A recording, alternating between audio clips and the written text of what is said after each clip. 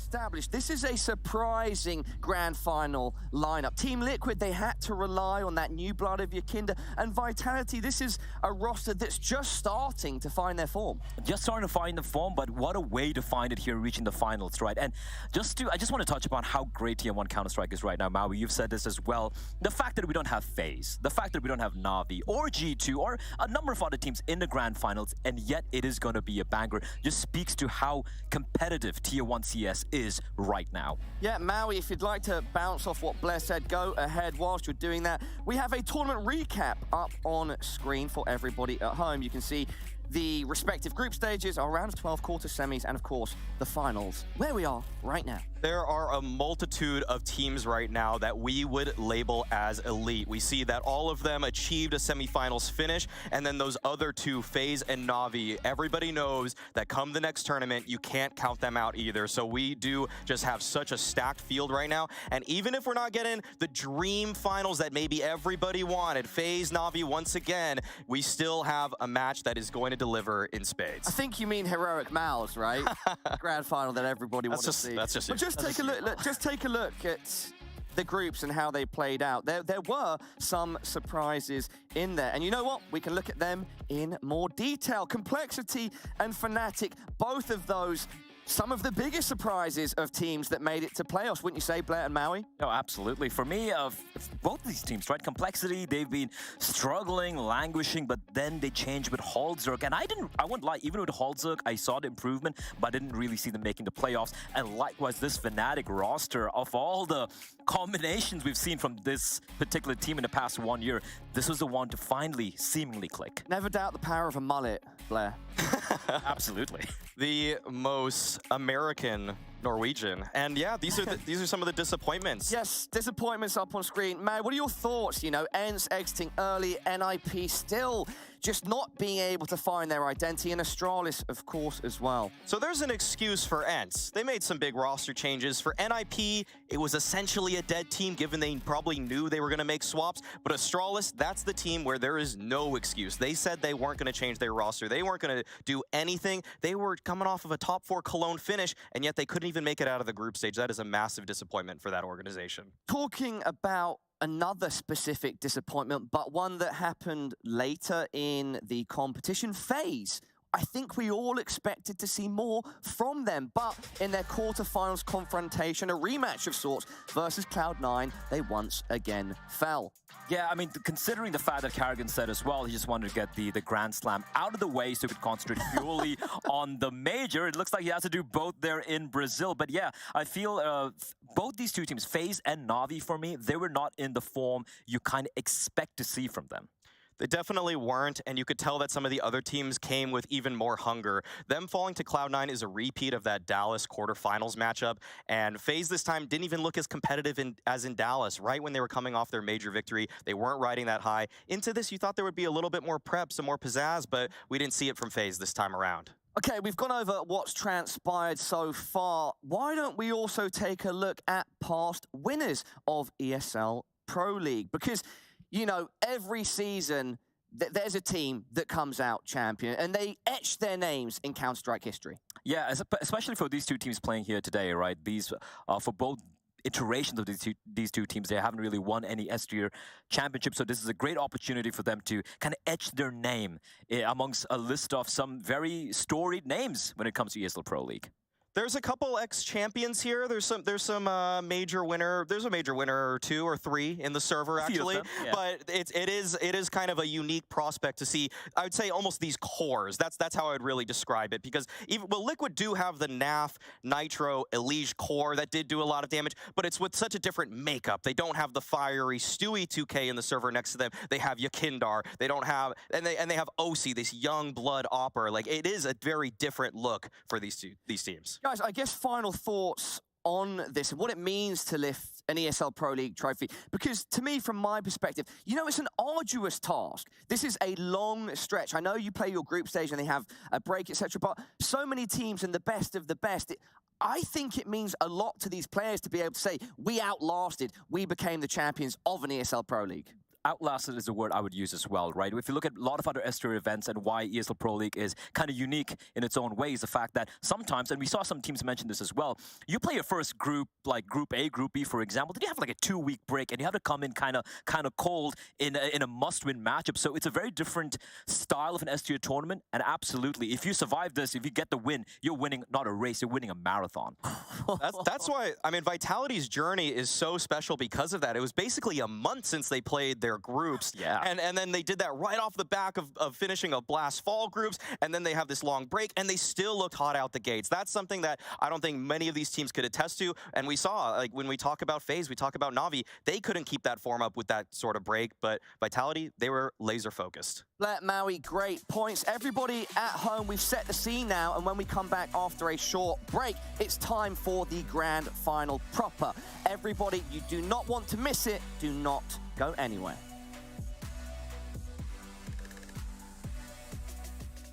Looking to get more out of your CSGO fan experience? Introducing CSGO Bingo, event pick'ems, and fan club showdown. Claim free bingo cards to win amazing prizes. Predict the winners of ESL events with pick'ems for prizes and glory.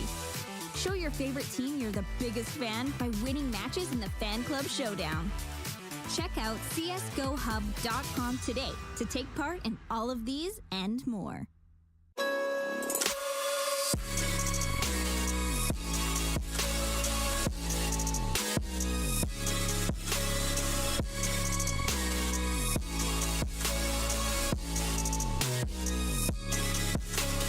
You love it, you wear it.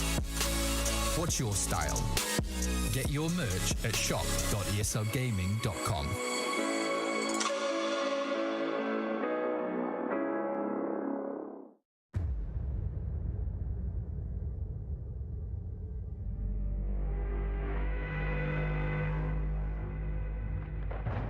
Two rifles here for Fnatic moving into the second last round. They had a chance to break the economy of Liquid. They still have a chance going into the last round. But this one's not going to be easy. And surely we're going to see a fast play from Fnatic.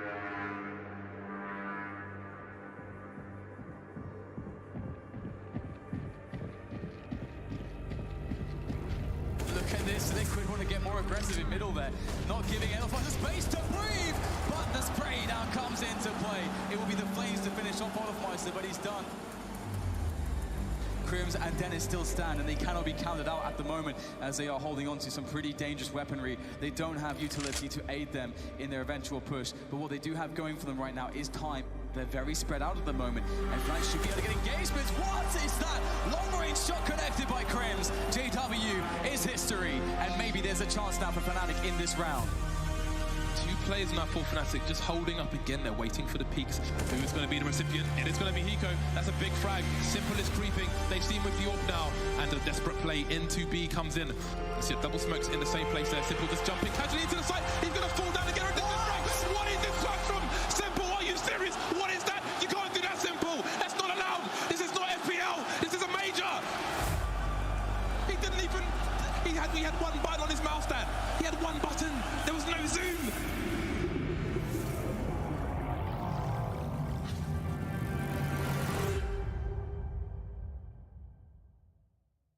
Welcome back to the Cathedral, ladies and gentlemen. This is a final of biblical proportions. Grand Slam on the line. This will be one for the history books. It's time, ladies and gentlemen. Let's light up the Lexus! The first part of 2019 was all about Team Liquid, and for good reason, as this North American roster plowed through most events without breaking a sweat. And it was no different in the Cathedral of Counter-Strike. Oh no, nearly got knifed. Smoke's down. He has to get around them somehow. And he gets it through the window. As favorites, Liquid went all in during the tournament and soon found themselves just inches away from the trophy and the prestigious $1 million Intel Grand Slam. Only Vitality stood in their way, and even though the battle ahead would be tough, Twist set the tempo almost instantly. WebBK doesn't want to let them go that far this time. He takes the fight to them. Twist even gets one at range. Down to just two. How does Twist find the second? He's got the bomb. He's got armor. He's close. Twist. He baits him out somehow. A third. And he's looking for it all the ways. RBK's going to try and swing around the backside. Twist switches back to the Deagle instead. Confidence in his name. He's in his RBK. is found! Team Liquid, that's what it means to them. ESL 1 Cologne under their belt and $1 million bonus. Unreal.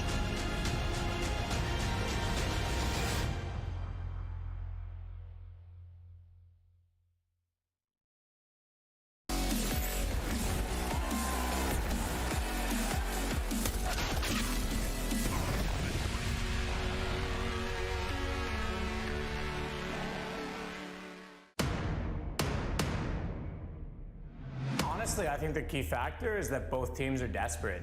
I mean, how do you go from being the absolute undisputed best in the world to not ever getting there? And then for Vitality, they want to prove that they've made the right decision, that they're ready to compete.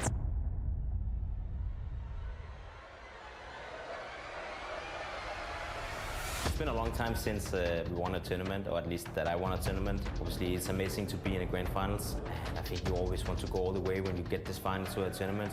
ZywOo is playing insane right now. He's probably their X factor of this tournament and of the match. They need all the rounds they can get here. What a nice rundown down to ZywOo. 1 versus 2. They can still get that defuse.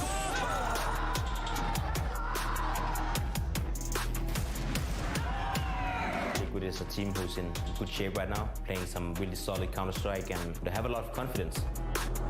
We have a really strong core right now, and I think the way we're preparing for these games is very good.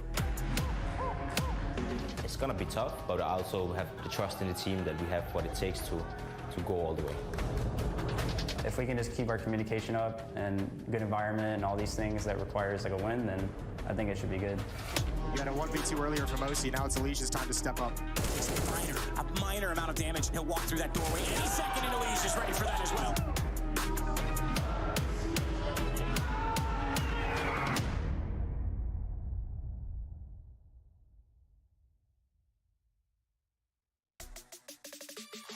It's official, ladies, gentlemen, everyone at home. The hype is in the building. It's grand finals time here at ESL Pro League Season 16. And who is going to be crowned champion, Liquid or Vitality? We are about to find out, but not before myself and my analysts break down all the action for you. Blair and Maui, can you feel it? That video that led us in's got me tingling, baby. Oh, I'm tingling everywhere. I'll leave you to help, Blair. No, I'm good. Okay. Let's keep this safe I'm for work, all right, guys? Right. What we do off camera is our own business, but right now, no helping each other out with tingles, all right? Jesus. All right. Just my spidey sense. Yeah. All right, let's get right into the action. 2 standouts from both teams, all right? Spinks, he dropped off a bit for Vitality. Yesterday, he came back. Yakinda, on the other hand, he has been firing off, in my opinion, at an acceptable level across the entirety of this tournament. He's been one of the highest performers. Yakinda he's a talisman of the Team Liquid side. Look, the sort of entries he gets, he is that guy in the party who's able to open a champagne bottle with his bare hands. He's doing something truly ludicrous for the side of Liquid, and he has to be, not even the X factor, he is the reason for me that they are in the grand finals right now. And Spinks, on the other hand, raising the ceiling of Vitality. We saw in the previous seasons how they were capped with Masuda, how they just wanted a little bit more, and that's why they made the best roster move during the player break. Spinks has added so much more to Vitality's game in terms of individual aggression, and Yakinda, you know who's bringing that too. Guys, if Yakinda goes missing, is this a done deal? It's a done deal. Team Liquid? It's a done deal. It's a done deal. It's a 3-0. It's a 3-0 if he doesn't show up, but that's why Yakinda is so important, and also why I believe in this guy is just like ZywOo. He's not an X factor. He is going to deliver. You know for a fact he is going to deliver, and so will ZywOo. Okay. It's not a question mark for me. Okay, it's not a question mark for you, but is there a question mark over Yakinda's head at all for you, Maui? The only question is, when is he going to sign for Liquid? That's all I've got wondering right now. No, Yakinda has been playing fantastic Counter-Strike thus far. This guy he's just explosive. That is what Liquid needed. We are seeing that everybody in the server is thriving because he's able to open up so much space for them. ENG is in some of the best form we've ever seen him in. And Liquid, too, look like they've adopted his philosophy for the game. And because of that, they are making this Grand Finals run that nobody predicted. All right, well, we will see and we'll find out soon. For now, though, Freya is down on the sidelines with one of Denmark's best, one of the players for Vitality, Dupree.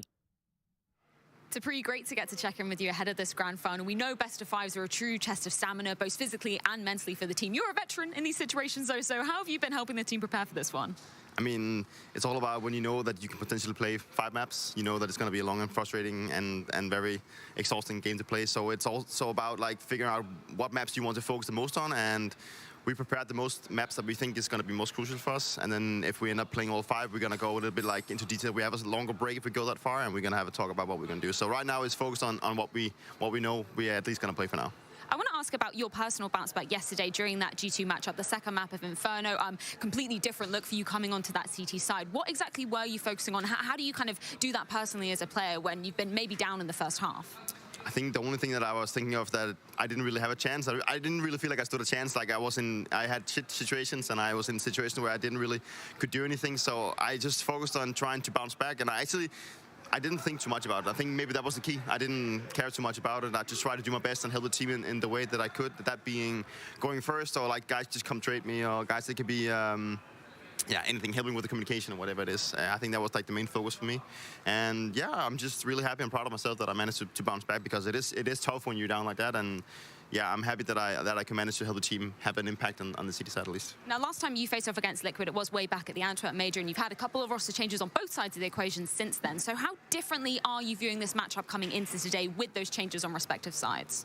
I mean, playing Liquid is always tough, and it's always been tough. You know, I've been playing against them for many years. You know, and I think it's in some ways it's tough for them, because you know it was tough today. So we have a little bit of a humoristic aspect to it. Whenever we see Nav and the guys are like, "Oh guys, I'm playing you again," but it's not the same team anymore, and a lot of things have changed differently. But coming into this game, like Liquid has been playing really well this tournament. So have we. So I mean, I think both teams deserve to be in the grand final. We are going up against a team that is, I mean, they look renewed in some sense, especially bringing in Yekunda has given them a lot of room. I think he's doing massive work for the team. He's opening up the map for them, but also gives them a lot of more firepower, and it seems that they are just relying a lot on firepower right now, and that is what is sometimes hard to play against. Like, just look at Faze, whenever they're on all cylinders, like firing all cylinders, it's like, you know, it's hard to play against.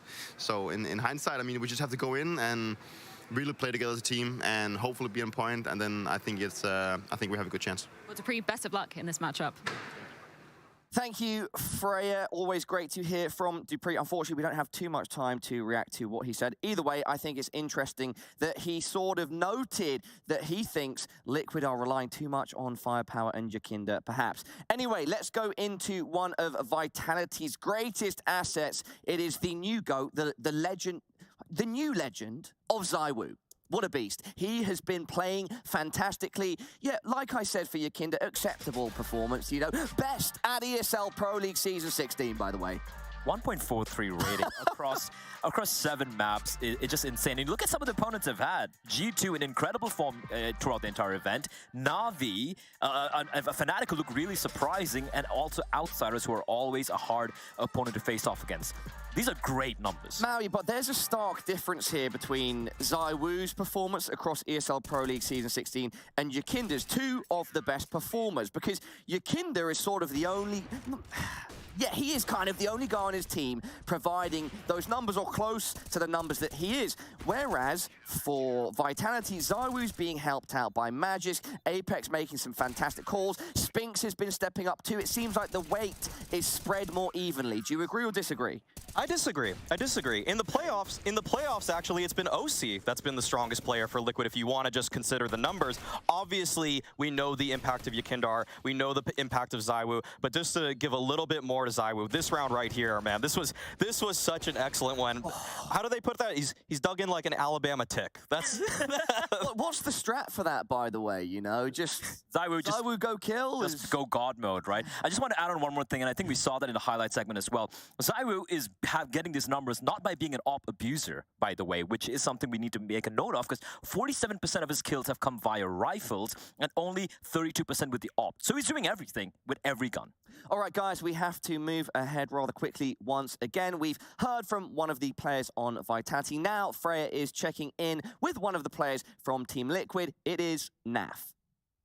Nav, super excited to be getting this grand final underway, because it's been quite some time since we've seen Liquid in a grand final on LAN at a Tier 1 event. The first time with Yakinda on the roster as well. What's the mentality coming into this one? I mean, we're all super pumped. We're excited. It's the first grand final for us for like the past 3 years. I think the last time we had a final was in Bahrain in the global finals. So yeah, no, we're super pumped. I'm super excited to play. I can't wait to play. Best of fives are always grueling series. You know, it's going to be a battle for it. So, but I can't wait. I'm super pumped. I want to ask you about OC's development throughout the tournament as well. Obviously, it's going to be crucial coming up against Zywoo on the other side of the equation. He's really reached new heights coming into the playoffs. Is that an individual thing, or is a team kind of helping him get through that period? I think OC's just been, I don't know, he's been playing good. I remember halfway through our group stage games, we had like a little bit of a team talk that a lot of us weren't really playing so well, and like we needed to find ways to help each other and bring our teammates up. And I think during the playoffs, we've kind of had like a new stride for ourselves and our teammates and all that. So yeah, I don't know. Things are just going well. He's playing well, so I'm happy. And you know, with everybody playing pretty well, I think we can win. Elish said after your semi-final yesterday that he felt like, you know, potentially it wouldn't be enough to bring to a team like Vitality or G2. You didn't know your opponent then. What is going to be changing coming into today to make sure you seal it? I don't know. It's been a while since we played Vitality. I can't really remember the last time we played them. And Zywoo was playing really well this tournament, and they have a lot of really strong players. Obviously, in the past with the Pre and Magis, we've had issues playing against them in the past. But obviously, two new teams, two different lineups. So yeah, I don't know. It's going to be a brawl at the end of the day. So I can't wait to play. Super pumped to get into this one. Thank you so much for your time, Nav. Thank you, Freya, for that interview. Naf there, recognizing that it's going to be their first grand final in a long time and also showing respect to their opponents, Vitality. Look, let's talk about the gentleman on screen. He was mentioned in the interview, and Maui also brought him up earlier. OC, it's been up and down, but maybe we're starting to see the best OC yet, and that is going to be a key asset for them beyond Jakinda's performance. Yes, as we can see here, OC's group stage rating was not pretty, 0.88. The critics started coming out in flocks. They were all over the timeline saying, this guy's overrated, this guy doesn't have it in him. But then when it becomes the big games, when it is the playoffs, he has had the best jump up of any player who has played a minimum of 2 series. This is excellent stuff to see from OC, and it's what everybody in North America wanted and promised once this guy hit the international stage. Blair, does OC need to keep at the level that he's played at most recently here at ESL Pro League Season 16, or does he even need to step up once again to take on Zywoo? I think as long as he plays the way he has in the playoffs, I'm going to be happy with that performance. Look, when we talk about X Factors, X Factor is a player who may or may not show up, but him showing up is going to be instrumental in them getting the win. I know Yakinder's going to be showing up. I know Elish is going to be stable. I know Naf's going to be doing his job. OC, that is X Factor for me. If he shows up to play here today, that's when Vitality might be struggling a bit. All right, guys, thank you so much, as always, for your thoughts. Now it's time to head back to Freya, because she has our Colex players to watch. EPL's Grand Clash has arrived, and with it, 2 Colex cards that we can't wait to reveal. From the left side, we begin with Liquid's Elish. Elish has been instrumental in securing Liquid their best ever tournament run so far with their new lineup. He's on the verge of Liquid's first Tier 1 trophy since IM Chicago 2019. Back with the Grand Slam winning roster, including Stewie2K and Twists. Is NA truly back? If Elish stays in his current shape, it might be the region's renaissance. On the other side, we have Zywoo. The Frenchman has had a profound impact on Vitality since the very first day of the tournament. EPL's highest rated player has proved time and time again that he is a vital cog in the Vitality machine, and now must show that he can run a marathon as well as sprint. Time for both sides to unsheath their swords. The ultimate battle is ready to ensue. Elish and Zywoo, our Colex players to watch. So everybody at home, keep your eye on them.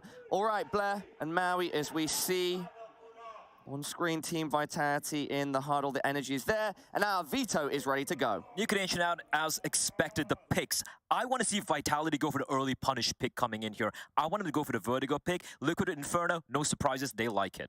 And they'd go with the tried and tested Dust 2. Make it safe. Yeah, everybody in a BO5 just wants to make sure that they get their comfort picks in. It would behoove Vitality to try to get Vertigo in before the 5th map, but it doesn't happen. This is a bit of a shock in terms of prep work, because if they knew how weak Liquid looked on Vertigo, that it was OC's worst map in the group stage, they might have gotten it earlier, but I think everybody here just wants to stick to what they're used to. That is, yeah, that's a bit of a surprise, because one thing you got to notice in the best of threes is Liquid have been kind of lucky in the playoffs to have the opportunity of their opposition banning on Vertigo, or them banning it in the second phase. The fact that it is going to be the deciding map, they're going to be breathing a sigh of relief, the NA side. Blair, and Maui, we have just under a minute left before this grand final goes live. Can I push you for official predictions, please? It's been 3 long years since we've had an NA team in the grand finals of an S-tier tournament on LAN.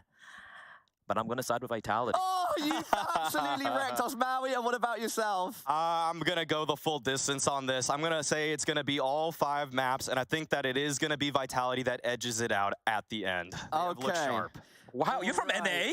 Yep. Howie. I got to be honest with it. Oh, my Lord. I got to be honest with it. Wild very scenes. surprised. Blair and Maui, I can tell you what, we are about to find out what is going to happen in this grand final. Liquid versus Vitality, the grand final of ESL Pro League Season 16, one of the most coveted trophies in Counter-Strike. And to befit such an epic occasion, we need some amazing casters. And so, we've called on the talents of the godfather of Counter-Strike casting, Anders, and one of Australia's best from the server to the talent room. It's Sponge.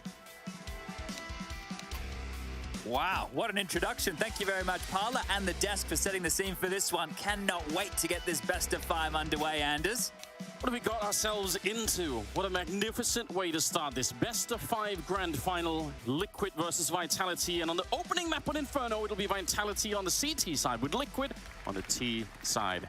We got to cover Vitality's comeback last night against G2, and there was remarkable scenes. 15-7 down to an overtime victory to send G2 packing 2-0. That's some beasts in the server here today, and I think we'll have to focus on the big name of Yakinda versus Zywoo throughout this. The 1x bet odds favoring Vitality, and a slow start with a pretty standard spread. 2 over towards the B-bomb site. Apex and Spinks, the standard combination, and over towards A, the Dastardly Danes and the Woo himself.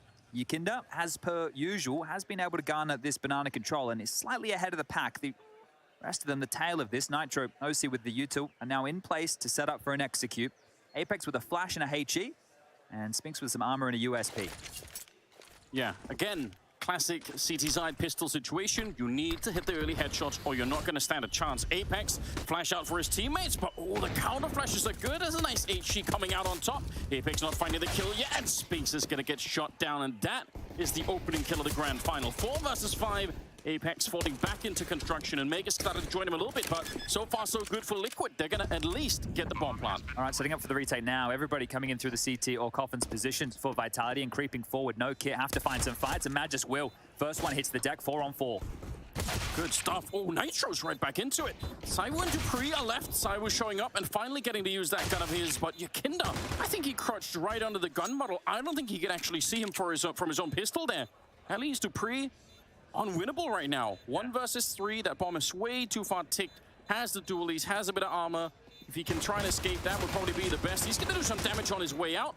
But again, the round is already conceded. So Yakinda probably going to be dead here, either to Dupree or to the bomb. Doesn't really matter. Liquid, though, will win the pistol round. Yeah, bang on there. A good one for Dupree. A couple of extra kills. He'll be able to buy into a Famis in the next round to play here if they want to go for a force buy. But using that B-bomb site, something that G2 didn't do an awful lot. And we do have a nice little intimate crowd down here in Malta to watch along. Lige just bounds in here. Combination with OC's flash to get that entry. And then just taking care of business. Because there was no util for Vitality to get back into the site, they were down the man. It was always going to be a very difficult retake. But a scout in Zywoo's hands, that Famis prophesies for Dupree is out now. He can drop the dualies, and well, everybody with a little something going into round number 2. And Zywoo, of course, is going to take a peek here, taking a liberty or 2. Doesn't see a whole lot down towards T-stairs. And Liquid being careful, just like they were in the pistol round, to not just run into anything crazy, which I can understand. We've seen Zywoo already hit some pretty great scout headshots, so you don't want to be giving anything away. They get the revenge, losing Yakinda early on. Spinks is out here. The dually is not quite doing enough. OC is going to be able to clean up a couple of great kills, a triple in fact. And Magus against Zywoo probably, I mean, they can show up and try and put some shots through, but I don't think they're going to be able to win this one. Zywoo's committing really hard to it. I thought maybe he'd just stay at a range and try to, you know, take some shots with the smoke, but he actually wanted to try and go for it. Still hanging around inside of the smoke, in fact. Yeah, I think because the CT smoke was so late, he thought he had a window to operate with. He can apply some pressure, and if that buys some space for Magus and Banana to find a pickup of a gun, sure, he's got util. A weapon upgrade would be nice here as well. And coming silently, Lige getting caught off guard. Magus cannot connect the dots, and Lige will deal with him, and that should be the round. Zywoo backing off towards CT spawn to hold on to the scout here. So a tidy start for Liquid. Yakinda went down early in Banana there. He got isolated by Dupree, and Dupree off to a good start here on the CT side with 3 kills. We know he struggled yesterday on that T-Hop, but really turned things around in part of that comeback. Now, Yakinda going up Banana, that's going to be part of the default rounds here for Liquid. It's either going to be alongside of Nitro or OC, depending on the buys. Okay. Kill. And then you're going to have the likes of Naf over towards the apartments and Elige, that's second mid boiler type player. On the CT defense, you're going to be having Spinks as the more hard B anchor. You have Apex assisting him, but Apex, you can find him in float a lot. We saw those calls he was making last night over towards A. You're going to have Naf anchoring down. Sorry, not Naf. You're going to have Magisk anchoring down towards the pit and short side. And then Zywoo and the likes of Dupree here, there, and everywhere, right? We saw them rotating B. We saw them flexible between both sides. So it's going to be interesting to see how Apex wants to deploy them here. You talked about Magisk and Dupree, and they were 2 players yesterday that really locked that A-bomb side down in the middle of that comeback in the second half, which is really, really crazy. Obviously, when they were on Mirage, Apex was kind of a weak spot defending the B-bombs, anchoring the B-bomb side. So curious if Liquid feel like they can find something similar. It might be a way more difficult map like Inferno, because he's not going to be alone like that. Okay. Well, clotheslined him. And Scout saved, and you think that's not a big deal. What does it really matter? But turns out it is a big deal. He's back for more. We almost could have stepped into that one. Got to be careful, Deagle. Out here for Dupree. Going to just be putting in a bit of a shot. But Liquid feeling a slight bit of pressure at the early start of this round. That's less than ideal. Yeah, it's a good thing they haven't marched too far forward, because the rotation did come back over from Vitality here. But now that there's no more audibles that cut sound, Vitality are now investigating back towards the second letter of the alphabet. Yakinda and Nitro in Banana, Elysian OC top mid. And if they sell a bit of a fake on towards this site, and Yakinda leers forward and he doesn't go down, and he calls some information, then they should be able to waltz in towards A. So just continuing to keep the feet planted here. This is a pretty convincing fake, and yeah, you can see Zywoo biting down on this as well. So Yakinda, he's just going to be the canary in the coal mine, get them that information they require. Perfect work. If he sees anything more, that's job done. Actually, job is already done. They've walked up so far, we can see there's nobody home towards the A site. Bomb should be going down momentarily. Question is, don't give Zywoo a second chance. Especially with the bomb on the back. Just leave that one alone. It's not worth it. But great call, yeah. They really managed to switch that defense around, push them over to the B-bomb site, and they're going to get the bomb plant here. These type of rounds get very scary when you give up the opening pick, which is what Liquid did in 2 consecutive rounds, right? So they are a bit wobbly. It's not the easiest to convert, but they kept their cool, and they will looking good. It's just damage, name of the game for Vitality now. You can see them positioning themselves so they cannot escape out towards second window, the halls, grab them an AK, just do damage. Yeah, and new bomb radius definitely having an impact on Inferno these days. Apex going to be fairly close by. But so far, it will be a 3-0 lead for Liquid, so they're going to be quite excited about that. Apex doing a bit of work, and especially with the AK. Yeah, he's going to make a run for it, and he's not going to be stopped either. This is great stuff. Yeah, a bit of an oversight there from Nitro. Just steps too far forward and gives away a pretty costly weapon. So good find for Vitality, even though they are yet to convert around. But let's see if that changes. Everybody else for Liquid staying alive. He's on 1 now. Very fortunate. He did the maths. 99 damage for the bomb. Here's a fun fact, Anders. Dupree and Magisk, on the Vitality side of things, both have a chance to win their 4th ever ESL Pro League title. So they could make some history here today. I think there's a whole bunch of players who have 3, but they could be the first 2 players to ever grab 4. 4 for 16. That's not bad. Not bad. Yeah, pretty good odds right there. And this is also Yakinda's first ever best of 5 on LAN. He's played 5 best of 5s online and never won a single one. Okay, so new experience for him. I'm sure he's up for it. Grenades exchanged out on Banana. Yakinda gonna put out one of those Molotovs with the smoke and go straight for it, and that's gonna put some pressure on Spinks. Oh, he's so ready, Yakinda. What an opening this is. If Apex would have stepped out into that, I think Yakinda would have probably had it, and that might have been the end of the round. Remember, this is Vitality's first rifle round. It's real important they pick it up early here. There's a gap on the right side of that smoke. It'll be on Dupree's left as he crosses here.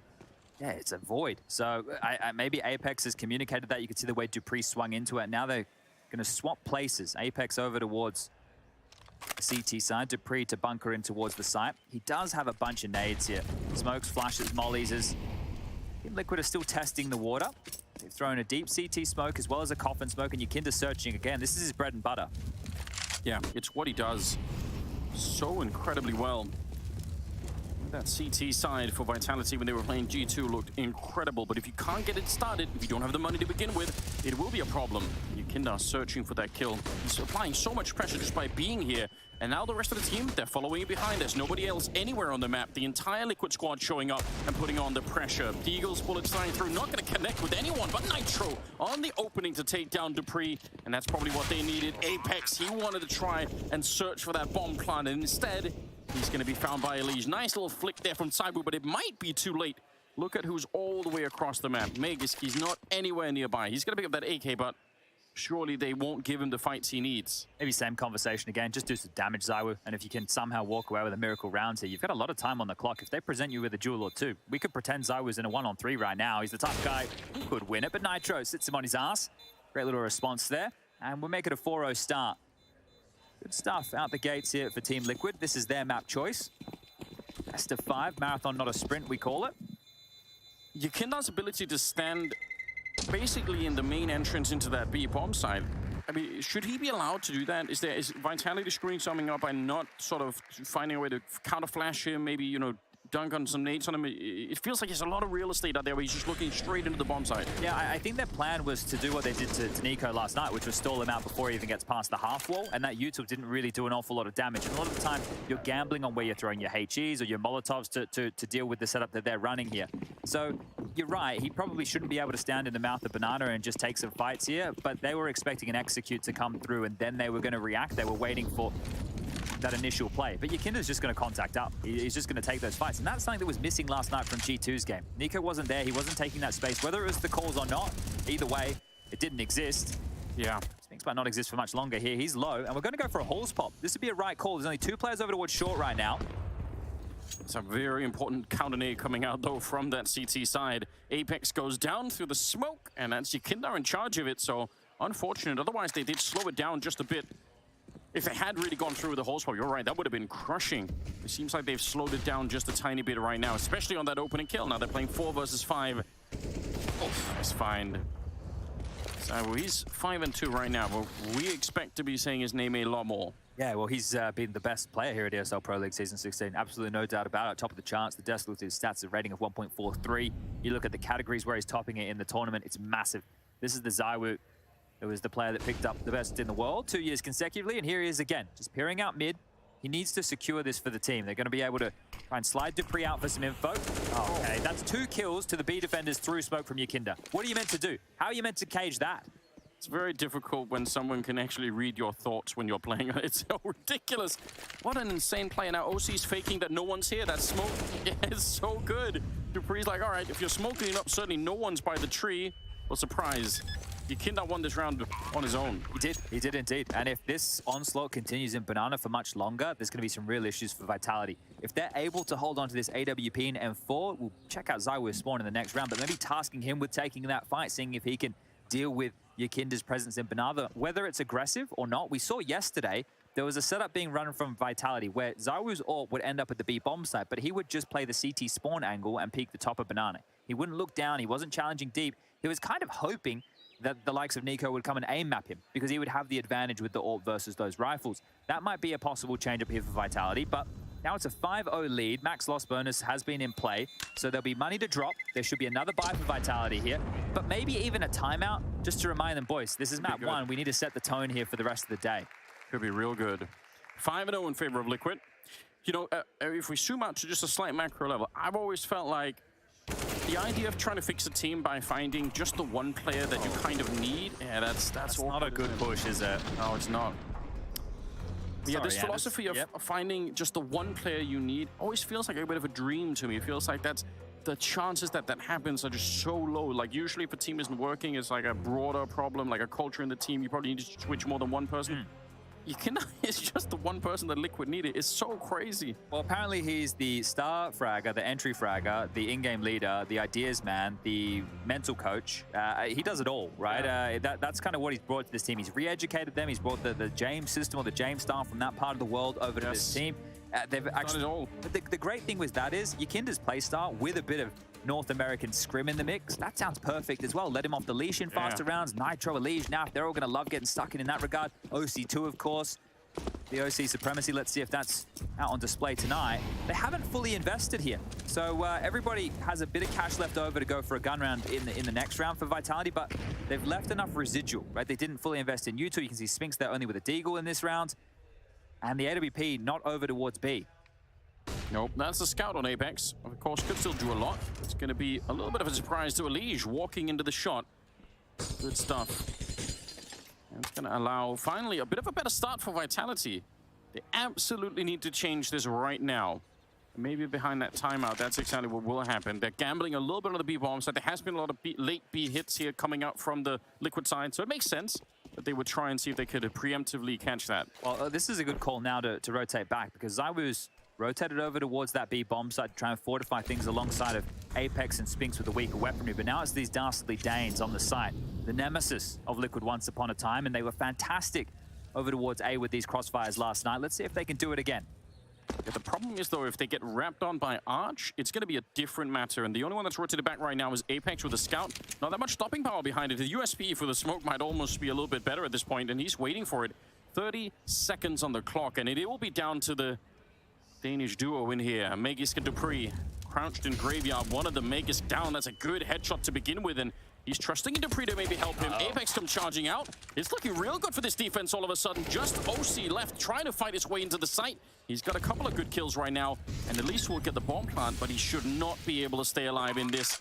Gotta be careful here that you don't throw yourself away, Apex. Don't turn this into a 1-on-2. Wait for the team to show up. You do have all of the chances in the world to win this one. Crouched in slowly right now. A little bit of a jump. That's so dangerous.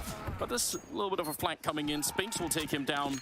They're able to retake the bomb site. It's a good defense. But I was a little bit worried about Apex there. But Magisk, again, he is doing absolute work from this position, right? 2 maps in a row here on Inferno, where he's just a beast from that position. Gets himself up to 4 kills here in total. And just locking them down. That wrap was dealt with very, very tidy fashion. And the first for Vitality now posted on the board. And they're going to have more cash than they know what to do with here for a bite. So both teams to round 7. Completely locked and loaded. Plan from OC, right? Making sure that they still have that cash bonus going forward. Didn't play this one selfishly. Got the bomb down. Wanted to play for the team in that environment. And back underway is there's no T-side AWP available here. They haven't opted to purchase it. There was enough cash if they required. And ZywOo gonna just take a peek here. Molly hits him in the face, and he'll extinguish at his toes, but that'll send him packing for now. Yekida, again, relentlessly taking this banana control with very, very little help from his team. He's just, I mean, he's not getting grenaded that much down anyway right now, but he's so confident in taking these fights. Wouldn't be surprised if he keeps going. Spinks is right there on the other side, and Yekida will do it again.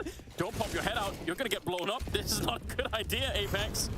Oh, man. What a resource. Apex really wants to challenge it, but they know they've already seen it coming. Once he puts out that Molotov, they have a pretty good read on what's coming next. A bit of a gap in the smoke, though. That's a problem. There we go. It's going to get fixed right there. Nice little patchwork. That could have been extremely problematic now. Dupree and Magisk haven't really moved over towards the A site, so hoping that Apex and ZywOo can find something before they consider rotating over. Bomb gets planted, confirms. They're not even rotating. We've given it up, and it's another save. So, how many rounds did Yekida won on his own? Yeah, it's kind of crazy, right? The fact that this individual can just stroll up Banana and take those type of fights. I'm not sure what the change-up needs to be here for Vitality. I've suggested ZywOo over there. Well, he started there, and then as soon as he took the shot, he thought, that's enough. I need to get out here and rotate back towards A, unless, in case they try and pounce on our Danish duo. I mean, the other plan that they had seemed to make sense, right? If you trusted Magisk and Dupree, then maybe you actually do put 3 people there and you try to take the fight. You triple nade him down there. You really try and get rid of him. I think that opener with Spinks and ZywOo on B might have to be the play here, just to really deal with Yekida. But this is the issue. We're talking about the flow-on effects of this, and this is the chess game that is Counter-Strike. Right now, Nitro can make a different move. He can go, well, they're expecting us to do this, so let's do this. So I simplified it there for everybody. But this is where you get to call circles around your opponent, and it comes, are they going to double down? Are they going to try something more aggressive? What is the change-up for Vitality going to be? Because yesterday they were just executed into. The fight would come to them. They didn't really have to do a whole lot, right? They had a couple of aggressive maneuvers, but most of the time it was G2 just running into the slaughterhouse. 6-1. What a surprise. Line shot coming out. Didn't actually see no one. Just hoping that it was going to be a connection. 3 people at the B-bomb site early, but now down to, well, just a couple. Spinks, a very scary jump there. They are leaving Zywoo over towards B. They've actually rotated Apex back over towards that A site. So Zywoo can post up on a line with the AWP, and he should have the advantage over Yukinda if he continues heading in that direction. But this is the Halls pop. Flashes at the ready. Here they go. Yeah, they're going to be real quick about it. Magisk, not flashed for the moment. He's going to get the good spray. Another double kill for him. And Dupree inside of the site. Worried Elish. He does not want to swing that one wide. He's waiting for the team down below to help him out. OC gonna try and step out at the same time. Deep nade around the corner. If a Molotov would have been even better here, but they're gonna find the kills. Nice swing for OC, and they need to be quick about it. Backup is coming in. Apex rotated over from the B bomb side and doing magnificent work in defending. Double kill for him right now. And Elige, not much he could do from this pit position. Smoke up, but Cyber will take him down through the half wall, and it will be another round for Vitality finally. Yeah, well handled there. The fact that they're unable to get any penetration as they get 2 players out Halls, their trade comes in eventually. There was so much time on the clock. Maybe Liquid should have considered, you know, not full committing in this situation, because once the trade comes in from Elige here, he could have actually gotten to safety. They didn't need to continue committing into the site, but resources might be the biggest issue, thinking, hey, we put everything into this, we have to full commit. But money's still back here for both buys. And what'll be the break point? As we do have the fan cams available. If you want to join them, esl.gg/fancam, join the fun at home.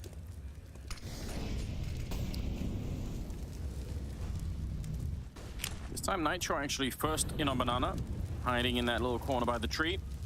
But Yukinda's right there with him, so it's gonna be a little bit of a duo setup this time around. We'll see if they're gonna be able to do anything with it. Cyber's on the other side. They will stop, but he is so quick. And now Spinks flashed in, but it's too much. Even blind, it's not enough. Even the flashbangs won't get rid of him. And he knows someone else is around the corner. The confidence is so ridiculous. Nitro to pick up the kill, but with the assist on Yukinda, and they're not even going to get close. Another round entry, either on B or on Banana by Yukinda. It's so good. Crazy. It's crazy. He's 4-1 in opening duels this early on in the game. And if this continues here, Vitality have some real problems. They even tasked Zywoo with that, and the boost up and over wasn't expecting that. Because at this point, like, we know we joke about this stuff, and it's fun, it's memes, but it's Yukinda, go take Banana control. But also, think of the counter, right? You have the AWP, you've got the rifle forward for protection, you've got Apex behind with flashbangs, and all of that. That's like a triple-layer defense that just gets completely cut down. Yeah, destroyed. They don't even get a chance, right? This is the thing. It's not like they're taking the initial exchange and go, oh, we did some damage and we stalled them out with a molly. Let's drop back. Let's take a new fight. The first fight they take is the last fight they take. Oh, man.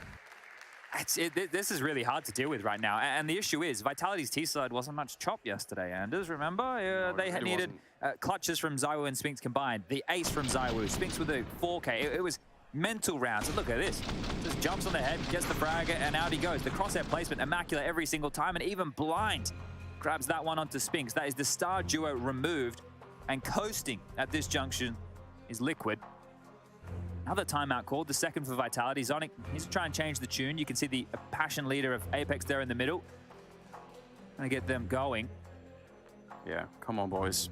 That's what, that's certainly what's being said at this point in time. We know they can. We know they have it in them, but they haven't really shown it yet. And right now they're down 5 rounds. And like you alluded to, well, yesterday is anything to go by. It could be a real big problem for them. It's crazy, though. All these saves have really helped out Vitality as far as the finances go. Another buy, the AWP's out, residual cash, max loss, well, max loss bonus not in play just yet. We're pretty damn close. And oh, come on, mate. This is just getting absurd now. At least they got him in return, but look who the body is. It's Magis. They know it's not a B defender. Yeah. That's information. That is huge information. You've just unraveled your best A anchor. He's gone. Yeah. Yeah, they could guess a lot behind that. What an absolutely absurd performance this is. For the Molotov, he gets away with it too. Nitro. Pretty deep nade down there. They've left Spinks. He was for a minute at the bottom of Banana, but he's starting to slowly creep on back towards that half wall and maybe even into the B bomb side. Yeah, they want to make sure. They are a little bit worried about that A defense. I can't really blame them. So Spinks in charge of doing this. And then a 3-man setup over at the A bomb side. Pretty common configuration when you're playing this 4-on-4.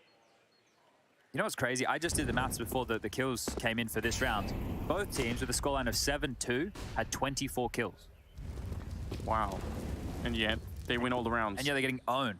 Yeah, but the entries make such a difference, right? Isn't it crazy? Oh, dear. Okay, this is a gap. They've been able to pip it. Oh, Leash. He didn't see anything, but they saw him. Yeah, they did. Oh, this is very awkward.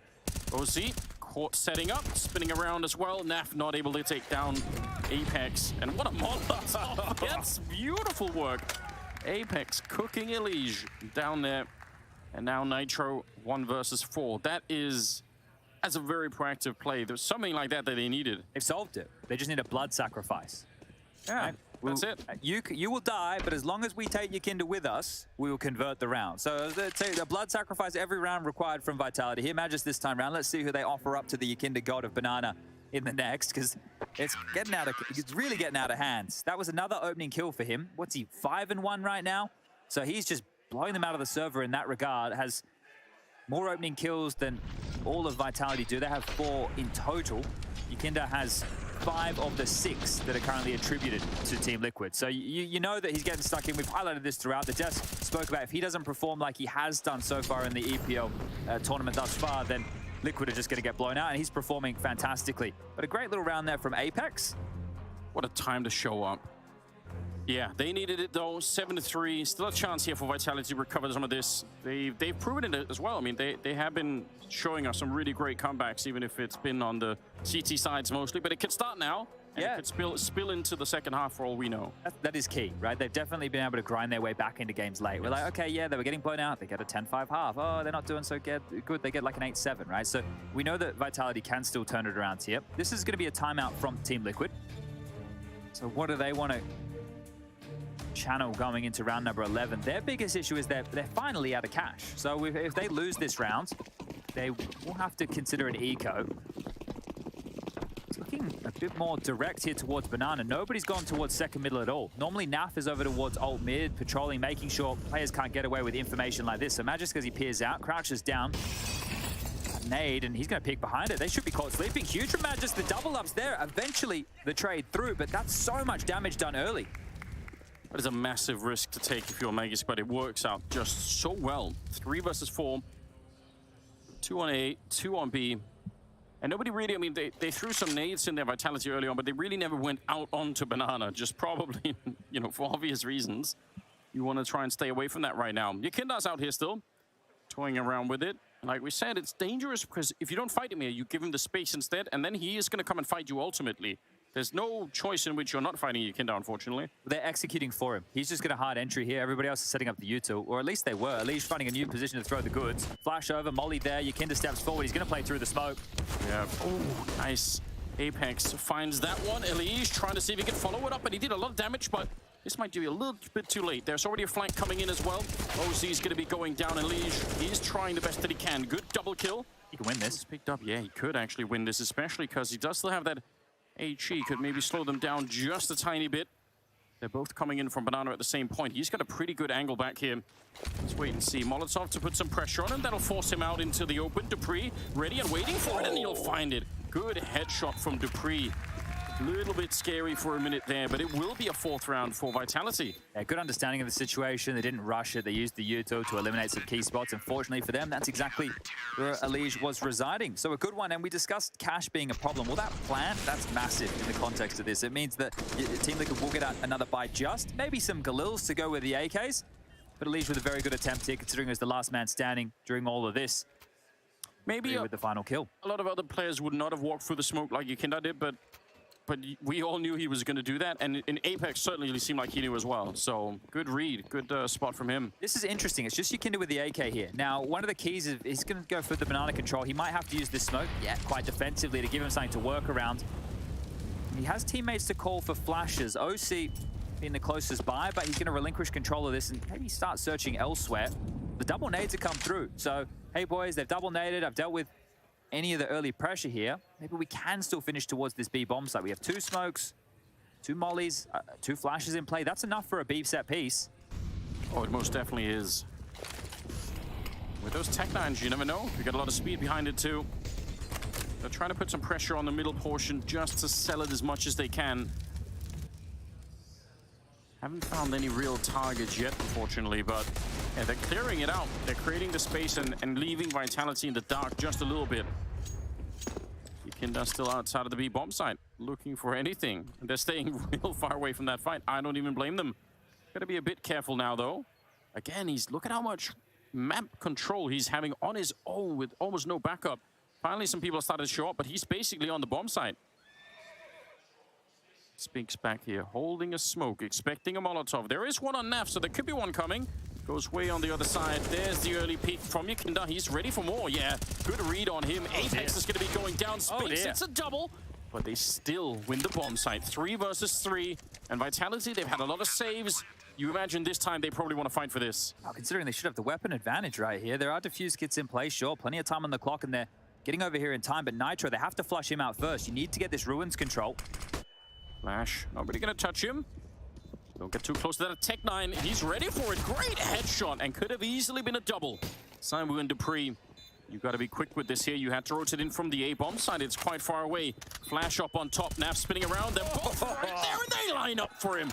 Beautiful way to win the round, and 8 on the board for Liquid. Yeah, quite flustered there from Vitality, right? That's not the type of round they should be losing here. So Yakinda gets the banana control. He's calling out all the util that's being used. They use that top mid pressure to flush Vitality back into more passive positions. And when you hear all the pistols, you don't want to be peeking short. You don't want to stick around close towards the long side because you don't want to give up a gun. And then Yakinda walks all the way in and takes that initial exchange. The biggest issue is they're playing like a smoke molly defense. Yes. With that smoke that Spinks has, he's hoping for an execute so he knows to drop it. Otherwise, you're waiting for Apex to take contact, and he was so far back that by the time they take contact, they're already scaling in. And speaking of already in, Yakinda and OC combined for Apex's death. Banana is theirs again. Is so aggressive, relentlessly aggressive. Vitality know it's coming. They've tried to plan for it. They've tried to figure out a way to stop it, and they cannot. It's not been possible throughout the entire stretch of this first half. Look at this rotation. ZywOo here, alongside a Magic. It's just Dupree on A. So if Liquid call this off for once and actually go back towards the A site now, there'll just be one defender. It's meant to rotate back, drop in the util. The information play had to come at some point. A little bit too quiet over towards the top of Banana as they nade forward. If Yakinda could just throw a flash just to keep them on their toes, that might be enough to hold them here. Yeah. They don't seem to be wanting to rotate down the bottom of Banana all the way, Vitality. They're kind of sticking up there. But here it comes. Nice timing. Nitro nearly getting a bit of Magisk inside of the pit as well. Dupree is ready and waiting, but he's the only one with any real health. They're actually in a lot of trouble. Still 40 seconds. Yakinda going to join the fight all the way from the middle. And trying to see if they can get the boost over. Coming through, Spinks on the double, and that might be what it takes to save the day here. 3 versus 3 and 30 seconds left, and Spinks just keeps on going. Pistol's out now instead. He's already got the triple, nearly the quad, but he gets shut down. And just like that, Liquid back in the lead. ZywOo now all on his own. Smoke is going to be fading soon, and they don't have any more nades left on the T side, so all he has to do is find the head of somebody, and maybe he could turn it into a one-on-one, but they're going to peek him. Yakinda are able to take him down. The aggression never stops, and it's one more round for Liquid. I can't believe they're swinging on him in that situation. They know it's ZywOo, and they just wait for the smoke to fade, peer out, and take that fight. That is wild scenes right there, but that is Vitality broken extremely late here on this CT side. Real chance for Liquid to get an 11-4 half on the T side of their map pick. That would be phenomenal going into the halftime break. But this from Spinks, right? Magisk is peppering them, right? And he's hearing the tags, And once you know they're committed to that type of a boost, Spinks has to initiate. He makes the play, knocks them off the totem pole. I still can't believe Yakinda went for that fight. Yeah, but it definitely hasn't been the most active game from ZywOo, so maybe Yakinda's also thinking, all right, if he's going to have a slightly slow game, I mean, it's a best of 5, probably he won't be quiet for all 5 maps, so now is the time to really abuse it. Good headshot. But it is another entry for Yakinda if you're keeping score at home. 6-1. Stupid, isn't it? I think all of them, maybe bar one, have been over towards Banana. Right? It's been Banana and B, go. Just go kill. It's such a luxury to have. It's crazy that it's on display here in the grand final because Vitality, when they're watching the demos, this is the player that they're looking to counter. Right? Exactly so. Like, you're going to spend a lot of your resources, right? They have a deep coaching staff over there at Vitality to try and deal with this type of stuff, and they haven't been able to find a single solution on the Vitality side to deal with him. So doesn't that make it worse, though, that you watch the demo, you know what's coming, and it is what's coming, and you still can't stop it? Well, this is the thing, like the crazy details with Inferno and the meta in Banana is it's constantly shifting. All different teams have different ways to take control. But Yakinda's, I know, oh, that's a lot of damage. That's a lot of damage indeed. Okay. If they consider going for this, ZywOo has a USP and 5-7 for Dupree. They're both coming over. Yeah, it's one of those might as well type situations, you know, just see if you could find something. What a round this would have been if Apex got all 3 kills right there with the Deagle. That would have been crazy. Bit of a happy moment. Yeah. A bit more spammy. A little bit. Yeah. But didn't work out that way. Okay, well, Pyro has a scout. I'm sure that's not something that he wants to hold on to, but maybe see if he can do some damage. That's really, at this point in the game, I don't even know if that counts for much. Just going to pad the stats, I would say. I guess at this point, if you're Vitality, hey, let's call 4 players over.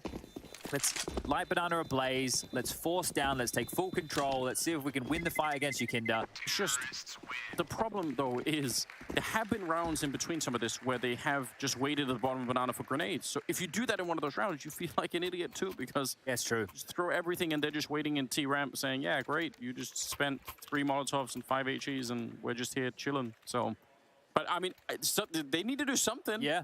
Maybe just a mid-crunch, right? Take the fight elsewhere. That makes sense. The Magic aggressive maneuver, he went out window and got 2 kills. That worked, right? A different option, not just taking the fight in Banana or not just losing Banana, but they're going to do a 3-man opener towards B. Let's see if they can finally cage the beast. Yeah, he slowed down for like 2 seconds. You can know. He's like, all right, I've stood still long enough. I need to move. A lot of near damage from that one. So far, so good. Well done. They get a nice HE on him. I don't think it'll necessarily slow him down. It doesn't seem to be how his brain works, but it might make it easier to fight him. Yeah, well, this reaction for them, as soon as they see the half-wall utility come out, if there's a second, they're going for this apartment pop again. They did this last time round. Oh, 1 good flash and this is over. All they need is 1 good flashbang. And the problem is, well, now they're going to Molotov it down, but I hate this setup when you're by the hay card on the CT side, because if you hear this footstep, you spin around and turn for it, and you're actually looking into the flashbangs that are coming from middle. So it's so hard, I feel like, to defend it, but they do slow it down. There's some real mind games going on here. I swear that last time round, they went for a hall spot when the half-wall utility came out again. So again, they apply the pressure, they don't commit, and it's drawn the rotation exactly like Team Liquid would have liked to. So all they had to do was show the body. If they found the kill or a fight came their way, maybe they could have full committed, but they're being very reactive right now to what's being pushed out by Vitality. And a read again. Vitality going, it's too quiet. They have to be going back to Beast. The rotation point is over. 3 players, one more time, find themselves back over towards the B side, but Liquid aren't committed. No, they're not. 3 people. Just Jikinda here. He hasn't even really shown himself. This is, again, going to be down to that double setup. Let's see if they can actually make it work. Vegas has been real good whenever he's had a fight. That's the bomb on the ground. 15 seconds. They need to run. Someone has to pick up that bomb and just go for it. OC getting caught setting up with a nade. 10 seconds on the clock. Dupree gets knocked out. Magus all on his own. And I think he just won the round. I don't think they can find the bomb and plant it. That is beautiful. Just a fantastic triple for Magus. Get a 10-5 lead at the end of it in favor of Team Liquid. Still very, very, very impressive. It'll be hard for Vitality to bring this one back, but let's see if they can after the break.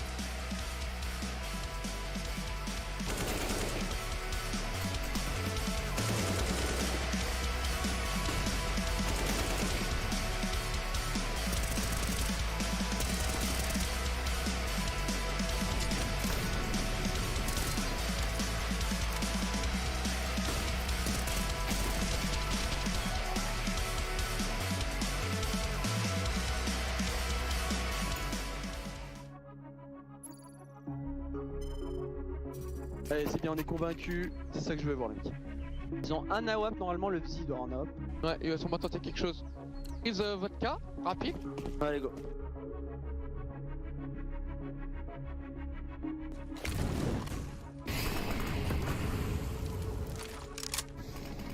Ça a pu le prendre, ça passe la banane, juste une HE. Ça smoke en banane.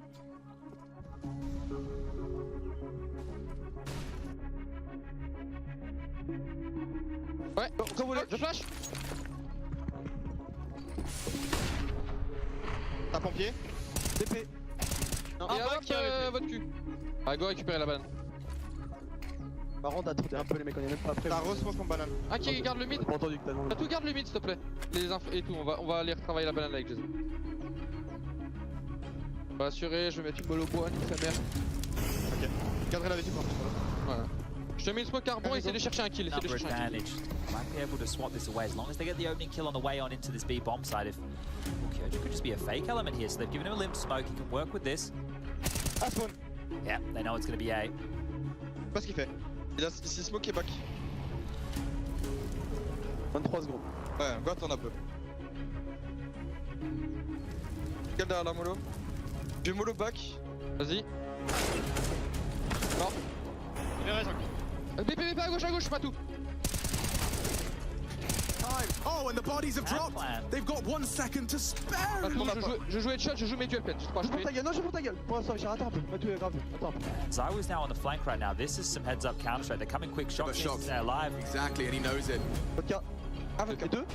Survival, integral. He has gone down early. It's not bad if he can isolate. Not even They're looking. Not even looking. He's got the 1v1. He's got the flash. Forces S tag off the bomb. Calls his bluff. Gets the info safely. Zywo's mastering this thinking man's game. Light on time. Has to sit it. Gets the info. Nice. What a turnaround from Vitality. 4 to Zywo's name. We will discuss it now. 2v5. On est vraiment des tops en fait. Attention.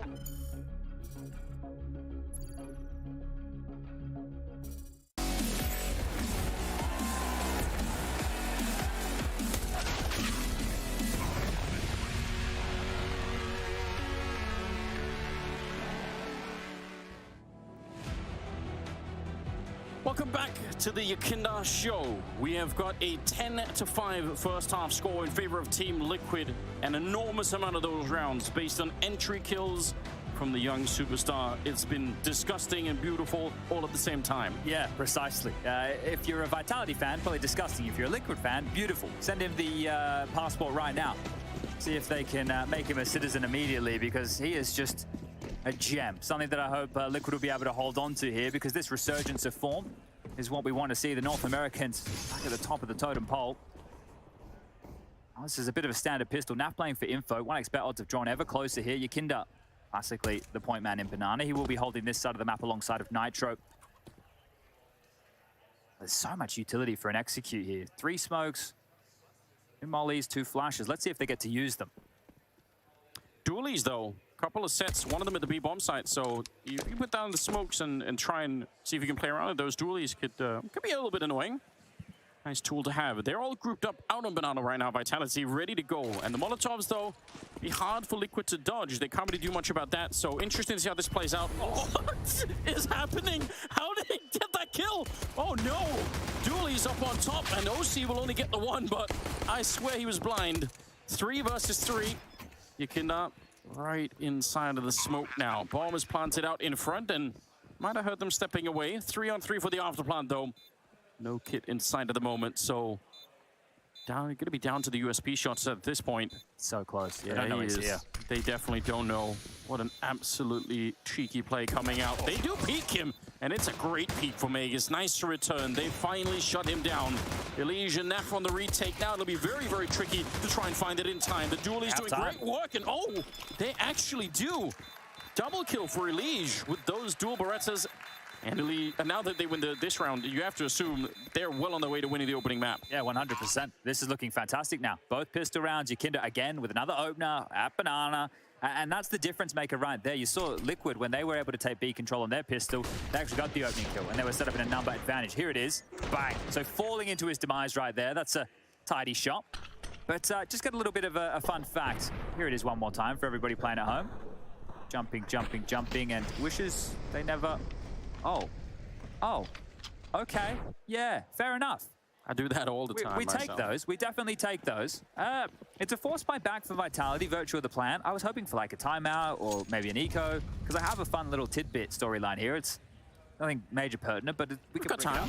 Well, SEO, Ben, our stats guy, he's been digging through, obviously, the trio of Dupree, Magisk, and Sonic in 2019, 2018 as well, went up an awful lot. Hold up, let me hold my breath. He just needed to get entry. Sorry, guys. Back to regular programming now. Going up against Liquid over their time. They have a collective tally for this trio versus Liquid in grand finals. They are 9-1 in series. This is grand finals only. 9-1 in grand finals in series. That goes 23-6 in maps. So they were very dominant in these grand final victories, in case everybody forgets. They've been shutting them down. So if this works out for Liquid, I mean, remember, it is a best of 5, so you don't want to be reading too much in one particular map, but still, if it goes the way of Liquid, that'll be something. The thing is as well, it's a little bit of a curse, or maybe not a curse, but something that Liquid have known, right? When they go up against these players from Astralis, that they were never able to get past them. And that was prime Liquid, right? That was Liquid when they were the second best team in the world to the greatest of all time to ever do it, Astralis. And you mentioned best of fives. In strictly best of fives, it's 4-0 to the ex-Astralis trio, 12-2 in maps. Damn, they really have been keeping them under their foot for a long time. Liege getting traded there by Spinks. Naf up on that tiny ledge, and that's a really hard position to check if you don't know. You can end up finding another kill on Spinks, and it's going to be the round for Liquid. Attempted to try and put some pressure on here, Vitality, but it does not really work out for them. They're falling way behind. This is now turning into a very one-sided affair. It's 8-1 in opening duels. I know I'm just repeating numbers, guys, but the fact that he has been able to open up that key area of the map this consistently is insane. Like, absolutely insane. 8-1. I'd find that acceptable. I think it's pretty good. Boy, oh boy. I can't believe it. It's so rare. If you don't know at home, that's very, very rare. Oh, dear. Well, this will be round... Oh, nice. Didn't get an entry. Hooray! It's turned around. Okay, the whole game shifted now, guys. 16-12. Watch this. They've broken the spell. I would try to really press his luck running and shooting with the Deagle. I'd celebrate just for that, really. Yeah. Maybe take a timeout in the middle of the round and just be like, yeah, order the champagne. But they only have the pistols, though. So even getting that entry is decent. But they need to keep it going. Find maybe one more. Yeah, what's next, right? Nitro is trying to be a bit jarring, jumping behind this half wall, and he's considered his luck over. Well, rescind control, drop back towards the site, and he's on his own. So there is a real chance right now if Vitality were to group up and use this scavenged MP9, oh, they're going to head back themselves. OC with a little delivery of utility, thank you very much, Nitro says, and they lock down this site with the 3 rifles. OC, Arch, Elige over towards Moto, and Naf in the pit. That pit position, he has a Molotov as well, and with 35 seconds, he can throw that near the haycart, and he has a lot of space if he wants to swing and try and find Arch instead, so gonna give him a little bit of room. OC catching, Magus trying to get there. They actually will find the kill down in the pit. Oh, this is working way too well. Cybo finding his 3rd kill of the round. And Nitro, they know that he's gonna be coming in from this bomb site. It's not gonna be a surprise. Wow, this is well done. Triple for Cybo, who's been very quiet for this map so far. Well, I was trolling, right? That should be the celebration in itself to do with the Yakinda kill, but look what it opened the door to, right? That reposition of OC just to drop off the utility. He was like a courier in Dota right there, taken out of play for the moment, drops that util, comes back.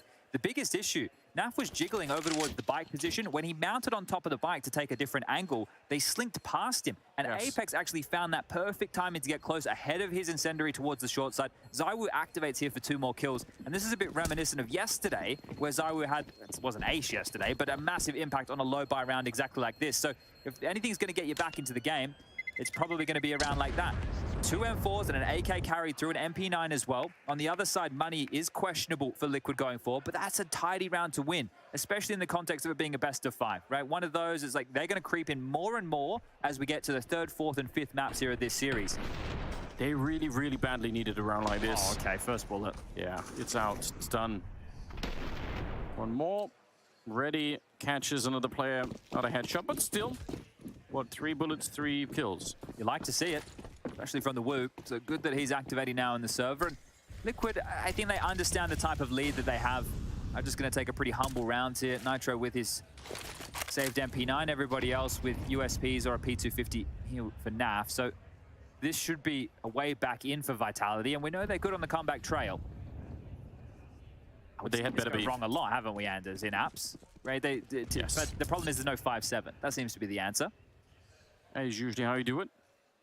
Yeah, just the USPs. It's doubtful that that's going to be playing out. Yakinda's also here with a USP of his own. Elige is going to find a couple of them. Hold the phone.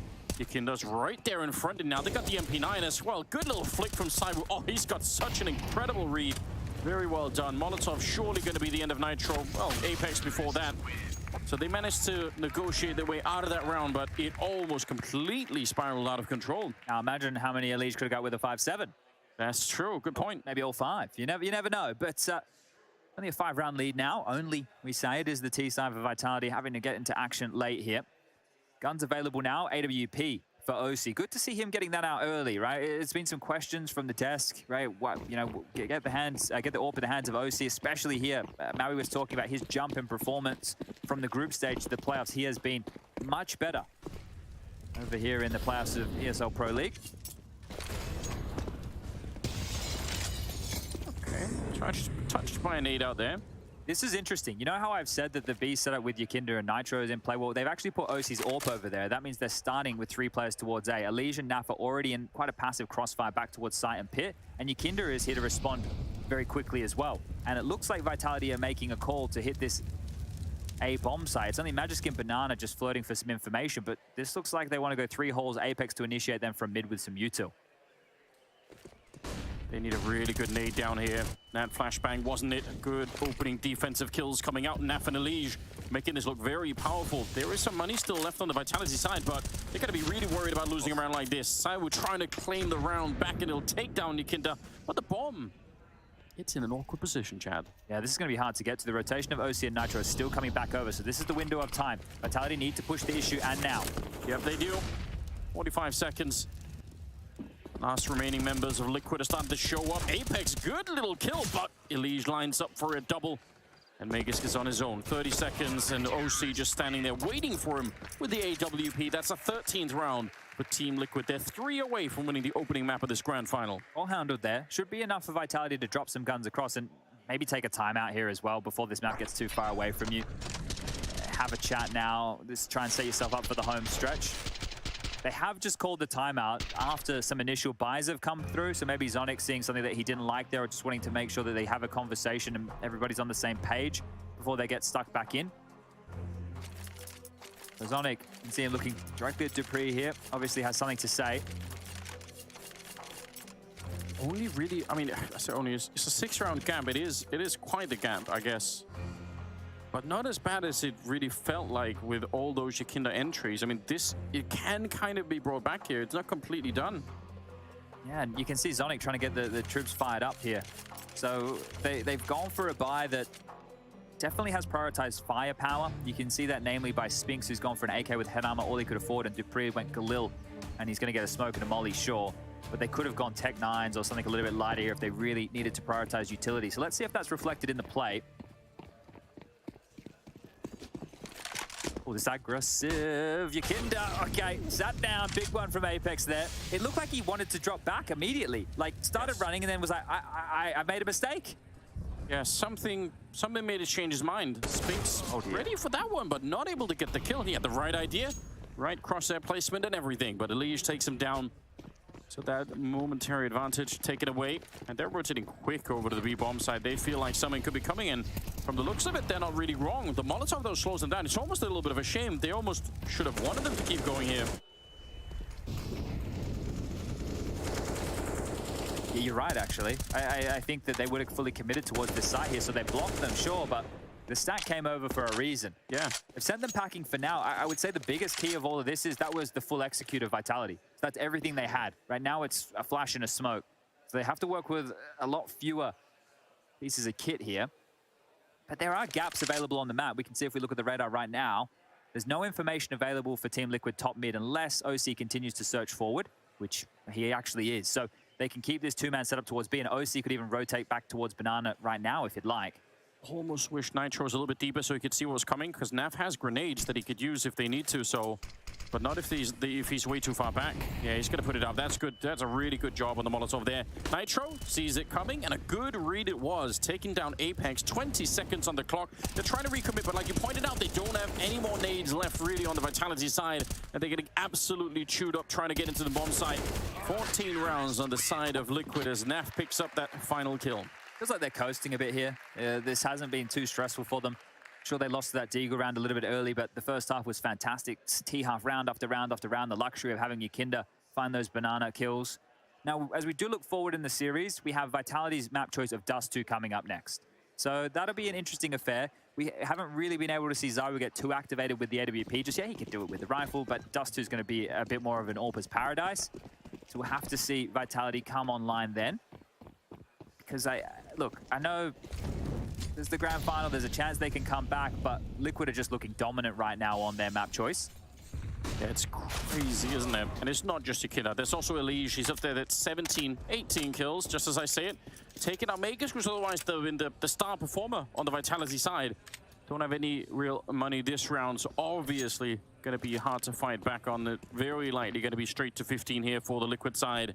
But yeah, between Elige and Yakina, that's a powerful duo to be up against. Way too much, it seemed, in this map, at least, for Vitality to be able to do anything. Yakinda's back in the middle, trying to see if he can find some kills of his own. Too committed. Yeah, they're taking turns. It's a very gentleman-like battle they've got going on here. Yeah, feeding them, just allowing them all to get a kill or two. And OC will take two. Let's see if he can make it the third. Standing stalwart in mid is Dupree. The shot lands. The second was a beaut, but Yakinda will finish things off here. A little showing now for Liquid. This is the thing. If Yakinda becomes the role model, Anders, right, back in my day, my mum would say, "Stop sitting so close to the telly. Your eyes are going to go square, right?" Like because you were sitting. I've heard that, yeah. Well, now he's so close to the screen that he cannot actually see the outline of the screen. So his eyes will go Counter-Strike. It's true. You see? He's not... The problem isn't even like the 4x3 thing. It's that he just actually can't even see He physically has to turn his head to look at the radar. It's wild. But it's working. Who can judge him? True. He's a monster. Nice flick on to Magus. Yakinda's down the middle. Cheated out of the entry by OC, unfortunately, but still, you get the idea. And Cyber gets knocked out. Couldn't even see anything there. Apex and Spinks to try and save this map, looking like that's not going to be possible on any level. What a grotesque performance from Liquid. Yeah, phenomenal scenes. I guess maybe your friend is from the Vitality standpoint. At least it was quick. They can conserve some energy for the future maps, because if they want to continue this now, it would have to be a 4-map affair, right? It's the first team to pick up 3 maps in the best of 5. And Apex and Spinks together here. They both got X's in their name. Let's see if they can be the X factor that they're looking for. Another crazy comeback from 15-7. It's been done before. It's been done before. Certainly lacking a lot of the energy. Flashed into the middle. Elige will take him straight down. And Apex, 1 versus 5 to try and hold on. Naf with the final kill, 16-7. Liquid win the opening map of the grand finals with absolutely massive style. Yeah, a bit of a golf clap there from Daps, right? That's the first map done, sure, but this is still going to be a long series ahead. So this is the situation that set the tone, right? Showing their map choice, they've looked good. Vitality will have that same opportunity when they move into Dust 2. Hey, this is our territory now. We can give you a thumping as well. See if they can really stall out Yakinda, because they managed to do it a little bit later in towards the piece, but he was just a beast. 8-3 he ended. 5 multi-kills within this game. Just absolute damage done from Yakinda here, and yeah, Liquid have to be happy with the opener. We're going to throw it down to Freya on the sidelines with the man himself. Yeah, the man of the hour indeed. Coming into that second half after that first half, 8-1 in opening duels. How on earth were you able to be so confident in that first half? I'm not really sure, but I think they're feeling uncomfortable on this map at the moment. You could have seen it against G2 yesterday, and I think they just haven't found the path. I think Spinks didn't play this map before, and he played Ancient instead. So I think that's a really big problem on the B defense. So you could have always understood what they were doing on CT side. Now, Dust 2, obviously Vitality's pick coming into things. How comfortable are Liquid feeling on this map? Well, we beat Cloud9 yesterday on Dust 2. I mean, Dust 2 was always one of our favorites. So we're pretty we're confident, but at the same time, Vitality is a top-tier team. They're in the finals, so we're gonna be respectful and just play. We're looking forward to seeing how it does go down, Yakinda. We're going to throw this one to a quick break, but when we are back, Des breaking down all the action from map number 1.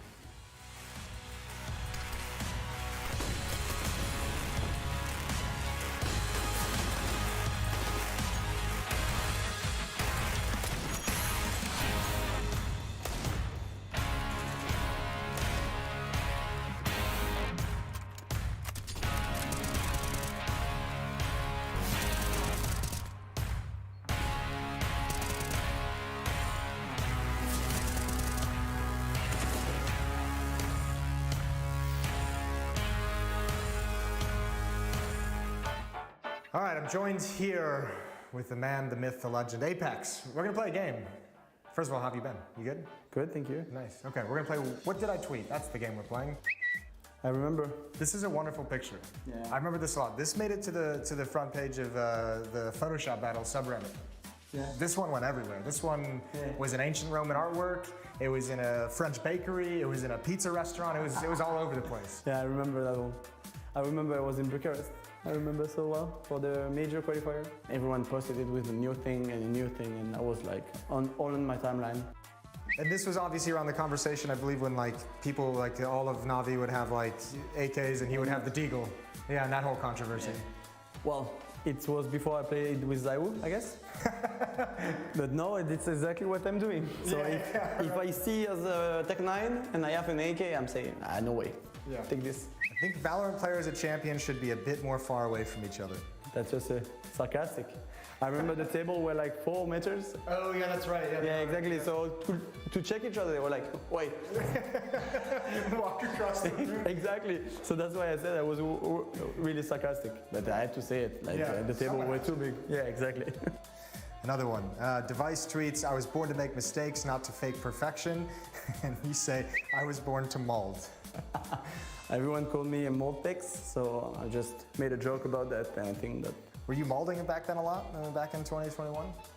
I mean, forever I've been molding, I guess. So. Oh, you went for a Moses haircut, like you were getting there. You were testing it out. Schofield, you know, I look like... Michael Schofield from Prison Break. The COVID started, I had to stay home, no way to get... Oh, the haircut craze, yeah. So I was like, okay, and we did that with the whole team. I think Epic did it, I did it, Zaiwu did it, Shox did it. Well, you've grown your hair out, so you obviously didn't like it all that much? Well, it's not liberating. You feel the feel of air on your. That was the first time I could see. Yeah, exactly. That was the first time I could see my own bald head, sometimes it's really like nice when you go out from the shower. Yeah. You're done. So, yeah, you start your day. Exactly. You don't have nothing to do, so some moments were perfect.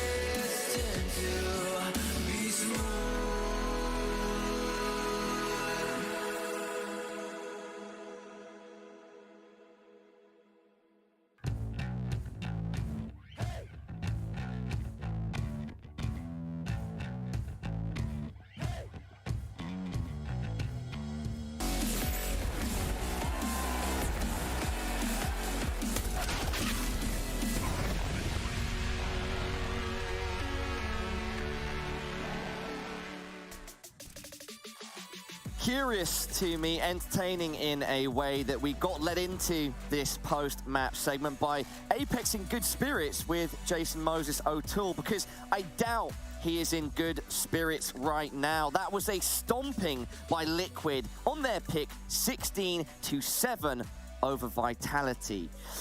Guys, I was expecting more resistance from Vitality on Inferno. Yeah, you can't do much against a guided missile that is your counter there. Look, I had my reservations for Vitality CD side, especially when they were going to be going up against Yakinder on the B bomb side. And I was taking a look at his performances on Inferno, the T side against Mouse. And I'm going to help you out here, Blair, by the way. Your wire, right now, it's cutting you in half. All right, there we go. Sorry. The thing is, like, he had 85% of his T side kills on Banana and B. On this game against Vitality, guess what his percentage of kills on the T side were? 85% on Banana and B. The guy is a monster.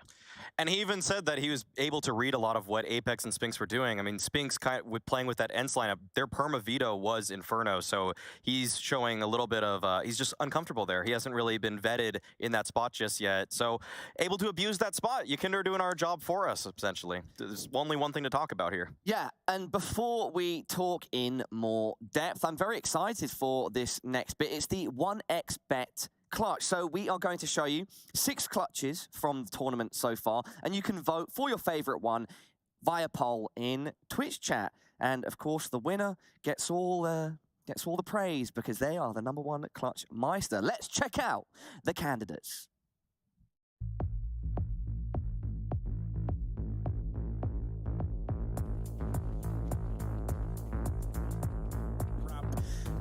Flank from Hamper should seal the deal. Zaiwu's dropped the bomb. Hamper's now having to make noise going up the ladder. Zaiwu on his way to the clutch!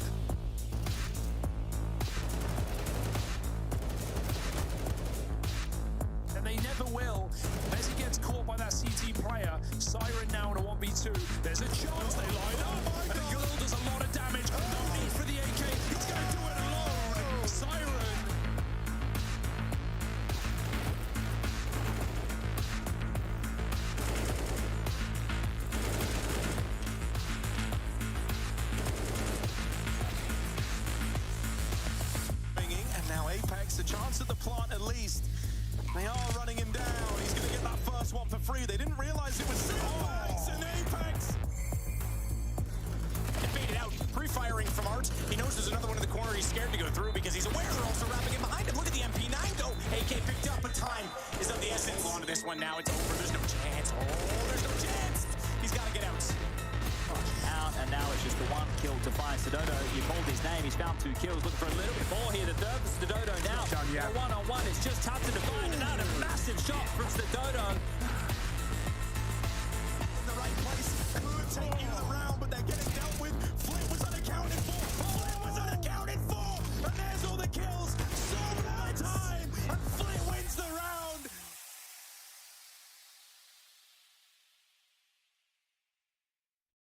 And there are your 1xBet clutch nominees. Zywoo, Siren, Apex, Arts, Dodo, and Flip. Vote via the poll in Twitch chat now. Blair, Maui, who would you go with if you were voting yourselves? It would be Zywoo or Flit, considering the situation, the scenario, how it played out. I'm going to go to with Flit because that was so hype. I like both of those so much. I couldn't decide. I would probably go Zywoo just because the positioning was just flawless. Yeah. Flit was kind of a setup thing. I'd go with Art because MP9 clutch. how often do you see those? True. Anyway, yeah, everybody at home, get involved with a 1xBet clutch vote in the poll in chat. All right, now let's break down what we just saw take place on Inferno. As I said in my introduction, 16-7 for Liquid. I expected more out of Vitality. Yeah, I expected a little bit more, but you can see clearly how well planned it was for the side of Liquid there on the T side especially. But you can't count out the fact that Yakinda was just pretty much doing everything by his lonesome. If it was almost any other player playing Yakinda's role towards a banana position, Liquid would not be getting as many rounds as they did. And of course, when you win like, 9-10 rounds on the T side, job's pretty much done. Vitality, there was no comeback there.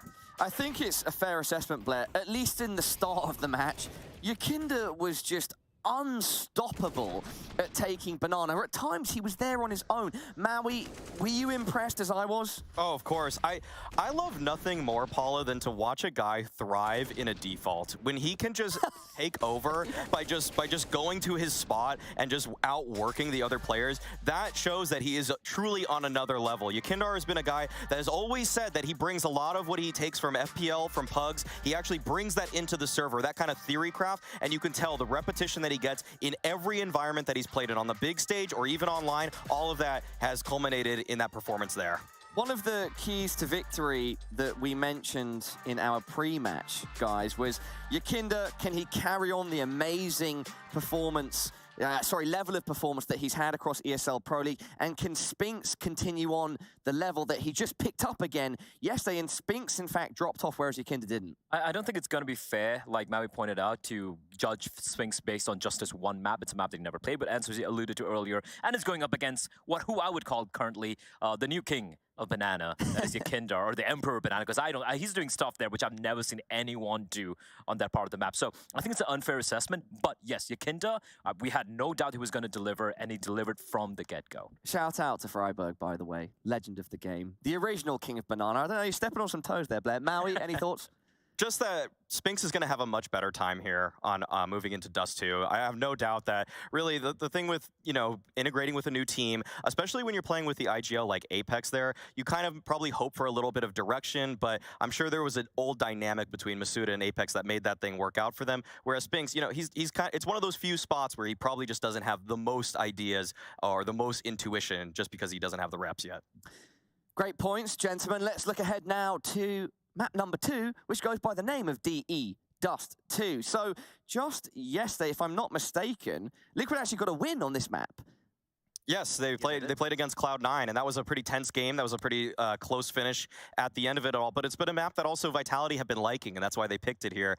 This is their pick going into the BO5. They wanted to ensure that it came out, and it's clear that Vitality has a game plan going into their T side of Dust 2. I think that pretty much half the rounds, if not more, they're always throwing a long corner smoke, just kind of sending a little bit of misdirection in the way of the opponents, and I think that's going to be something Liquid have to deal with. Look, I guess what I'm trying to imply, right, is that Liquid clearly have some moves on this map, and whilst it is Vitality's pick, there could be a chance we see a 2-0 here before. Remember, it's a best of 5, but 2 the first two maps going towards Liquid. Absolutely, and that's why... Is there a high chance, or am I off base there? I think it's very middling. I think it's a very 50-50 chance, because yesterday when it came down to the win they had over Cloud9, it came out to a lot of individual plays. So ENG started to really pop off at the end. It came down to individuals, so to speak, so it wasn't a clear-cut win. But then I think it was Yakina who mentioned that they are very comfortable in Dust 2. It's a map they're more than okay to play. So Maui, you and I know we kind of disagree when it comes to the map pick there. I thought Vertigo would be a better punish pick early on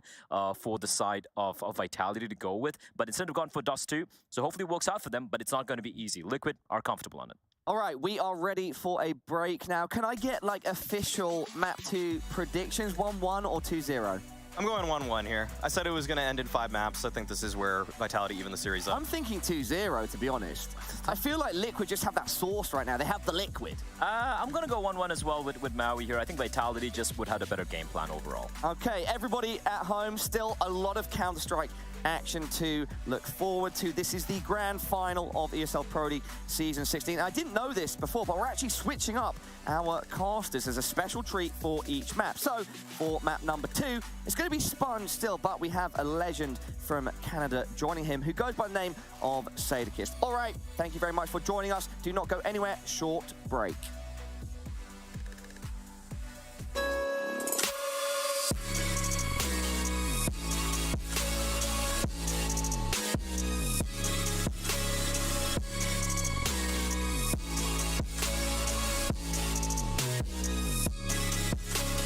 You love it, you wear it.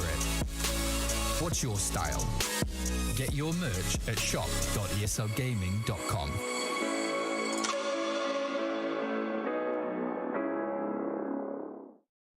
Looking to get more out of your CSGO fan experience? Introducing CSGO Bingo, event pick'ems, and fan club showdown. Claim free bingo cards to win amazing prizes. Predict the winners of ESL events with pick'ems for prizes and glory. Show your favorite team you're the biggest fan by winning matches in the fan club showdown. Check out csgohub.com today to take part in all of these and more. All right, welcome. Another episode of Search Me If You Can. Obviously with ZywOo. How you doing, brother? Good, right? Yeah, good. Well, we're gonna have some. We're gonna get weird. Search stuff. Here we go. We're gonna peel this first one. That's got some strength to it. Oh, it's broken. That's gone horribly wrong. Now we're gonna skip down to number 2. We'll come back to number 1.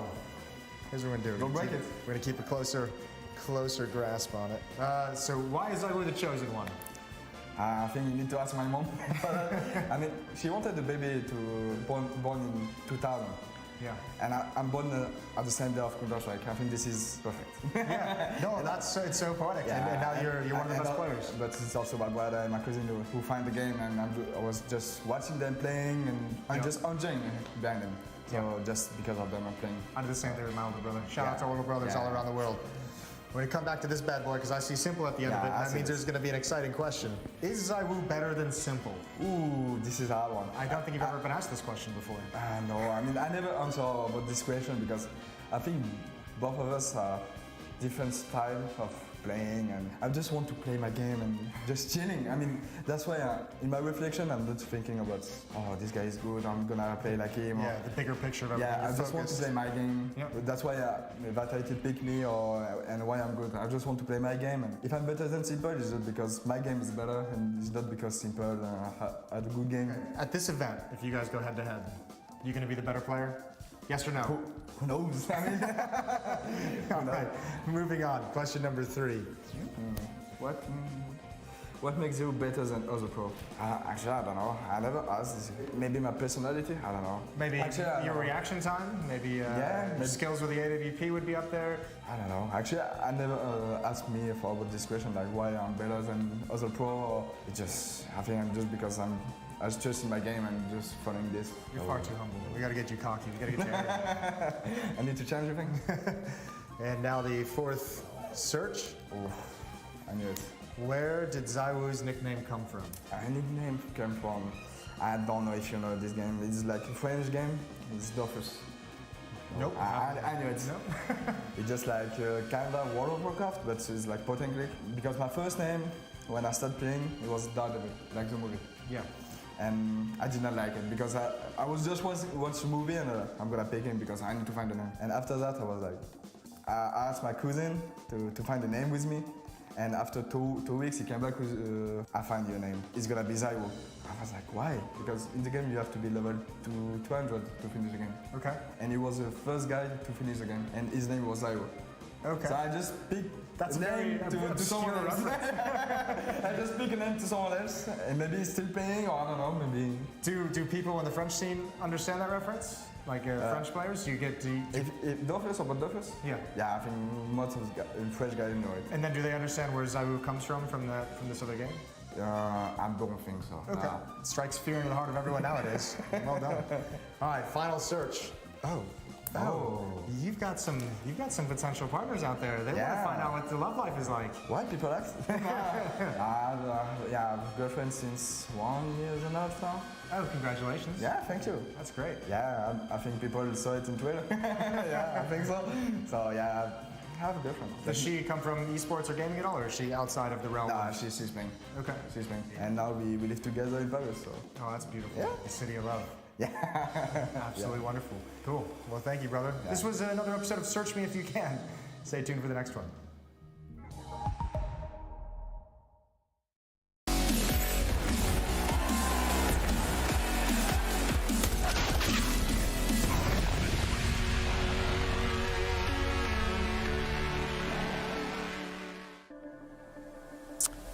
Well, welcome back as we get into map number 2. Liquid with a 1-0 lead in a best of 5 to claim Season 16 of Pro League. And importantly, it's Dust 2, where we know they've had success as recently as yesterday. So this is going to be an interesting challenge for Vitality to try and level out the series. Obviously, they took out Ancient, which Liquid struggled on in their previous series, and Nuke was out as well. So yeah, it's going to be an interesting test of depth for 2 new lineups, essentially. Yeah, and I think here we need to see Vitality strike back in kind. A 16-7 loss is a bit of a slamming, all things considered. Yakinda was on point. And let's see if they can continue that form now for the North American hopefuls who are tuning in on the other side of the globe. Liquid to defend here, and Zaiwo with a P250 in his hands has already been peppered at range, ever so slightly. OC more than happy to take that duel, and Elige in lower dark, assisted by Yakinda on Cat with those dual Berettas. The 1xBet odds now favoring Liquid. Interestingly enough, because coming into this, especially as they were the lowest seeded of our top 4 teams, didn't top their group, unlike Vitality. You would have expected they were the underdog, but obviously winning game 1 and the way they've played in this playoffs has changed some people's minds.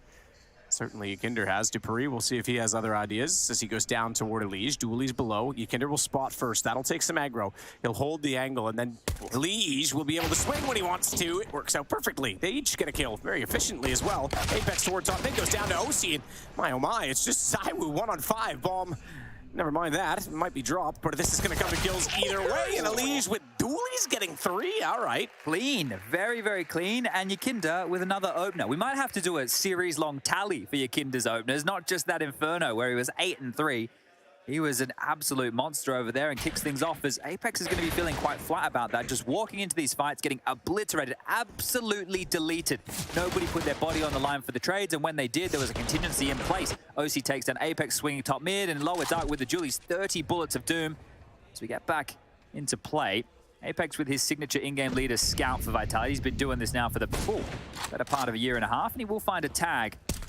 Elige, this time he's from Cat, taking a fight towards lower and might want to consider his chances. Drops back as 2 players from Liquid start to initiate upper dark with a push now.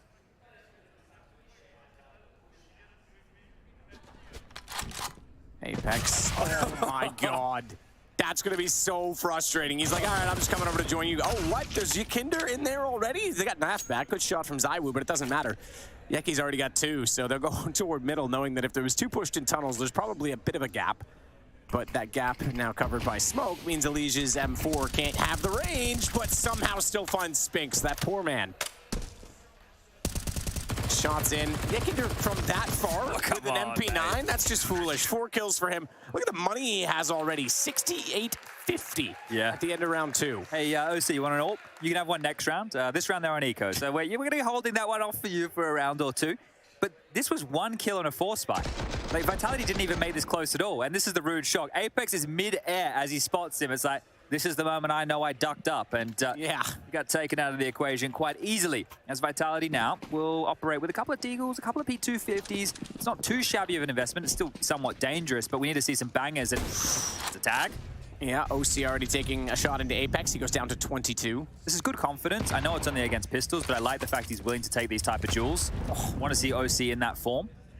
That nade bounced through to the second doorway. Spinks thought he was playing it safe, but still took 50 damage. Elige dinked and downed. It's Magist that's going to remove him. He's got more company, though, pushing through the tunnels and getting on top of him. Yukinder's going to go over the top, quite literally. Zywoo and all of that took out... OC and all of that took out Zywoo. We've got Spinks, and it's low HP on Apex. That's covered off by Yukinder, and it's now 3-0 in pretty convincing fashion so far. And he even picked up the M4 there, right? I understand they win the round. It seems pretty clean, pretty tidy, all things considered, but he even grabs the A4 from Elige's corpse. Now, they're not going to get OC into an AWP. He's going to function here with a Scout. So the Baby AWP out to play against Zywoo's Big Green and the 4 AK-47s equipped by the rest of the Vitality members. What's the tone going to be? They didn't have a good long spawn to try and force their way out there in the early stages. Looks like a 3-man opener towards the B tunnels. Zywoo and Spinks operate a little bit later here. Now, I imagine this to be a slow round for Vitality, feeling out if there's any aggression coming through from Liquid. We can see that they started 4A to make sure those long rushes would be negated immediately.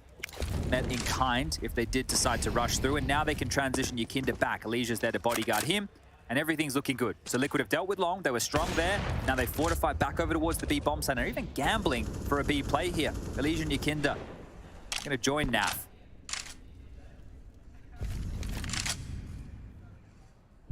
Mage still holding off the angle, knowing that they've been aggressive inside of tunnels in every round, pretty much. So he's not confident to leave that open because Liquid's going to go on it. They are going to go on it again. Yukinder's already through this and forward to the smoke, but Magiska's read that. And with him down, finally an opening for Vitality. See if Nitro can do anything about it over toward long. He's smoked and flashed. Looks like they're going to check it. The corner smoke means they should. Spinks saw it, but he was already committed to turning back. And as he swings out, damage dealt. OC couldn't do anything either. Good play by Apex to cover off the return frag. The trade potential.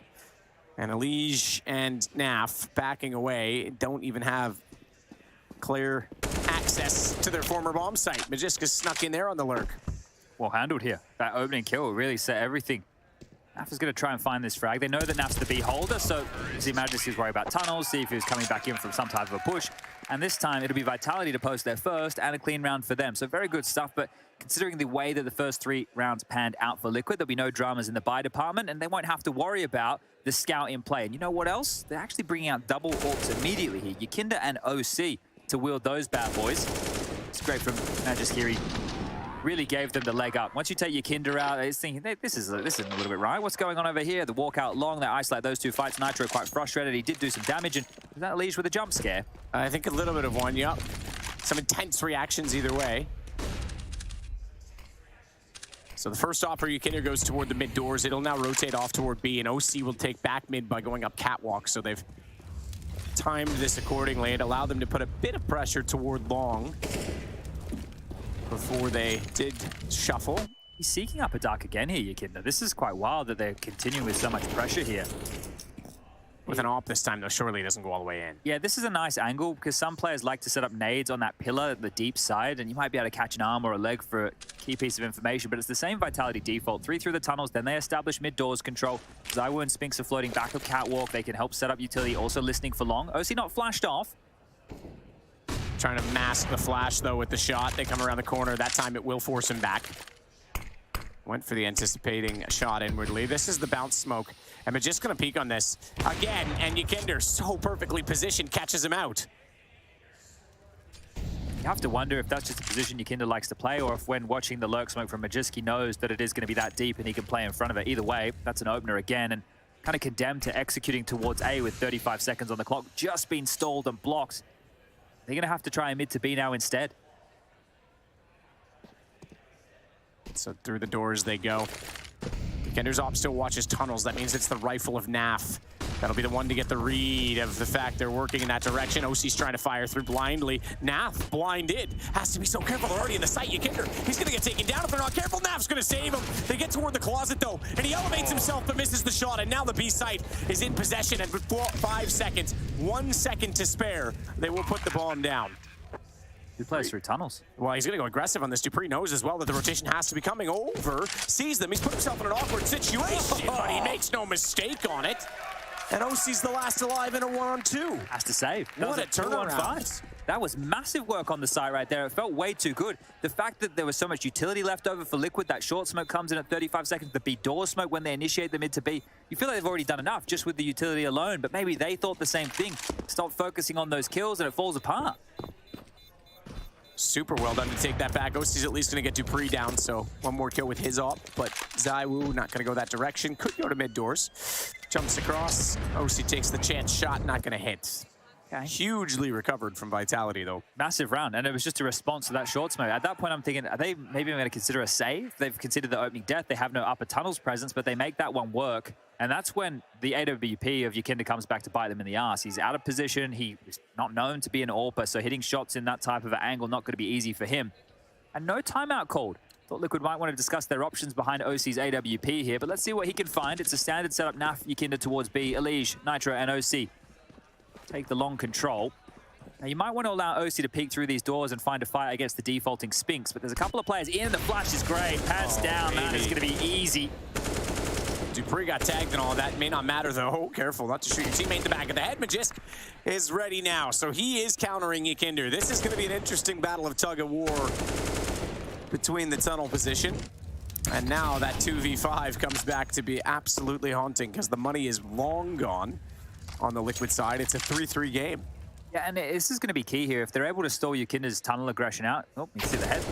Shot there from Apex.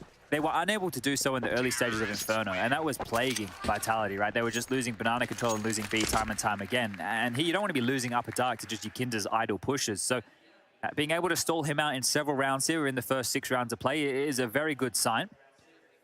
Liquid, however, off the back of that eco with the saved ult, will be able to buy themselves. And OC's gone into the big green without any armor. So this is a glass cannon with a smoke. There's also a Famus for Nitro here. Not a single defuse kit in play. So a difficult round here for Liquid. Vitality have a chance to start really whirring into action. And it's 4 players straight towards the upper tunnels. It might be a bit quicker here. Naf ready for it. Back of the site, off angle this time. Not Yikinder, he saw them. I don't think he was spotted in return because they were already looking toward the doorway, but now the Molotov on top, there's nowhere he can go. Far too quick to get on top of it. And the solo hold at B this time with Yikinder trying to change things up has actually allowed them to get in very comfortably and very uncomfortably. He gets tagged through the door down to 38, so has to be extremely careful of his positioning, and Magisk is going to take him down all the way with another shot. He tries luck again. I think he jumped back up and just got pipped at the post there, so being very risky with that, but so is Apex. The pace change, the call towards the B site works out perfectly. Naf gets overrun, nothing he can do. The timing working against him, even with that defensive smoke. And now hunting, name of the game. OC on Cat. He cannot unscope here, at least audibly. Legion Nitro towards long in the hunt. You can see they've fanned out across the map here. Dupree and Magisk are looking to jump up short. There you go, Dupree. Second time's the charm as the flash at the ready. Magisk will jump throw it. It flicks around the corner, but so does OC. Not fully blind on that one. Try to go for a second one. Doesn't matter. Smoke from long to give him comfort and positional hold, but that gives Apex a tell. Doesn't matter. Elige has that shot. Is there going to be more? No, not fast enough to get a secondary one in that position. So it's Vitality with 4 in a row to take the lead. And they picked up that secondary AWP, so they can run the Yikinder OC double AWP setup again if that's what they were looking for. Other rifles can be dropped across here to get everybody out. And this is just Magisk just elevating himself. Sees, well, I guess it's not the traces, is it? But he sees the smoke coming through and is able to identify exactly where those bullets are. And a timeout called. So this will be the first for Team Liquid. Yep. The 2v5 is going to haunt them a lot in this if they can't start getting back into it, because you should have had a 4-2, maybe even 5-2 game at this point. I'm curious what they want to do with the double AWP setup, because Yikinder has the good long spawn. If they wanted to send him to the long corner to go for a heads-up pick against the likes of ZywOo, who, on the other side of things, let me just double-check, he doesn't have a great long spawn. So it's unlikely to see that heads-up play, but the thing is, Liquid doesn't know that, and OC has a better spawn for mid. So how are they going to deploy these double AWPs? Apparently both going across here. to push into lower. They've just smoked off their cover. Yikinda into lower, has the support of Elige. Similar to the pistol round, at least for Elige here. Naf and OC. So they've been conditioned to want to really fight this upper tunnel's presence. It's been part of the game plan out the gates. And now they're doing it with multiple members. A missed hinge smoke, a rarity. Well, not if you watched yesterday's series. A lot of missed smokes yesterday. Nerves, weren't they, at an all-time high? Oh my god, Cloud9 was missing everything.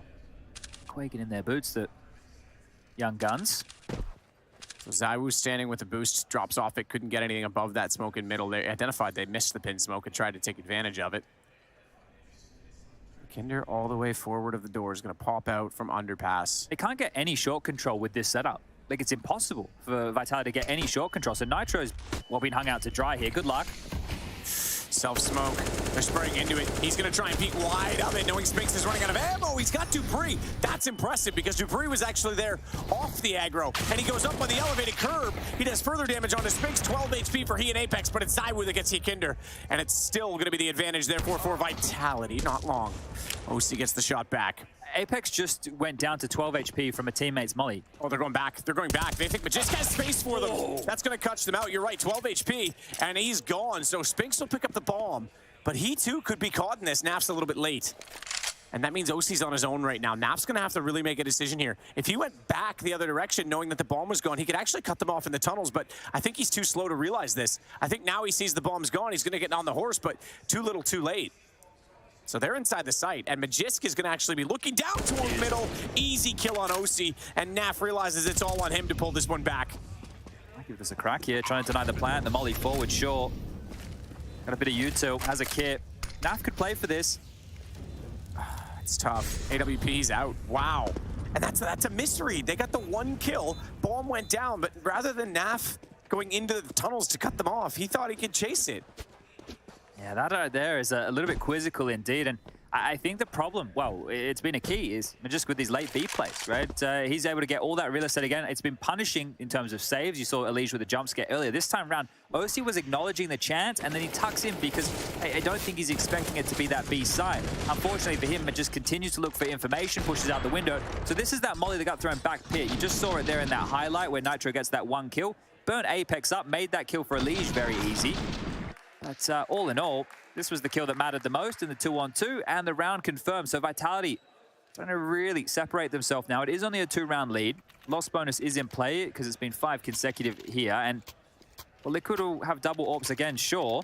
But the game plan isn't working right now. They're being beaten every time they try these maneuvers.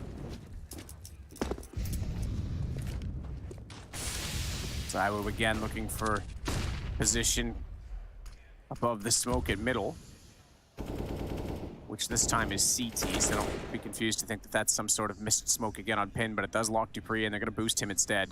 Yeah, that's the interesting thing about this. That CT smoke, of course, you're going to expect a lower presence, but Vitality took it very quickly, and I believe that's because Apex lobbed an early molly down towards the mid door. So if anybody was going to be there, they would have taken the damage, could have, you know, slowed their progression down. So they were confident, at least the Danes, as they were coming through, that nobody should be home. Can't miss that one, can you? From that close. Dupree just drops it with the underhand onto the pin. Sees AWP, but the Molotov's going to force him off 75. He'll fall all the way back toward the car, and that will force Elige to get into a better supporting position. So bomb tossed over to Apex. You presume that's because ZywOo wants to go for an opener with this AWP. Elige tries to counter it off. A little bit slow. That segregates Dupree. OC's able to take advantage of that, find the kill. He'll smoke himself off of the ramp as well. That means he doesn't have the headshot position, but he still is able to stay alive and be a problem. 38 seconds on the take for Vitality, and ZywOo is waiting on the edge of that smoke to protect Apex because he's gone for the short plant. And the retake's not from short. There's no one there. So Liquid's got the long way back into this site. Apex comes out lurking. He's going to get OC for free here shortly. And he might follow that up. Elige, good shot in return. Nitro does have Spinks, so it is all on ZywOo. Smoke, anything, please push him backwards. That's the only thing they can hope for because the bomb is still planted for him. Great shot from Naf. All right, well, they have those AWPs again. They're going to get the upgrades away from the Pharmacists into the AKs. And that looked dangerous for moments right there. But knowing you have ZywOo as the bodyguard, you could see Apex emboldened to get that plant, even searching for that kill. A bit unfortunate he doesn't get the double up. But Vitality will concede and Liquid will find their fourth, but only just. There was a couple of key fights that if they went the other way, Vitality was still in that round, especially that long duel. If that long duel wasn't won out there and they were able to at least have one player come through and take the fights up towards the A site, could have been a completely different round. But Apex here does his best. Elijah's trade is extremely important, and this is the one from Naf. They're just playing on top of the box to find ZywOo. Still enough money for the buy here, so both teams fully strapped again. We get underway for round 10. Oof. A flick and a miss there from ZywOo on the cross, and dupreeh with some pace out the doors. dupreeh indeed with some pace. Already over toward the dumpster, but lit on fire. Oh my goodness. Magisk somehow got a sniff of Nitro when he turned back in that smoke, and ZywOo comes in, not blinded at all. Third man in, and takes out Elige. So this is another great opening, and he's gonna get more than that. Oh, okay. He does do damage, not the kill though. How do you get OC out of here? I think you fight like hell. You got a double op setup. Kinder wants to try and get ZywOo. Oh my god, that's a heck of a shot. That's so hard to hit. Just that tiny amount. I guess you sit that close, that's why. It's probably twice as big for him. Yeah, the pixels take up half his vision here, but OC will get out, so this is actually massive.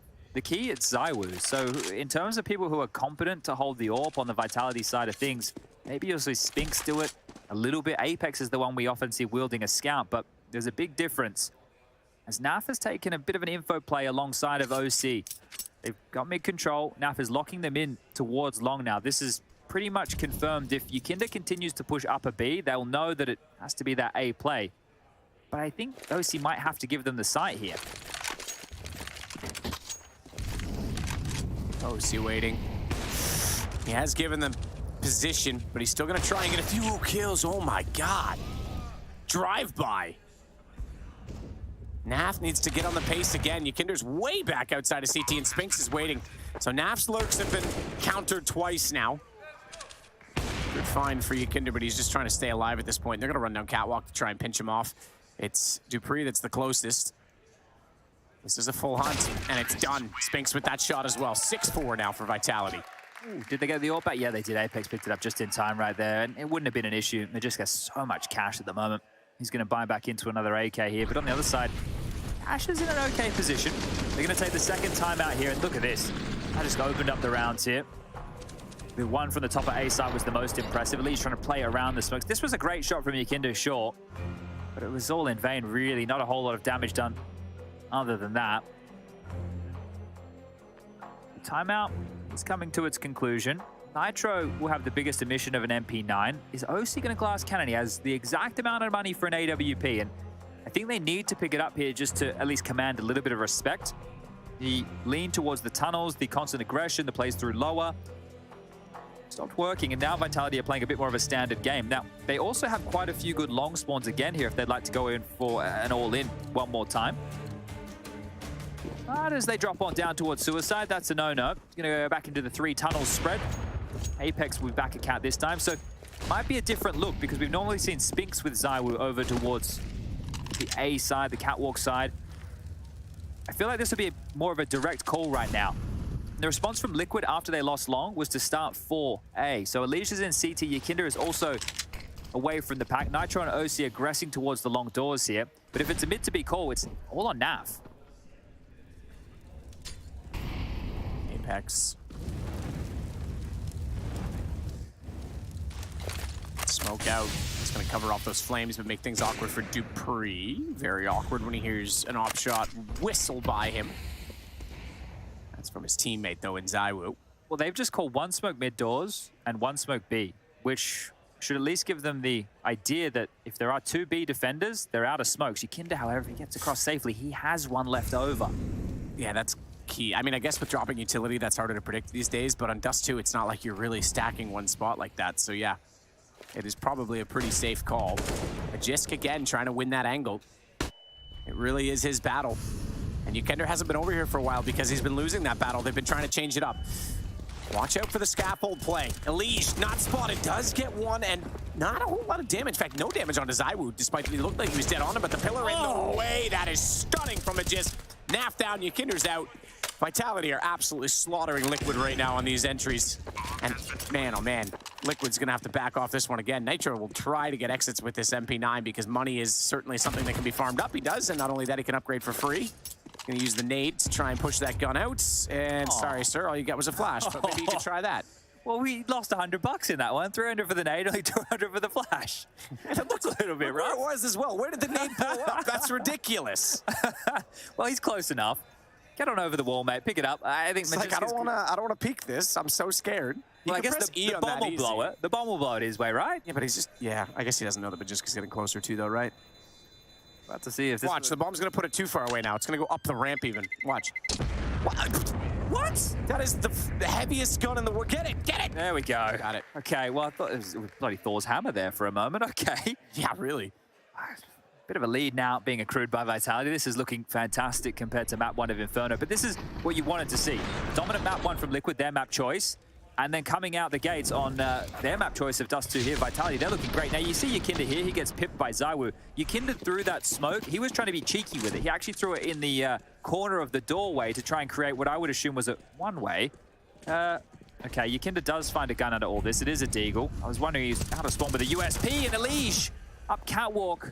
So a done hand by Apex. Can only get one and done. The fight in mid and shoes. OC fighting from short. Drops the nade towards lower, and Dupree will get one back, but he's low for the troubles. Zywoo looking again with the AWP to try and get another pick. The openings have been sustained on so many occasions. Yakinda still has 11 kills in this. But they are bested by the 12 of Magisk, who seems to be getting the better impact. They're starting to throw guns away as well on the T side, so that the CTs can't get anything from this. Double push-up catwalk with Naf trying to peek for aggro. And they've mistimed it. Wow. Because it's Naf who comes through. Nitro doubles, and now suddenly it's all on Dupree. Now he knows exactly where 2, maybe even 3, because there was a double peek. OC did show. So the death cam may have revealed where they all are. So we'll see how he can work with this to divide and conquer, perhaps, as he even hears OC jumping away. I think he spotted him there. You can see the defensive smoke comes out immediately. And they knew Dupree was lower because he got a kill there earlier in the round. So Naf is going to constrict this and make sure he can't head back towards the upper tunnels. Dupree, is he trying to save? Yeah, he's heading back towards T-spawn. So there's no real way back unless he scopes in around this corner and takes down Naf. It'll be quite the shot. Naf should be able to deal with him here. Hasn't spotted the head. Dupree behind the car in the tiniest of gap. If he creeps a little bit further to the right, should be able to see Naf here. But the round is confirmed, and Liquid with that crunch, that 3-man crunch, that was fantastic work. Oh, he's just walked under the crosshair here. Naf, you are very, very lucky indeed. Sneaky boy. Yeah, well, I think they were looking for that AWP. Going to be there to retain, so maybe an AK for his troubles. Naf will find an upgrade. There it is.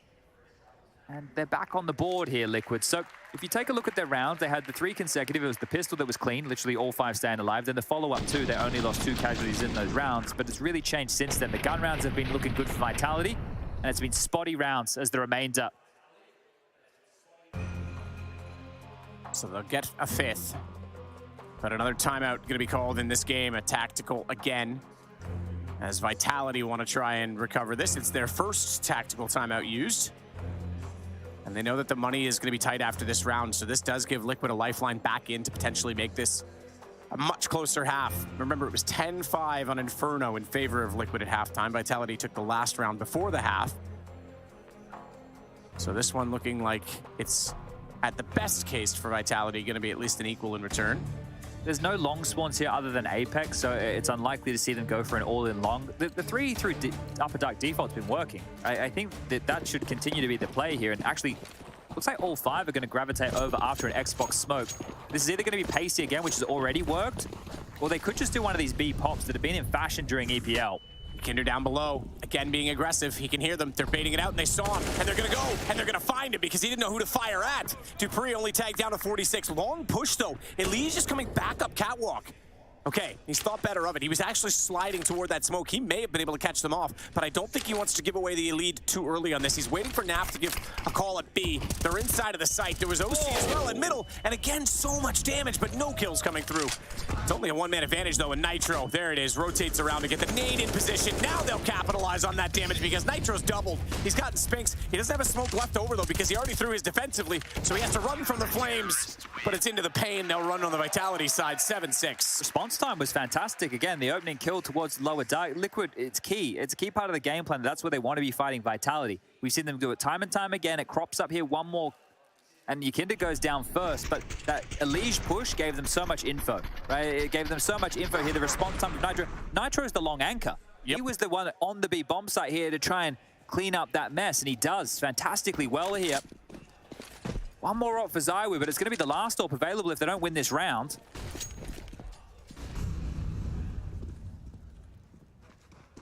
Look at the confidence. Like, Yikinda sitting at the mid doors, crouched with an M4, looking for a fight against an AWP suicide. Like, that is wild. And then you've got OC looking towards back account. This frees Yikinda up to be a little bit more flirtatious here. Nade in, bit deep, doesn't do anything to anyone on the stairwell.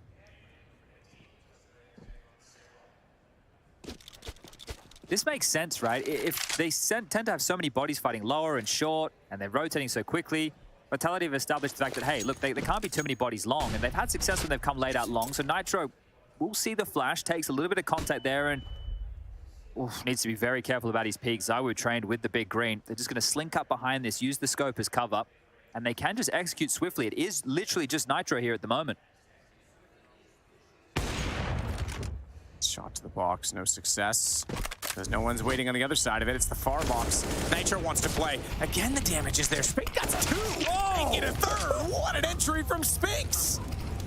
Incredible stuff from him. 7 HP, but it doesn't matter. Job done. That is wild. One of those kills was an OC, right? Who had the AWP? Yep. Fair enough. That is stylish from Spinks, though. I'm sure we'll catch that on the replay. Now Naf and Yikinda just need to save for the final round of play. That is a massive moment. Apex through, even checks behind the door, but Yikinder's gonna get that kill at least to get an AK. They should hunt him, already spamming it. He's picked up a second smoke, so he's able to cover both of his angles, and that will allow him to run. Although shot like Forrest Gump as he does so toward B. And it should be a save. So this will go 8-6, and Liquid with limited income, but 2 guns. I say that with bated breath, although it looks like they're backing off the chase now. Will be able to force into the next round. Yeah, and if we just take a look here, in that first map, the opening kills were really favored to Yikinda, thus Liquid. This time around, it's a bit more of an even spread. Magiska's been getting in the action. Yikinda, of course, we've mentioned his name plenty. Spinks just there. Let's see if we can get this one in the replay. So he's ahead of the smoke wall, peers out. This is the first shot onto Elige, who just threw that flash to initiate Nitro. Jesus, he doesn't hit this, does he? That's insane. Nuts. Yeah, it was 1 up, 1 down, and he hit both. And then look at that. What a great replay. It just shows you his crosshair was in the right place every single time. They're ready to react to all of that. Fantastic round from Spinks, the newest addition to Vitality, showing up here when they need him to secure the half lead. It's like the battle of the entries, right? I mean, Magisk is countering Yikinda right now, so fair enough. He's had a lot of the opening kills in this half, but you look at Yikinda and Spinks being the 2 new players on their respective rosters. Yikinda, again, struggling to get that aggression calculated correctly, and he's going to fall once more. Spinks this time, though. Nitro, good response. Able to push out, get information, find his 8th kill, and knock him down. Okay. Well, again, this mid-clamp. Not going in the favor of Team Liquid early, but it's the mid to late where they found a lot of success. Elige transitions across the doors will help out Naf here, and they could go for an upper dark push. Now, you wouldn't be too ready for that if you're Vitality. You've had a lower push, you've had a long push. More pushes available here. As they're starting to regather, and OC's going to make it towards the long corner. This could be fantastic here. Back toward the door then, Magisk. OC's watching it. Good flash. Nearly shot in to get it right because OC didn't fire at the first target, but ZywOo did end up right in that crosshair. He was just quicker to pull the trigger. Dupree, patience, Mike Ketelige. They're looking for a response again, Liquid. And I think that this is well read from Vitality. I think they're well aware of the fact that each time they get a kill, there's going to be a response on the map, so they're just waiting for those angles now.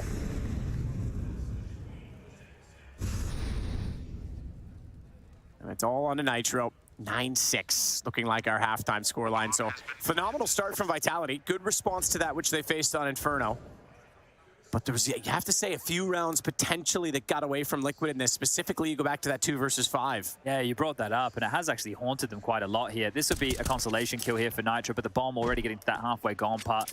I think it's just clicked for him that it is the last round, so might want to get over there. But yeah, Team Liquid with a few opportunities here to make this half theirs. Vitality are the ones to walk away with the lead. 9-6, we've got a break coming up, and then we'll conclude map number 2 after this. Don't go anywhere.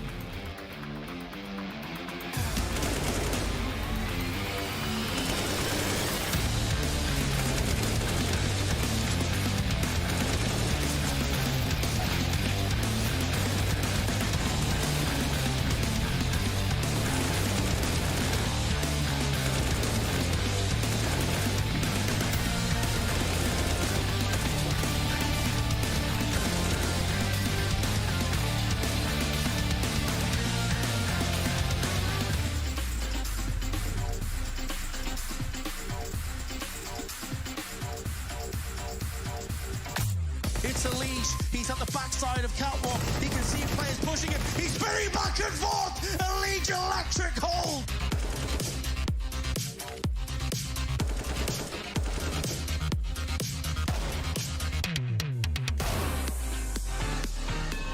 Looking to complete the sweep. Team Liquid have looked excellent here on Overpass.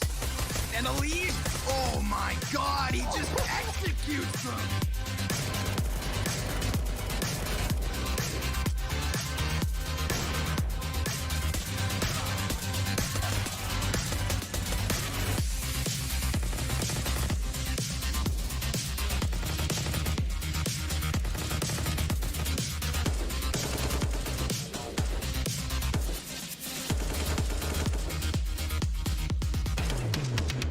To OT, 100 Thieves, they had the advantage. They had Team Liquid right where they wanted them. Flashbang in, and they try and pop out on the back of it. The Liege opening it up. Go on, bud. There it is, number 4.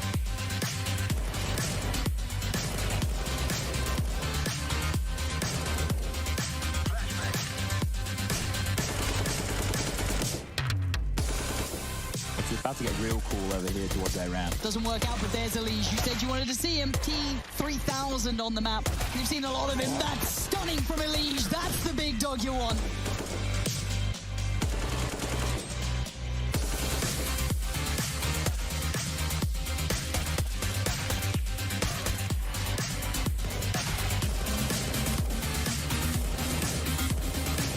They're still down there, and now the spray, the murder box.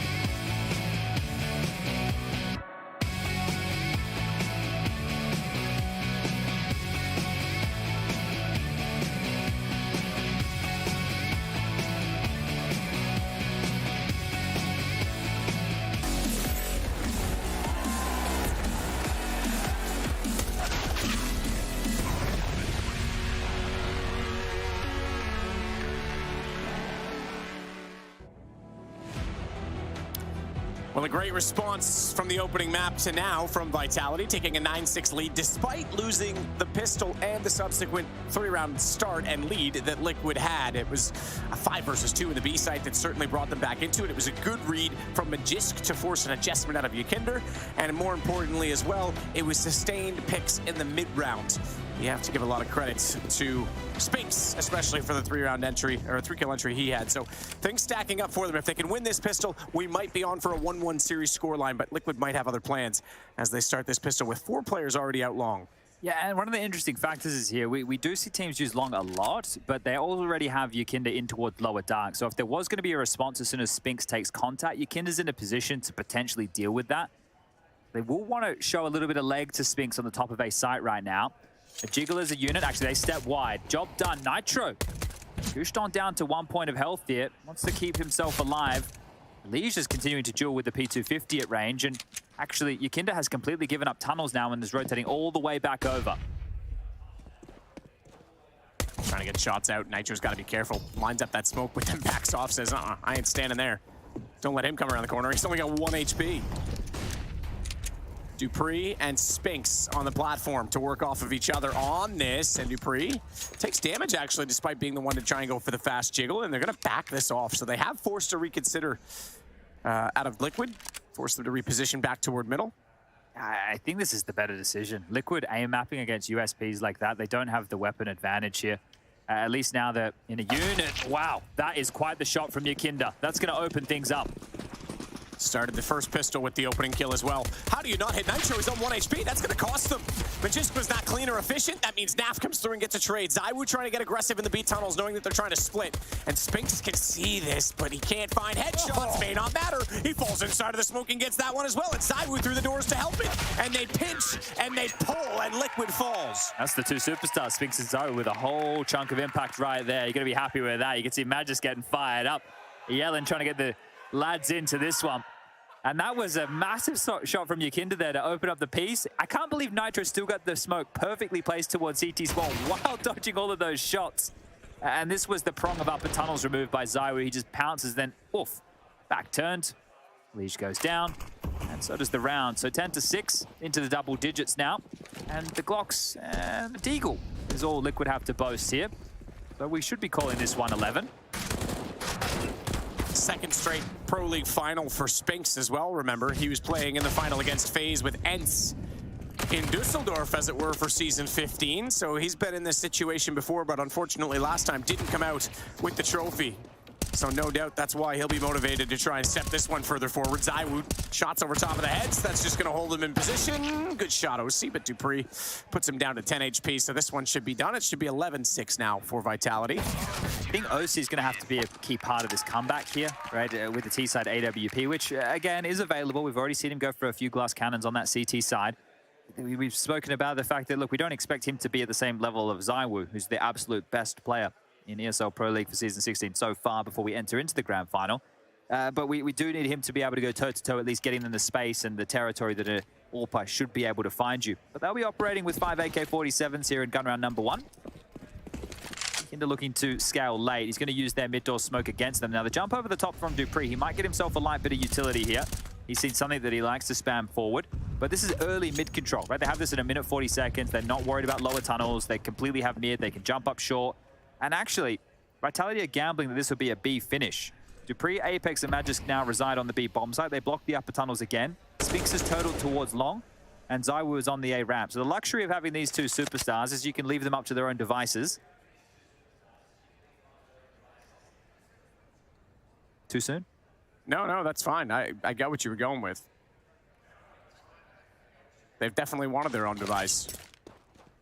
Flash through, Spinks sees that one coming. He drops down further inside of the pit. ZywOo's going to counter that with his own. That'll blind only one of them, though, if they're up against the wall. Didn't go far enough, so Spinks isn't going to peek onto it. And he makes no mistake in the shot. Nitro down. Spinks up to 12 kills now, starting to really come into this in the last few rounds, including that of the last half. Yeah. But it's Liquid that are better positioned right now with 2 kills on AKs. Yakinder and Elige. They'll slow the pace because they've got Long, they've got Cat, and it's just CT they want to worry about. Dupree backing up middle. Let's see if he wants to try and challenge this or not, but it looks like a save might be the call, even though it's not the best of weapons. They could afford to push with the FAMAS. They could definitely send Apex going with the MP9. I think we just have to reflect to the Outsiders match, and then we know that there is probably no way that they're going to consider going for this. Good point. You guys, it is becoming more and more the meta. Well, look, I think the Outsiders Vitality one was the extreme of saving, right? The by the book Counter-Strike, they're taking your toys home and playing again in the next round type of methodology really being tweaked, turned up to 11, as it were. And I wouldn't recommend anybody go and watch that match. So just let's hope this one doesn't pan out in the same fashion. I just think the nature of the way Liquid play Counter-Strike, there are going to be some quicker rounds in the play here, so Vitality might not be able to save consistently. And now we have a 4-round game. So this is a good one here, the trade from Nitro. Elige comes through, scoops up Spinks, the pressure applied. That's the thing, in that type of position, if Spinks can get 2, then maybe job done, but ZywOo's still going to go down like that, right? He was trying to assist and caught out of position. Yakinder took the space, took the kill, and they took the round. Now an AWP for ZywOo, single-handedly defending long in the early stages of this.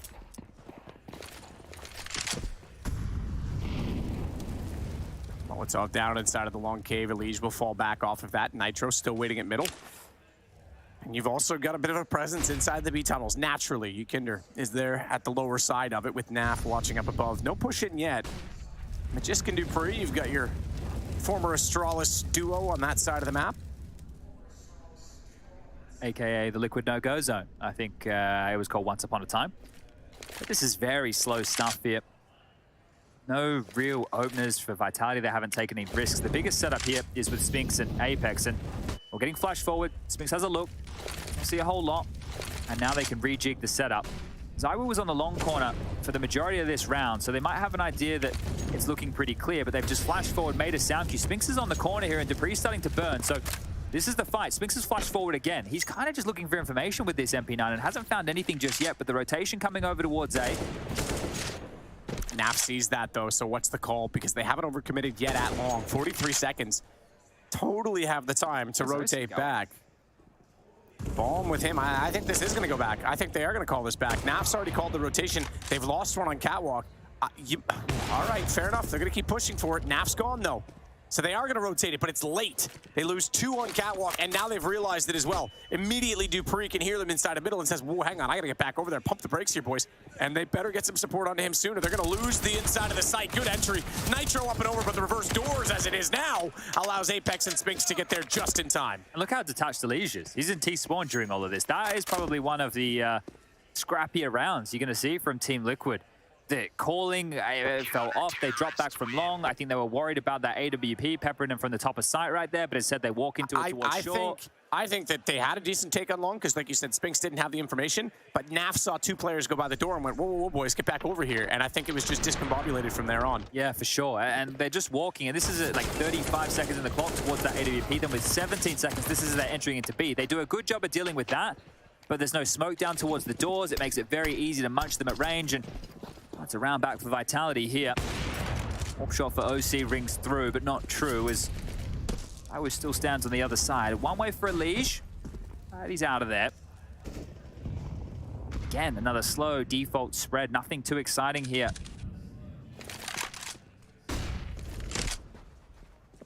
Kinder down toward the mid doors again. Flash over. He keeps his eyes firmly fixed on that opening, but it's now shrouded in cloud. You can see this little mind game right here. Dupree's position, if Yukinda was just to jump up the Xbox, there's a high chance Dupree catches him as he is jumping up towards Cat. So you can see them being stalled out and both kind of being pushed back. So crisscross smoke, without the Chris, just the cross here. So no CT smoke just yet. But it applies a bit of pressure and at least forces them both back in towards the B bomb side. So if this was Team Liquid's goal, they've gotten away with it, but B is still very fortified, especially considering ZywOo's here. Apex Magic's on the side, and Spinks again. He's boosted on the blue bin towards long this time round. Just gonna walk into ZywOo, really? Yeah, that's gonna be pretty easy for ZywOo.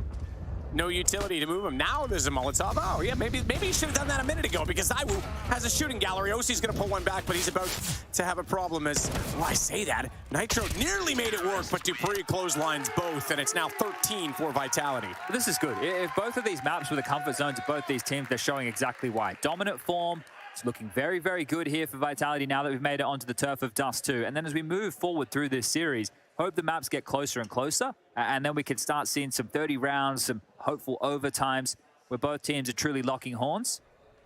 But this is Liquid now having to stomach a bit of an eco. They're working with 2 flashes and a smoke, a couple of upgraded pistols, not a single set of Kevlar or head armor available here. OC's looking to flash them out the long doors, and ZywOo with the incendiary in his hand will get away. Defensive flash of his own, and he's backed right off. So at least he can communicate that there is a bit of presence. The cavalry is on the way, and and Yukinda are the next port of call to try for some space over towards mid. But I think if you're Liquid, you need to take a timeout. You need to have a chat about the approach right now. Just chasing. Run, Naf, run! Run! He nearly gets baited into Yukinda. That was kind of the plan on that, I guess, was the hopeful optimism based on the unfortunate circumstance. But now it's going to be just Nitro with a Glock. And I don't think he'll go far with that one. It's 14-7. Okay, well, might have eidetic scorelines here in back-to-back maps. So interested to see as we move forward in the series. We still have in the order of, I'll make sure I get it right for everybody. Mirage up next as the 3rd, Overpass as the 4th, and Vertigo as the 5th. You can see it top right-hand side of your screen, the team's permabans. Vitality gets rid of Ancient, Liquid gets rid of Nuke, and that's how we ended up in the turf we're on right now. No T-sided AWP available here, so the scope supremacy will stay with ZywOo and the Vitality camp now, and Dupree with a bit of aggression here. He's just trundled up Catwalk extremely early, and Yukinda, is he considering this? Well, apparently so, but Dupree is as well. That's the point man, and the tunnel's down, and Spinks with the spray at range. It's definitely finished off by Apex here. Yeah, Liquid have no response right now at all. Again, they go down 2, and their entry man gone with it. Magisk has Naf. OC's on 14 as well. He's looked solid again today, which is important because the group stages, we've touched on it a lot, were by far from an acceptable performance, I think, even by his standards, let alone the overly harsh, critical ones on the internet. Elige, good entry, though. He's come back through. Naf's been quiet in this game, but yeah, there's definitely some positive signs across the board in terms of individual prowess. It's just the fact that right now, Vitality are controlling the map emphatically, and Elige gets removed. ZywOo with 2, and it's going to be 15 map points. You said no response there from Team Liquid. I think no respect was the round from Vitality right there. Just aggressive, just taking the fights, taking the space, winning out very, very easily there. And this is the thing with the best of 5. They're filling each other out in the early stages for sure, but the fact of the matter is that both of these are blowouts. Like 2 16-7s, these are dominant performance both teams.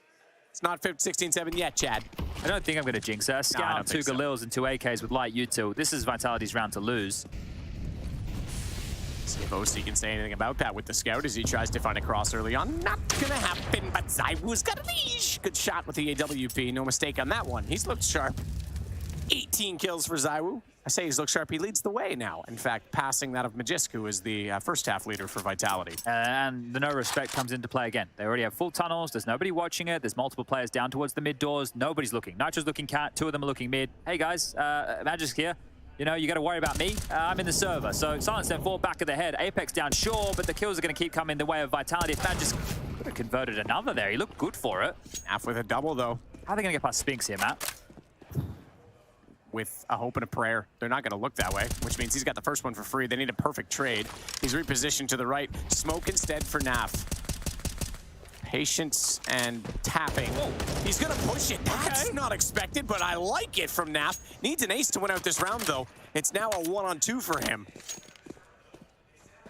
Massive gap right now. If he hightails it, right, he has no way to know this, but if he hightails it all the way to long, just runs the entire way, there's a chance they could rotate back in time, sure. His bigger issue if he goes down mid. Dupree might start to consider short and peer on over. ZywOo's still trained over towards the window right now. The clock is his enemy as well. 27 seconds on the clock. He might be able to walk up silently, but they're coming back to address this. ZywOo might be here at the perfect time. It has spotted him now, and Naf, you need to run. He's going to try jumping up. Nearly gave Dupree the last bullet he needed, 7 HP. He's almost so going to try and limit ZywOo that nade. My God, they knew the situation, but Naf didn't know that Dupree was chasing him the whole time. 16-7 indeed, so you didn't jinx it, Chad. And we have a dead level series, not only in maps, but in terms of rounds won and lost. Both teams sitting even, which means we go into map 3 with it all to play for. But before we do that, we have to consider so many possibilities here, and it's going to be, of course, the fact that the Ops led the way. Yikinder went quiet. Even when he got the opening picks this time, Chad, didn't exactly lead to rounds like it has in the rest of the games. Well, he did his best work in, what, probably the first, 8 or 9 rounds, but we got Fred on the sideline here for an interview. Let's head down. No.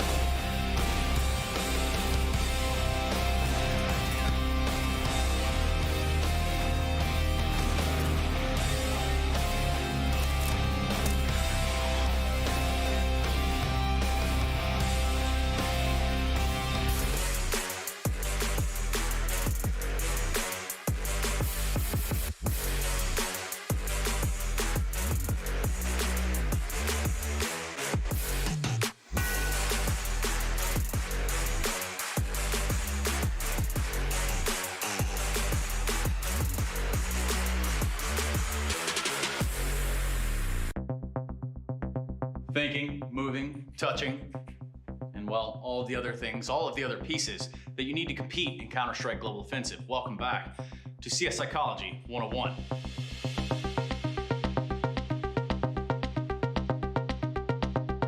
Today, we're going to be going over a very important subject. XXX Heyman 420. In 2012, he had a 4K 1D clip that really was overly edited by an equally talented friend. Now accumulating only, and I mean only, 1,372 views over 8 years. The taste of success that followed led to the creation of the monster that we now know as the Movie Fragger.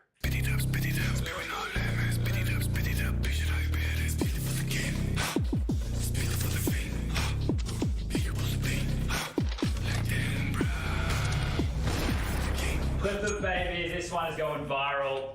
Top 3 Reddit easy. ZywOo, ZywOo, more like it. Check out this shit. Oh, don't you worry, Movie Fragger. We are definitely watching. In fact, we'll just start on the appearance. We'll note that the cap is backwards, albeit he doesn't have a headset on, but don't let that sway you from the idea that this guy means business. Oh, is it serious business? Yeah, we can edit that out. It's all right. Some general traits about the gameplay can be observed, such as the famous buy an op and then use the deagle. Take this example. Where an ordinary player may see this round win as a certainty, the Movie Fragger sees it as opportunity.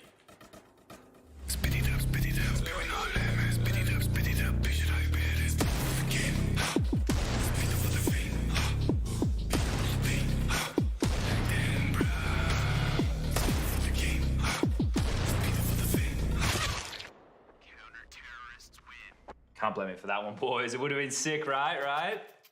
You are dog shit. Everything he does is for Reddit.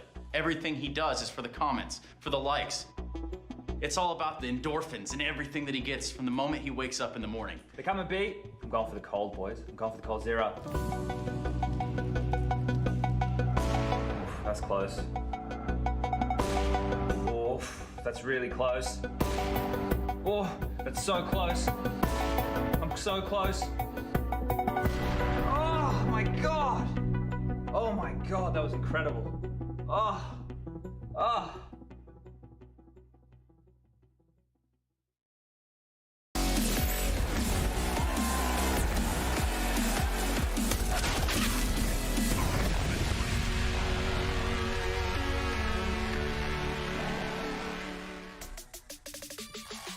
Welcome back to the desk, everybody. Last time we were here, I kind of put myself out there. I posed the question based on the context of Liquid's Dust 2 yesterday against Cloud9, which was successful, that maybe they would fare well on Dust 2 today, which was Vitality's pick. Well, the answer was, or is, I was wrong. All right, Vitality came out swinging, and they took Dust 2 16-7. We're tied up 1-1 in the grand final of ESL Pro League Season 16. Sorry, it's all right, Paul. I mean, you were wrong about Mouse winning the grand finals as well, so it's kind of expected there. But yes, this Dust 2 pick from Vitality. Gosh darn it. It was good. It was good. It was very solid T-side game plan they had going for them. And despite the fact that we saw, Liquid trying a little bit of some cheeky plays, a little bit of aggression here and there, Yakinder to its lower tunnels, for example, they bought the double up setup, but Vitality had an answer every single time. And for me, shout out to Magisk, man. Those late round lurks and plays towards the B bomb side was such a problem for Liquid on the CT side.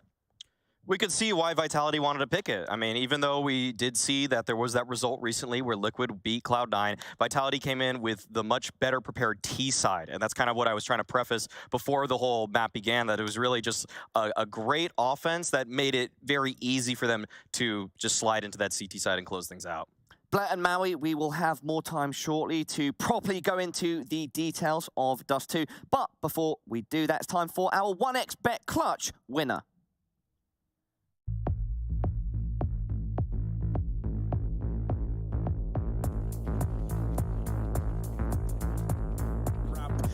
Heaven flying from Hamper should seal the deal. ZywOo's dropped the bomb. Hamper's now having to make noise going up the ladder. ZywOo on his way to the clutch!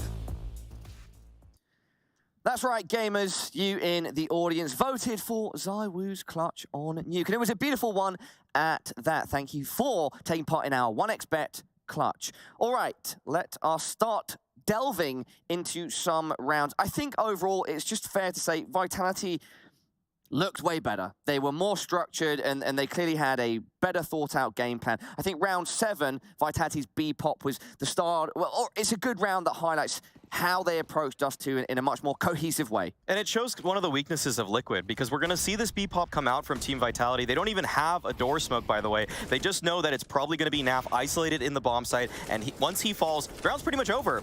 But this is because Vitality call this because they know Yakindar is just always out of B. Like, the guy does not really play in B, and it's one of those things where you have to take the good with the bad with Yakinder. Sometimes he's going to be nailing you a multi-frag to open things up. This is just some closing moments in it, but that's just one of those rounds where Vitality pretty much are just going to throw that out randomly because they know there's a good chance he won't be in the site with Naf. Could this be a long-term issue in terms of this best-of-5 grand final, Blair, that if Vitality make a concerted effort to shut Yakinda down, that Liquid are losing one of the most important pieces to their puzzle? I think it's very heavily dependent on the maps, right? Inferno, we saw they really didn't have an answer there. Again, the pieces are what matters, right? Maui, you pointed out, Spinks on the B bomb side is still not very comfortable on the map of Inferno. On Dust 2, Vitality, they always usually have a game plan. It's a first pick for them for a reason, even though I thought they might go for the punish pick of Vertigo. So I think it's just Dust 2. But that being said, if they're able to replicate this, or maybe Mirage, or maybe Vertigo later on, we could be in for a surprise. Now, we saw a B pop. Why don't we take a look at round 10, which was a long A take by Vitality. This is just the bread and butter of Vitality. They throw this long exec pretty much like half the rounds they possibly can, and it is just simple arithmetic. Smoke down corner, I get 2 kills. Like, this is basically why Vitality picked this map. They are just more well-oiled in terms of their long take than almost every other team. It's a very simple play, but it's one that really controls the action. And once you have long on Dust 2, you're kind of just in a great position no matter what. Also, it really helps that, Spinks was having an incredible day with that AK-47. We saw later on as well. A fantastic opening 3K in the long, mainly towards a bomb side. But yeah, those long pops from Vitality seem almost unstoppable at times. Okay, guys, thank you for your thoughts. It's now time for our DHL MVP. Yes, we've got to bring it up once again. Remember how this works. Use your Twitch channel points to vote, and we will catch up with the winner at the end of the grand final that we are in the midst of right now. For this match, everybody, here are your DHL MVP choices. Number 1, Yakinda, the Latvian superstar, legend in the making. Some would say he's had a fantastic performance across the tournament. Nice highlight from him on Banana. Up next, OC, the NA or God. I would like to see a bit more from him on map number 3, but we'll have to wait and see for that. Up next, number 3 is Elige. We call him hashtag Johnny Jabs. Let's not forget that one in the chat. Hashtag Johnny Jabs. Let's get it trending, guys. 4th, we've got ZywOo. Of course, he needs no introduction. I could not give this man enough praise. Just a brilliant player since starting his career in Counter-Strike. And then finally, we have Magisk, one of the most winningest players in Counter-Strike history. Those are your DHL MVP choices. All right, guys, let's look ahead to our 3rd map. It's Mirage.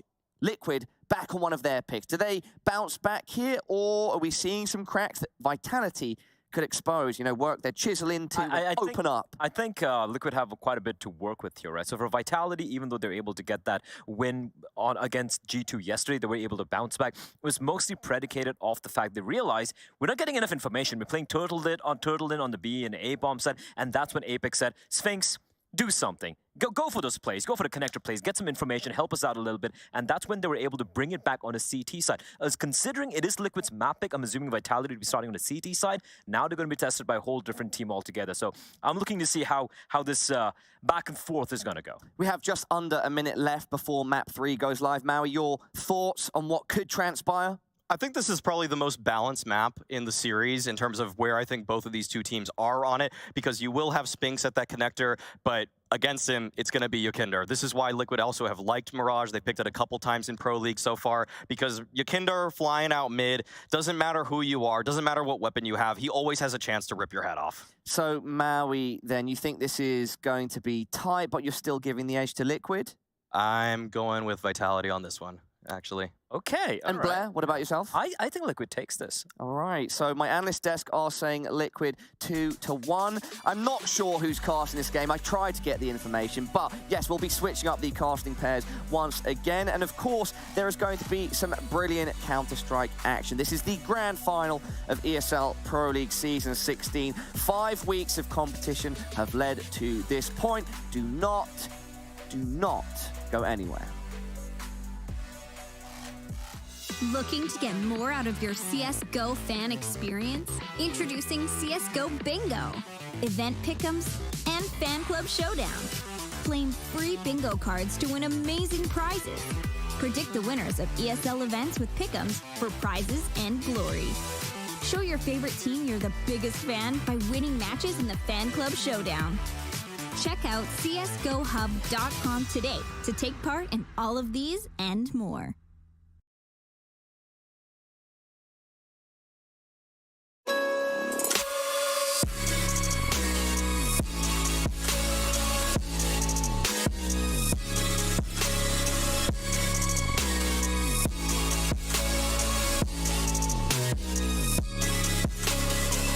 love it, you wear it. What's your style? Get your merch at shop.eslgaming.com.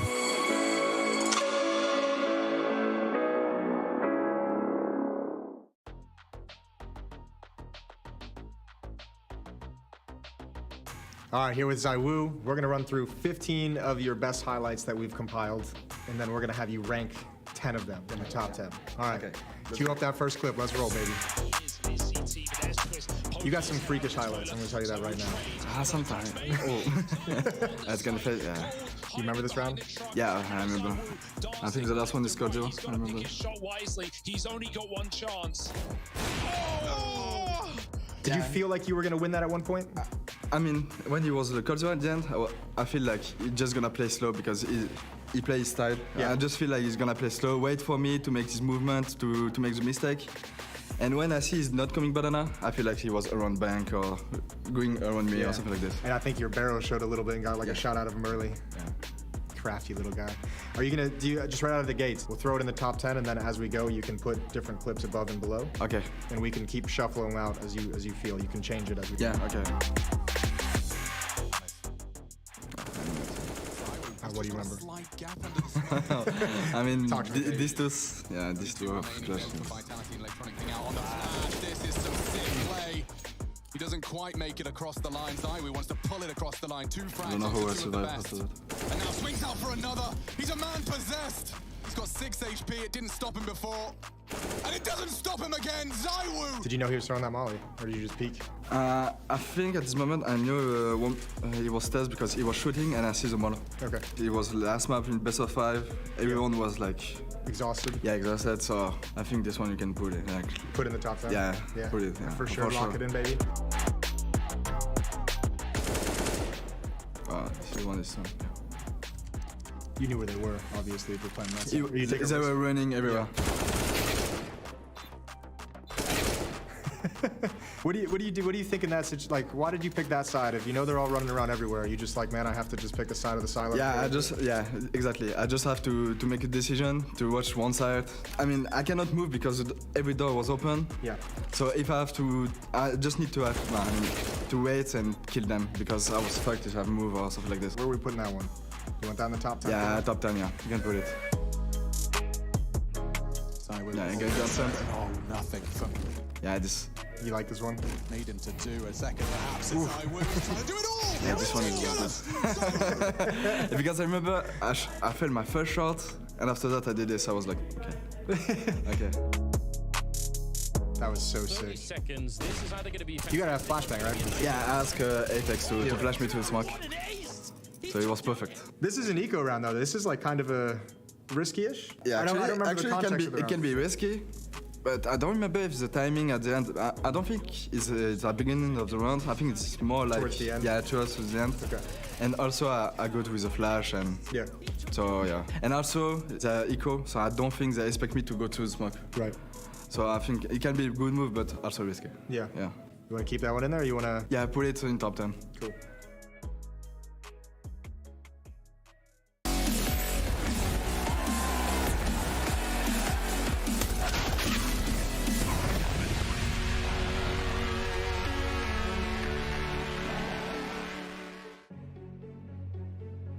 Well, we'll see if ZywOo can get some more top 10 highlights today, because right now would be a good time for them. They're tied 1-1 in this series, a best of 5 with Team Liquid to crown the champions of Season 16 ESL Pro League. We are on Mirage, and it's dead level, not just in the fact that it's a 1-1 scoreline, but that it's also the exact same amount of rounds won and lost, 16-7 both ways. Yeah, I was going to say, they've completely evened each other out on these first 2 maps. This is a big one. Mirage is going to be a huge contest, and a wonderful performance from ZywOo, as we've come to expect. Wonderful performance from Magus as well. So Vitality strike back, and now we get to see who takes the lead into the later stages of this best of 5. Team Liquid looking to rebound in a similar fashion. See if he can make it work across the board with the entries. Yikinder certainly got shut down in the last game with the response from Magisk. This is going to be a cool map too, because remember, Vitality yesterday against G2 was getting a little bit bruised and beat up and bullied on this map to a certain degree. And if it wasn't for some like really crazy rounds from Apex, remember jumping kills through smokes, dropping nades through smokes, he was doing some wild stuff to get them back into the game. So they better have looked at that and reviewed that and seen where the problems go wrong. They are going to start on the CT side, Liquid on the T side, and a massive amount of bodies in the B halls to head towards the B bomb site. Smoke out from OC. That one goes deep. Cover off the backside of the site. None toward the arch though, so Apex gonna have a free shot. Not a free hit though. Luckily Spinks does. They haven't spotted Zywoo yet. He's gonna have 2 guns and 2 targets. He'll find both of them. Oh no! Is that third one as he spins around Dupree hits OC. Pistol for Vitality. Dualies are doing work today, Matt. We've seen the dualies. I wasn't going to say it. there is Apex, the classic. The finger guns are out. You love that from Zywoo. And look, Team Liquid throughout this tournament, throughout ESL Pro League, have run a lot of their T-pistol rounds on Mirage towards the B bomb site. We had Furia kind of counter-strat them. We had Cloud9 counter-strat them on this as well. And now you get Vitality shutting them down with a stack towards that B bomb site. Plenty of players take the attention away from Zywoo, and he makes them pay. Excuse me, I don't know if it wasn't Cloud9. There was another team who also ran a very heavy defense at the B bomb site, a stack. I was able to shut down Liquid's pistol round. So 1-0 for Vitality. It's just unarmored Glocks for Team Liquid. OC, just chilling with that, Glock. That's all they got. So we'll see if they can make anything out of this, because didn't get a plant in the last one. That's why they've elected for the full save this time to get that 3rd round bye. And Apex, being Apex, has decided, you know what? I'll join you in that party. You guys don't want to buy guns? I won't either. You know what matters? It was Movistar Riders. We'll save the planet together. Movistar, yeah, what about them? Who was able to shut him down in a pistol round at the B bomb site, and Fury at those 2 teams. So, you know, Movistar, Cloud9, basically the same thing. Zywoo and Spinks, definitely tear him apart. Triple kill from Spinks, and it's 2-0.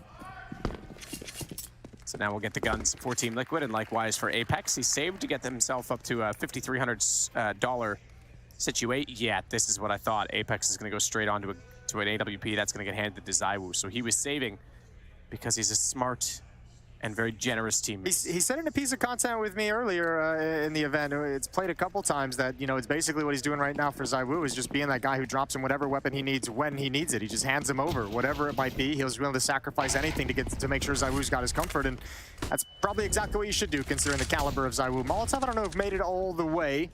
Spinks is going to grab the opening kill into Yikinder, which is a great turnaround from the way Inferno was going.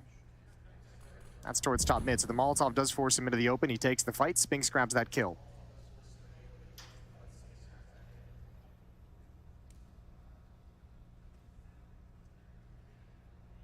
Spinks just waiting with that smoke, is on a bit of a timer. Lee's trying to come up from the bottom. The underpass, back far enough that the nade won't matter. Yikinder gone already though, man. Oh man, this is going to be a problem. They certainly have his number on Dust too. They didn't on Inferno, mind you.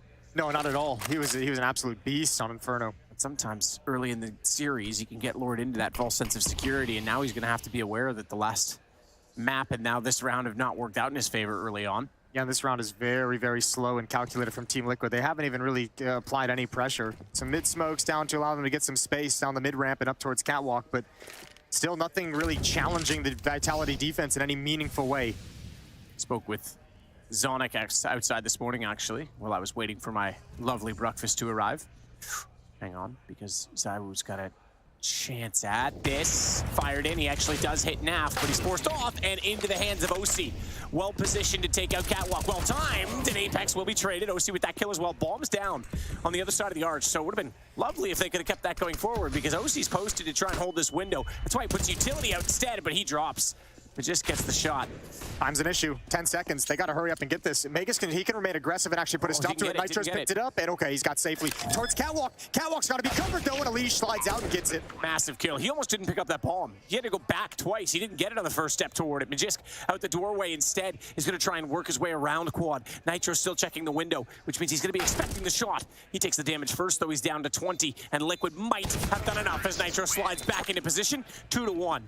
And it is Liquid on the board after the first gun. Just quickly to finish that thought, Zonic said what a lot of the plan is, first off, he hasn't prepped for a best of 5 in a long time, but shutting down Yikinder was going to be #1 priority. Yeah, I think you got to look at his play in this tournament and realize so much has been provided by Yikinder. But the nice thing, too, is once we've gotten to the playoffs, not so much in the group stage where Yikinder very much felt like a hard carry mode Yikinder. And once we've gotten to the playoffs, we've obviously seen a little bit more of a resurgence from OC, but also ENG is having a fantastic tournament where he's stepped up, had huge clutches, had huge impact multi-kills.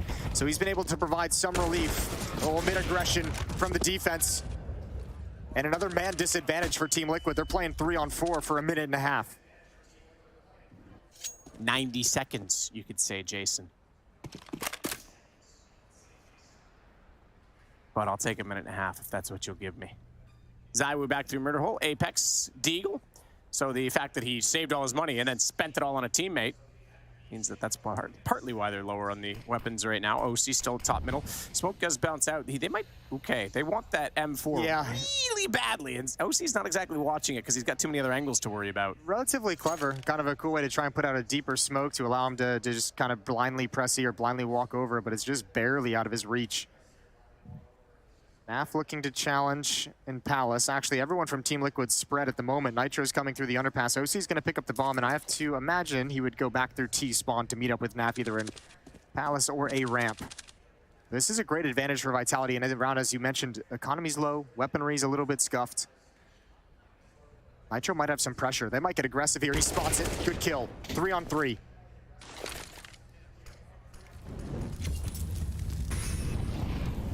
We're backing again. Try and get back over toward the B side of the map. Naf, as always in Palace, needs to enter, but Spinks has good positioning with the Deagle. Yeah, but it's only the Deagle here. It's only the Deagle, and Nitro's going to hold on towards mid. But once again, time is an issue. Actually, Spinks can chill and just go to stop the bomb plant. Nitro looking for 1 kill in middle. He's found the timing. He's found the headshot as well. 8 seconds. This makes it so tense. Spinks has a real opportunity. Does. He pushes out 5 seconds. He needs to be checked. Naf was there. Naf knew the situation, and ZywOo's in the same position, but he's got a 1-on-3 with the bomb ticking against him now. And if he goes down here with this gun, they're going to not have any to work with in the next round, but he starts this off very well. Very, very well indeed. Okay. 2 kills through the smoke. You're right, no kit, but he spotted out Naf. He's got tons of time on this. What is ZywOo doing? That's unbelievable. All 1v1s, all Liquid players offered up. They're going to be kicking themselves for that one. They come back from a 3-on-4. It's a beautifully played round up until that point, and a 1 versus 3 victory for ZywOo. You have to imagine Vitality can't even believe the gift they've been given with that kind of a clutch. OC gets dropped, can't get away. Smoke is just starting to fade. Maybe that's Nitro not having the timing perfectly. I think ZywOo spotted him, but he obviously gets the kill through the smoke, and Naf just gets pulled into a peek. That's outrageous. Yeah. Yeah, that's Liquid can't give these away. Not in a best of 5 grand final. No, that's an instant migraine. I mean, the fact that they lost the 2v5 as well on Dust 2, that really, really opened up the first half for Vitality. This one as well as, I just finished saying they're going to lose the money. They're going to lose the economy. And ZywOo pulls off a 1v3. I said maybe we get another top 10 play out of him. That one wasn't exactly spectacular, but damn, it was crisp. I know it was important more than anything. The impact value of a round like that can be massive down the stretch. 2-round lead for Vitality, weapon lead for Vitality. They've got SMGs to start replenishing the bank. That round looked so good, too. The kill that Nitro gets on Catwalk is actually massive. That's what allows OC to plant the bomb safe so that Spinks doesn't have an opportunity to drop the bomb before the time runs out. So the double play from the bottom position of the underpass. Spinks looking back at that, slides up to get forward to the smoke so they can't boost. Remember, Vitality will stay here in Malta tomorrow, whereas Liquid will be on a plane to Sweden for their respective RMRs. Yeah, and the Americas RMR starting a day later as well, starting on Wednesday, whilst the European RMR starts on Tuesday, so there is that extra day for travel for Team Liquid. But I'm sure they'd like to be on a flight feeling a little more confident. With a trophy in the overhead bin. Spinks waiting patiently. Very slow opening for the T side for Team Liquid. This round with Deagles and Tech9 is going to try and crack in. Utility being spent. Mega's going to get the first kill. ZywOo gets one almost synchronized. A follow-up with the AWP. Dinked means he's going to fall back and let his teammates handle the rest of the work. And it's 4-1. Desperate from Naf. Not even a kill, though, so the money is really building up now. 2 MP9s will stay on the board. Back to guns, though, for Team Liquid. AWP already bought out from OC.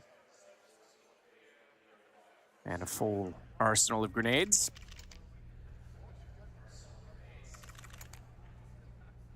One thing to mention too, you kind of touched on it with the game that Yikinder had on Inferno as the opening map in this series, in these grand finals, and how good it was, and a little bit of a fadeaway on Dust 2.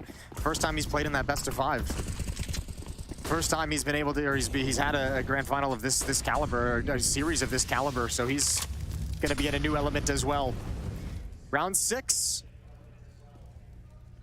Apex were in a perfect position. Elige nearly got back to that with the angle, but he'll go down. That's going to be costly. Not only that, look at this. They've Molotoved off the AK. They smoke it as well. I'm surprised that that's not sprayed at a little bit more aggressively, because presumably that was what they were intending to get and will get and fall away with. The game plan of Vitality here on Mirage has worked out wonders. This is the second time they've had that aggressive stance. Ooh, Yikinder off angle. Dupree's gonna slide in. I think an elbow showed a little bit earlier than Dupree would have liked before he fully commits to it. So, man, do a 4-on-3 man advantage for Liquid now. That's like, that is a way more important kill that Liquid gets than loses. If they lose 2 AKs to MP9s on off angles early, whoa. Yeah, but look at the read from Vitality. Again, the game plan right now is just absolutely perfect. All 3 players are going to be at the B bomb site. Magus is coming through the murder hole as we speak. He's going to shift over to B. All 3 defenders are here. Liquid's not going to expect this, and ZywOo's got the first. Got the first, and he's got a clean line of sight toward the second. Smoke goes down. That's the preservation smoke. Slight gap in that, though, so they've got to be somewhat careful. Naf gets above it. He's still spraying in, though. Careful with his ammunition. He's got to get it reloaded. No, apparently not. He's got ZywOo down. It's on to Apex this time in the 1v3. Plants, always pushed. Yikinder wasn't ready for it. Naf's gotten off the plant because he knows that he has to try and find the kill. And unfortunately for Apex, he can't bait out any further time. Naf gets a 3rd, and it is going to be Liquid with their 2nd round. Once again, Naf is called upon to have a bunch of critical kills to bail Team Liquid out of a tough spot. The triple is amazing. He grabs the rotator. They know ZywOo is still around, and even though Apex was lying in wait, he had no more teammates to distract. Very dangerous round that Liquid come out on top of. So 4-2 when it could have been 3-3 based on the 4th round. Yeah. I'm curious to see how much more aggression we're going to see from Vitality's defense. The mid push worked great in the first gun round. Obviously some mid pressure as if it was going to be a mid push, and the SMGs pushed into the B halls in the last round was effective as well, even in a losing effort. But aggression getting in Liquid's face seems to be a very effective tactic here to start Mirage. This time, Yikinder's not even going to mess with top mid. He's like, you guys have mollied me, you've pushed me, you've naded me, you've taken duels, you had a lot of bodies here. This time, I'm going to chill. I think Yikinder's going to have to figure out how to play against it and how to chill, because that is the problem. They are countering him perfectly. Nitro again, downed. He's taken out this time by Magisk. I say again, he does sit tied for tops right now on Liquid with 4 kills. So Naf shows AK and Palace and lets OC slide into position with the AWP. And OC's looking for anyone to rotate through window room towards jungle. Liquid is going to hit this A bomb site. Alicia's coming up in middle, but Magus, absolute beast at the top of A ramp. A 2nd kill for him in the round. Didn't expect Yikinder. Starts it off with 1. Spinks underneath in the shadow has his teammates rotating around. No one toward jungle right now, though. He's actually alone. There's no one that's... Okay, CT's just getting there. This is such a sick bait for Spinks to slide into this position. You'd never expect this if you're Liquid. Smoke goes deep. Yep, you're absolutely right. They even look back for a flank before they considered it. Elige gets the shot. Luckily, has smoke down to his right side, but they're not aware that ZywOo has gotten inside of CT. They'll know now. Yeah. And OC's backing off of this one. 24 seconds, 2 HP, and ZywOo is going to try and cut him off towards spawn. So is Dupree. OC's not getting away. If the only chance he has of surviving is tucking himself into Palace and hoping and praying, but he has got no idea this is coming, and boom, Dupree's got him from the side. 3-round lead. Vitality's defense holding strong and looking great. Looking fantastic.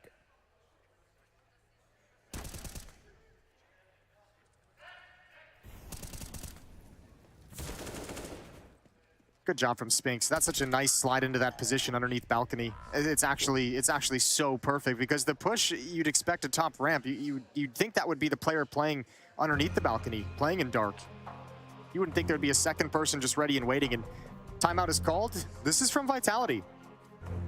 After a good start, a 3-round lead, a 5-2 lead, and they're the ones who want to take a pause and say, let's talk things over. Let's make sure we can string 2 together. Let's make sure we can build some momentum and we don't fall prey to any kind of a low buy. And Liquid's been very effective in these rounds throughout the playoffs as well. They have, but they've definitely not had an easy time of it in this round. This is looking back into round 6 when Naf found 2 kills. This one, okay, through the smoke. We never saw that one, and this is where he had to shuffle out to find Apex and close it. So they're going to need a lot more of that. Vitality are seemingly controlling all of the aggression that Liquid thought they had against other teams. And Ykinder specifically only on 3 kills this round. Back to pistols, Deagles to work with, and a run boost at middle that ZywOo is going to have to be damn fast to hit. I doubt he does, given that he's so close on this liver. If he hits this shot, just call it quits. Call it a day. That'd be such an incredible thing with that kind of a gap that he's working with. And I called that it was a run boost. They actually just want to see if anyone's going to peek at lower connector. It can turn into a run boost. You're not wrong yet. I'm probably wrong, Jason. Yeah. But it can turn into a run boost. This is a good bait position right now. dupreeh on the balcony. Apex taking aggro, and Ykinder might just get baited into that position that they will likely not check. Nitro now, after shoulder peeking so many times, is just going to hold the angle. Well, I'm wrong again. As soon as I say that, he decides to go back to the other jiggling aspect. This is a very slow-paced round, as we've seen from Liquid. Ooh, ENG knows he gets the dink, tries to jump and clean him up, but that at least forces the op out of window, forces ZywOo to be extremely passive. He's going to shift positions, 5-on-4 for Vitality. dupreeh pushes up into the B halls and cuts off access. Yeah, that was the player that was sitting on balcony, so he thinks they've left, gets a little bit of information, no damage done. That's a lovely shot, though. Spinks down. So now with the damage on ZywOo, you're right, there is a chance Liquid could do something with this. And actually, Vitality's shifting away from the B bomb site, which is where ENG and Naf are going at. They say, we've killed the player, you're gonna have to shift over in that direction, which might soften this up. Good kill from dupreeh to hold on. ZywOo sliding over now as well, but he'll keep distance with the 2 health AWP. You heard the second player in ENG. He didn't see him when he re-peeked out to Nafi. He had no idea that he was tucked in behind the door and that close, so he tried to get away from danger, still goes down. But it's the man advantage and a nade that's going to drop ENG. So a good bomb plant on all this, considering the situation and how this round started. And OC with only pistols to begin with figures, why not? Let's give this a go. Picks up the AK, and in the window, finds the first. Now that's an information play because ZywOo's low on HP, and Magisk responds accordingly. Yeah, smart play from ZywOo to just offer himself up to give away the position of OC. He's quick even with an AK-47, but no can do this time without armor. Plant goes down. That's an important kill onto ENG with utility also. We've seen him deliver some stunning moments in situations just like that. Vitality extends it to 4.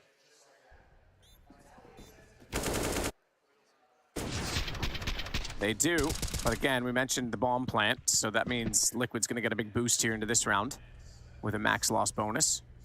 Well, not quite. I think we're 3 rounds in now, are we not? 3 rounds in, yep. Okay. Not quite there yet. I mean, they've won those isolated single rounds. It's just kind of chipped away and prevented that losing bonus from building up fully. But again, Liquid haven't been able to really string it together. Haven't been able to go on any kind of a run. They've got to handle this mid presence. They've got to figure out a way to either force Vitality back without taking damage or take one of these kills. It's been tough. Spinks is going to be on the ramp. ZywOo in the window with the op. Ykinder slides over, but he's down to 34 HP. That's an initial engagement victory for Spinks. Some good movement from ZywOo early on to try and look down below as well as hold window.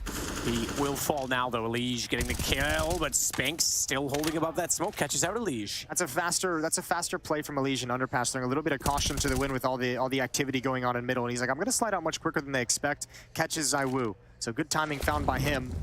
But no gap in the defense as dupreeh slides into the position in window room to look for someone to jump up in. And again, Liquid want to try and abuse Apex over towards the B bomb site.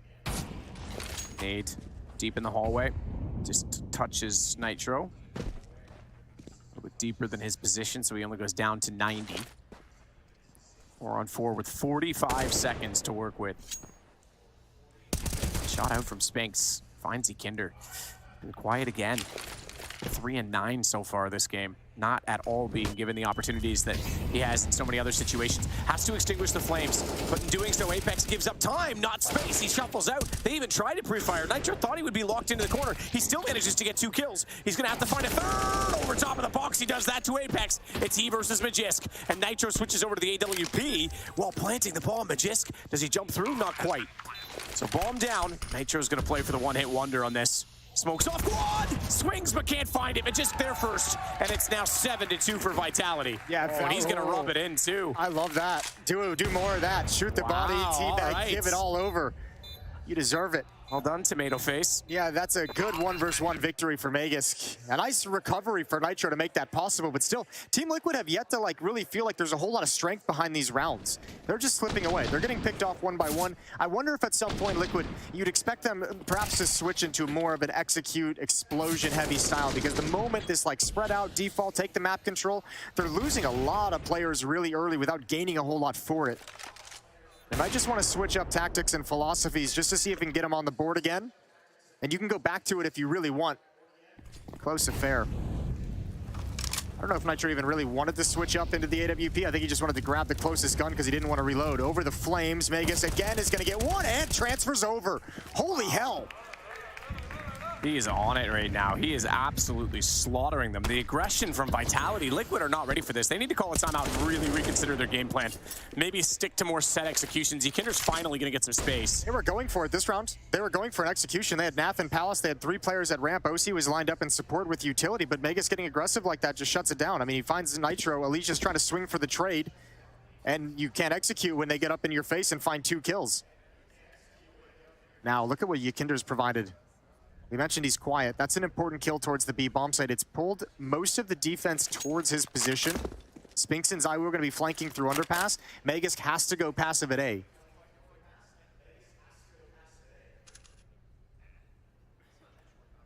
ZywOo. Yikinder that's going to swing all the way through on this 44 seconds. No movement really though. Still just waiting this one out with the bomb at Horseshoe, trying to see if there's any, or excuse me, at A main, trying to see if there's any openings in this because their teammates there, but this flank, OC's looking backwards. He's aware of it. He heard it coming. Dupree goes down. I'm not sure they're going to expect 2 though. No, they won't. They won't, and they spotted the bomb on OC as well. Kinder's not being active enough in this situation. I'm not sure if he's expecting that someone's still inside the tunnels or not. He needs to cover off connector right now, this exact second. Molotov will still go down from Naf, but unfortunately he falls as well. Now Yikinder gets into the picture. That's going to pull them back out, but Spink still has position and he knows it. With 8 seconds, he's going to pop out from Palace, and down goes Yikinder as well. Yeah, I think you have a point there. I think this is just stalled out way too long from Team Liquid. They gave so much time for Vitality, who have been the aggressors, to be as proactive as they'd like across the map. They gave them so much time to push up middle, push and flank through underpass, flank all the way through T-spawn behind him as well. But this is the opening. And Magisk was the saving grace for Vitality against G2 in the semifinal yesterday as well. Had that phenomenal Inferno performance that dragged them right back into a winning series, that dragged them right into the grand finals. Performing here on Mirage, and now we're getting a little bit more fast pace, a little bit more energy to open up for Team Liquid.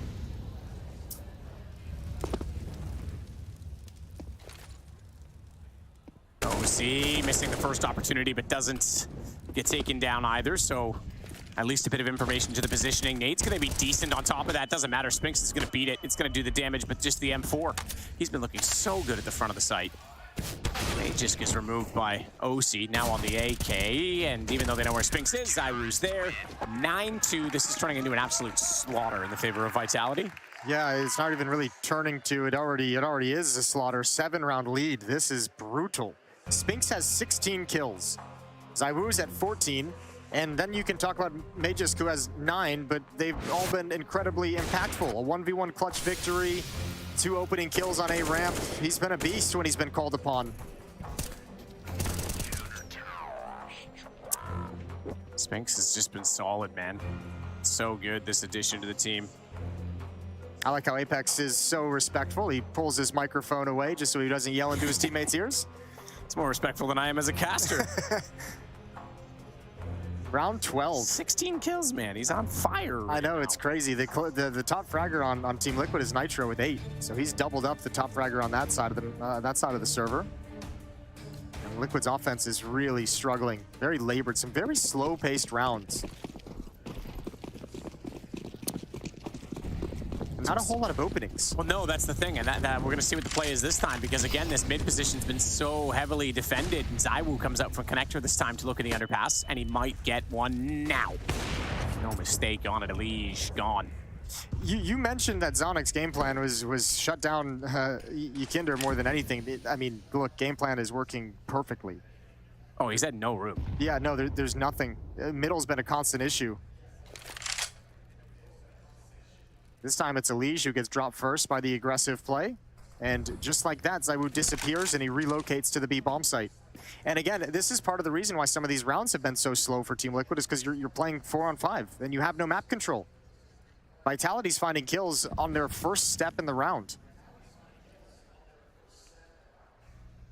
Staring down that sliver gap. The man who opened the round might be the man to get the second kill in it as well, because ZywOo is holding and they are walking in that direction. Naf being slow about it. Nitro wants to cross quickly.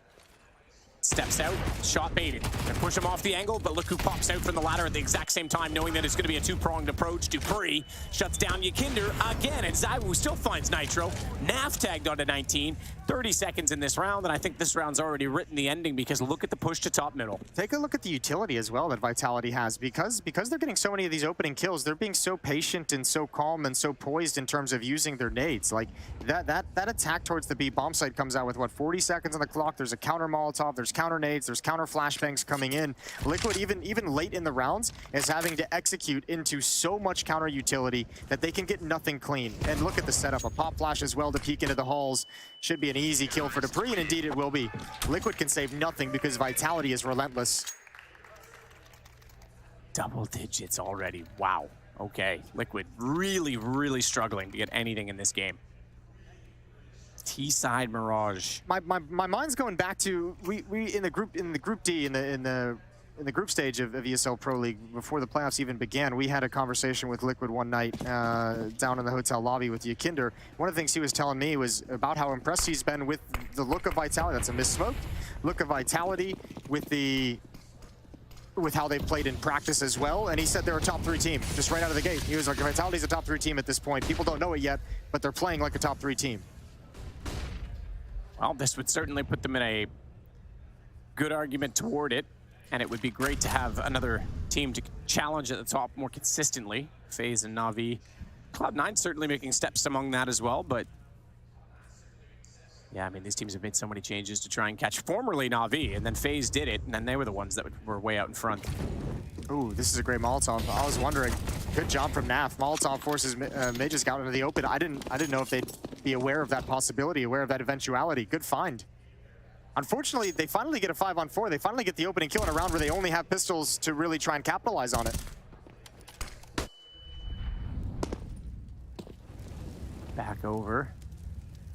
And they'll split up toward the Palace and A main position. That Molotov's very, very early from ZywOo. Same with the smoke, although you could argue the smoke's not too bad because it'll last, obviously, a much greater duration. And that'll give it about another 10 seconds from now. That nade's going to be lovely. Bang. ENG feels the devastation of that. Goes down to 63 HP. And then a second one puts him on 27. Now ZywOo gets to go off. He catches out OC as well. There was a dink onto him. It didn't even matter. And Spinks still is a menace inside of the site, despite not being forward toward the shadow position this time. Nitro. Lovely shot on the Tech 9, but dupreeh is going to find him 11-2. None of this matters. This map might just be, you might even want to call it at this point. Round 14, Vitality has so much money, so much cash. There's going to be no problem regardless of what happens in this round whatsoever. They have another buy behind them. Liquid need these last 2 rounds. They need to scrape together whatever they possibly can. They're staring down the barrel of being 1-2 in the series overall. You need some breathing room. ZywOo and Spinks both at 18 kills apiece. The 2 of them alone foolish are shutting down Liquid. Save some for the rest of us, man. OC, ooh, this time might finally get the boost to work. Couldn't hit the shot. He gets a second crack at it. He does hit him, but through the edge of the wall, it only does 65, or puts him to 65, I should say, so it only does 35 damage. dupreeh and Spinks are going to push up mid on the back of that. Quick maths. More aggression. Vitality have not wanted to give anyone from Liquid any kind of breathing room. dupreeh would be against the wall. If Yakinder were to swing, which I doubt he will, ZywOo takes contact deep with the AWP, and dupreeh's there to challenge.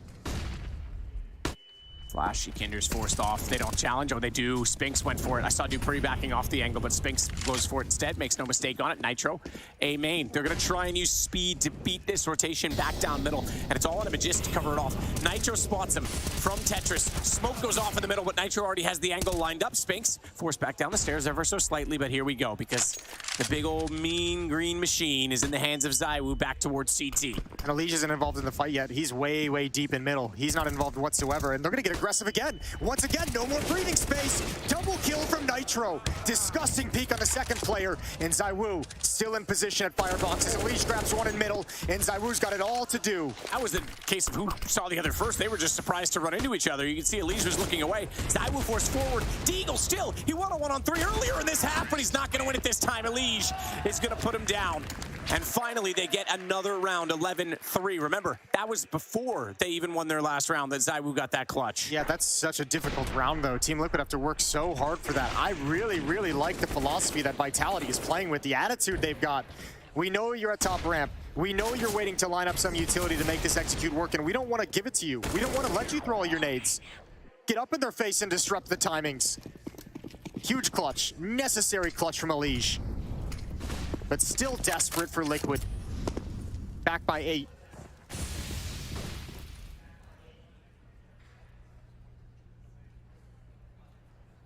So then we'll see a push again. ZywOo and Spinks. ZywOo not with the AWP, interestingly enough. That's Dupree holding it. What are the odds of that? Naf, oh my goodness, nailed them both. I think the first bullet ricocheted off the helmet into the second player. Yeah, that was quick. That didn't even look like a transfer in any way. That just, I don't even know if they were lined up all that perfectly. It just worked out for him magically. Gotta say, Jason, you know NA's in trouble when a Valorant player's top fragging. Fair enough. That's a fair point. 12 kills on Nitro, the captain. Doing great work for them. This round, it's Naf to provide the impact. And once again, towards the A-bomb site we go. 2 players inside the site. Apex has the first. There's Naf sliding out. A third kill for him, dropping down. He gets 4. On for the ace. Dupree sliding up. The op that he was given off the spawn. Baited out of the shot, couldn't find it. And Dupree will go to the pistol instead to try and run in, knowing it's the end of the half. Doesn't matter. Yikinder closes this one out. 11-4. Zonic's Law against Zonic. Maybe he has some sort of psychology to stay ahead of it. Maybe Vitality can take the lead in this series. They're certainly in the lead of this half, and convincingly so. We'll take a break and see after that.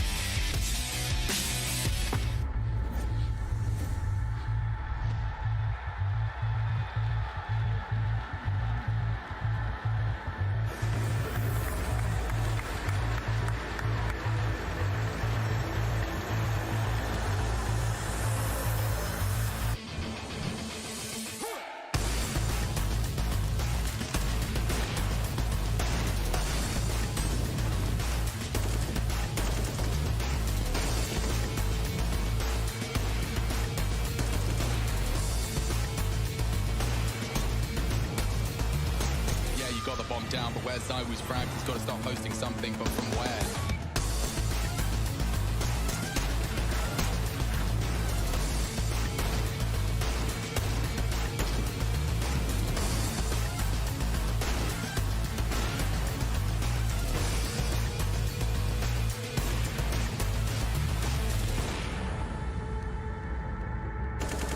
ZywOo, he's just got a slight gap under the smoke, and it's enough to catch Boomich in transition. ZywOo wants to pull it across the line. 2 frags onto 2 of the best. And now swings out for another. He's possessed. ZywOo won for another ace. Another clutch. It's Perfecto hunting him. No one has been able to knock him on his ass yet. And he's got 6 HP. It didn't stop him before. And it doesn't stop him again. ZywOo.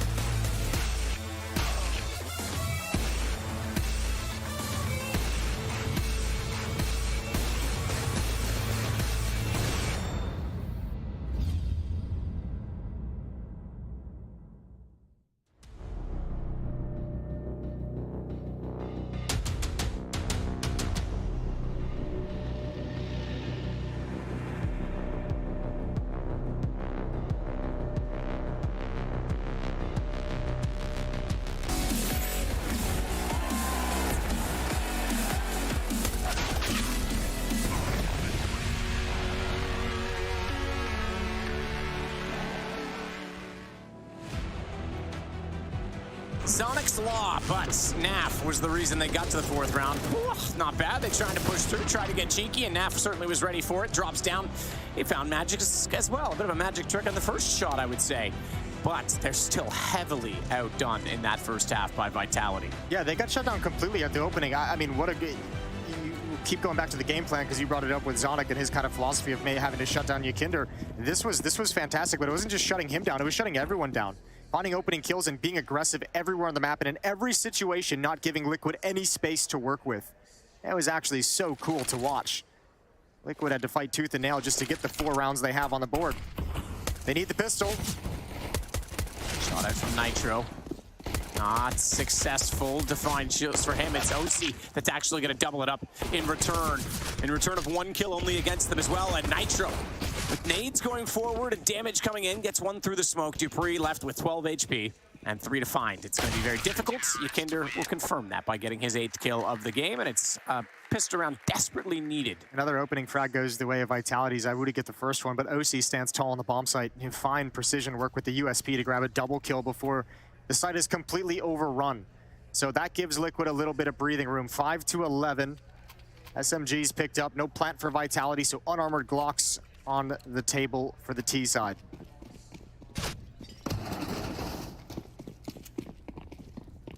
We'll get straight back into it then with, as you say, the unarmored Glocks, but the SMGs that can massively farm up some cash from that. A couple P250s mixed up in there, although unarmored as well. ZywOo with one of those could get a headshot potential when they run in toward him. If they run in toward him, it looked like Nitro was going that direction, but a Molotov instead. I think this is kind of the classic for some of you new schoolers. I think there was a little bit of a French time out here. Apex was just kind of AFK and T-spawn talking to his teammates, I believe. Just going over a few things in a round that's pretty much a garbage round that they don't have anything to do. 2 P250s, no utility. They were all spread on the map just looking for aggression, while Apex gave out some last marching orders moving into the next round. Nitro is going to get challenged, and for the moment, he's the only one here. Elige can turn and spin at the top con very quickly, but Nitro is going to have to hold down the fort. Calling footsteps, calling action, and he's got 2 kills with the SMG. Yeah, 2+1, and luckily there's no armor on those because the SMG was able to just really pull them apart. Elige jumping over. We'll get the last one on the ZywOo. Now we go 11-6. Now it's going to be interesting to see what Team Liquid does with these SMGs. If Elige or Nitro want to upgrade, they've got 4,400. Do they want to keep them? Do they want to try and get in your face? Or how do you want to manage this against the AK-47s on a wide-open map like Mirage? Exactly. It's so typically that you would go for the bonus round, build up that cash, have a buy in hand. But at the same time, you're down 11-6 in a game that you've been absolutely bruised on the gun rounds. Do you really want to concede a round? You don't want to give much away, do you? It's not necessarily, yeah, I know what you mean. It's not entirely conceding, right? I think if you're Liquid, I think you just risk it here because you want to have the economy. Talk about aggression, Yakinder's going to do it again. Sick at that group stages. Yes. Go back to group stages. He was unreal at that push. He destroyed Cloud9 with it. Over the smoke, Dupree's on top of the boxes. Yakinder, is he going to challenge? Dupree's still standing tall. A little one-way on his own. Oh, Yakinder's got it after the first shot. Important trade from ZywOo, but one of those SMGs can now swap out. Elige has picked up the M4 off Yakinder's dead body. So a nice upgrade there and a man advantage. And look at Vitality. They've had to spend a lot of utility to deal with that aggression. They've got a smoke and a Molotov remaining for the rest of the round. So Spinks, ZywOo, and Magus are going to rotate back to the A bomb site. They'll attack in towards A. There's some time now for Liquid to pull this off. They're going to crunch towards middle and make sure things are cleared out. They played... I mentioned that Cloud9 game in the group stages. They played them on this to a score of 16-10 in their favor. Nav can get on his horse right now for a fast flank through T-spawn. He's at top mid. He's going to start shifting. But because there's no utility, Vitality is doing a contact play, so there's no indication, no information for Liquid. And Elige has to be the most careful player as he rotates towards the spawn stairs. Elige takes out ZywOo. Bounce nade, does damage onto Spinks as well. So far the bonus round going extremely well, and here comes Naf to make that even better. Lets the bomb go down, but that's not a huge deal. Spinks does swing out the wide. Gotta be careful, Nitro, not to go down on this. Sprayed through the window. He's jumping, trying to keep his head away from this. Lovely redress and re-aim from Spinks to catch out OC instead, but now the kills come in, and Naf and Nitro with one apiece. And Liquid get exactly what they wanted. They get to upgrade 2 SMGs that were on Elige and Nitro to start the round. Don't have to spend the money in it. Losing 2 players isn't bad. They can drop an AWP over to OC, so this defense can get off and running right out of the gates. It all began with this. Shut down in the initial contacts in the first half, and Yekindra comes right back at him with more aggression in the second. A double kill to open up the round. Fine work. And now the gap is just 4.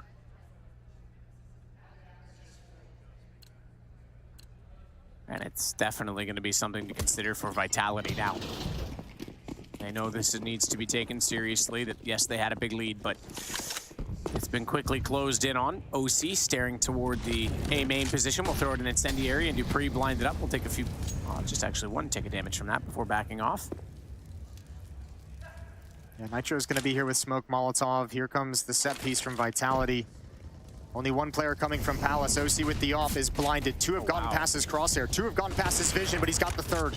He needs to be aware of that call, though. They're getting so close, and Apex was one of those 2. He jumped across the boxes. He was able to make a kill, and then Dupree, he took out the Opera, so now he has it in his own hands. And with the ball planted, this could become dicey. Yeah, very. This could become a problem. Magisk as well is going to be able to get information from CT, so Dupree knows he's got his left guard covered, but he just needs to be aggressive and assertive to find the next pick, to find the opening kill on this retake attempt from 2 kits of Nitro and Naf, and Yekindra on an M4. He's already got the first one. Oh my goodness. OC missing out on those, and now he knows he's got to watch CT, so that information pays off. Nade comes through, tag to 82. He's gonna go back for it, misses the shot. And now it becomes a problem because the time is gone. This is 1, they've stolen this back. It's gonna be 12-7. ZywOo just to back away. Doesn't even matter if he gets the kill or not. You wanna talk about a big time shot, the 1 deke from ZywOo. Obviously beautiful work with the deagle, but that's the player, if he gets in, if Yekindra makes it to the bomb, he can defuse that. There's time for the defuse at that point. And then ZywOo has to go around the box. It's not planted for him, and Yekindra can be properly covered by Naf at the end of the day. The fact that OC misses those 2 players running across means he never knew how close they would get. And after this shot, if he realizes how close they are, I think he's booking it all the way back down the stairs to get some space. But because he didn't know they were that close, he sticks around a little bit longer and is punished for it. And that's the op that wins the day for Vitality. 12-7. We started again. OC aggressively toward the underpass this time. Baited into his shots as he jumps up. And he's not feeling quite as adventurous after taking a bullet in the knee. But he does go back to get Dupree. That'll work out. Falls off. And Elige takes over the helm instead with an aid that goes down. They're going to try and boost up and beat OC to position. He sees it. Oh, lovely response. Yeah, he saw that boost and he was like, perfect. That's exactly what I want. You're not ready for it. You're just boosting up. If they executed that maybe a half-second quicker, OC might be dead. But the fact that he saw him still in transition makes that an easy, quick peek. Good shot from Apex. Elige goes down. And Catwalk and the B bomb site are going to be challenged. Nitro and OC aren't moving. Naf is going to be called upon again.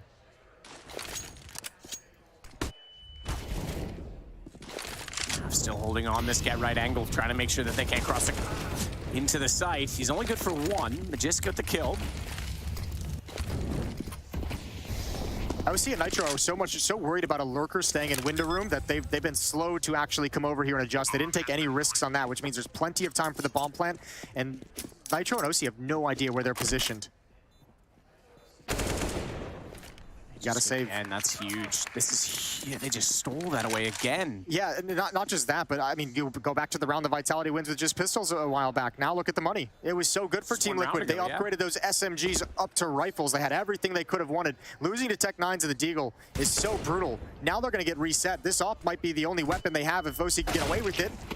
And I think that kill is gonna provide the escape route necessary, although Apex is on the hunt. And OC is sticking around for a potential fight, but Apex calls it off. Yeah, tucks himself into a corner. 13-7. Vitality is just 3 rounds away from a 2-1 lead in these grand finals.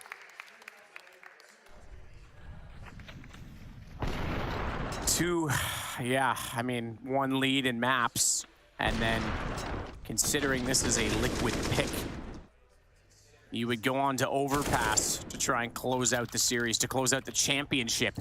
We just saw that sequence again, Naf, as well. If you remember when we were on his POV, he did miss the smoke that he wanted to drop. He quick switched away from it too quick. It didn't actually get deployed. That might have given him some measure of safety to stay alive. But instead, he's punished. Standard window and Catwalk smokes to start off the round, but they've got a ladder to cover off right now with the AWP. Naf knows they're coming into B quickly. Oh, he's flashed off of it. Flashed off of it, but OC being in that ladder is able to swing out and compensate. And that gives Naf an angle down below. So the defense works out perfectly to shut down this B rush. 13-8 looking likely as Liquid back to winning a scrappy round in terms of the weapons that they have. I know this game seems away from Liquid because of the way the first half went, and obviously these past couple rounds. This is a great one from OC. This is 2 kills here. He's starting to heat up with this AWP, and that might be the engine that Team Liquid needs to recover in this game. Still not within striking distance, but it's a good start to mount this comeback. 6-round gap is going to turn into 5 as May just kind of chills in T-spawn for the moment. We've seen Yakinder with a couple nice openings on the CT side, a couple nice double kills as well to get them going. So you're starting to get some of the elements of Team Liquid building towards something positive. And in a low economy round like this, to be able to upgrade to 3 AK-47s is beautiful.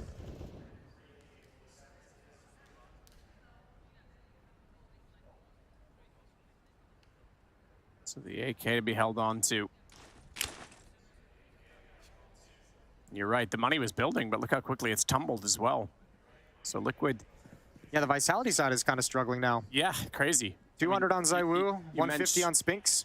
Yeah, I mean, you mentioned the pistol round win, right? And then the last one on top of it, but it's come back the other way quickly, and that's fortunate for Liquid because if they, you know, if they force them to save here, you can maybe get to a 13-9 scoreline. You give them another round to build into it, and if you lose again, it's 14-8 as it would be, and then you're broke again because you don't get a chance. So this gives them a chance to build back up into it before it's a little bit too late in the score. I thought this might happen. This is a big investment. Yep. For Vitality with this kind of a lead. With a 5-round lead, you can play the economy very conservative, and you can make sure that you have strong weapons before you go back to challenge.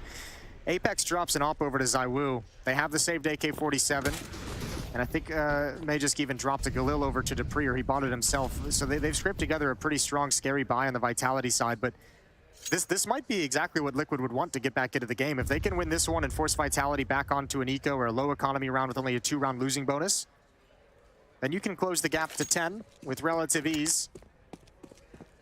Yeah, relative ease. That's a relative term, I think. Nothing is easy, and here we go, another French timeout. You mentioned this before. Look at Apex. He's chatting, hands out for the mouse and keyboard, just making sure they're on the same page. They didn't call a timeout when they made this buy, so I'm wondering if maybe this is a little bit scattered and disorganized just because it came in so late. The call to actually buy into this round? Possibly. I mean, that might be reading into it, but maybe it's a Zywoo Kerrigan meme, you know, when you call an eco and that one guy buys. Yeah, true. Standing there about to go on a whitewater raft with an Asimov for some reason. I don't know why, but it also could be the fact that they don't want to give Liquid too many timeouts if they think that, you know, they're on the right page tactically, if they've prepped enough that they don't need to bring Zywoo in every single round. T-side, maybe we talked to Cadian about this as well. Congratulations to Cadian and Stowen. Just signed 2 more years. A lovely bait video to release that. But yeah, he mentioned sometimes T-side you might get away with doing that a little bit more as things can be discombobulated for the CTs. Not this time, though, as Naf gets the kill that separates the round difference in their favor. It's a 3-on-2, but don't discount the fact that the 2 players left alive not only have a bomb planted, they have an AWP and an AK, and both have armor. This is on. And one of them, Zywoo. That's another big piece. When this comes in, there's a lot of open space. Only 2 flashbangs to deal with them. No smoke, no Molotovs. All 3 players from Team Liquid do have kits, and they're waiting for Elige to get into position for this flank. Man, oh man, they're gonna have to be so fast on this, though. Elige really needs to close this down, but he can't make noise because that'll just make it too easy. OC baiting out shots, tries to get another one in. At the dumpster, turns it around, then Elige is there, and on the case, this will be a defuse, and it'll now be 13-9. Great call. And I think all 3 players have been spotted at the A bomb site, so I don't think Vitality was even thinking about that flank. Elige did get a trade kill on Yakinder in connector, so they were not expecting him to go all the way around that deep into the retake. 13-9, Liquid's within 4, and this is that eventuality we just kind of discussed. Vitality with the plant can descend into Tech9 and Deagle buy, so it'll be stronger than initially thought. And they did win a round like this earlier.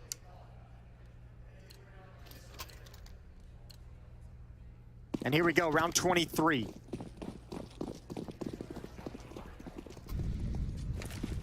Elige, fast. They've got the nade down, they've got Molotov down, they've got the problems of not seeing through flames.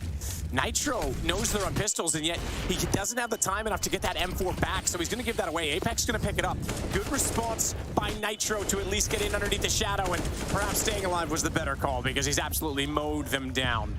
Yeah, and he's been an absolute stud for Team Liquid throughout this map. Even during the struggles in the first half, he was the one delivering. And that's been the story of Team Liquid throughout these playoffs, is whenever somebody goes quiet that you're used to, if Yekender has an off game, Alicia's stepping up, Naf is stepping up, OC's had a huge rise. Now it's Nitro's turn. Now it's Nitro's turn to perform to a level where he can keep his team in the game, waiting for them to arrive in the map. And they have 13-10. Double digits. Things have gone quiet, only 2 rounds so far for Vitality. They're back to guns this time, but notably not an AWP for the 24 frags that ZywOo has. He will be on the AK to get any more. And OC's ready for it. He's got ZywOo down. There won't be any more kills for him in this round. Not just with a straight contact play, though. He's trying to take one out of Yekinder's book today. He really is. Swing is available from the top side of Palace, but they don't want to overcommit to that in case there is a rebuttal. OC will cover that now, and Elige can go hunting. Yeah, Mages has done fine work with these kinds of plays to apply pressure. Yeah, got one right finally. Yeah, you did. Well played. Oh, OC's still on point. That's a fast flick, and he's going to have another 3 in the round. This is very much on. This is on. We're seeing similar shutdowns. Vitality seems to be getting, or being given almost, more map control than what we saw Liquid able to achieve, but it's not because they're battling for middle, it's because they're trying to set up on A each time. A lot more setups toward that A main position, and it's just not working out, not yielding anything. Magisk will go back over with 8 HP, because presumably... That's filthy. Okay. Yeah. I was going to say, presumably he wants to die in this situation, but he gets a kill anyway. Yeah, he certainly does. Full losing bonus. Get yourself the money. And he'll die in a rather spectacular play. Quad kill from OC. I mentioned him coming. You could see him starting to get a little bit more confidence with the op at the start of this CT side and start hitting some really nice shots. He's built it up into this game at the perfect moment to allow Team Liquid to actually battle for map 3. They're just 2 rounds away. There's the first quick flick down as Apex pops through the smoke. Well put together round from the young Opper on Team Liquid. All right then.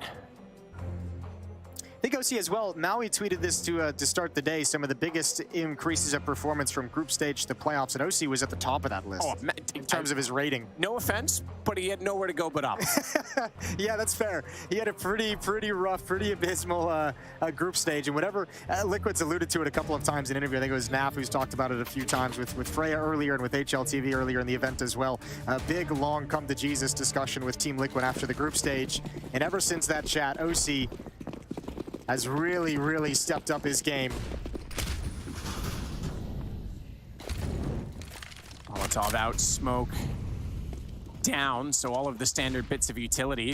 There is good positioning, good shot. Yekinder doubles it up. Get a little confidence back into him as he's up down to 17 and 18. He's still a bit more quiet in this game, but that's all right. He'll back off on this one. They just need the rounds. Oh, my word.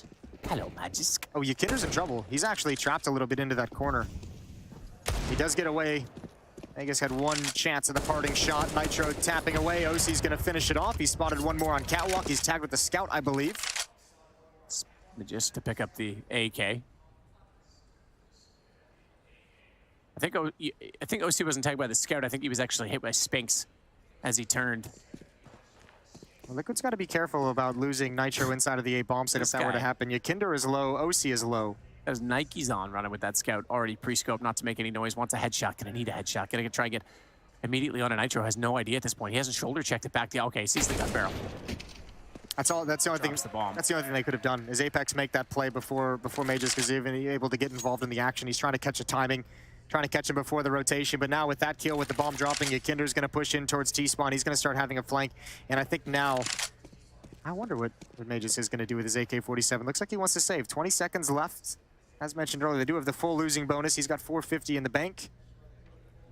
You could justify saving this. There was a small investment in this round from Vitality, picking up the Hero AK and a Scout and some obviously some Deagles and some pistols. But plenty of money left behind them to have a strong buy going into round 20 6. However, this has got to be a shocking result. Both teams CT sides in lockdown mode. Whichever way you want to look at it. CT sides in lockdown mode, offensive sides ineffective. Big runs for the defensive halves. Overpass and Vertigo are the 2 remaining maps in the pool and in this series. It's now 5 rounds straight for Team Liquid. And in those 5 rounds, they've only lost 5 players total. OC, that was all based on the call. Yeah, oh, maybe you could have been right. It might have been the scout that came out, because I was going to say that would have been fast from Spinks to react like that. Well done, Jason. Thanks, man. Eyes like a hawk on the old man. Yeah, they still work. LASIK, baby. Oh, well, that's cheating. Aggressive in middle again for Team Liquid, but you're right. Speaking of cheating, Jason, how many times did you change your prediction this week? I have no idea what you're talking about. Yeah, that's what I thought. Plead the 5th. See, aggressive from Team Liquid as well in middle, much like we saw from Vitality, but different stylistically. That we haven't seen them push towards top middle until like right now, essentially, with this kind of a setup coming in. Elige watching for someone to swing underpass.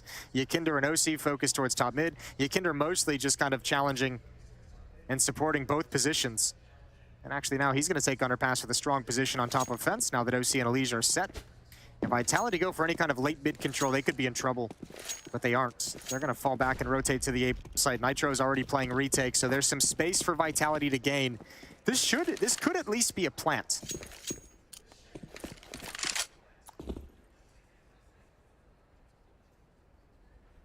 And it's either a tie game or a margin to work with. But the economy's there for Liquid either way. So they'll set for the smokes. I would throw his toward the jungle stairs.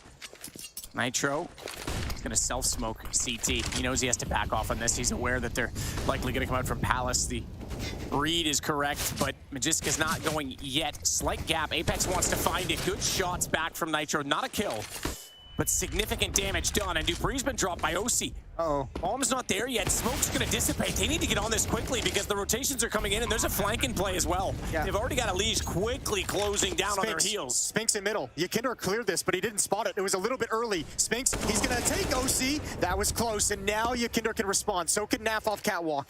Naf was there. That was very close to the read being correct. Elige likes to go to Palace. Perhaps he thinks the post plant they're going to be playing in there, and it's easier to flush it from inside than out. And that might be an interesting situation because they're going to be looking that direction from Tetris quick enough, or are they not? But he didn't know there was 2. Apex, the man on low HP who still survives, gets onto it, and they're going to have to hold it off. They're going to have to hold the angle. Apex somehow, he's the one in this. They could win the round, and he will. 14-12. He was hit to 8 HP in the first exchange, and he survives to win it out. That's absolutely massive from Apex. That is huge. Nitro could not transfer over and complete the kill, as you said, from the start of the round.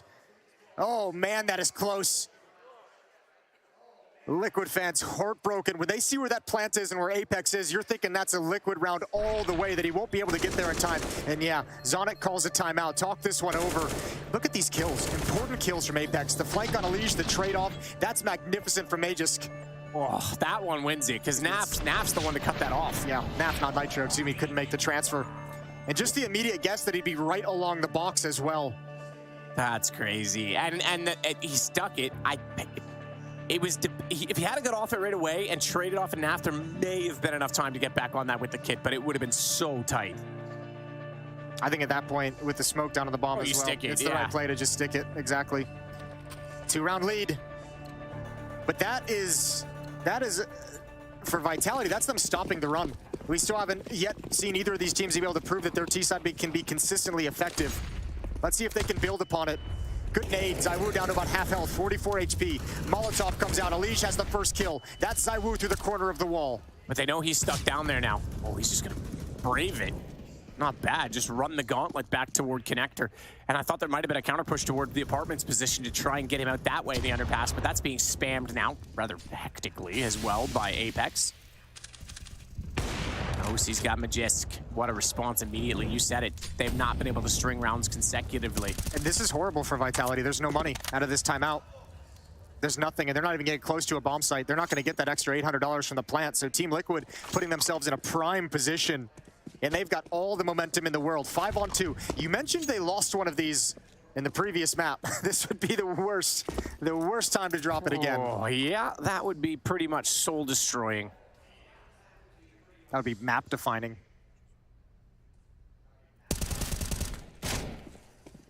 Nitro with fast damage again to Apex, but again, Apex stays alive. Okay, now he's down. Forget that thought for a moment. It's all on to Spinks, 1 on 5. 39 seconds. They know exactly where he is, and here comes the cavalry. Careful, gentlemen, but it is going to be 13 now for Liquid, just 1 round back. OC has shot up the scoreboard. He's now 23 kills, tied with Nitro. They're both at the top for Team Liquid, 23 apiece. For Vitality at ZywOo at 24 and Spinks at 22. Round 28.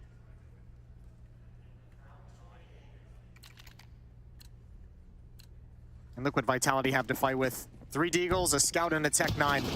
Smoke Flash is the only nades they bring into the round.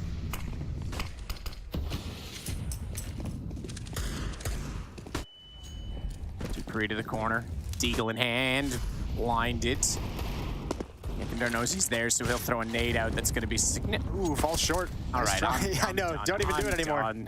Why do I bother? It's not worth. Oh, I'm going to go into like trauma and shock over them. It's all right. We'll practice your nade calls moving forward. No, let's just forget that they exist. Okay, well, OC's been shut down. Good shot from Aegis. Previously he had a 1 on Elige as well, right through that connector smoke, so he's got that one lined up with the Deagle.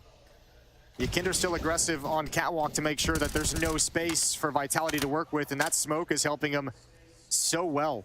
Apex, though, with the Scout. Okay. I thought that was a clean headshot all day long. It looked like it was going to be, for sure. Op is picked up. Interesting. And taken down. Nitro through the smoke immediately. Molotov comes in, but Apex is already swapped up, and he's going to throw it to ZywOo. Yeah, I like it. Hey, bud, you're good with this gun here. You want it? Yeah, does his best to get it to him. I think ZywOo's worried about the danger of going for it, but now he's got it in hand. 40 seconds left.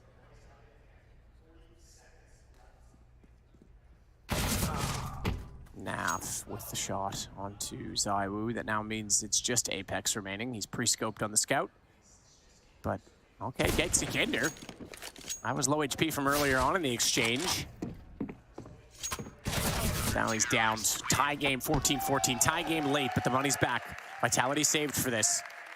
Let's see what they've got. This is a critical round. Team Liquid, obviously, with all this momentum, no reason for them to call a timeout, no reason for them to stress whatsoever. Vitality's not doing it yet either. Excuse me. They call it right at the end. 4th timeout used. They'll have nothing for overtime. One last conversation that Zonic can get involved in here during regulation to go deep into that playbook, deep into the game plan that they had coming into this, see what they can call, because nothing has worked on this T side. Nothing at all. They've struggled against the AWP of OC. He's been picking them apart in middle. Nitro has been a beast anchoring down that A bomb site. They really haven't challenged a whole lot towards B. They did early a couple times at NAF. Well, even compared to like what we saw from Liquid, who frankly got obliterated trying it, they haven't even gone middle as much. It's been very A-biased so far from Vitality. Very passive to start rounds. Both teams, I think both teams. Is that maybe them trying to pressure OC? Is that maybe they're hoping they can break OC? I think both teams are just slowing it down just because there's the other opponent. The defense is doing such a good job of controlling middle at the moment. Why do you keep going back to it if you just keep getting wrecked? Both defenses have had that much success. And if your idea is to try and punish OC, you're failing in that regard too, because he's putting up a second half, yeah. Yeah, no, and that's the point. But maybe you're thinking, you know, group stage OC, he's looked shaky at times, especially when the pressure's on. Maybe you just keep hitting him. Look at this call from Liquid. This is a big risk. They changed the defense. You know that whole adage, if it ain't broke, don't fix it. Well, they slide OC over to the B. They're thinking, okay, Vitality haven't been here in a while. It's been at least 6-7 rounds since they've tested the B bomb. So let's park OC here. It's going to allow us to hold down the fort on the other side of the map. We can have an A-centric defense with 4 riflers, and OC's going to have a deep spot, and he's delivering. So you're putting faith in him as well. Yakinder backed off the window with the smoke now in front of it. But if they don't go B, then all of a sudden your star op or your stud opera in this second half isn't involved. In the climax of the round, 58 seconds. This is tough. They need a rotation almost now if they don't want to give up map point. And Yakinder's committing to the window rather than going around. They're on Catwalk. Molotov.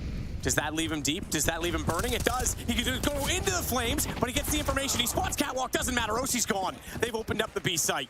Yeah, that happened so fast. That happened so fast that no one was able to shift over. Nitro's just getting to market. Alicia's coming up Catwalk as well. Go through the smoke. Does he try and land on the inside of the window and then shuffle to the corner? Open up his angle? He's going to wait for his teammates instead, which is probably the safer decision. One of his teammates is already on catwalk, but he's being stared at by ZywOo. Lee's just gonna have a tough time coming around the corner. dupreeh already double checking it. Nitro's got the cross on it. ZywOo, they know where he is now. He looks to the door, they back off. He's gonna follow it up though to take out Naf, and it's all on Nitro. He slides past ZywOo, but he knows he's set and posted. Smoke off of the bomb, that'll force the angle. They saw him already though, and ZywOo makes no mistake. It's map point first for Vitality. Oh, what a hit. What a hit. Through mid, up catwalk to the B bomb site. It had been ignored, and that's the switch up that Team Liquid get punished by. They only have OC there. While he gets the kill and B hauls, there's nowhere to fall back to. They got up catwalk so fast. The timeout that is called works perfectly for Vitality. Zonic pulls another miracle strat out, and it delivers them a 15th round. Vitality have one chance to escape with this map. Otherwise, we're going to overtime. It's round 30. Liquid have plenty of money. Plenty of money to have a solid buy. A Hulls pop, Palace, a timing hit. Yep, they're switching it up again, and it's going to be solo inside of the site. There is 2 inside a connector that can rotate over, but that man is Nitro, and he is back towards CT with an M4. They're in. They're waterfalling it down. They're already covering off the firebox, so he'll nade that direction, but dupreeh's come forward of it. Nade's not going to do anything. It puts him on 5. Spinks dropped. OC, very close quarter combat, and that low HP. Does he try and fire into it? Bomb's going to get planted. We know what happened last time the bomb got planted at Apex at 8 HP, so don't rule dupreeh out of this yet. He's still going to fight in this in every possible scenario, and ZywOo does the same to catch out Nitro. Naf, big win on Magisk. They have to peek it again, and with no one at CT, ZywOo's got more free reign to pick. We saw what he did last round. He tries it again. Ykinder gets the kill, but it's dupreeh. It is the low HP once again that could cut this all out. There's a little more time this one to work on. OC in, dropped, but over the top, Ykinder's gonna get it. We've got overtime coming as Liquid are gonna get the defuse. We do indeed. ZywOo's been so dangerous in these past 2 rounds. Open space, bomb planted. He's controlling things with his AWP, and that is a very nice, very tough retake for Liquid. But they come all the way back. Don't forget, it was 4-11 at halftime. A brilliant defensive half from Liquid. We're off to a break. We're coming back with extra rounds.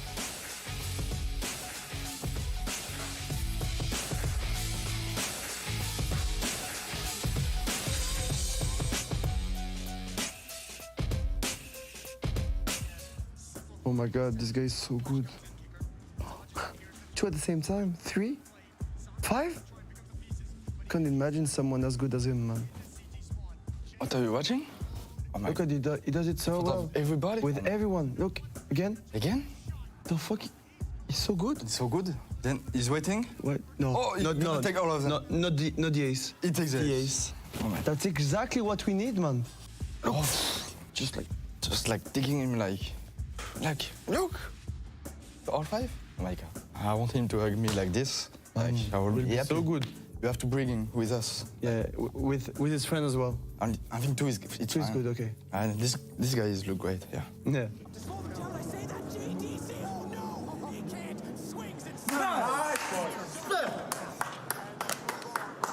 No. Let's win a major first. Of course. What do you mean?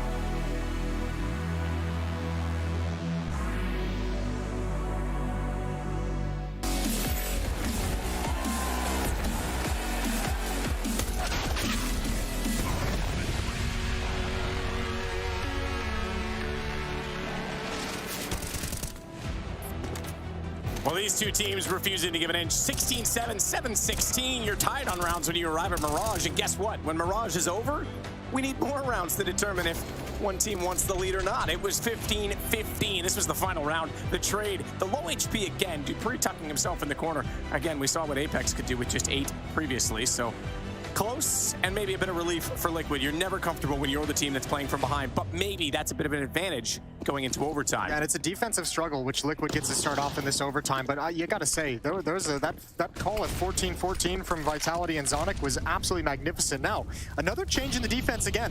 Liquid got punished late in the half by switching OC over towards the B halls. Now they've put him in underpass. Apex jiggles it again. No shot from OC. Molotov comes out, gonna force a smoke out, and he's got to tuck himself into the corner. Doesn't even matter, he's got it anyways. That's the up down. That's a big win for Vitality. Kinder's gonna try and compensate for this. No one watching that underpass position, but they aren't gonna push through, so Kinder still holds toward top middle, but look at Dupree. Off angle, on the ledge. This is even better. Is it? If it's an op, no. I was going to say better off angle because he's on the curve. The problem is the op, it doesn't matter where he hits you, you're going down. Yeah, well, if you're Liquid from here on out, you just put OC back where he's been this entire time. Don't put him anywhere else. Keep him in middle and connector. Keep him at the A bomb site. Keep him parked in that position because he's delivered for you there. But over towards the B bomb site, it's been ineffective. In underpass, it's been a liability. And Nitro's been awesome at anchoring this A bomb site. He has been a champion. But this is a 5-on-3, and he's got no one in support. Actually, excuse me. He's got a leash on a fast flank. This could be a round-winning play. Let him go. Let him go. Sick. Yep, this is so smart. So good. Elish can't get away with just one kill and giving up his position. He needs multiple. He probably needs a double kill at minimum. Oh, baby. He might get one only because Apex turned back. They went back to throw utility, I'm sure. He was going back to try and get smokes down. Naf's going to fall. So unfortunately, Elish can be as clever as he likes. It just didn't work in his favor. But he had to make that play. Gotta respect it. If Apex doesn't come all the way back, which, by the way, is probably a symptom of the fact that it's a 5-on-3. He's like, yeah, we don't need this many players there. I'm just going to rotate back around towards middle, cut off rotations. I'll be there for a late bomb plant, a late post plant, and Alicia's play just gets ruined. Probably one of the most valuable deaths we've seen in this game so far. 16-15, one-round lead for Vitality. Yeah, this was the angle that I thought actually was going to win on that. Kinder got himself just off the normal headshot position. Has the AK, but then boom, wrecked, or excuse me, has the M4, but boom, wrecked by the AWP. So 16, and the important thing is Vitality. You said it, T-sides have been hard to come by. They've just got one, and the first one in overtime. That could be a difference in itself, so we'll see how Liquid respond. Elige back toward middle, and you're right. They're not going to put OC in anywhere uncharacteristic this time. He's going to stay inside the window at this point. Yep, don't move him. Don't even change anything. Stick with the defense that got you 11 rounds in the second half to bring it all the way back.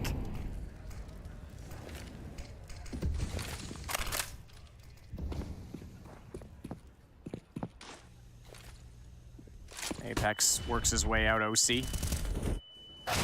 Good shot from Kinder. Nice shot from ZywOo, though, to answer that. OC's removed immediately inside of the connector, so Kinder backs off a cat and wants to play the crossfire from window instead. Magisk, man, the dry peaks, he is really giving it a go, isn't he? That has to be something they prepared and planned and looked at and said, you know, there's going to be a lot of mid-presence from Team Liquid. Maybe it's something they called in the timeout. With how many times Kinder, Elige, and OC have been challenging in connector and on catwalk, they're like, look, you have the opportunity. If you feel it, pick a couple rounds and just go for it. Zonic was even saying that right now he thinks the entry role is the hardest role of anything to play. And he said Kinder does so well at knowing when to push. So maybe they are trying something of that nature. This time Kinder didn't push at all. They pushed straight into him from the ladder. He's going to slaughter them, and Naf will tie this game back up with a kill onto Apex. 16-16. Blind kill from Kinder to start the round. I think Nitro winning that duel against Magisk on the dry entry, on the contact entry, was a very critical one to win. If Nitro goes down here, if he misses this timing to check towards Palace and snap down towards Magisk, it causes a rotation. It might actually cause Kinder to move right into their attack.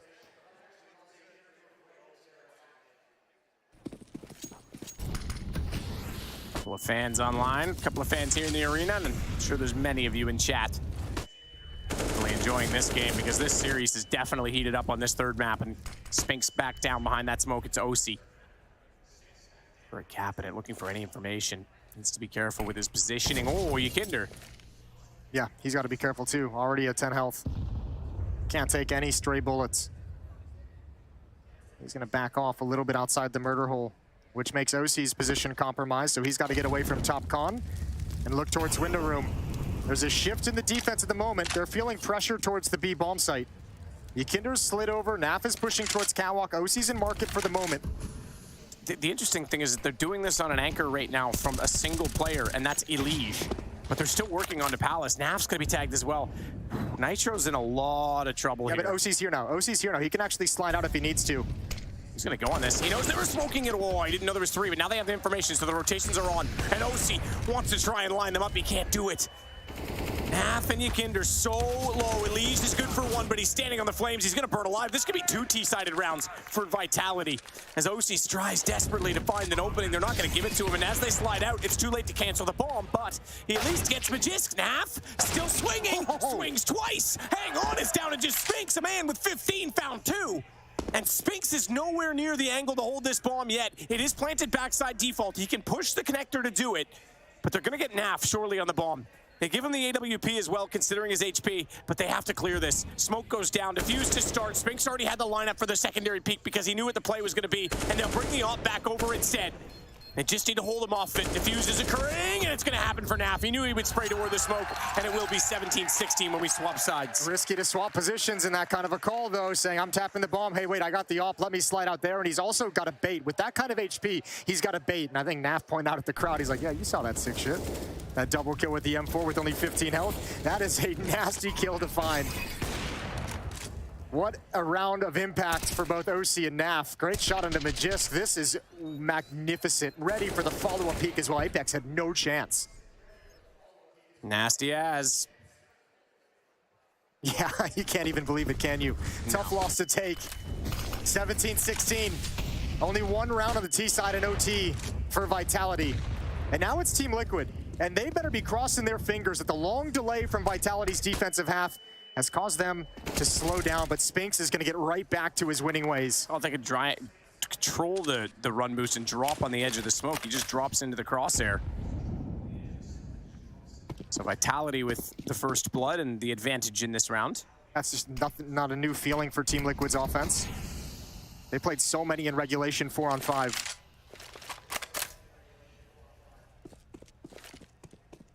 Bomb to be left at spawn a little bit longer as OC and Nitro gather themselves. Elige still waiting at mid, so this will be 1-2-1 to A, presumably. But look at Magisk getting aggressive on that. He wants to shut it down. This is going to be a tough position for them to figure out late. Flash in. Bye-bye. See ya, OC. He was so good in this position as well. If you want to go back to regulation, Spinks in middle was phenomenal. They just got the top of A ramp. It was brutal. So Elige is in the smoke and connector. Naf and Nitro both over here at the A bomb site. There's 39 seconds left on the clock. 1 round is all Liquid needs to force out double overtime, just to be clear. Yeah, that's easier said than done with the way defenses have been playing. ZywOo's here with the op as well. And he started to come into God mode, ZywOo. Towards the end of regulation on the T side. He leads the server and kills 32.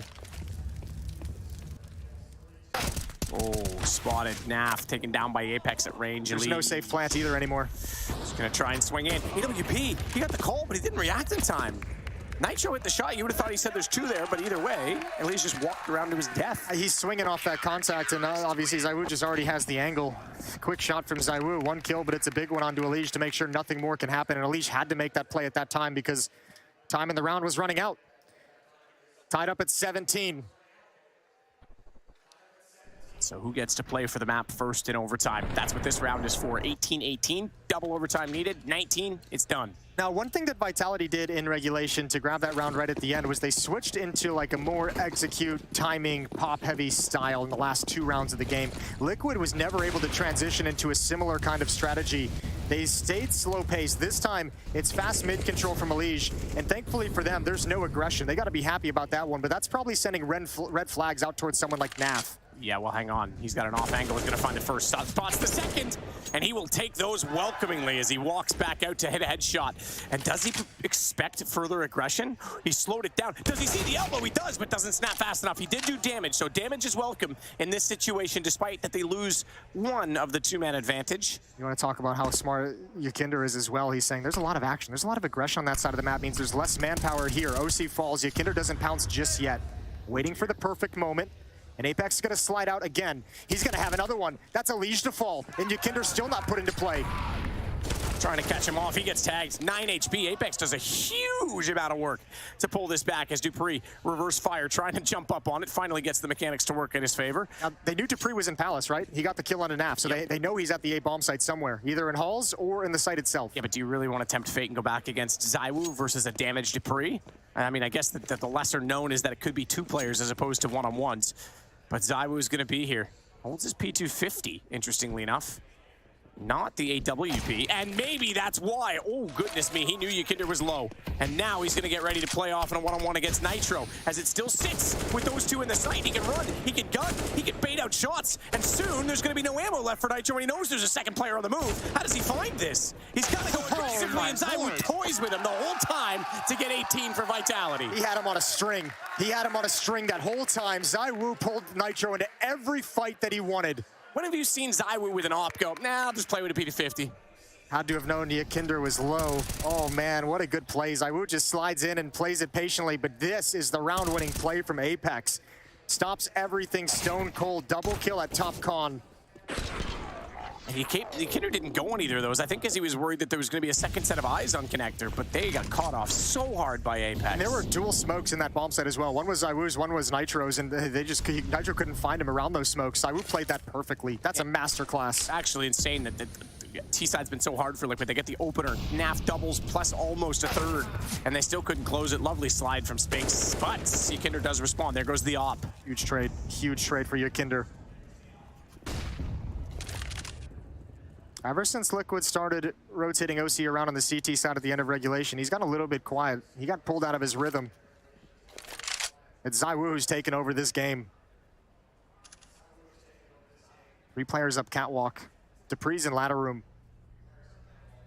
Spinks is going to shift over towards the A bomb site, so it's just the 2 defenders.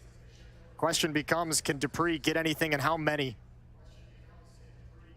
Dupree. Oh, good find again from Ykinder. He's spotted by Apex, gets taken down, but now they know where he is. He's going to try and make himself a bit of a smooth criminal inside of the smoke and fade away, but NAF, AWP staring at him. Bomb to be planted, Spinks to deny. They didn't know he was that close, but he gets traded out as well. Magisk is all that remains between a win or more rounds again. And Magisk is spotted. NAF sees him. He's going to swing out. NAF gets the kill. We're doing it again, baby. Double round him up. Overtime. That is absolutely magnificent. Liquid pull it right back. Absolutely they do. That was massive from NAF. Gave away maybe a round that they shouldn't have, but you could say that on both sides throughout this entire game. This is going to be a slog. God, neither team giving it up either. And we're right back into it. No break, no breathing room, no time for the teams. We play again. 22 is the magic number for victory now in double overtime. Spinks to the window first, puts out the incendiary already, so Ykinder can't cross, but he doesn't want to. Sees all that utility, falls off of it. Nitro instead, though, with some pace, trying to force a reaction out of B. And this is why. Ooh, little bit and it's worked, because look at ZywOo. He was already on the way. They've got a gap. If they go right now, there's a chance they get in. Magisk tries to line it up. He's traded off. And now they need to be aware. You've got space. You've got time. You don't have anything towards CT, however, and ZywOo comes over there late. That might be misleading, because NAF has the bomb down inside of the site, and no one is ready to cover him. OC needs to swing on that, and he does. Apex down. Ykinder finds middle. It's just ZywOo remaining, but it's just ZywOo remaining. We saw how good he was with the P250. He's blinded up this time. Tries to jump away. Tagged to 41. And this gets further and further from possible, the more likely they are to burrow into these positions. So he'll nade toward NAF, to get him. And it's going to be Ykinder that gets it. Does get him. You were right. You called that one, Jason. But Ykinder gets the round first. Yeah, what a great round from Team Liquid. That's the first real success they've had at kind of switching up the timings and the aggression of that kind of a hit. And you're exactly right. A perfect fake setup from Team Liquid to pull all the attention away. Really, really isolating that A defender. Great job from OC as well, providing support fire with the op from Palace. Critical kills, 2 of them. 1 through the smoke to start things off, and 1 to protect NAF. Quick movement from Vitality. 2 players down toward the underpass, and they're going to flash Spinks in. Back turn, quick pop, quick check, nothing there. And now they'll know they've got a bit more space to work with inside of middle as well. They've already shuffled Dupree back over. It's ZywOo blinded. Now we'll find Elige, and then through the smoke, he gets Nitro. Not a bad situation to put himself in at all. Yeah, ZywOo showing why he's one of the best players in the world, and he's showing real dominance with his AWP, up to 39 frags now. Minute and 12 seconds on the clock. Yakinder, Naf, and OC, the only ones remaining 3 versus 5. They spent pretty much all their utility at that A bomb site. They don't have a whole lot to work with, but they're going to try and coordinate with Yakinder to take mid control, and maybe they can find a kill. If they can grab Spinks and bring this into a 3-on-4 without taking too much damage, without taking a loss, then it's possible. And I think Spinks knows it, so he's going to slide out into safety. Scariest part of all of this for Vitality is that Yakinder's woken up in this game. He's up to 32. He now leads the way for Liquid. It's ZywOo, the only one that's ahead. He got there quietly. Man, this is when he does his best work. When he has no utility in front of him and you give him space, he's going to walk in and find these angles. There's a gap here that he can use. No one's actually checking this, and he sees the gun barrel. ZywOo's not at a deep enough angle, and dupree's close to A ramp, so nobody knows. Yeah, that's a kill. This has to be done. He went early. He gave Spinks a chance to react based on the sound cue. But it's opened up. Pulled one back. Needs to find others. dupree's not looked away, but he will now. Waited for the flash. That was his cue, but Naf gets the information on that. How do they respond? OC's waiting for Ticket. ZywOo wants to sneak out. He knows he can't. He knows he's being watched. Lovely shot, you have to say. It's all on OC, 1-on-3, and he knows his positioning is compromised, that he has to find a better spot to be because they're going to be coming from CT at the very least, but there's too many more angles. Still they want to take their time. Still they want to be patient on this. Swings out, first shot success. Goes on to the Tech-9 instead. Tries to get Apex, he does, but Magist came back. Oh, Magist came back in time. Yeah, you're exactly right. There was nowhere for OC to go. He had to get aggressive somewhere. You could see him hoping and praying that Magist was going to offer himself up on Catwalker and Connector before the CT spawn fight began. Almost a doable situation. None of these rounds are easy. That's a 3 versus 5. That comes into a very close affair. Look at these opening kills, half blind. Elige peeks a little bit late. ZywOo's, it's fading, the flashbang. And right before the smoke pops, he goes out for one more, knowing the smoke is going to cover him after the shot. Perfect escape.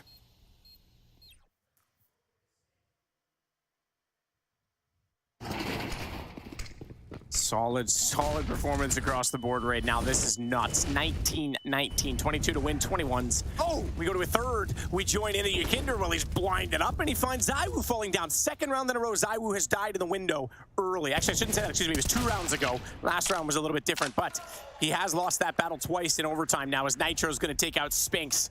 dupree has to back off, smoke dissipating. And think about this now, too, is Team Liquid have a 5-on-3 in this final round of the first half of overtime. This has been a very CT-sided affair. They're about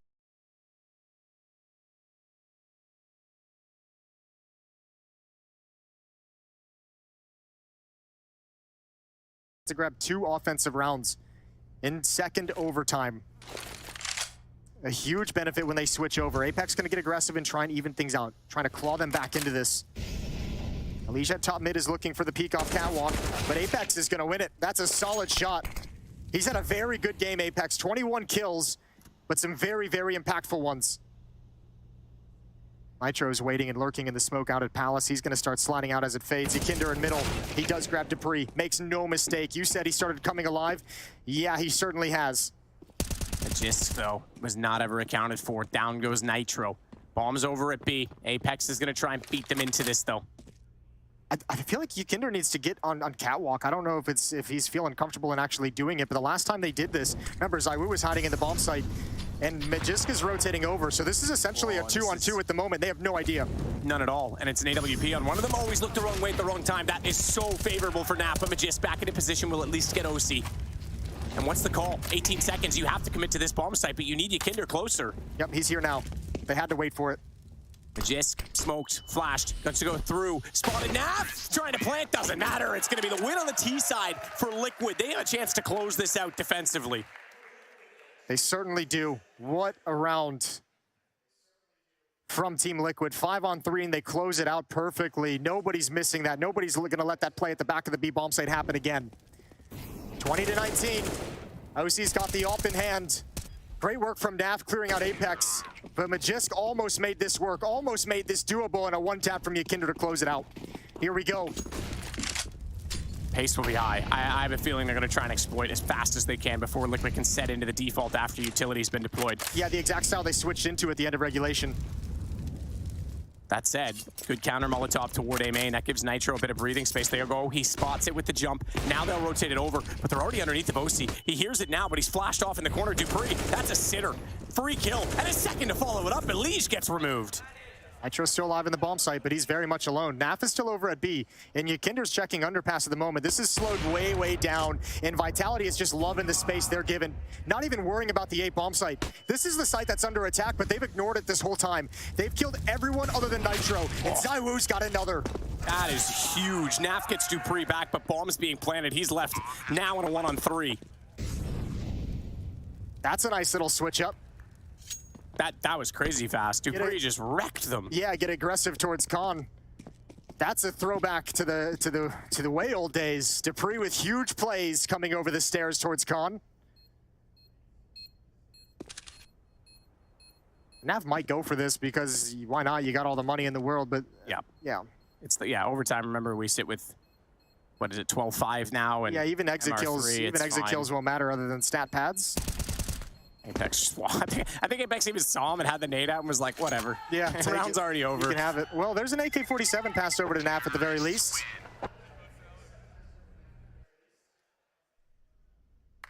So with that, we go 20-20. Man, oh man, this one's getting good. And when they get these kills, they can just remain parked there. Because remember, this is a fast-paced tactic. Look at the time on the clock. There's a minute that Liquid have to work with and try and recover the situation. And you're going to be peeking. You're going to be looking for information. You're going to be trying to find out what the most effective play can actually be. That's a lot of time for a player like ZywOo to be parked looking for kills with the AWP. You get this guy some open space and some time to work with. We know what he can do with it.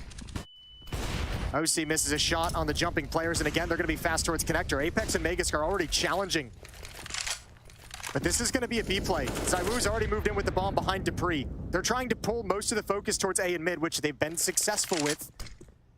But it's going to be towards the B bomb site. And OC, with all this pressure, is parked in ladder room. He doesn't know what's coming, so he can't just hop down ladder and turn the corner and look towards catwalk.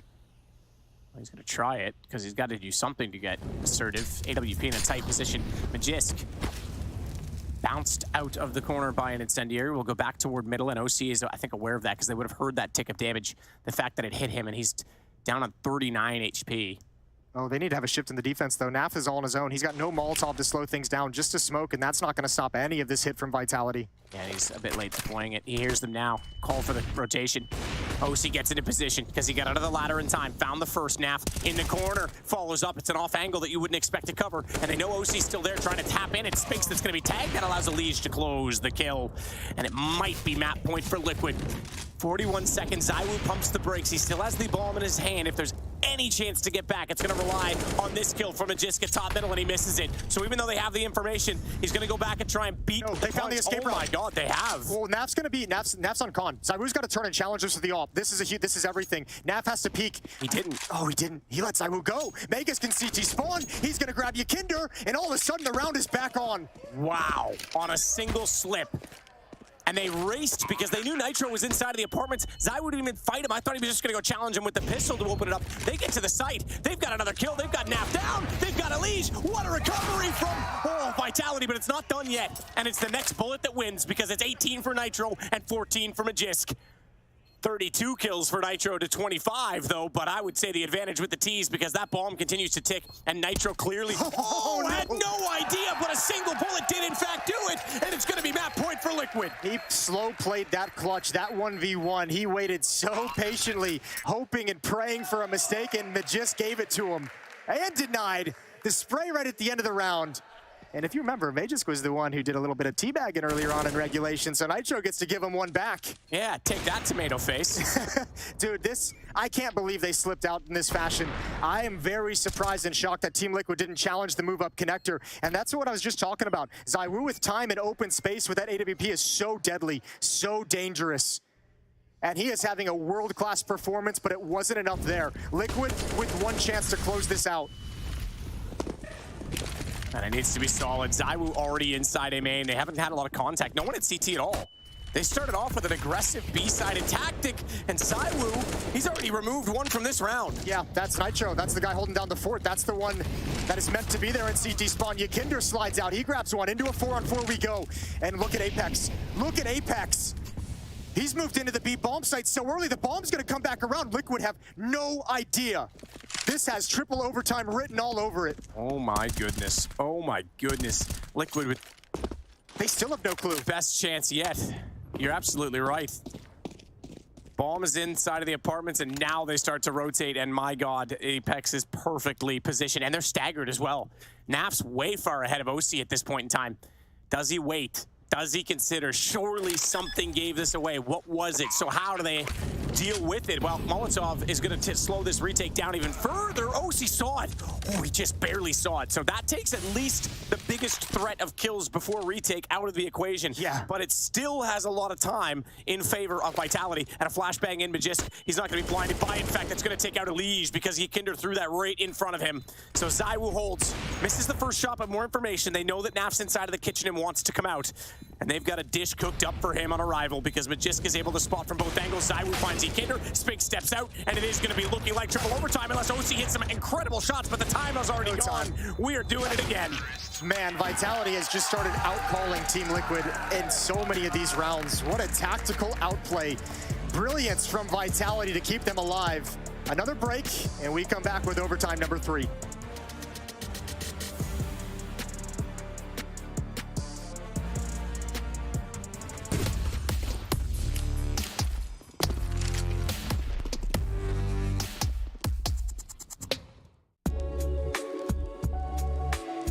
Hey Future Pros, I wanted to show you an alternate way to take some mid control on Mirage.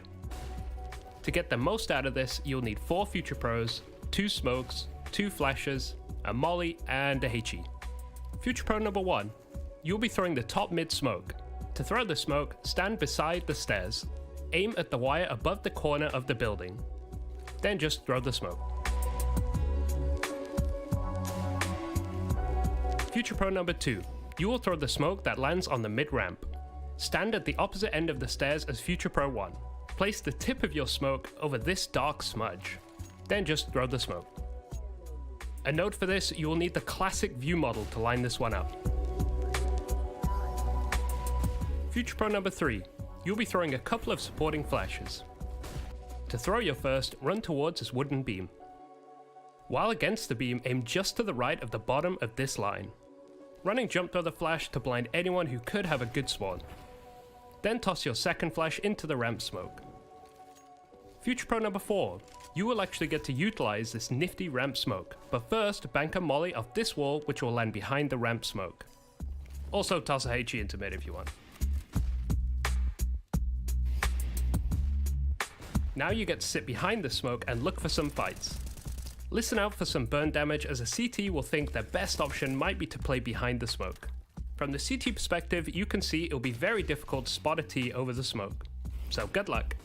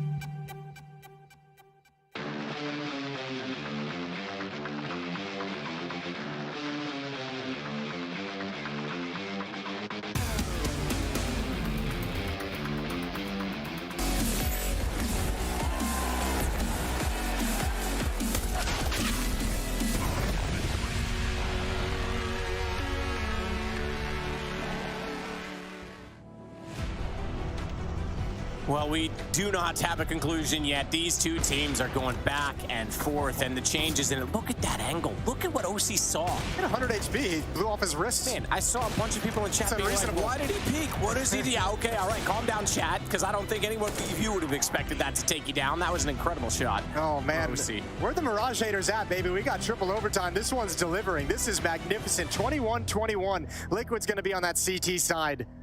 And they had one chance to close it out, weren't able to pull it off. What a phenomenal call. What a phenomenal call for Vitality. Apex just pulled one out of the hat. Kinder takes down Dupree. That's the start for Liquid. He's going to double it up as well. And Elige, oh, what a chance. What a mid-take from Liquid. This started off with an 11-4 lead. If you're just joining us, it was 11-4 at halftime in regulation in the favor of Vitality. Liquid's defense came storming back. And overtime has been a very obviously contested affair. 5-on-2. There goes Yakinder. He's brought ZywOo down to 43 HP. But that'll thin things out. That'll force some shifts in the defense. Nitro's going to get aggressive and push in towards Palace. Start clearing out A. He wants information. He wants to be able to cheat his teammate over. So Elige heads to the B bomb site. OC can watch for a jump up in towards window room through the murder hole. And Nitro is going to continue to push. And as soon as they make their presence known, Nitro is going to sprint to the B bomb site. Naf just waiting it out. Secondary Opper with a primary target. Not able to hit it though. OC comes around. He will. ZywOo's going to take Naf down on the second shot, but Elige cuts him off. And it's 22-21. Yep, what a great start. 25 to win now. Double kill from Yakinder. You mentioned him coming alive at a certain point. It was quiet for a lot of people on Team Liquid for quite some time. Yakinder's now up to 39 kills. The quietest is still Elige, which is surprising because typically he builds into games that he's slow to start in. And there's the final kill from him onto ZywOo. So 20 kills now. Yeah, well, thankfully he's got OC up there as well with Yakinder. Nitro delivered a lot of performance early on. Everyone on Team Liquid except for Elige, who's not having a bad game, just quiet by his standards. Lean towards the A bomb site for Liquid. They have the right call. Yakinder is parked. Nitro is going to play over towards stairs and ticket. Elige is going to come up connector as soon as they know the hit is coming. Nitro with the quick smoke self-defend. This is a lovely spot from Yakinder. Reverse firebox. This could so easily be overlooked considering no one's played it all game, and he's going to pop out early enough to take down Apex. Good shot back from ZywOo.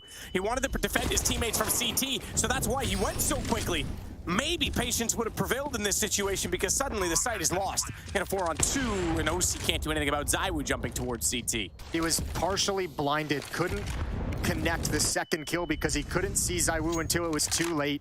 Naf, let's see what he can do. Oh, more impact. Another brilliant double. Brings it into a 2-on-2. OC slides out. He's got one more, but Spinks is up next. Spinks is up next and still has the best position possible for this. Now, the bomb's not planted for him. That's the problem. He can easily try and cut off the player coming from the jungle position, but he has to go. He's revealed his position. OC's going to get it. What a clutch back from Naf and OC. 37 kills now for OC, 35 for Naf. Yakinder still leads the way on 40, but everyone on Liquid is starting to really get into this. It's just so uncanny what Naf is able to do time and time again. Think of the round in Murder Hole when he had 15 HP and grabbed two incredible headshots. Second one was like through the edge of the friggin' wood. And once again, this is almost like an impossible situation. He's getting swung in CT spawn, and the second player coming for him is arguably the best player in the world. Man, oh man. OC's looking great as well. That was pretty fast, wasn't it? It sure was. Yep, frustration. Frustration for Vitality. That was a round they probably should have had. They felt like was firmly in their control. This is so much more than just this map now. When you're into triple overtime of a best-of-5. Oh, it's going to be so demoralizing. Everything's knotted up. Exactly. You're going to demoralize your opponent going into overpass. This has everything written on it. Nitro, window, passive, Molotov down. He's going to put incendiary out to cover off the underpass position. Yakinder waiting for a response on that. Didn't hit it. He didn't hit it. He missed the spray, and Apex will live with 13. And he's been so good in some of those his initial engagements in these rounds for a long time now since he's switched on. That's a tough loss to take, but Apex brought low. Elige is going to make up for it by getting information. Sees that Palace is clear. Magisk is still lurking on A ramp. Complete mid control for Vitality. The tough part here is the extremities are pushing. If they go up catwalk to the B bomb site, there's no one to defend. Naf is way out of position. OC didn't fire into the smoke preemptively. Double flash, and poor old Dupree doesn't know what just hit him, so he starts firing back in defense. Oh, Elige is going to be flanking Magisk. If this takes too long for Vitality to come to fruition, it's going to be a freebie for Elige, and then it gets so difficult. There it is. Easy frag. They might actually have to fall back right into Naf's waiting arms. OC still up on ticket. They are going to go back. Naf's going to try and spring the trap on them, but they're above him. He doesn't have a clean angle on it. They're trying to get the op into position. He hears that, but he doesn't check connector. He thinks they've all gone. He actually just walked behind a free kill. Meanwhile, Nitro, okay, Naf did turn back to find Spinks. Nitro's doing what he can to hold this off, but the plant's coming in, and Apex in the corner has to be perfect to hold the door and the window, and ZywOo nearly gives himself up to OC, who was waiting for it. Apex will spring on that. He goes out to find it, and it's going to be a trade back by OC, all on ZywOo, 1-on-3. He's 1-on-1-on-3 already in this game, way back in regulation, but that was with an M4, and this time he's quick switched off at Naf with the kill. It's going to be 3 chances to close this game for Liquid when they swap over. Yeah, you couldn't ask for anything more if you're Team Liquid. You couldn't ask for anything more. 3 opportunities, that's massive, and Vitality have to be in shambles at this point. What a stand in triple overtime out of the break. Liquid come back. I don't know if I'm imagining things. A little bit of a smirk, a little bit of a grim on Liege. Oh man, Liquid. That's interesting, because if Naf had at any one point just been like, all right, they're up catwalk. If he makes a footstep, Spinks swings and clears him, and that's a whole different round. Razor thin margins between these two teams on Mirage. ZywOo gap. They jump. Oh, he read that so well. He was already preset for it. Kinder just got smoked at the top of the jump. That run boost has not accomplished anything for Team Liquid. No, these nades might, though. They're going to double nade toward the top of Horseshoe. Never mind. I'm going to shut up again. You keep telling me you're not going to go back to it. Yeah, one of these days, Jason. OC wants to get started clearing out the B bomb site early. Takes a big risk just sliding into the peak towards market window. The rest of his team is coming behind. Dupree's just at an off angle. Rest of Team Liquid is here. They're hitting a timing right now towards this B bomb site that Vitality's not ready for. Dupree's going to be the only one. ZywOo's hustling to get over, but OC's going to attempt to pin him down. Smoke is going to obscure the cross, and Dupree falls back. They're more than happy to play the 5-on-4, 5-on-3 now retake. Elige waiting at the window for anyone to jump through. They need a kill. They need the next one. That goes without saying. Bomb planted. OC's got it. Spinks down. We saw the gun barrel, but he knows he can't swing it because it's a dual angle. All 4 inside of the checker's position, and the smoke is close enough that they're going to come straight through. They didn't see Elige, but Elige didn't see the second, and they have a chance on this. Dupree is frozen in place. He is scared right now, and he's going to get spotted out as Elige jumps away, a doubling up position, and they're all going to go down. Liquid's going to take it with a clean sweep in triple overtime. That is stunning. What a huge win for Team Liquid. The grindy marathon of Mirage, and it all started, remember, with a massive, a monumental comeback, perhaps a grand final defining comeback from Team Liquid from 4 to 11. They stuck in that so long, and how do you bounce back if you're Vitality? You better rely on Zonic. You better hope that he has something for this, because this is what we talked about. This is going to demoralize you heading in to now a chance for Liquid to win this series on Overpass. You have to recover. No question about it. Favor is that it's their pick, but that doesn't necessarily mean much when you're this deep into a best of 5. Freya standing by with an interview.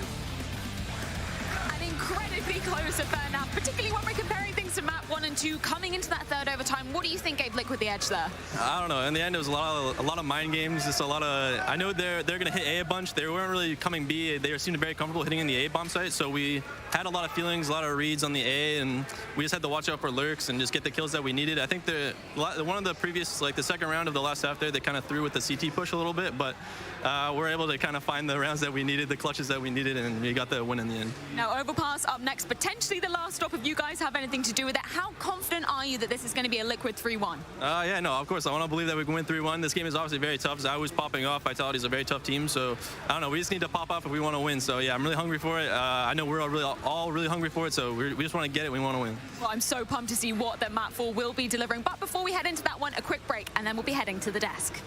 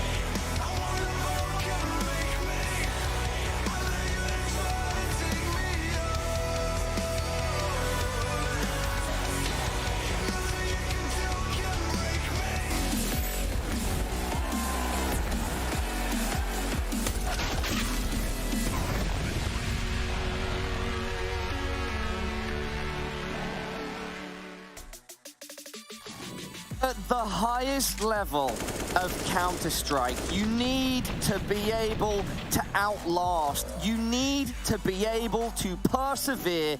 And Liquid have shown us that in spades. From 11-2 down to ending overtime 25-21 up. What a performance and what a story, an exceptional showing of Counter-Strike brilliance. Our grand final here at ESL Pro League Season 16 is now 2-1 in Team Liquid's favor. Man, I don't even know where to start here with that game. Well, a lot of rounds to choose from. I just want to say this, man. Like, ZywOo was a god in the server. It was such a god that Captain America had to hop back to the time machine, come back to the server to play, and he was a difference maker. Even though OC really delivered in the second half and OT onwards, even though Yakinder came alive, Nav came alive, for me, the fact that Nitro was the reason that Liquid somehow remained in contention throughout the entire map. The Winter Soldier had to come alive. Switching up the superhero there, but not quite. It's good creative license, Maui. Yeah, you were popping off every time Nitro was popping off, mate. You were super into how he was performing on the server when we were watching it backstage. Yeah, this was a vintage performance from Nitro. Not only did he just look hot in the server when he was tested on his bomb site, but he held his nerve so many times. The amount of late rounds that this man delivered, Giga Impact. That was unbelievable. I thought he was having a bit of a slow start. It wasn't looking too good, but then, man, he seriously turned up for the moment there. Before we go into probably the standout round of the match, I do just want to point out the discrepancy between ZywOo, who was the absolute highlight for this matchup across the entire serve, 51-32. The discrepancy between his score and his teammates, none of his 4 teammates even hit 30. The thing is, like, everyone was kind of even Stevens when it came to the end of the first half. Everyone was looking really good. But when the comeback happened, yes, it was hardly highly contested, obviously. But a box of brilliance we were seeing from the side of Vitality was primarily ZywOo. You see him in a almost an unwinnable position, and you're like, yeah, he can do it. But everyone else, they kind of trailed off in the second half. Maui, there were points where ZywOo... I'm going to try to paraphrase this. I know we don't have too much time. But we were talking about it when we were watching. It's like some of the things ZywOo does now regularly, like common occurrences, shots that maybe like a wall bangs or odd angles or quick flicks. He does things that, if you've been watching CS for a long time, these were not normal even like 5 years ago, maybe 4. And like he just does these absolutely ridiculous plays as if it's part of just a normal performance for him. He does things that people would have thought were hacks. I mean, people genuinely thought this guy hacked when he was coming into the French scene. People couldn't believe that someone could be this good. And now we are seeing it so regularly. But the man that's across from him there, OC, what a great second half that got him into this game. Because at the end of the first half, he had 6 kills, and he was able to find 19 in that CT side in regulation. That is a mega bounce back for this kid. OC was not to be seen, but then I think crucially stepped up when he really needed to. If he didn't have some of the rounds and land some of the shots that he did, I think Team Liquid don't even make it to overtime. Blair. Yeah, oh, absolutely. Here's the thing with OC, right? Like, the fact that despite having that really, really struggly first half, the fact he was able to bounce back when the CD side, not missing any shots, I mean, seemingly not missing any shots, being so very confident, I think that's a great sign for someone this young. So someone this young who, you know, a lot of people are putting a lot of eyes on, a lot of criticism on, saying, you're not really performing, you're not really stepping up.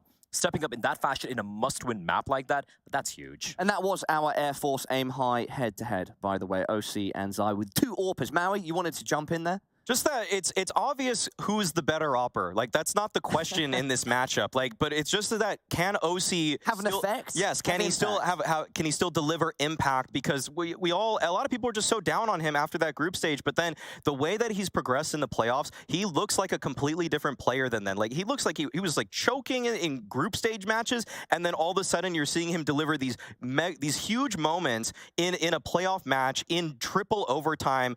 Like, I want to get into some of these rounds. I want to honestly... Let's get into the one round to rule them all. Round 41, Captain America, who doesn't fly in, but I'm going to say Captain America flying in, swooping, and saving the day.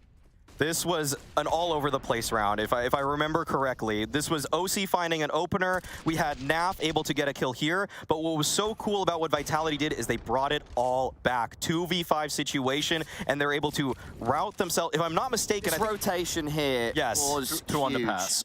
Yes, and Magisk was on the A site. He was able to get that kill on Yukinder, and now ZywOo gets on the site. Yeah, this is huge from ZywOo. The fact it gets 2 more kills, this is still a 3v2. Catches Naf crossing over, but Nitro.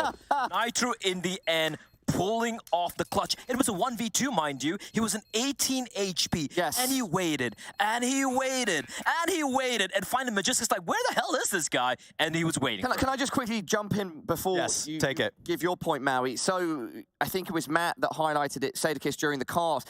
In that point, it was Nitro, and again, sorry, Magisk.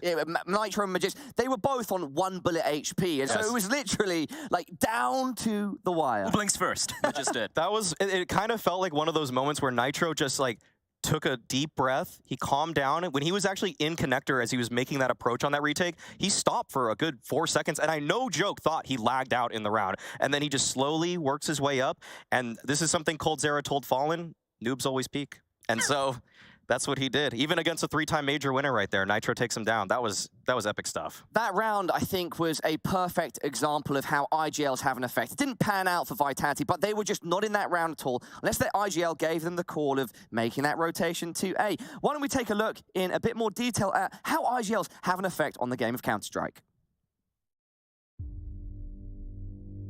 I think in-game leaders need to be the full package, right? There's one thing to be able to be a good tactician, there's another to be a good people person, but you need to have everything, right? You need to be able to not only be a friend to the players in the server, but you also need to make sure that you still have that leadership respect. And then on top of that, you're on top of the Counter-Strike meta. One of the most important parts is making sure that the players are happy with you in and outside of the server. And not necessarily happy with you, but happy with the team and how everything's functioning, right? Everyone needs to believe in their captain. Everyone needs to believe in the philosophy that the captain has and the way he wants to play Counter-Strike. My group of players is very young, so showing them what discipline looks like and how you want to act in specific scenarios and stuff like this. With the AWP, I'm starting to get nervous. The leader, calling well above his years, clearing. Oh no! You're an animal!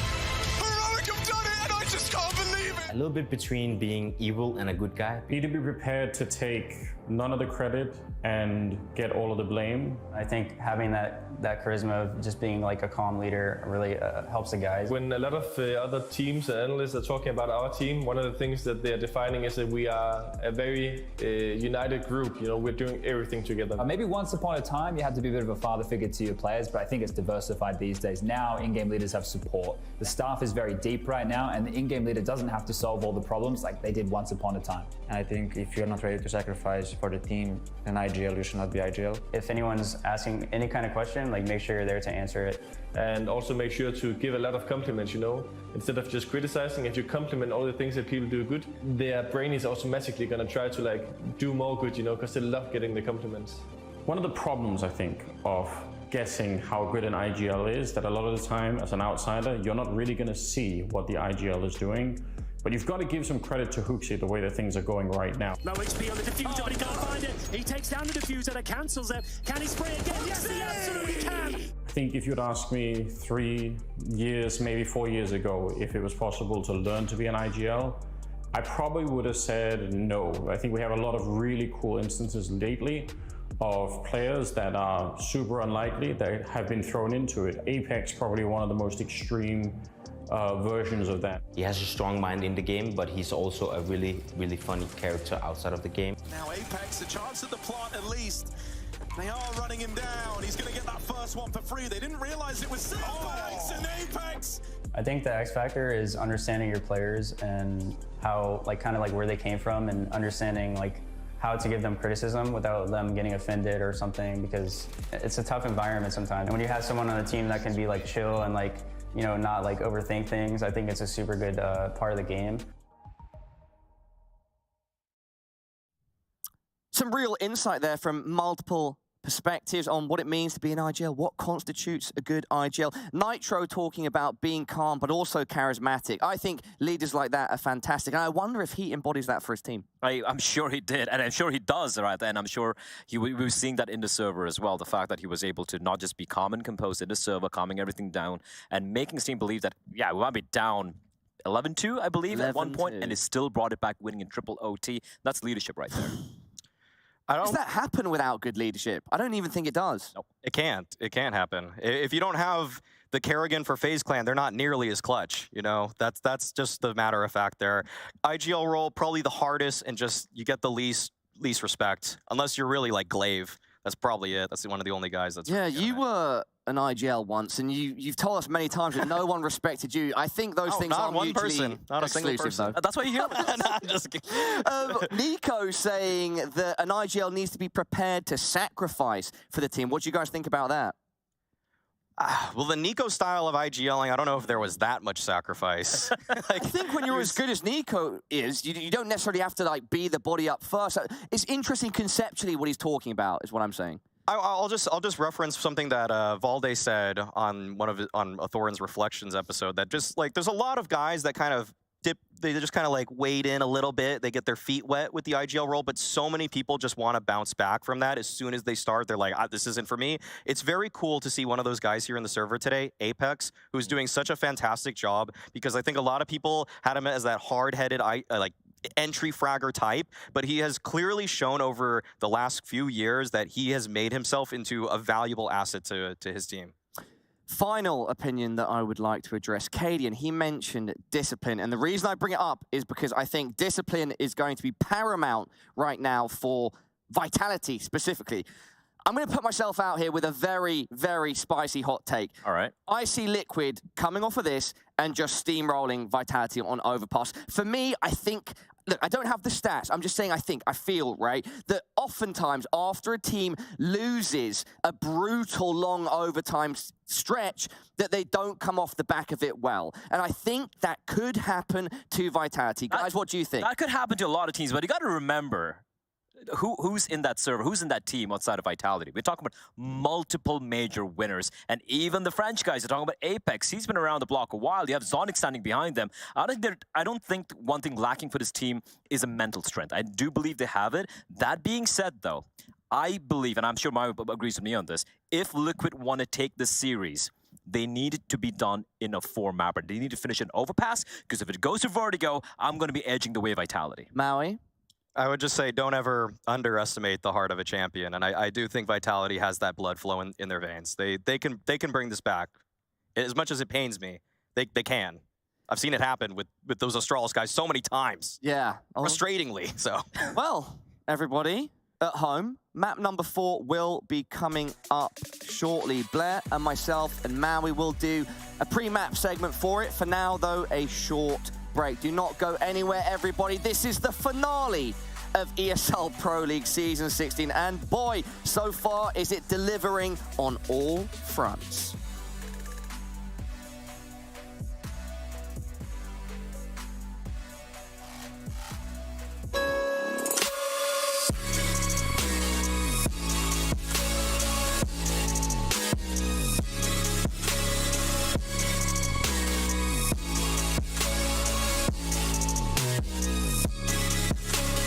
You love it, you wear it. What's your style? Get your merch at shop.eslgaming.com.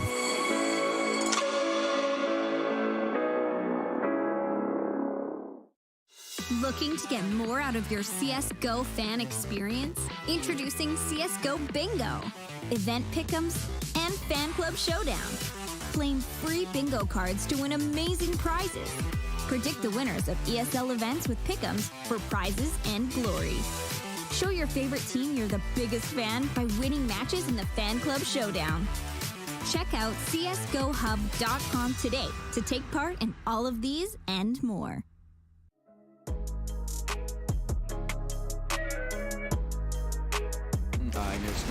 Another D. Did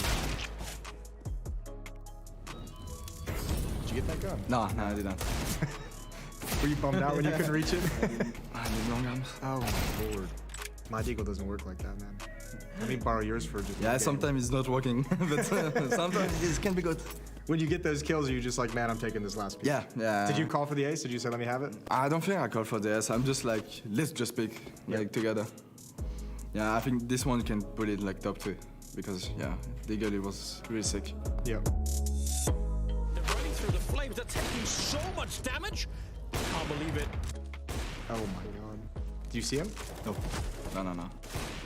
It was just a line of tunnel, so I just shot. We never know if like players have like, you know, the Go TV versus the player PD. Yeah, of course, sometimes this is different. But this one, I didn't see Glaive in front of tunnel. You just took a shot. Yeah, just because they go out tunnel, I just shoot the line, the good line of tunnel. Yep. The last one is Dupree, but yeah, I'm looking for him. Do you ever show him? Do you ever show your teammates those clips when you're just banging them out? You're like, look at this. Look at this. Can do better, but no, I didn't. I don't want to ever see a lace smoke like this in my team ever again. Yeah, I put it in top 9. Against Faze. Trades it and turns on for the 2K, and maybe my Long time ago. That's a nice spin. Doubts maybe completely unwarranted. You missed that intentionally, right? Yeah, because when I was short, and I think when I killed the first one, I heard the smoke on the ground. So I expected him to be close on the ground and... Gotcha. Yeah, so just to catch him. And I mean, when you get those 2 kills as well, like you know the rotations are all going to be converging in that spot. Yeah, that's right. I think it was like the last one for us to win the game. I was like, I don't give a fuck, I'm just rushing now. That's sick. Is this the one where you get 6 kills? Almost, yeah. Even me, I didn't believe in this. I mean, you never can. I mean, that's like a god tier lineup. When I see like Electronic and I have 9 HP after that, I'm like, I'm so fucked. They know I'm Tetris. They're just gonna pick me all together. And you have no options. You can't go. Yeah, I have no option because, I mean, I'm stuck. What's like your reaction when you win a round like that, where like it should be just impossible? Are you just? I just take my headset on the keyboard and like watch Maxime and like I did it, like something like this. Yeah, it was unbelievable for me. Yeah, that's sweet. I think this is top 1 for me. That's like a clip you get like once in a lifetime as well. Even after the game, I say to my teammate, I'm never gonna did it again. Ever again. Yeah. I can check that one off the list. Yeah. Freiburg proves it only for a moment. Oh my lord, I forgot about that entirely. Was that the end of the round or the end of the match? Like, did you just stop here? Like, you're just like, were you just like, oh, I killed the triple?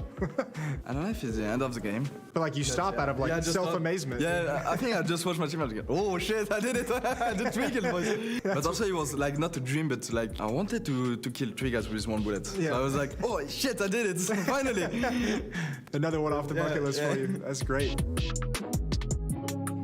And I prefer this one. Because you're beating up on an 18. And then also the moments, like it was quarterfinal, I think. Yeah. Against ENG, and it was important moments because they won the first map, and it was, I mean, good to lead in the overpass, and yeah, I did it. So I think this one you can put it in top 5 actually.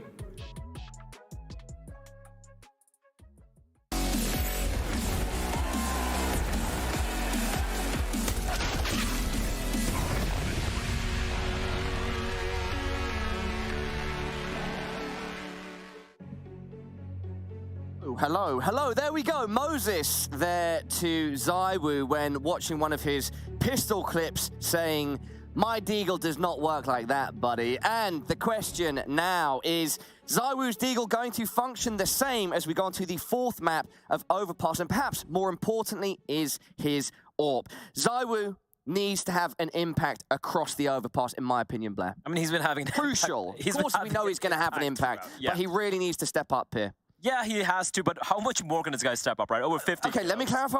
I'm not saying he needs to perform better than he already is, because he's smashing it. I'll tell you what. He needs to hold that level, because I don't think the rest of his team were doing enough on Mirage. His team. That's the thing. Yeah. Everyone else needs to step up here. I've clarified myself like 3 times. There we go, Paula. That's much better now. All right, here's the thing.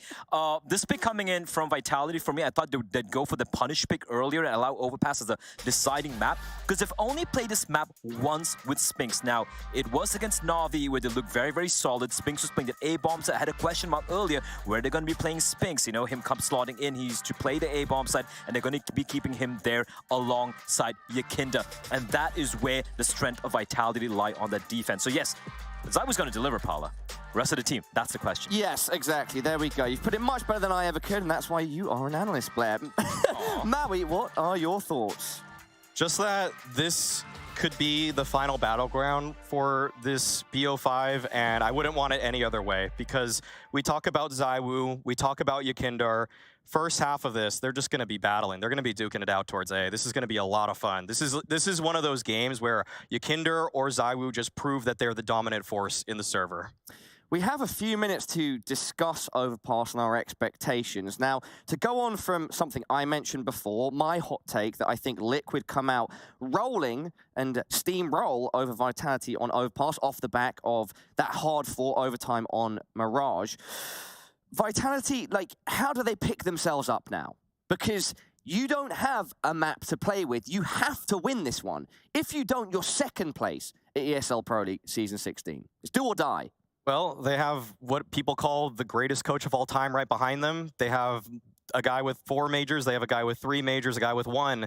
And a Zywoo. That's it, yeah. And then at the end of the day, you got Zywoo. So, I mean, I think that's enough proof right there that you can make this happen.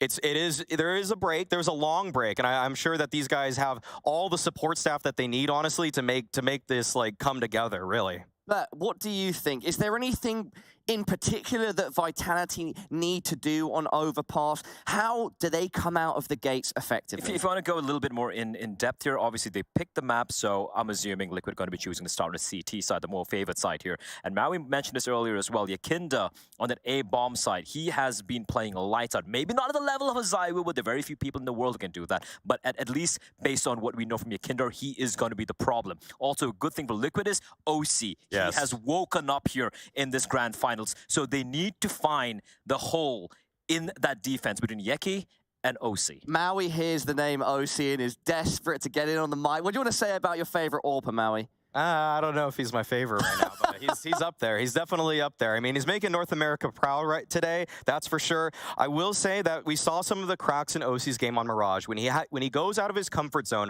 when he tries something that he's not used to, even something that he might do often, but he hasn't done in the map earlier, that's when he falls apart. I will cite one cool stat I found when I was really digging through the demos here, is that every time Liquid has played Overpass so far, if OC starts with an op at Flowers, so at long A, just on that little boost, they have won the round.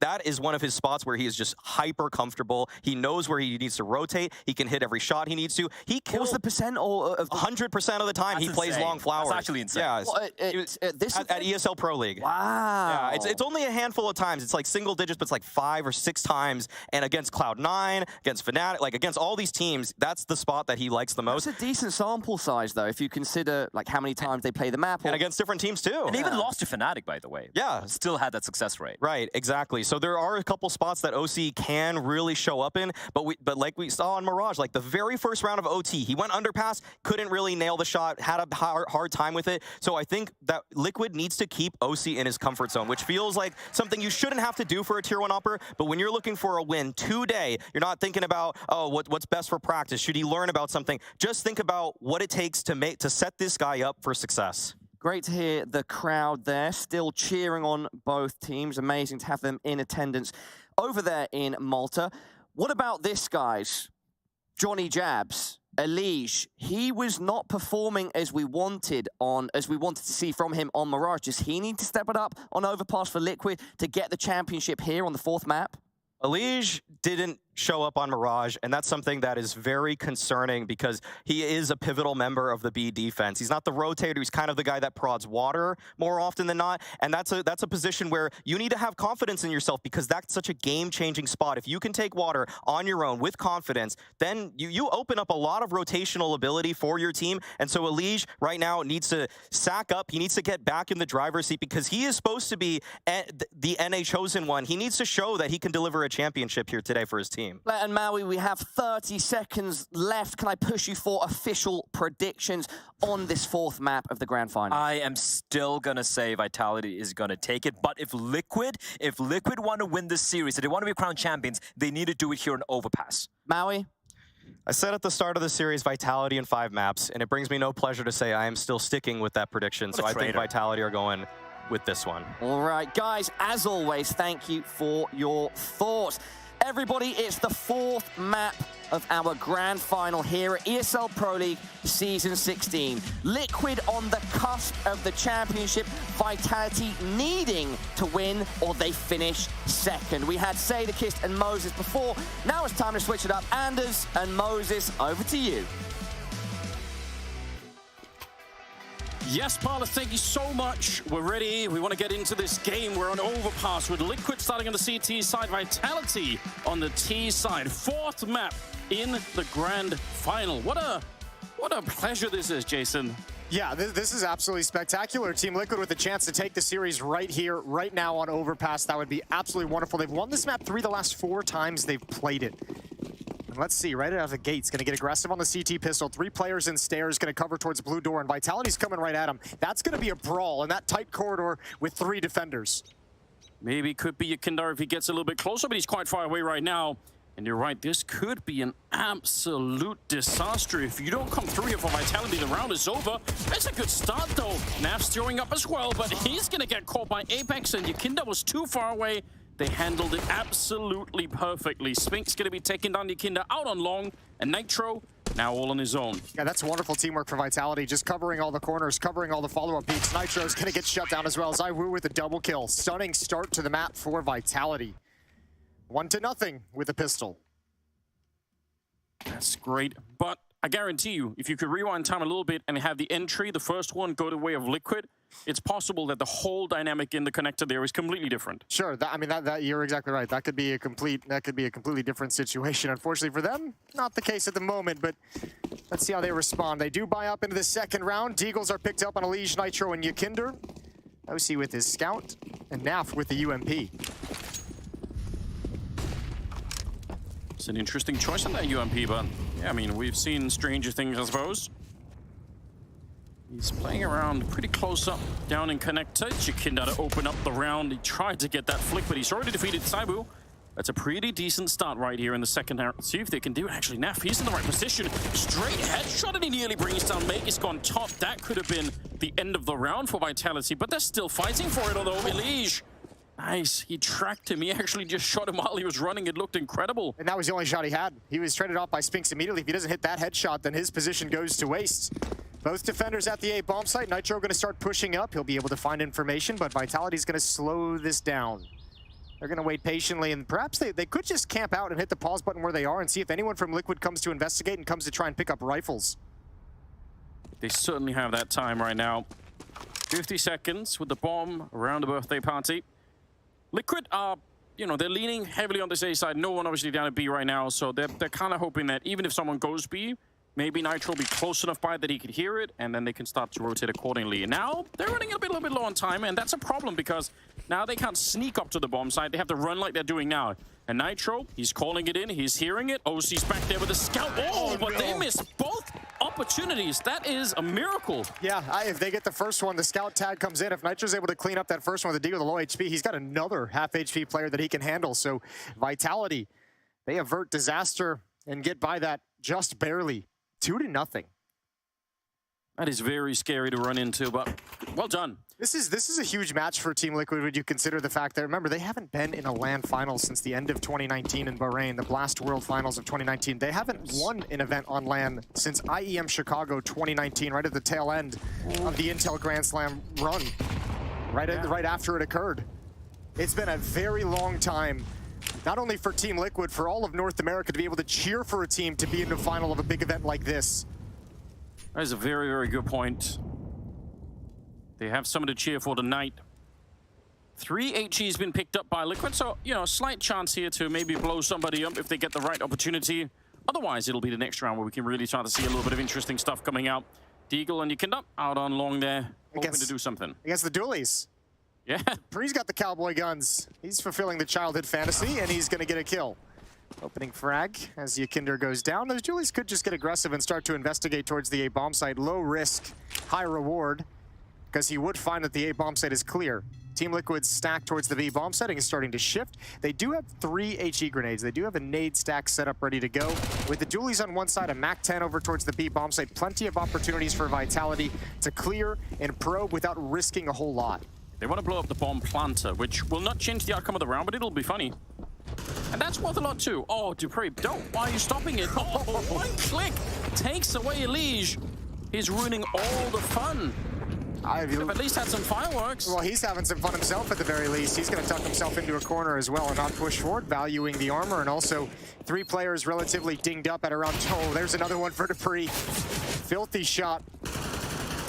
Go get yourself an ace. Go get yourself... Have we had a dually ace ever? I was just running through that in my mind, and I don't think... I mean, my mind doesn't work that well, but... Oh, he almost had it. That's amazing. Great mechanics with the dualies.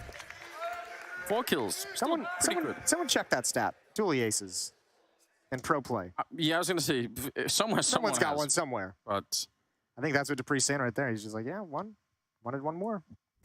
3-0. Guns come out. Up in the hands of OC right out of the gate. Naf has the only kit for Team Liquid's defense into this 4th round. And Spink still has the MAC-10. Well, this is where it counts. OC was crazy on that last map with the AWP. He hit so many cool shots. Now, remember what Maui said in the pregame. He said every time OC starts at Flowers, they win the round. He's over there at the moment. Let's see. This is going to be a B defense that needs to hold strong, though. Spinks is forced back. And good damage done to Dupree as well, down to 33 health. And OC in that position. As Maui outlined, very comfortable, obviously, not with just the fights that can be presented to him, but with the rotations after the fact. He's not getting any action his way quite yet. Especially if they feel comfortable sending the second player over there away. If they could say okay, you go down connector or you fall back through the A bomb side. I'm gonna fight out here. It's all right. You know, I can play this on my own. Now this wasn't the worst outcome for Vitality probing through Monster to start with, because they've forced a lot of counter utility out of Team Liquid when they apply that pressure, and that's why they're super happy to just fall back and kind of reset things. All right, OC's going to get some attention on him now. Jump spotting for the moment. I don't think he spotted anything, but he is backing away. Yakinder's kept space towards the front of bathrooms. They still have some nades left on that Vitality side, unlike Liquid that are running a little bit more low, but they have enough for basically one good execute in here. But look how much ground Vitality still have to clear out in bathrooms, and time's at 35 seconds. Yeah, they're going to run into Yakinder first, right around the corner, and Meg is not peeking for it. You could tell his aim or his mind was somewhere else in that fight. OC, I don't know if he spot them out long. He might have if he actually, yeah, he's going to go all the way back. They still have a smoke on OC. That's important because there might be a Molotov landing right on top of this truck in just a second. Yakinder pushing forward, trying to do something. There's the Molotov, and he puts it out. Some quick work coming out from OC. Spinks in the meantime is taking down Yakinder, and almost OC is dropped from that aggressive peak from Apex, but he will get the revenge kill on him. 3 versus 3 now in the afterplant. 8 coming up. It's Nitro on a bit of a flank. Well, before they even get to it, Naf is already down. Simon with a good shot. Double kill for him in the round. Nitro and Elige trying to see if they can crunch it, but they had better be quick about it. And Spinks, he goes down. That's a start that pulls some of the attention away. And now it's Elige. Just sneaking out. He's on his own. Nitro going down. He'd love to find somebody, but it's Saiwu side swiping him. Didn't even get touched in the round, but he did get the triple. And Vitality up 4-0. Yeah, and Zaiwu even ignores the AWP on the ground by truck as well. He just says, screw it, I don't need to pick that up. All things are going well. We want to keep the versatility of the AK-47 for the moment, and you're exactly right. Beautiful start. A lot of conversation, obviously, of how do you bounce back from such a devastating triple overtime loss on Mirage on the previous map, and Maui putting a lot of faith in the mindset of champions, and obviously with guys like Apex, who's a major champion, Magus can Dupree as well, and Sonic behind them, plenty of opportunity, but this is a good way to actually show it off inside the server, is to get out to a hot start. That's a very cool flashbang, and with this M4 being the only rifle that they have, that would have been huge if they could have flashed their way into the early kill, but it goes the other way. Simon is wrecking them over on that side instead, so it's just going to be a 2 versus 5. Yeah, I mean, Maui also, they ended up talking a little bit about in-game leaders, you know, the pressure that's on. Apex, obviously, much experience at this point in time. Maui was reminiscing about his own days as an in-game leader, lacking all respect. I don't know how that's different from today, but... Yeah, fair. I think, too, I mean, Apex, not just the experience he's gathered, but even on Mirage, they had some very, very cool creative calls and adjustments on their T-side of Mirage to keep them alive in that game. A number of times that came out of Apex. Zaiwu's going to have a quad kill in the round. He's up to 9 kills in this so far. Dupree's at 6. Very hot start for Vitality. That's going to make Zonic happy, although not comfortable, but happy.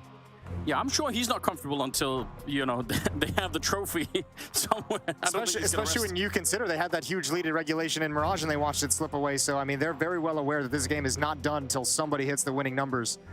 Timeout called early for Team Liquid as they want to talk things over. Makes sense. They're getting beaten up.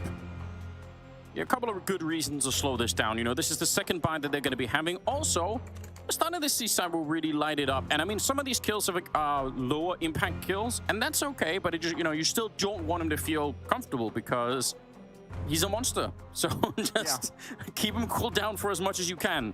You're going to really regret it if you just get him rolling right from the start. That's been the challenge of everyone who plays up against someone like ZywOo. How do you keep him cooled down? You just got to take advantage of it when it happens. Hope for the best. 5-0. Deep utility. ZywOo's going to put out the Molotov. Nade to blow open the door as well. Magisk is going to swing past it. Another opening kill for Yakinder. Almost gets a second. Dupree down very low. And some covering spam coming out from Apex. But just for Mars, that is a great output. Absolutely. Didn't expect anything like that. And he's, again, the confidence is just the key when you're talking about how Yakinder likes to play it. He hears them running. He knows there's going to be more than one. He can hear the footsteps. He's like, I'm going to step into this fight anyway and just try and see if I can beat all of them with the FAMAS. And he almost did. So ZywOo, as you can see, has switched over to the AWP instead of the AK-47. He ignored the op knowing they were going into a low econ round. Now that he's got it, however, he's been so effective with the AK, he's going to have to be a little bit more passive and supportive while his teammates get the entries. That's exactly what Spinks was brought into the team for. Oh, trying to get that little jump on the arc of the hallway just to see if they can, on the tunnel, you can sort of offset your position just a little bit. They do get the right entry that they needed here. 2 versus 3 at about 45 seconds. It's Naf and OC left alive to try and get that first round on the board for Liquid. Going to be an execute to try and get rid of that top position. So OC will have a choice to make if he wants to sort of jump down into the water and commit to it, or go the long way around. And they weren't exactly executing behind it, in fact. They're really taking their time. Readjusting. Gonna come out monster slow. Yes, they are. Naf looking right over. Can't see anybody yet, but this is a great position. A little bit of an off angle. Flash, but he's going to easily turn around for it. And now the bomb is being attempted. Naf, does he want to risk it? He will, and a huge double is what he gets for it. That is absolutely magnificent. Now it's on Dupree. Low on health from earlier with that AWP. He's going to flick and get one, but he can't escape. Can't believe it. He's somehow still alive, and he smoked it up. And now he's just playing hide and seek, and this is going to be so stressful for OC. If he misses a shot, he might be dead here. Molotov, there is a kit on the other side, but no smoke. He's counting every second. He just needs to let it go. There it is. That might be the round. I don't think OC has time for this anymore. He's going to flick and no-scope him. Oh, man. He can get it now. I think he's got it. Just got it, I think. You might be exactly right. That is so intense. And it's the first round for Liquid. And OC had the op out the whole time. They didn't have the information that Dupree was brought down low. They didn't have that, or else OC would have been spamming that smoke with the pistol. What a genius, what a smart play from Dupree to just hold that Molotov inside the smoke, even having the lineup as he's lost inside of it. Very close affair. That double kill from Naf. How many times is a double kill from Naf going to save the day for Team Liquid? He bumps into the pillar and still somehow lives, obviously because of the EWP. But still, wow. I mean, that's even a tough shot to hit for OC as the smoke clears. And it had to be a hit. That's huge. Not out of it just yet. Money's going to be low after winning a round with a single player surviving. Decent nade. Been saying this probably plenty of times, so regular viewers might have heard it before, but people sometimes underestimate how much of a difference it makes doing just a little bit of damage like that to even out the difference between the AK and the M4 for the one-taps. So don't always have to get the crushing 46 type damage on a grenade. Sometimes a little bit will do. Smoke is going to act as the door that was blown open to prevent any vision in towards stairs as Magisk and Spink work their magic, but it doesn't matter. Nitro's got one anyways. Attempted run boost out on long, but there's no one there to find. Much further back, Yakinder, and then behind him, Naf inside of the A-bomb site. ZywOo's got a flash, though. Has actually used it to help Dupree clear out bathroom. So Yakinder's position, there's no real flashbang to allow Dupree to activate and turn that corner. In fact, there's going to be a counter flash on the Team Liquid side. That would give information over to Dupree. You could see him turn as he heard that flash pop. He's saying one was out long, they just cleared it. Back to the B-bomb site we go. Apex, ZywOo, and Spinks shifting around towards Monster. Dupree coming down the stairs to join up. Look at the clock again, Jason. We're down to 25 seconds. There is still one smoke left on Elige, and saving that one grenade right now could be insane. He's going to put it up towards the barrels, but if he can run in there and hide, they're going to try and Molotov it out. In fact, that Molotov is still going, I think. That's a little bit interesting. Going to be one more in there for Spinks. They really want to make sure that no one's there. MP9 up close, but they're running out of time. 7 seconds on the clock. Apex with a massive double, but then it burns to that Molotov. Nitro's right inside, and that's the only kill they needed. ZywOo goes down, and Liquid pick up a second round, just barely. He gave him a knife to the ribs just to let him know it was coming, and then switches to the M4. He's like, okay, the knife hits, I know where he is. Keep the crosshair here and switch to the M4. Well done. And Vitality, that's actually a very nice hit. An incredible double kill from Apex inside the Molotov. That might have actually activated the round to let Vitality win it. Jumping into his own team's Molotov to secure the bomb site.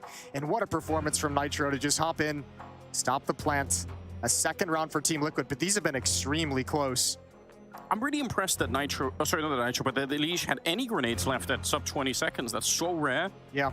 So that even suggests that he has some kind of idea that maybe Vitality would execute a little bit late in some of these rounds. Yeah, I think Liege is one of those players that always has a plan for his utility going into every single round. There are some players that you could say sometimes just kind of toss it out by default, just kind of on, you know, just on cycle. But, you know, Liege knows when he wants to and when he doesn't want to, when it's important to save the smoke.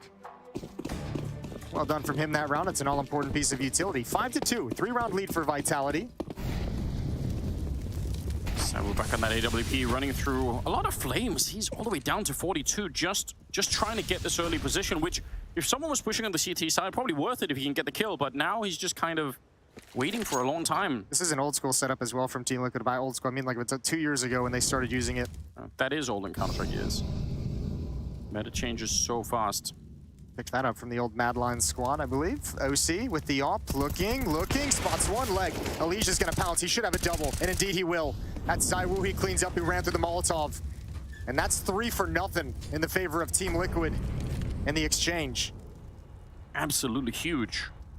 They're so focused on worrying about OC on that AWP, all of their attention is drawn that way. ZywOo, not afraid, obviously wants to go for the fight, but then Elige comes in with the absolute knockout. Good spot from Nitro. Now he just needs to stay alive. Yeah. Spinks knows he's been spotted. They know it's retake, and it doesn't even matter because the bomb's over at Fountain. Oh, yeah. I knew it the whole time, I swear to God.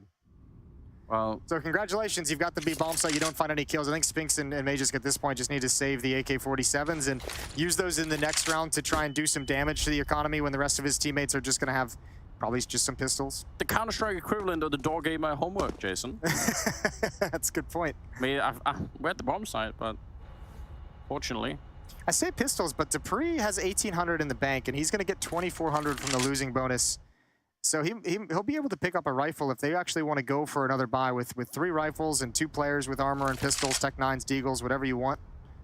There could actually be a pretty solid buy for Vitality moving into round number 9, but Liquid's coming back into this game with 3 in a row.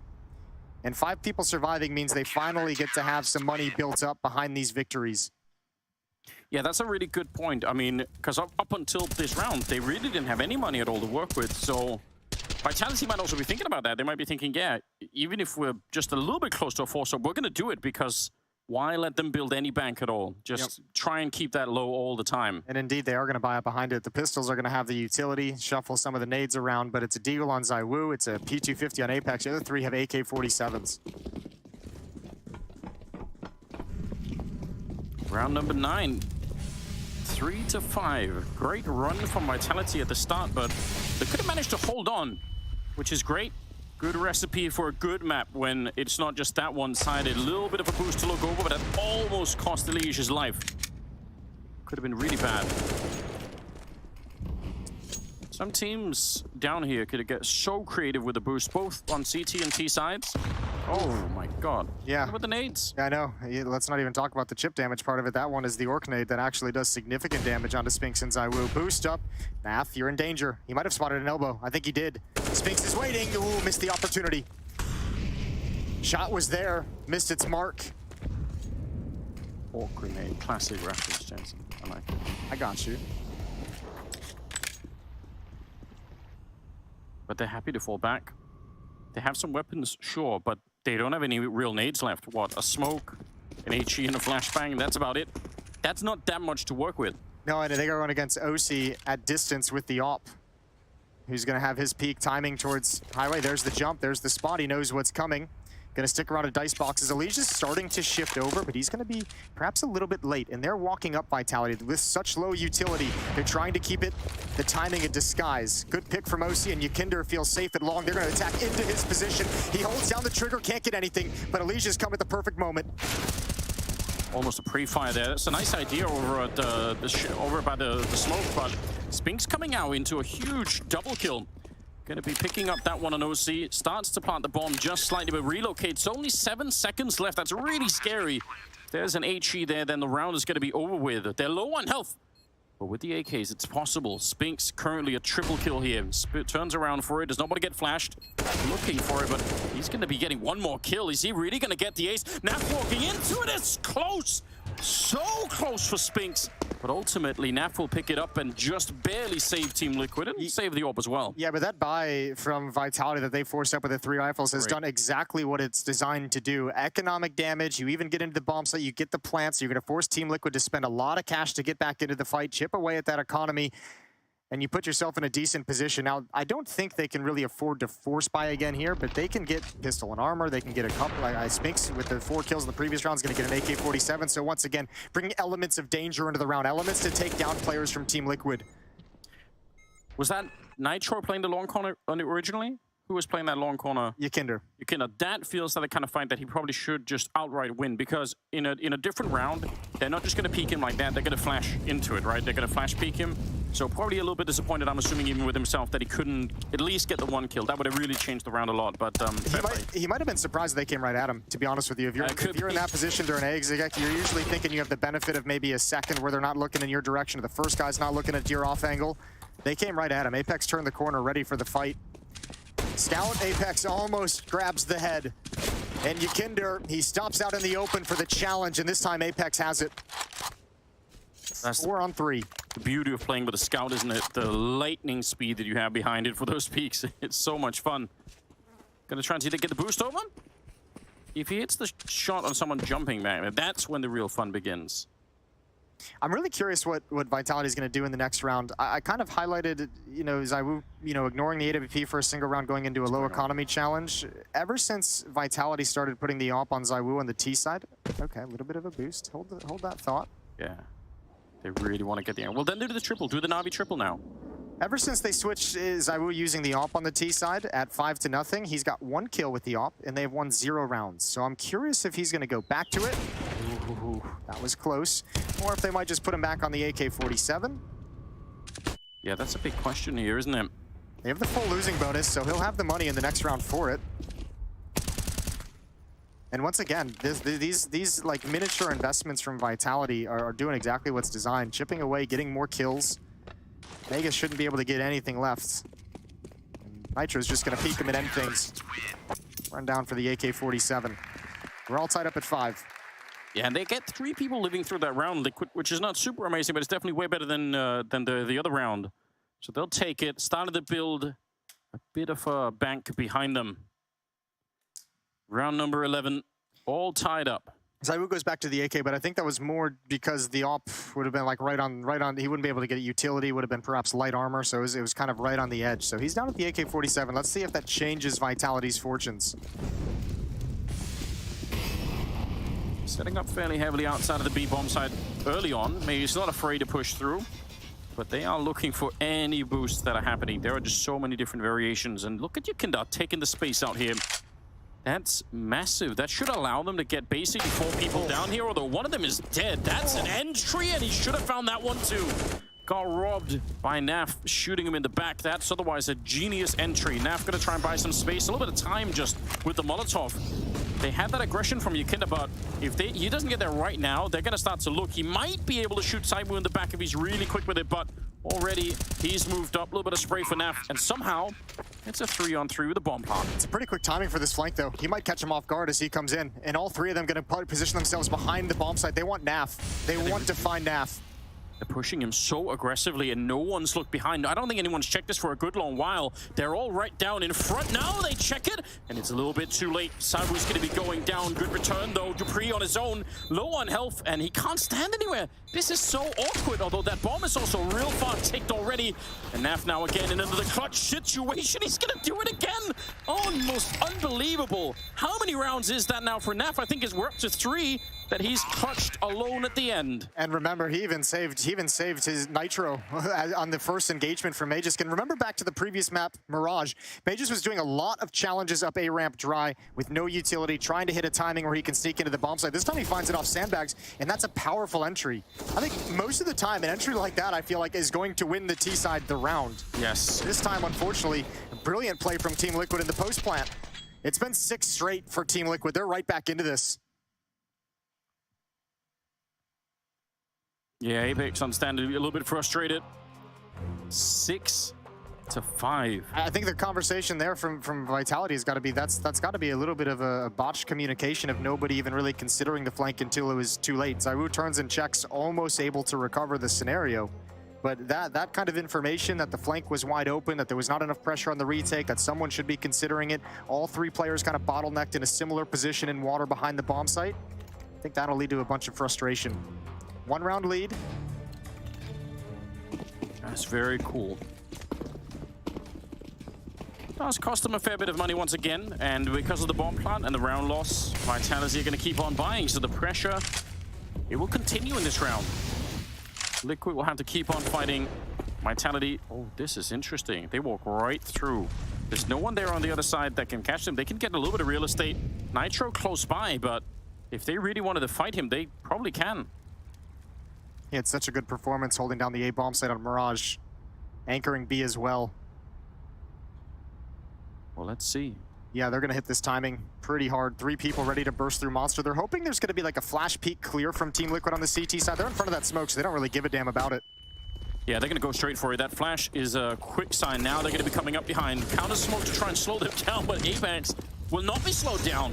Takes Nitro headshot to bring him down, and Yukina comes charging out. That's very aggressive, and ZywOo's just not really looking the right way at the right time. So 4-on-4 now.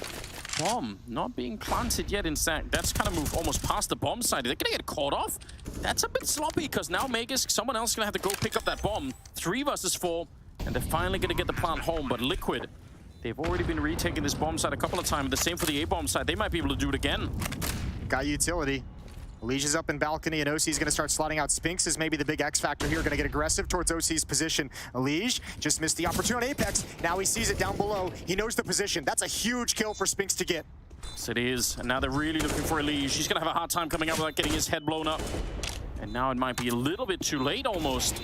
Lige taking a lot of damage. He's finally going to get the kill, but good recovery here. Vitality able to hold on. Double for Spinks, double for Dupree.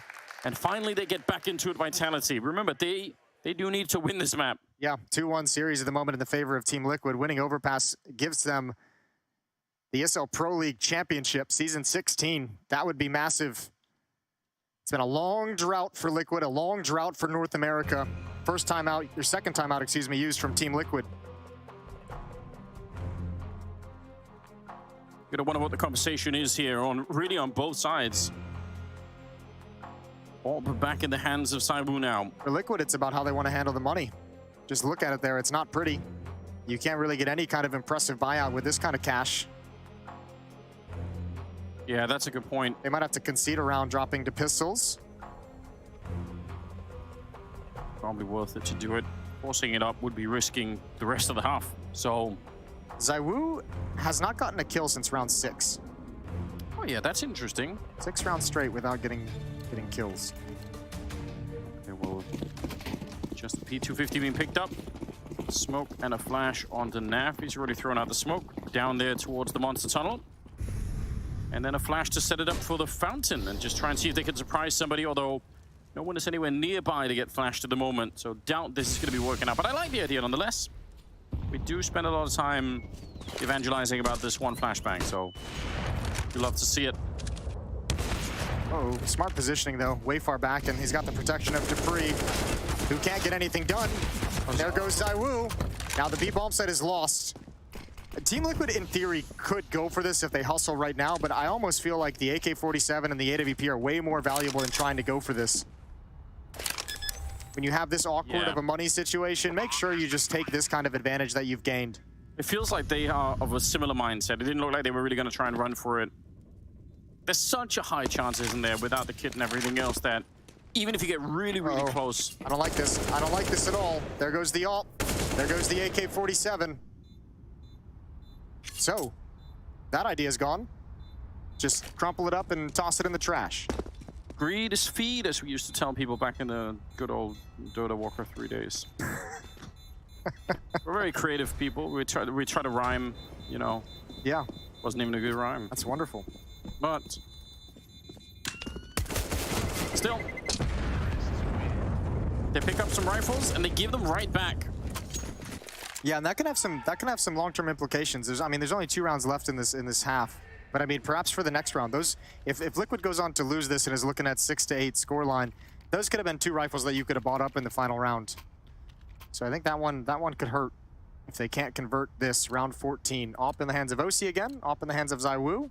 Both offers have been relatively quiet on this map compared to what we saw in Mirage. Yeah, maybe one way to put it is, if they win this round, maybe we won't care so much about the rifles being lost, but if they lose it somehow, then yes, this could be a real disaster, losing those 2 weapons. 7 to 6. Vitality on a one round lead. Looking to make this half a 9-6 affair if they can bring this one home. They win this round, the next one is going to be way easier. And look at dupreeh. Look at how fast he's scaling up long. He's almost won the round. If he keeps going like this, he's going to find an empty bomb site, and he can even go and backstab them in the B bomb site. Oh, this is crazy. Only one that could save them right now is if that could win this fight against Magus, can turn around and try and help. Otherwise, yeah, this is insane. This is a huge gamble. dupreeh at the moment is just calling out, like he's just saying, don't go B.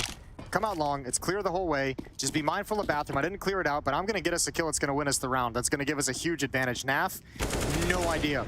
No idea whatsoever. And Liquid scrambling now to recover and close the gap in the defense.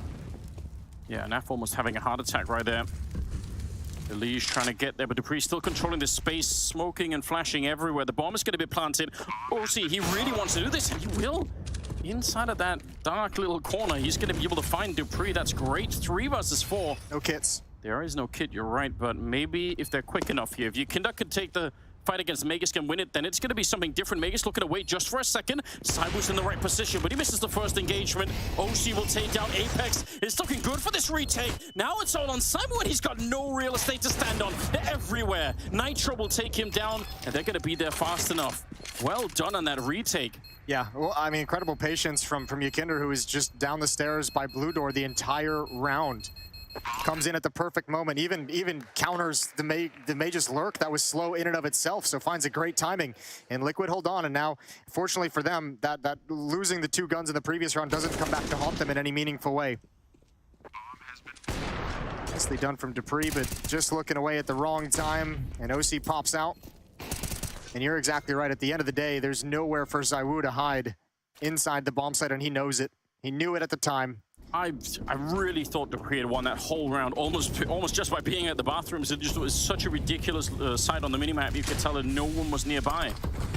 Somehow Liquid find a way out. Sometimes that much of a gift, as we saw, is kind of tough to coordinate with your team because it's not really a situation that you expect to go into. Yeah. It's not really a benefit you expect to have. They definitely had a little bit of trouble trying to find the optimal way to use it, I suppose. Yukindar forward position, and it's dupreeh to fall. And that clears out the entire A side of the map. Just now, bomb being picked up by Apex in T-spawn, but if they wanted to go back to the A bomb side right now, they would have to spend a lot of time and utility that they don't even have, so surely they just have to go B. They don't really have a whole lot of utility to attack this bomb site either. Yeah. Gotta imagine Molotov towards barrels, smoke inside the site to give some freedom to plant, but Liquid's all in front of that smoke, so they're gonna be challenging the choke points. Apex gets dropped by Nitro up on top of the grates. Yeah. And now it's a 5-on-3. And smoked off once again. It's actually really close. Playing battleships inside of the B bomb site. but he doesn't get the shot that he needed. And if they even wanted a chance of winning this round, probably they would have had to get a kill like that. They're still trying to see if they get through the tunnel. It seems absolutely impossible, although Magisk is very accurate with that AK. Counter flash coming out, quick turnaround. The second one, he sees it coming, and he's ready to try and fight Naf, but won't be successful this time. Expertly done from Naf. It's 8-7 at the end of the half in favor of Team Liquid. It's not bad at all. We'll see if that is enough to close out the map and win the grand finals. It's coming up after the second half.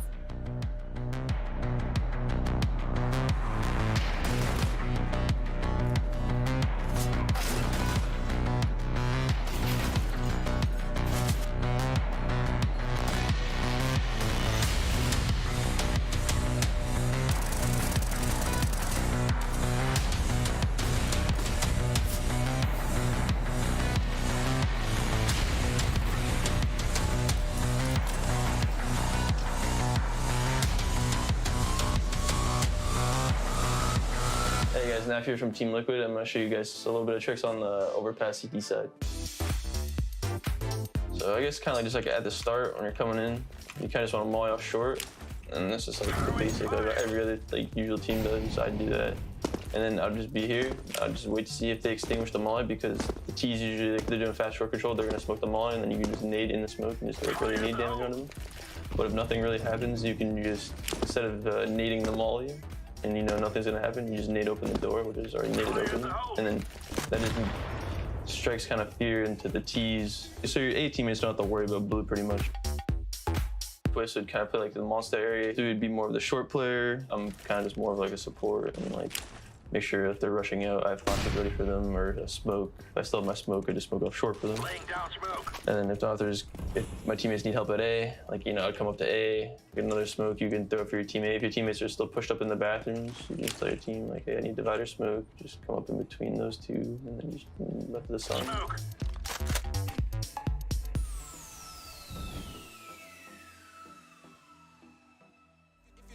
Then I'm coming to show them what I'm made of. Yeah, always showing your integrity. Yeah, if you want it, I'ma let them see. No guts, no glory, not a part of my story. I'm going hard for that trophy. It's why they all been on me. No guts, no glory. There's no need to go again. I don't comprehend and I do not pretend, cause when I'm coming, it's to win. No guts, no glory, not a part of my story. Trophy. It's why they all been on me. No guts, no glory. There's no need to go again. I don't comprehend and I do not pretend, cause when I'm coming is to win. Wake up, put the work in. That's the only way it's gonna work out. Hard work and dedication. No time for procrastination. Takes a lot of time, a lot of patience. A lot of heart mixed with motivation. On the days that you're feeling down, look in the mirror for your inspiration. Like, woo, just notice. Never stop, never quit. People wanna see you doing good, but never better than them. Gotta push yourself to the limits. You cannot lose if you are not in it. You gotta lose sometimes just to win it. Don't get discouraged, it's just the beginning. Yeah, turn up. Don't end up a Timmy Turner. Don't get caught up in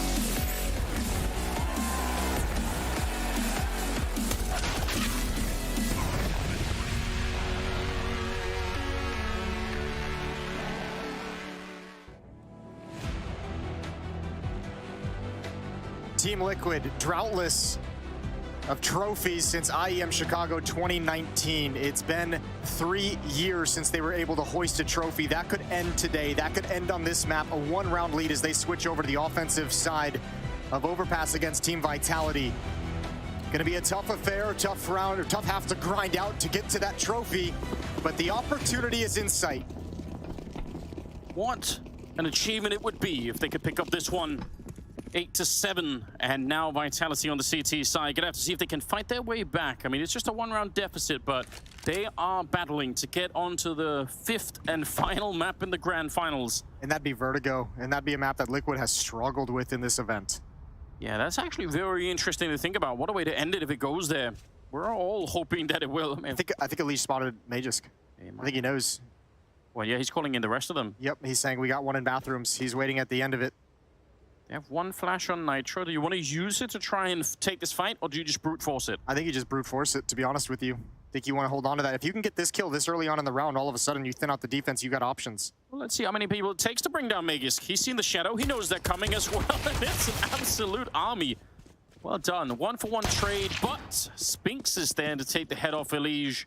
I don't think he was expecting that. And I don't think he spotted Apex either, who's tucked into the corner. And there's not really a whole lot of manpower for Team Liquid to deal with that. If they keep progressing towards the A bomb site, Apex is pushed out towards long. Naf might be caught off guard. Nope, not at all. He's ready. Spink still inside the bomb site, and they know it. Naf has been so instrumental on this map. He's going to get the kill on Spinks as well, and now it's just down to the dualies. There's the flank from Dupree. Yeah, he's coming up quick as well, isn't he? Cyber's going to get the one headshot, but he goes down, and Dupree's crouched in behind them. They could still go to B if they wanted to, but I don't think they realize how close Dupree is. They're planning on the right side of the very least, and Dupree's been spotted, keeps running, tries to chase him down, and he will! Nitro goes, and that is a huge save. Dualies to the rescue. Yeah, these pros have gotten so precise with the dualies. Even if you just go back like 6 months in time, you're not seeing a precise shot like that with the dualies at that headshot angle. And Naf, what a heads-up play to even turn and check. He's like, we haven't seen him. We haven't heard him. Let's just look behind really quick, but gets shut down before he can do anything. Great job getting the kills to allow them to get into the bomb site itself. But what a wonderful flank from Dupree. Yeah, that works out extremely well for him, doesn't it? Vitality. They need something to celebrate right now. Yep. 8-8, tied up. And a good, solid start to the second half for them. Although, with the bomb plant, you've got 2 AKs and a scout still, so you are going to have to pay close attention to what's happening next. Now, the only victory that Team Liquid got on Overpass at ESL Pro League Season 16, this Pro League we're currently in, was against Cloud9. They did lose it against Fnatic, but in that Cloud9 game, they only won it because Yakinder was a one-man wrecking crew. 41 kills, including 16 kills on the T side alone. He's going to add another one here. But they leaned so heavily on him in that match. And that's not the output that they're getting right now, although that is a good entry. But right now, the superstar for the Liquid side has been Naf. Not just in terms of the scoreboard, but the ridiculous clutches that he's had. I think you're up to like 3 or 4 right now. Yeah, a bunch of 1v1s, a bunch of cleanup kills as he comes into bomb sites and post plants as well. He's had some very impactful doubles, as he always seems to do. Kinder's going to trade off for the scout and pass his AK-47 over to Naf. There's the flashbang. Oh, how perfect. How perfect is that? Everything you could have wanted. And in a round where you know the Liquid economy is not going to be that great, maybe you're not expecting for the flash to come in that fashion. Look at the utility they got. They have the utility to do like a full set piece here. Yeah, they have. Some of it might have been picked up from Spinks out there. Magisk got to be really, really careful. More grenades are flying in. Counter nade coming out, that's good, but Yakinder's too far back to die from it. Magisk with the FAMAS, he does a lot of damage, but he can't find the second kill. Dupree and Apex are still here. Apex trying to do something. And Dupree coming up through that connector. He's been found, and he probably should have been dead. Nitro unable to find it. 10 seconds on the clock. They need to open this up right now. 7 seconds, and they're finally going to go for the bomb plant. Dupree, if he stops it, the round is over, but he can't. Not there in time. Naf will take him down, and it's Liquid. Right back is what they do. They steal it away, 9-8. Opening kill for Yakinder. The second kill is a support flash that he throws from long with low HP to clear out the player at Flowers. Excellent work, and he grabs a critical trade kill to open up the bomb site with, what, 9 seconds left, as you said? Apex was holding down the fort very well before that shot. A very dangerous round where Yakinder has low HP as well. That SMG could have chewed him up. Important that Naf gets the closing kill. And you just mentioned how critical he's been, the big rounds that he's delivered. Another one in round 17. It keeps coming. And look at what it does to the economy on that Vitality side. They're not excited about this at all. The Eagles, 5-7s, a couple of flashes as well. Yakinder ready for that fight, although actually not the 5-7. Talk about the dualies being good, but the 5-7s definitely made a huge resurgence as well. Good and important trade coming in from Naf. If that would have kept going, they would have not just lost 2 players, but very likely would have lost some rifles behind it as well. They're trying to pick them up. Really alluring those rifles. Someone would love to get them, but it's not going to be possible. Gotta say, I missed smoke though. Look at the gap in this one. That was thrown in a haphazard way, and it's allowed Nitro to grab a kill, and it's denied access to the rifle that they dropped in Yakinder. Cost the life of Apex. And Vitality's gonna make a gamble. Spinks and Dupree gonna slide back towards the A bomb site as ZywOo pushes up highway. Stack towards the A bomb site, and Liquid is not leaving B. Over to Monster we go. They want to put the range of the AKs and the M4 into play. Plenty of time. 42 seconds. Plenty of utility to make this safe. And Vitality's not really budging. So it'll be a 2-round lead for Team Liquid after all is said and done, barring any kind of shenanigans and insanity from ZywOo on this flank. They aren't even going for it. Just in every way, a good call right here. I like the idea that they stick around the L-bend, because if Vitality are going to keep feeding them players, then just, as you said, play around the smoke, wait for it, and then ultimately they just keep on executing. And even if someone had been there, how do you dodge all the flashes and the Molotovs coming in? I mean, and you just have a pistol. It's not going to be possible, is it? No, it's really not. All right. So exit kills are the name of the game for Vitality at this point. Look at the money on Vitality, even now. I mean, they actually are in a lot of trouble here. Yeah, it's nice that they at least have these, that they've chosen to go for this kind of a save for some exit kills, perhaps. 2 players with armor and upgraded pistols. ZywOo still with the Deagle. You have some elements of danger. You can create a miracle, as we saw in ZywOo's top 10 playlist. The Deagle rounds that he can pull out are absolutely incredible. But you got to say, too, the desk had a big conversation, and Paula brought up the point as the host. So shout out to Paula. ZywOo maybe not needing to step up because there's not so much more he could go after Mirage, but needing to maintain that level. He's had 3 kills since round 6. Yeah, he's really cooled down. He had 9 kills with the AK-47 in 5 rounds. Switched to the AWP, got 1 kill in a supportive fashion entering into the B bomb site, and he's only had 2 more, or a couple more since then. Yeah, that is a good point. Dupree, though, has been playing really well. 17 on him. Oh, that's a good grenade. You wish it would have been a couple more there, but still, it'll soften up that boost that was going on. He's going to put a smile on his face when he sees his name in the assist column. Yeah. Yeah. I had the right idea a minute ago. But still, looks like it's going to end up being a fairly decent call coming up from the Liquid camp at the moment. Nobody out on long. A little tiny presence right now at the A bomb side. But if it keeps going this way, I mean, even if they get back here is the problem, though. What do you even do at that range? Yeah, I mean, this is part of the call for Team Liquid is great. Yakinder with the MAC-10 leading the way, clearing things out with a low-risk weapon to lose, and then obviously heading towards long initially allows you to use the range of the rifles once again, much like their slide-through monster in the previous round.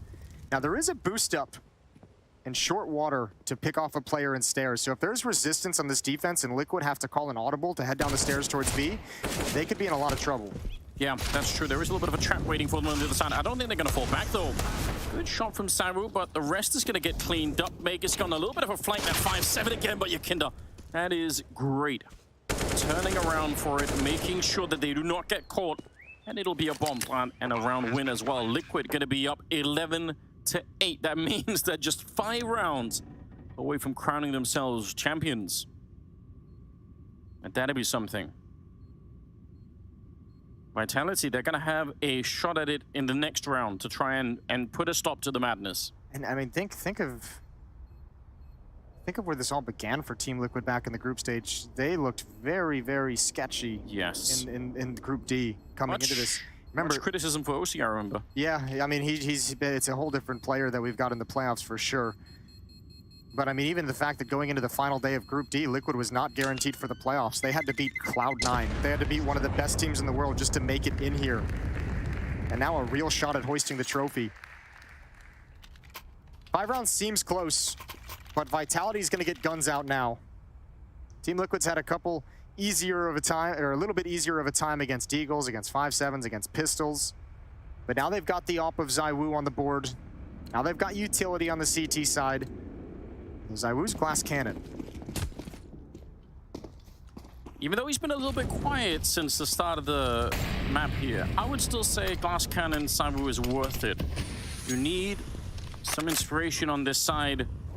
He is the super weapon of this team, so why not try and do it? 11-8. And a nice wall bang.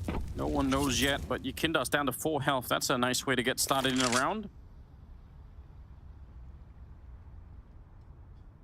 A little bit of a lean towards the B-bomb side. Yeah, but that damage, I mean, unconfirmed, I think, for Vitality, but they're going to, I mean, Yakinder's going to have the tough time providing his standard entry. He's going to go for a boost up. Waiting for his timing to peak. OC's over at Sandbags. Nobody's home. Nobody's in sight. I was kind of a rare thing, when you, especially with the Molotov behind, you would have assumed that someone would have peeked. I mean, that's definitely what they were angling for. Nitro and Yukinder made plenty of noise dropping off that boost, so that's going to be called out by Dupree, that there were at least 2 players. Naf is going to slide in for a challenge. Yeah, sneaking in. Still 40 seconds, but this opening kill is going to be absolutely everything for them at the moment. And it'll go the way of Naf. Vegas going to quick return. 4 versus 4.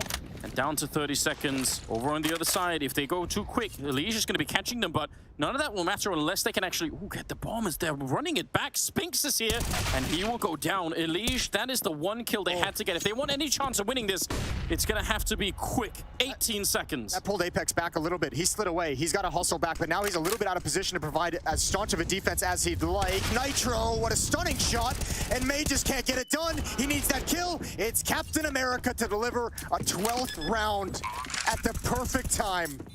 And we can't even get into the battle. They really thought that was going to be an A execute. They ran it back. There was no time at all. If anyone on that B defense works, if they can actually get even a single kill, that probably does it. That's probably Liquid losing the round, and instead, it's 12-8. And Spinks. They have money. They're going to be hunting a little bit at least. Spinks in back-to-back grand finals was in the previous one with Ents that they lost to Faze. The least experienced player on the roster gets pulled into that play, and him going down forces the defense at the B bomb site to shift to try and close the gap, pulled Apex out of position entirely, and provided the opportunity for Liquid to knock down the door. Just 4 rounds away, and money is tight for Vitality. That kill right there is huge, but look at these shots from Nitro. Building off of that incredible performance on Mirage. I mean, don't want to read too much into it, but prior to Yukinder, do you think you would have ever seen Liquid execute a strat that late in a round? That feels like some real CIS Counter-Strike, doesn't it? Yeah, certainly. That's the new style that's been brought in, and obviously it's been very effective. Giving a little structure and attitude to the incredible talent. Scary for Simon falling back like that. He is still close enough by. Could he get the flick in time? Yukinder's going to be right down there, and yeah, he is obviously going to be quick enough. What am I saying? Nice little kill. Boosting up Spinks. Uncommon position to be checking. Might miss it if you're walking in. Now, Usto very much the only player at this bomb site. Dupree can have a very fast flank up the stairs, and Apex is actually shifting back now to address that problem. But there was an opportunity there for ZywOo to perhaps go down, especially with no head armor. Apex going to be jump spawning out towards long, just a deagle in hand. They still have the problem of defending the A-bomb site from all the smokes, right? So, I mean, ZywOo could try and play around it, but probably some of the main positions that he's going to want to occupy with the AWP are going to be put under some pressure from just the utility that's on the Liquid side. And maybe that will minimize the impact of that AWP, although he's really far forward right now, so he's going to be in combat orbing range instead. Here comes the utility. Vitality know it's coming. ZywOo steps forward. Vegas rotates over. Apex as well is going to be at the headshot angle. Oh, look at this. Dupree on a little bit of flanking mission. Didn't get the kill immediately, but ZywOo's down there. Not affected at all by the grenades because he's this far forward, and all of the pistols doing some work as well. That is an absolutely brilliant round from Vitality that they desperately needed. They were starting to fall behind. This is slipping out of their hands in the grand finals, but now they've got a little bit more of a grip. 12-9, and they get to save a lot of weapons. Yeah, they had to have that round. That gives them a little bit of wind in the sails. Let's see if they can build up on it. ZywOo, very good round. Important kills. The opening onto Yukinder, and the opening as the execute came in.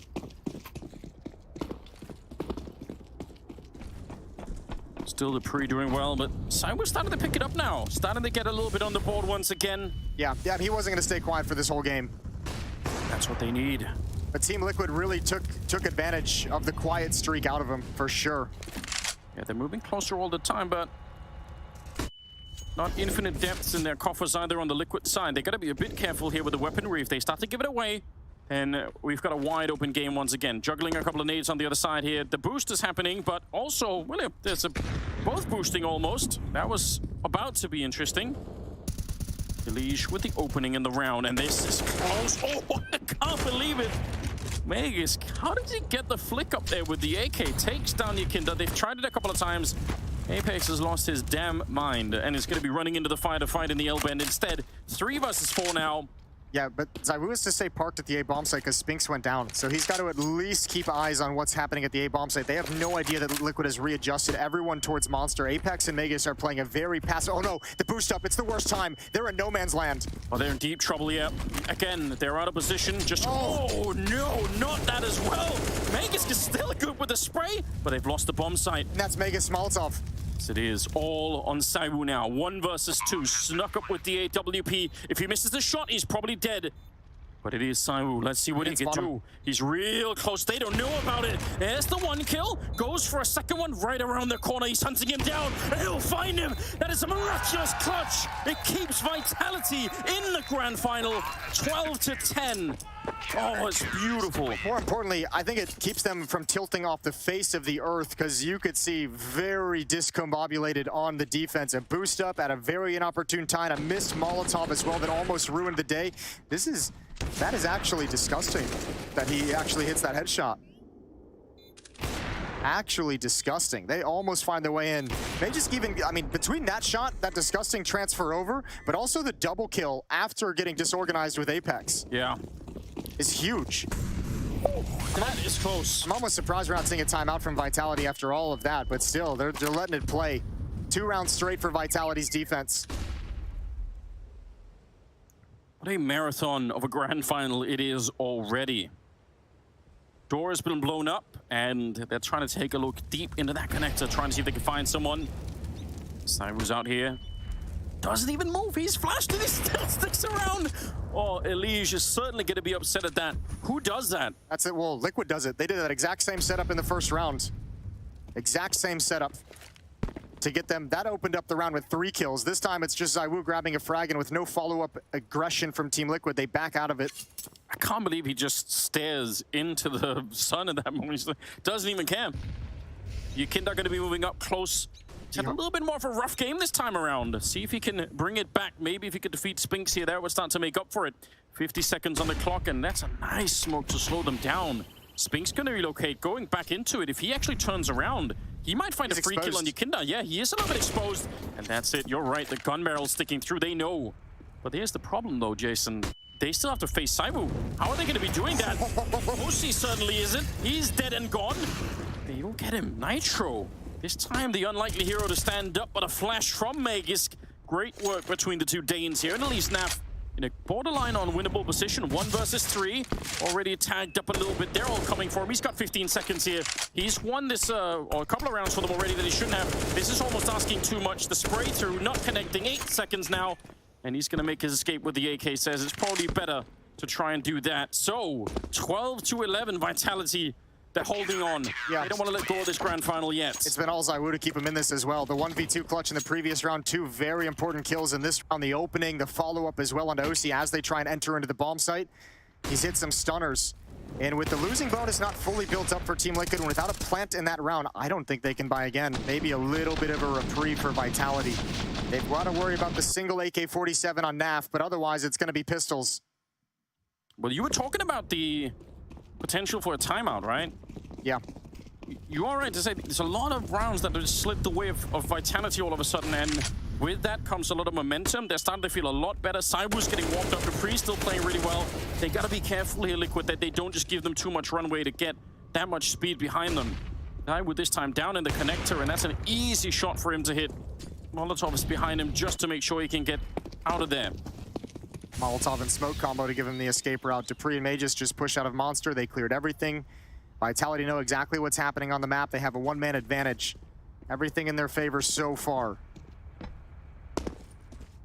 The one real danger is perhaps Spinks at low... Oh, that's a jump clear. And Spinks has low HP. I was about to say, this could be a problem. Low HP, he can't really fight, he can't really challenge. He goes for it anyways. Risky peek, and he's got it through the fence. What is happening in this round?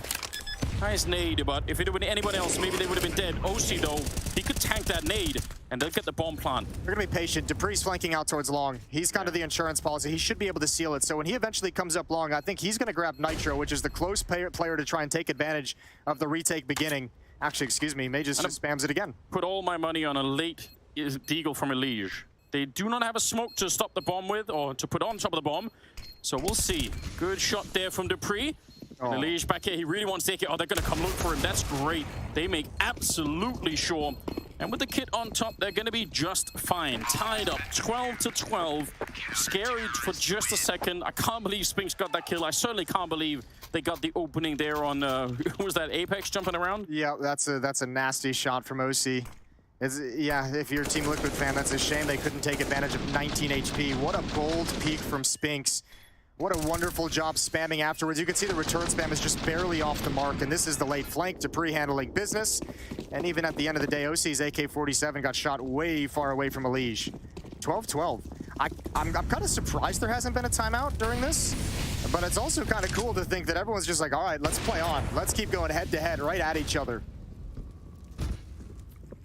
Oh yeah, no one's slowing it down. I really can't believe it, but maybe they want to save it till a bit later. Spinks will take one, but the jump up on the stairs means he was definitely going to go down to that one. Recoil all over the place, and Nikinda will take him down. 4-on-4 to start this round with absolutely everything on the line. Vitality looking to climb back. They themselves now 4 rounds away from finding a 5th map and continue the grand finals even deeper, even further. And this is starting to be a consistent play from Magisk and Dupree. Once again, they've pushed Monster, but Nav, you can be aware. Flashbang. That's going to put him on notice. Nav. Oh, what a headshot. What a stunning kill. Now, they don't know Dupree is pushed forward. He can still punish them if they want to come back. Oh, but Yakinder, he's got Apex through the boards. No way. Why not?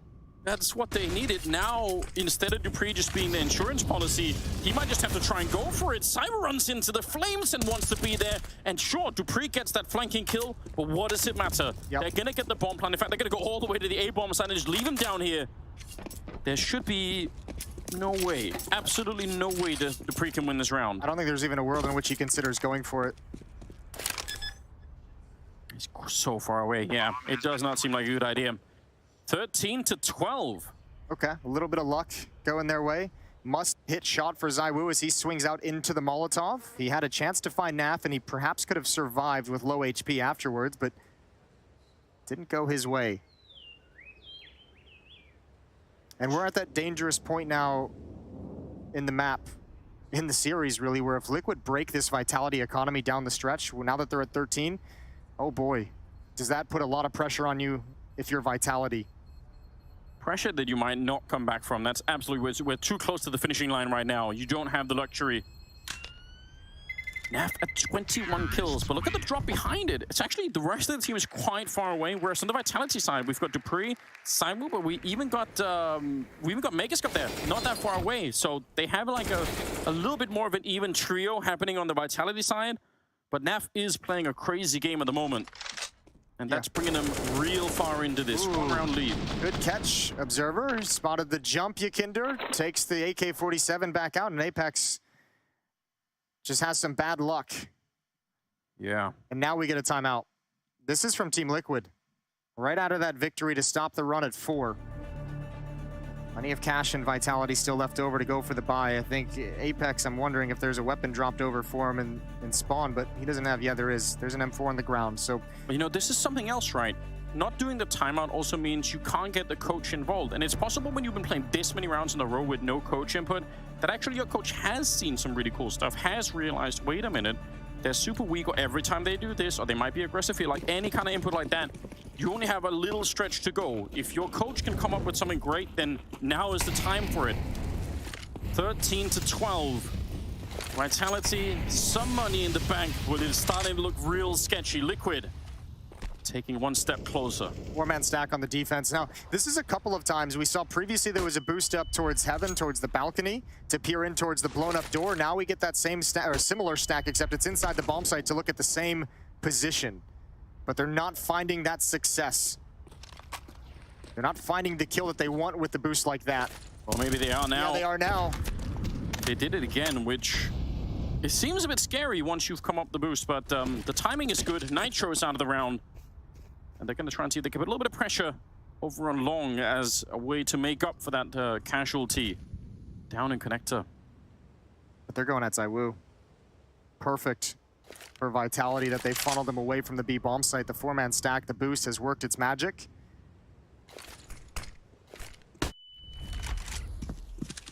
Now you got to go up against the God Op. Who wants to do that? Yeah, going up against the boost might not be that much fun, but this is surely worse. 38 seconds.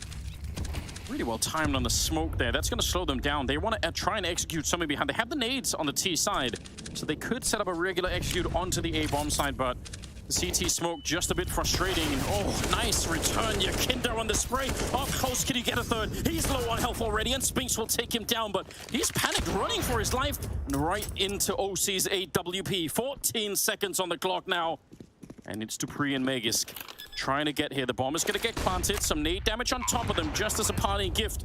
ENG, though, swings for it, and he almost gets the shot. Now it's down to OC. He's missed it once. Oh, a nice flick right through the box. He's going to be taken down Dupree. And Magisk on the other side. He's worried. He doesn't want to try and fight it. Up on top, and OC! He brings him down. A triple and a 14th round. That's a big boy clutch. That's a veteran clutch from a young player. He delivered a Mirage. He's the one who brought him back into the map, and that is a stunning. That might be the first nail in the coffin. That's a 4-on-5 win. That is a man-down conversion for Team Liquid at a critical moment, and it puts the economy in shambles. Just mentioned, nightmare scenario to get reset if you're Vitality. It's got to be a timeout from somebody, and actually it's Team Liquid. Daps wants to calm him down after that kind of a hype moment. But he's given a chance for Vitality to talk things over. This is the final timeout for Team Liquid. Yeah, I mean, it's true. Liquid are going to be calming down, but Vitality also, especially now that they're sort of putting together a buy as much as they can, but they're also going to be stuck in this position, sort of just in the dreaded moment of thinking, oh man, we just lost that 4-on-5, and we might actually get knocked out. We might actually lose the grand finals. Yeah, lost a man advantage. You lost a 2-on-1. And it all comes down to this. This is huge. This is a big moment. Round 27. 2 M4s, a Scout, and 2 SMGs for Vitality to fight with. Very light on utility. No kits across the board. There's a lot of advantages in this round for Team Liquid. 2 rounds away from the ESL Pro League title. A historic win it would be for Team Liquid, there's no doubt about it. First in 3 years.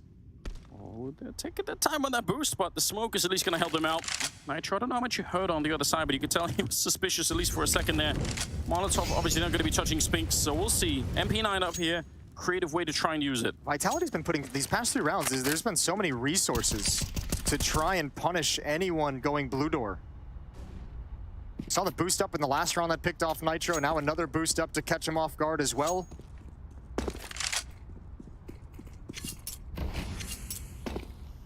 Under a minute. Noise being made out on long. ENG doing the best that he can to sell. Dupree's got a smoke, but he's at the A bomb site. There's no more delay tactics at B. Yeah, you're right. And about 45 seconds, that's actually a bit scary. Magisk, that's close to them walking through. Going to be falling back, and now they're going to be slowly walking up. They need a really godlike flashbang, and here it comes mid-air. The swing is in, and Magisk, he will clean it up. That's a beautiful double kill. OC able to return him. 30 seconds, and you're never going to be checking this. It's just not possible. ENG, heart attack moment. OC up close now, trying to find them. Compab orbing right down in front. And Apex, even flashed, is able to get the kill. 20 seconds here for Nav to try and do it. He can't save the team this many times. I don't think this is one that's going to be possible. He'll get taken down from the high ground. Dupree will drop him. 25th kill for Dupree. And Vitality, they're still alive. They're still kicking.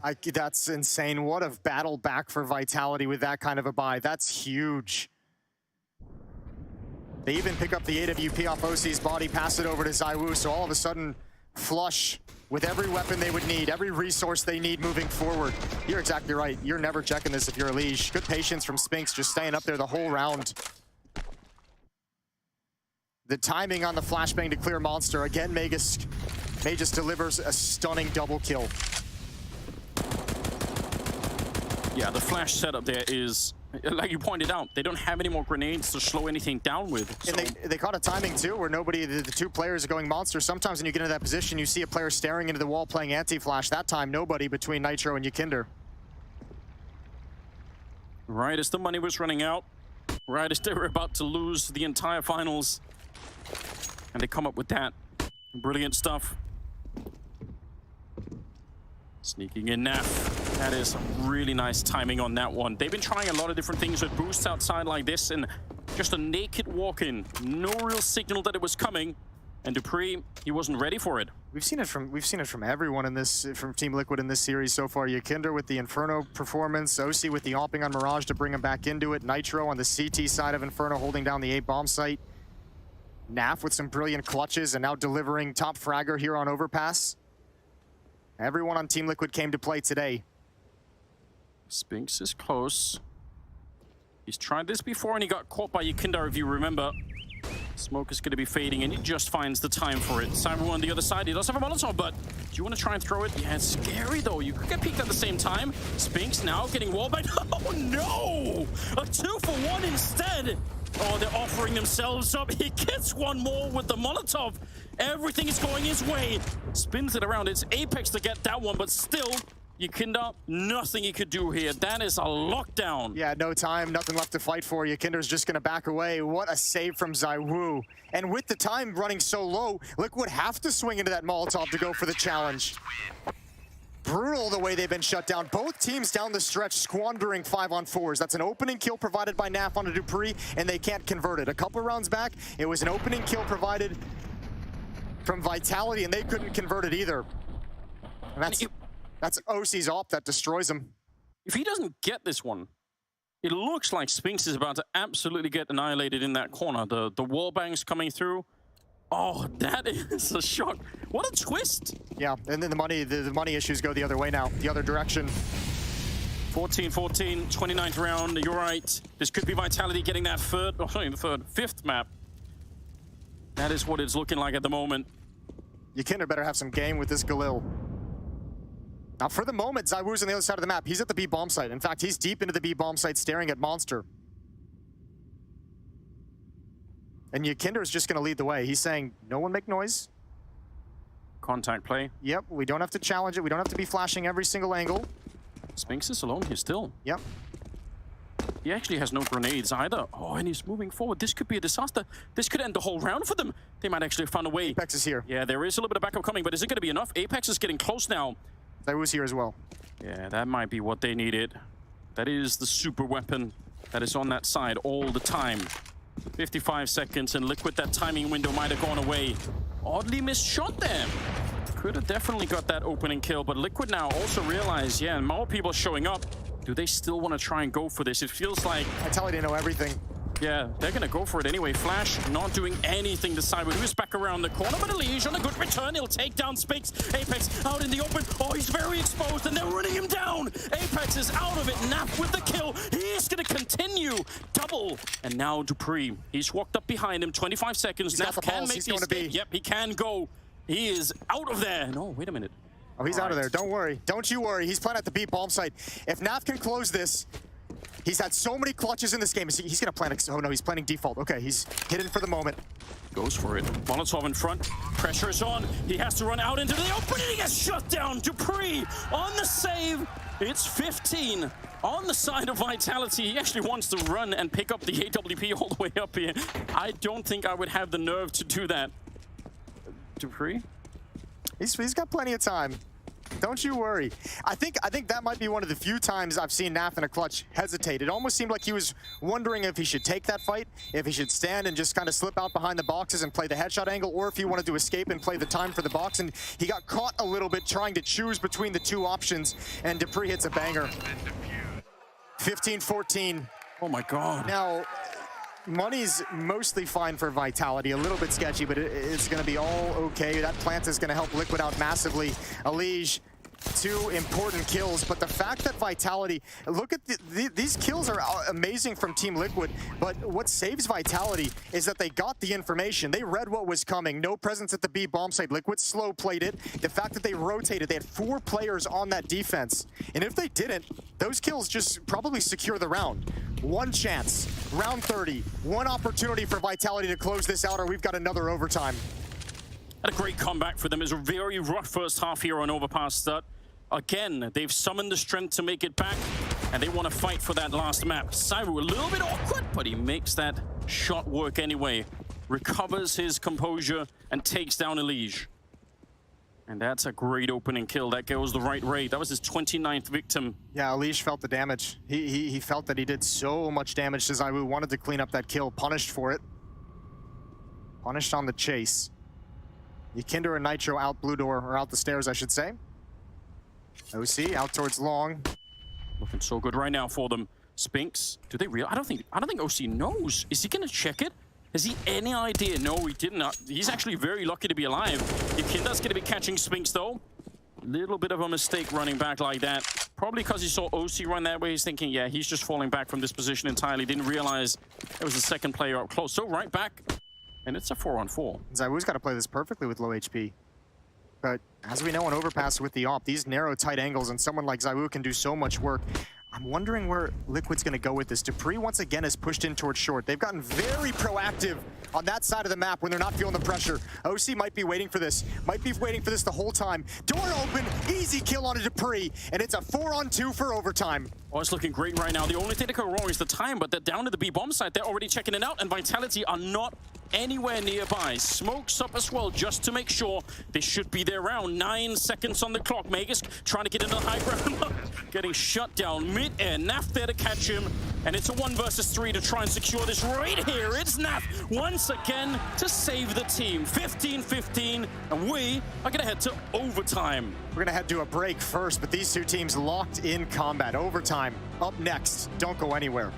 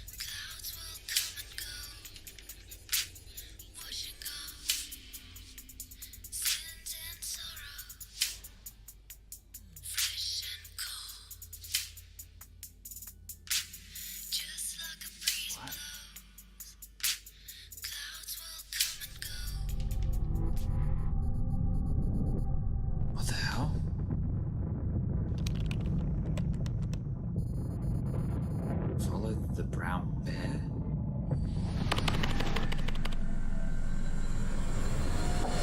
Who is it?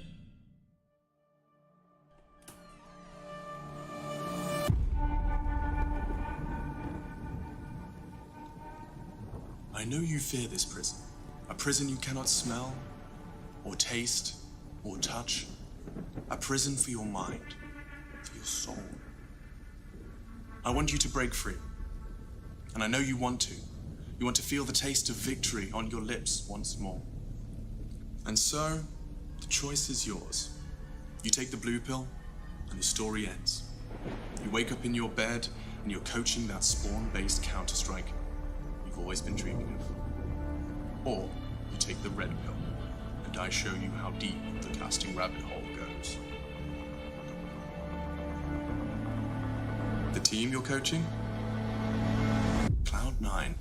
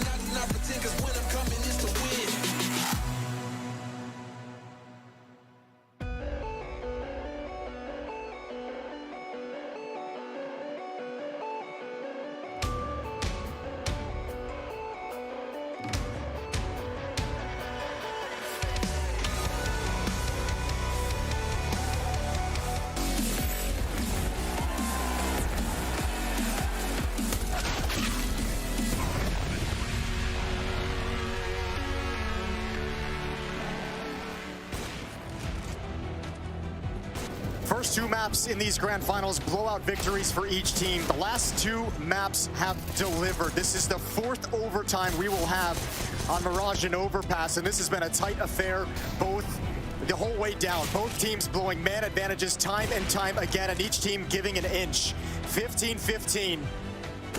Vitality fighting for a 5th map, that would be Vertigo. Liquid fighting for their first trophy in 3 years. I can't believe they managed to secure it. They had nothing at the end, Liquid. They were so desperate and somehow they made it work. Here we go.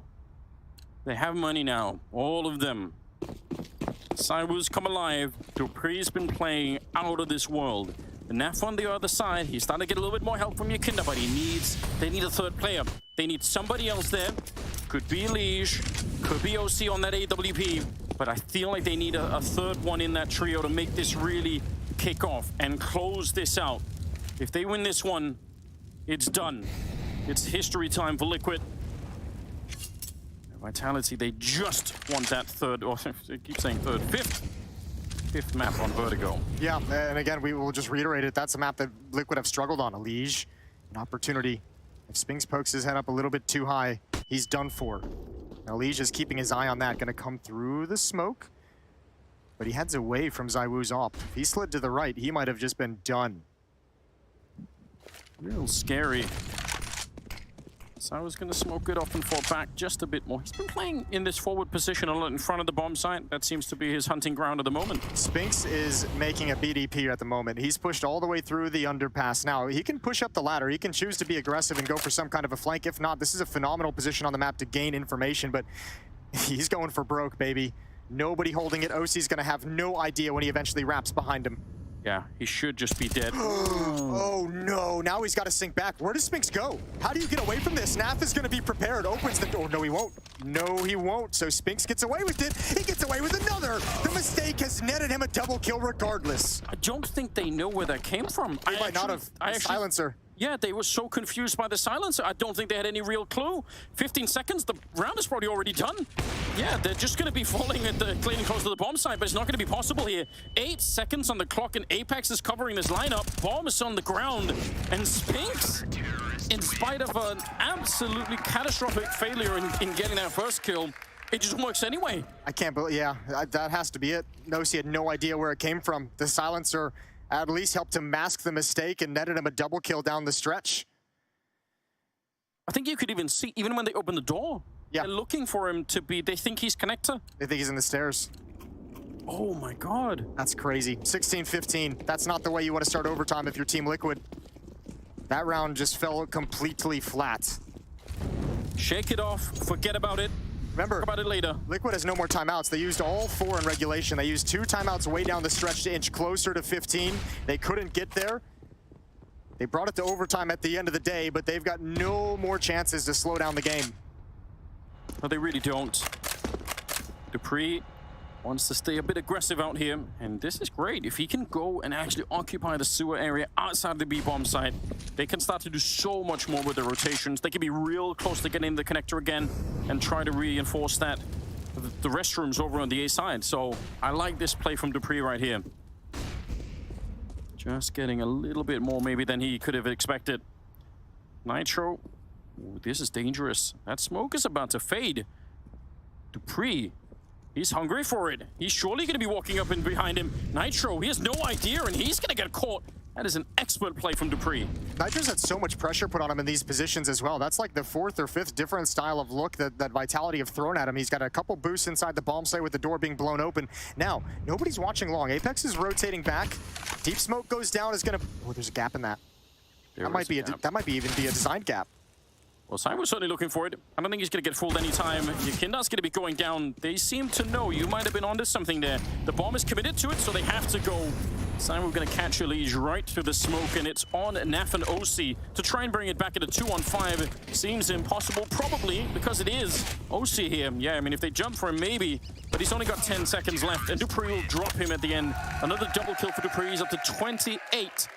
And first 2 rounds of overtime go to Vitality. Yeah, and at this point, if you're Team Liquid, down 2 rounds in the first OT, as you just mentioned, I mean, it's you're feeling the pressure to get at least 1 on the board. You don't want to switch sides and have to win 3 in a row just to stay in the map. ZywOo tracks perfectly through the smoke, drops a Liege. Yakinda had gone down first, and Naf, a lot of bodies. Vitality's actually done a really great job Dupree's been a menace. He's had some incredible plays, but some on the CT side, some of his best plays have been the information he's gathering in short water, because it's allowing Vitality to rotate to the A bomb site in time to handle some of these hits, to handle some of the executes. And those are things that won't show up on the scoreboard, but he's playing a phenomenal game. He just doesn't even look away. Stays flashed and gets the kill on OC. Naf in a little bit of trouble. Good burst to take him down. Gets blown up. Yeah, and he probably felt like he had to challenge. Yeah, I mean, he also maybe did. He can bring it back. If he gets one more here, the fire will consume him. It's going to be Dupree going down to Nitro all the way from out there. And they're going to go straight for the bomb plant. 2 versus 2 now. Yakinda's very low on health. He's getting caught. And Nitro to try and save it, which he cannot. Spinks will drop him 3 in a row for Vitality. It's a great start to try and get that 5th map. 3 very convincing rounds on the CT side of overtime from Vitality. They never really had a test. The first 2 rounds just fell flat. This one is a massive advantage that's miraculously pulled back by Yakinder, but handling business with relative ease after the fact. Well done jumping up over the bomb site. Great damage to Dupree through the boards. That allows him to burn to death. And yeah, a little bit of frustration. Team Liquid need to win 3 in a row to bring us to double overtime. You can almost feel that 5th map now.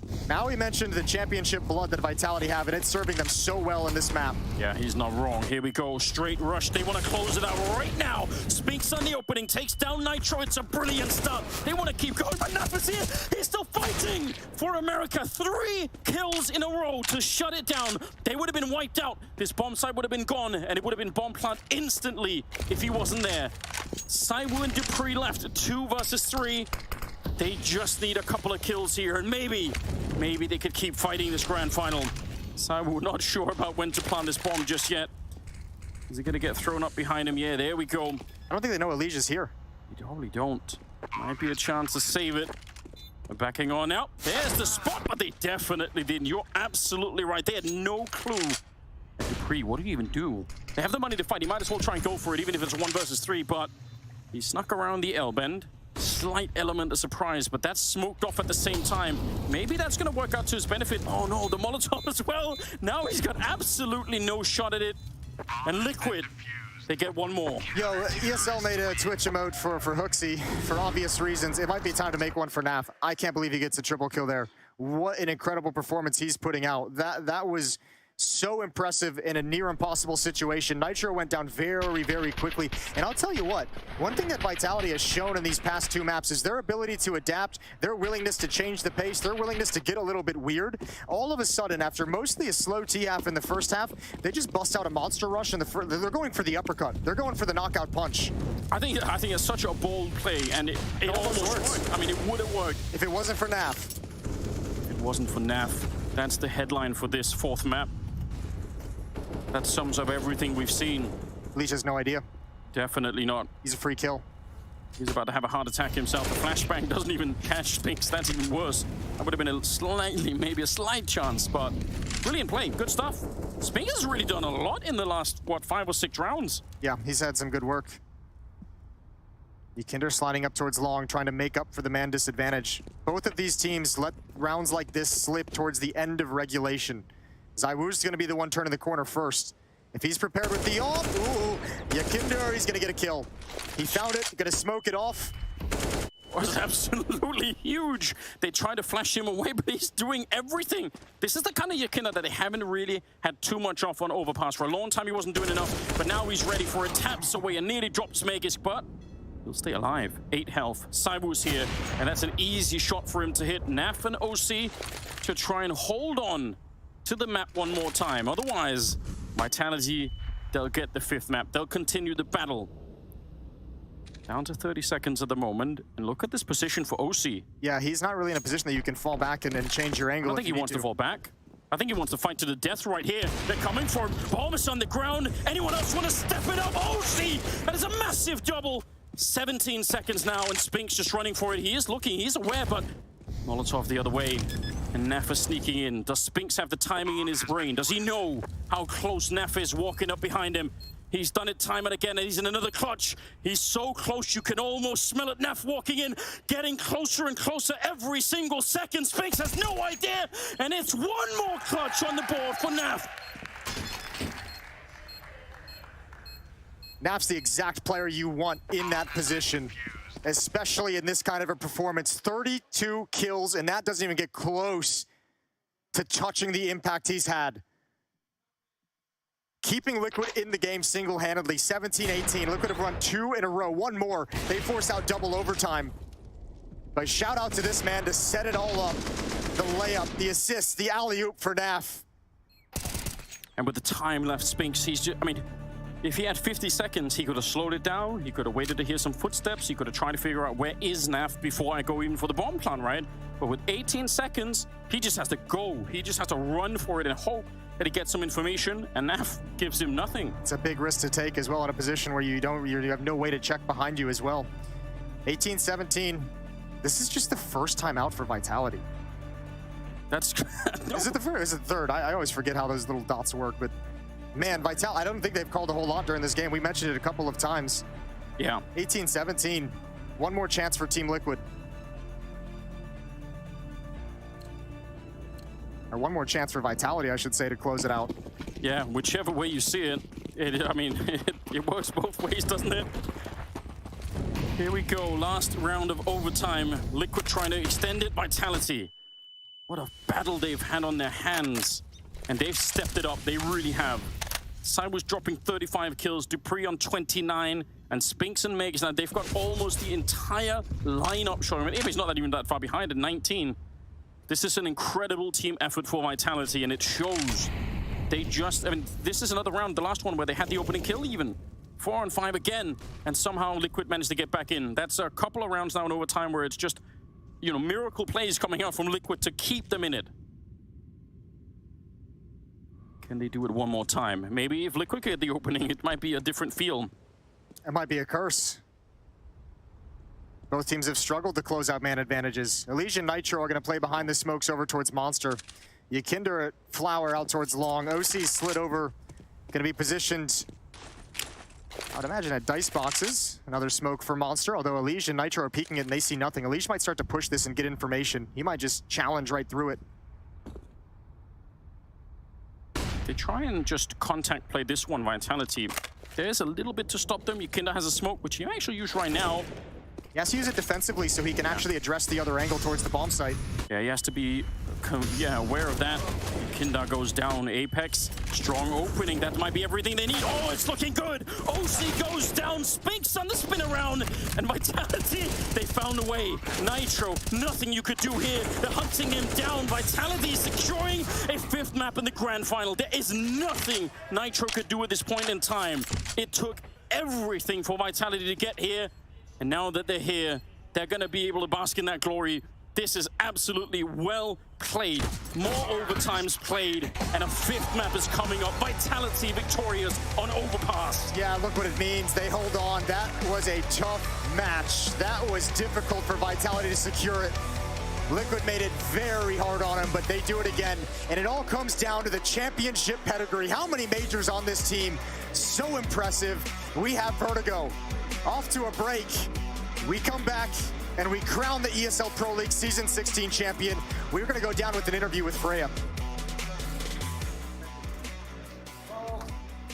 Dupree, thank you so much for taking the time to catch up with me after another marathon map in this best-of-5 grand final. How on earth did you keep the mentality focus coming into yet another overtime in the 4th map of this grand final? I think we just focused on the fact that Mirage was their map pick, and we realized that we messed up Mirage a lot, and we knew that if we could win Overpass, we would come up with the upper. I can't talk right now. We have the upper hand coming into the game now. That's okay. There's been a lot going on down here in the booths. One final question. Vertigo coming into it, 5th and final map. We kind of maybe expected it to be a little bit earlier in terms of your picks into this series. How confident are you feeling on this map? It's a little bit mixed. I mean, I think both teams like the map and dislike the map at the same time. So I think it's really about who's getting the good start and who's going to figure out how to play against the opponents. But I mean, I think both teams are set about having Vertigo as 5th. Well, it's going to be a huge 5th and final deciding map. Thank you so much for your time, Dupree. We're going to throw this one to a quick break. When we are back, it's Vertigo going down, but not before the thoughts of the desk.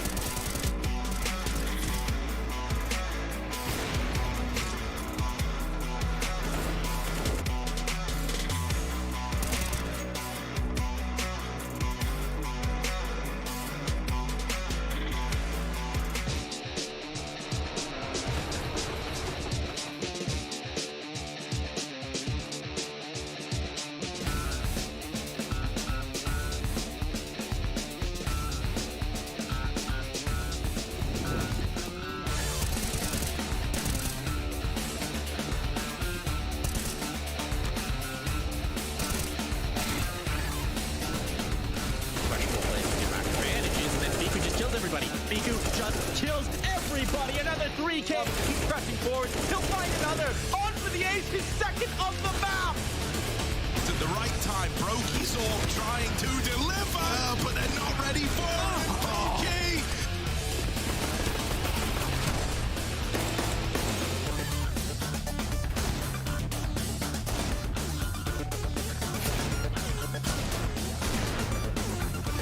A wolf in sheep's clothing. K Serato, this could be the round. Oh my god!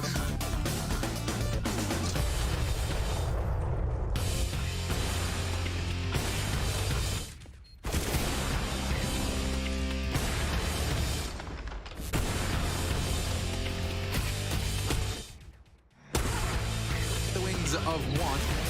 And Torsey very quick on the first, and very quick on the second. He did get dinged, but that doesn't stop it. He's not going to clear it. Torsey, can you believe it? An electronic advancing immediate exchanges. It's simple. He's had enough. He is going to get another for the fifth. A simple ace, folks, right into our fifth overtime first round. If you play enough rounds, Simple's going to get one of those. That's going to happen eventually. So a massive round from him, and he's started.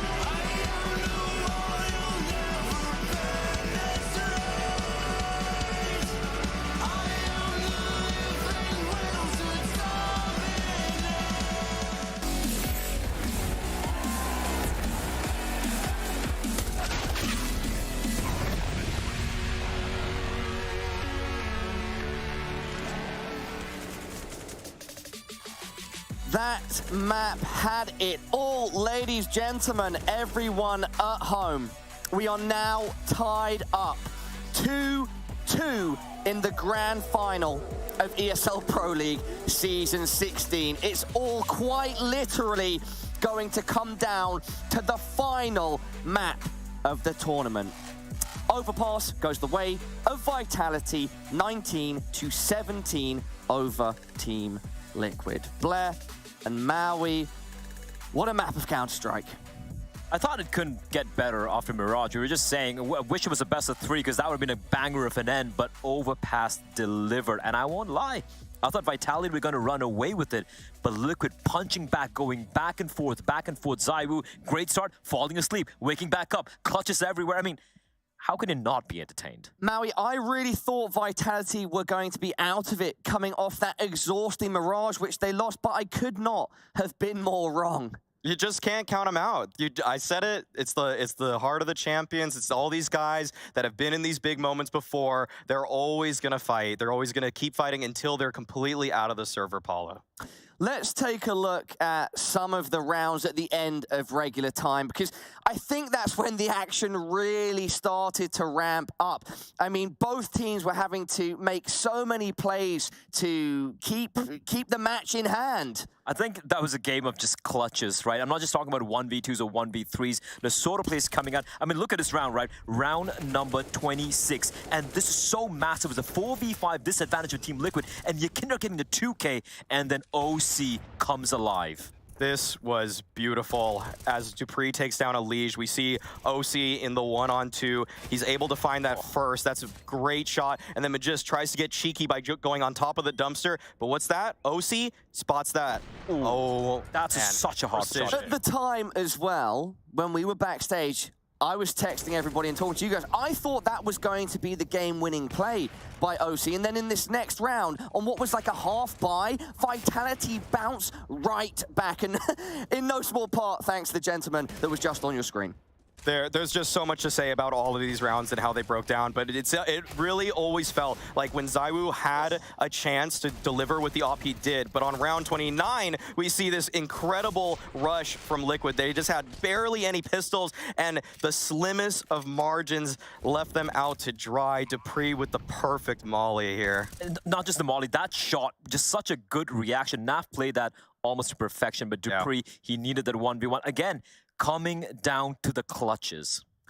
Yeah, and we can now, of course, turn our attention to what transpired in overtime. Before we look at specific rounds, though, guys, generally speaking, what do you think were the biggest differences here between Team Liquid and the winning Vitality? I feel the adaptation Vitality made at the end of regulation in overtime, they're like, we can't keep playing turtled up. We need to go for info plays, and that's what was the Achilles heel, so to speak, of the T side of the Americans. Yeah, well, I mean, we'll see. If we just jump into this first overtime round, we'll see exactly the changes, the adjustments that Vitality made. Once they knew that the pressure was off their shoulders, Spinks, this guy was silent. This guy was not showing up in this Grand Finals match. He wasn't doing anything. I'm going to be honest. Like, he has very little impact throughout this entire series, but the first round of overtime, he realizes, okay, the pressure is off my shoulders. I can push through connector now, and I can get some info for my team, and it secured them that first round of OT. Yeah, let's also bring up some context for that Spinks push. It seemed to massively confuse Team Liquid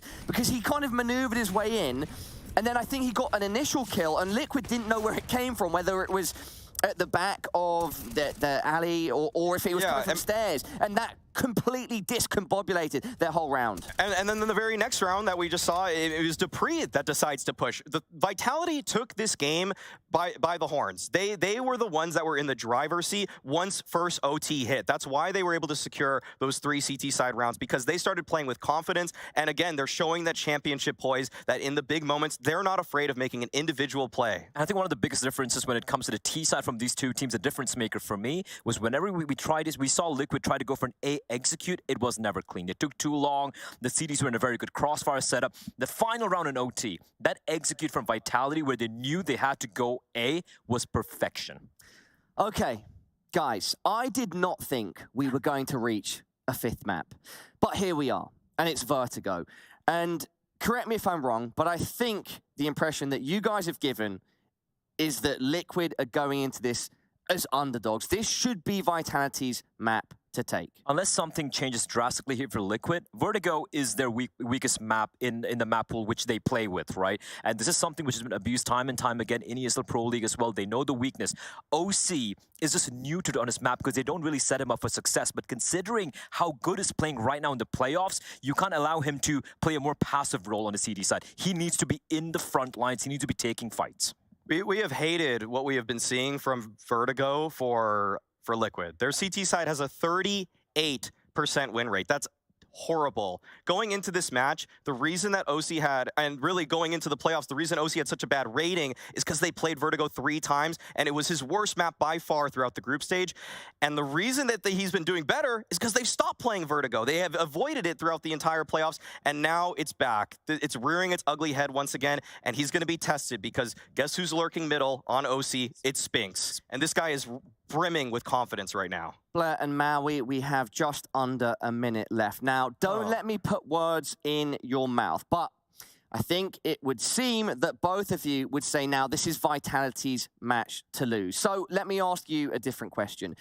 How big of a victory would this be for Liquid to win on Vertigo? It would be an incredible upset. It means that they've been able to fix all the problems they've had, and they kept this prepared and ready as a deciding map. But like I'm saying, Vitality should be winning this. But if Liquid pulled it off, it would be an upset for the ages.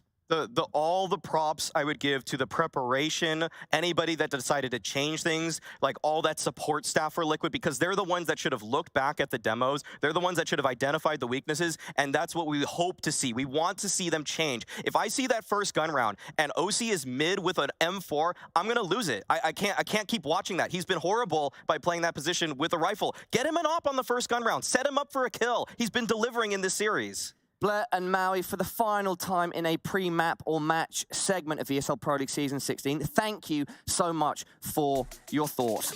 Ladies, gentlemen, everyone at home, this is the final map of ESL Pro League Season 16. After it, we will be crowning a new champion. We will be bestowing upon them one of the most coveted titles in professional Counter-Strike.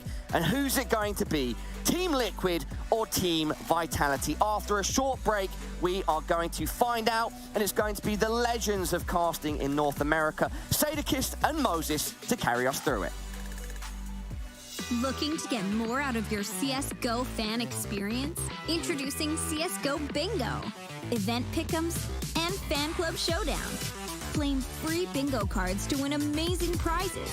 Predict the winners of ESL events with pick'ems for prizes and glory. Show your favorite team you're the biggest fan by winning matches in the fan club showdown. Check out csgohub.com today to take part in all of these and more.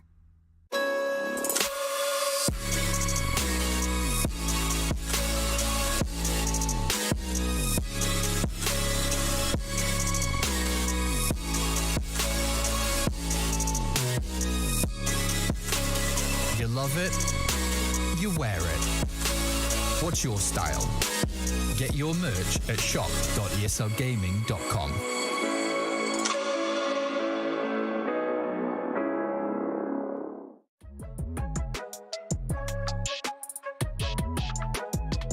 Shrinking this down to 10. Zywu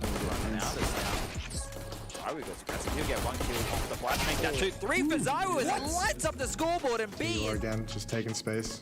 Just big dicking it the whole way. Yeah. I have a smoke, so I have to smoke deep. Yeah. And at this moment, I'm like, I want my ace. Give me. You call it? Yeah, I got it. This one I got it, so I want it.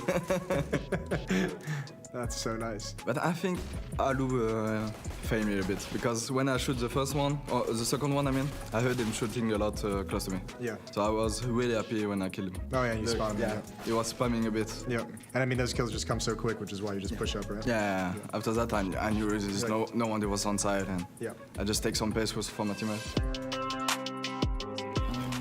Ants again. Yeah, I mean, this one was sick. Yeah, this is from Summit. He's had enough. He's gonna keep going. You got the Henry G hypecast in this one. That was like late in the game as well. Yeah, it was 50-15, something like this, because we came back. They was leading like 15-4, I think, something like this, and we came back to the overtime, and I have a good spot to do. We call it simple to rush the banana. And yeah, it was amazing. That was one of your, like, I don't want to say like breakout events, but that was like, I think that was one of like the first, maybe not first, but like that was so early on in like your pro career-ish, wasn't it? Yeah, it was actually it was my first tournament, my first big tournament. Okay, so it was, yeah. I mean, I did Atlanta, I think close, I think I did CS Summit or something. Maybe I did the tournament before, but it was at the beginning. And I think you guys won a trophy that was shaped like a chicken at that event, if I remember. I think it was a chicken. It was a chicken. So massively important in the grand scheme of things. Coming in, Brawler steps up, 3 kills for Brawler, and Zai will eventually drop him on the floor, but it has to be the 1v4 from Zywu. Need comes in, barely enough health to survive here on Brawler, but Zywu wants the kill. There's the headshot from the back, there's the open, Zywu's got the triple. Crimson's the last man standing, and there's time. Even this one was important because it was overtime against Fnatic, and if we lose this, it was leading 3-0 in overtime. It was really tough for us because I knew Brian was in this corner, but it just. It's just one of those risks you have to take at a certain point. Sometimes you have to take some risk, and yeah, it's super nice.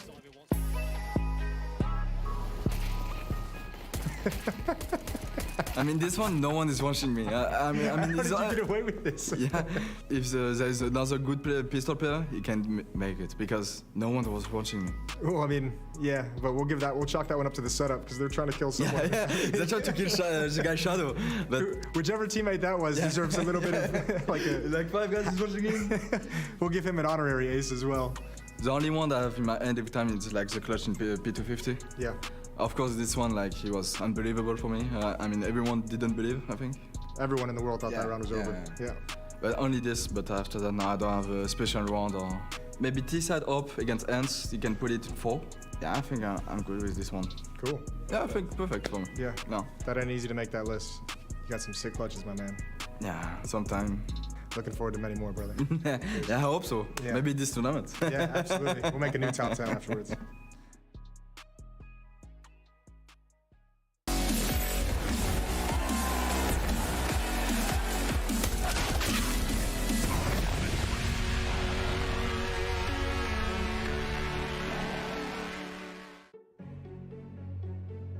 Well, this is it. 2 one-sided matchups at 16-7 apiece, and then 2 maps that required overtimes to settle. This is all on the line for the grand final of ESL Pro League Season 16, and Vitality, well, they fought back last time. Knife for sides on Vertigo. I want to mention as well, ZywOo has 118 kills in this series. Yeah, he's plus 41 on the series. This is absolutely mental performance that he's putting out, but you shouldn't expect anything different from him. And keep in mind, too, for Team Liquid, the stakes are kind of clear, right? We've touched on it a couple of times. First trophy in 3 years, this route back coming out of the online era, coming out of COVID. They've really had some tough times. They've had to make a lot of sacrifices with travel and time spent in Europe. On the other side of things for Vitality, remember, they're trying to show, there's almost that little internal battle between the old Astralis core of which ones are going to find success since that greatest lineup of all time actually broke up. They're trying to find success and establish success as this Vitality organization has shifted into an international lineup as well. Things are pointing good for both of these organizations, for both of these teams, but only one can be the ESL Pro League champion. And you can see it based on the lights illuminating around the box the players are sat in. It is the CT side for Liquid to start this off.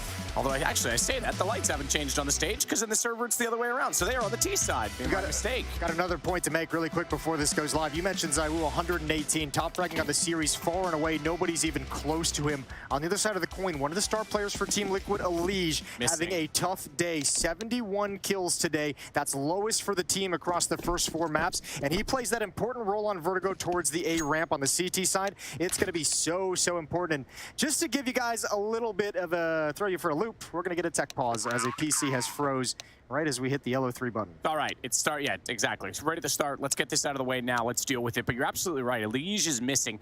Never a better time for him to show up than right now on this 5th map, because they definitely need him back in this series if they want any chance at this.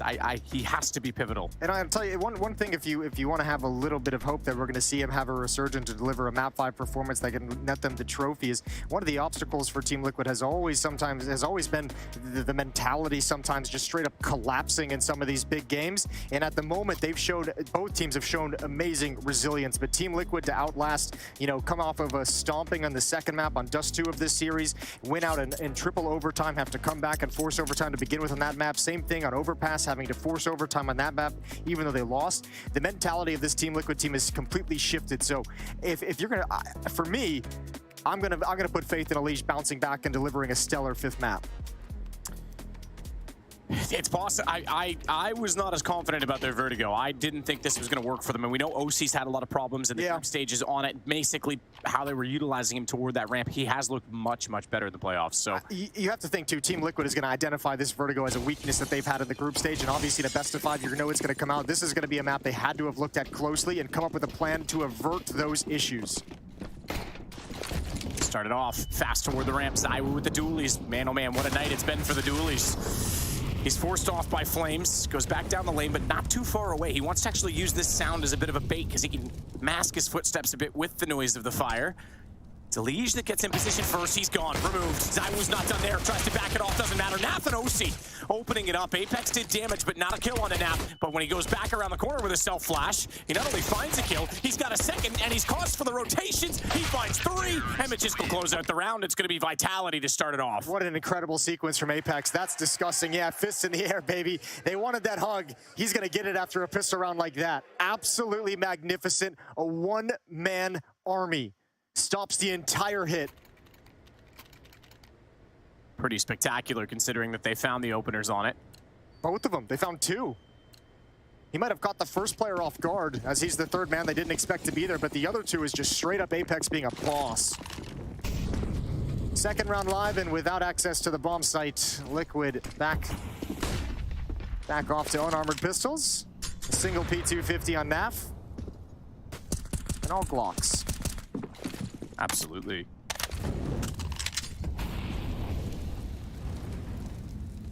Lige waiting as well behind that smoke. It's ZywOo that's going to push down MP9. Dupree has to be somewhat careful in that position because his feet show first, but he wants the headshot angle looking downward. Molotov instead, though. Nitro's forced up a little further. It won't spread upward. Oh, I say that. It is now. Oh, that's awkward. Hot potato. Whoop. Still going to run boost Yakinder across, and the secondary boost. I love that one. Throw Yossi all the way around the outside of the map. Hoping to catch someone, but it wasn't there. But a little bit of circus tricks to try and find an opening kill with weak weapons. Yeah, it's not going to get much with just Glocks. No, I think that's the Gambit, right? That's the cheese that they try to bring out and try and find an opportunity. Now it's kind of like, okay, guys, where do we want to go die?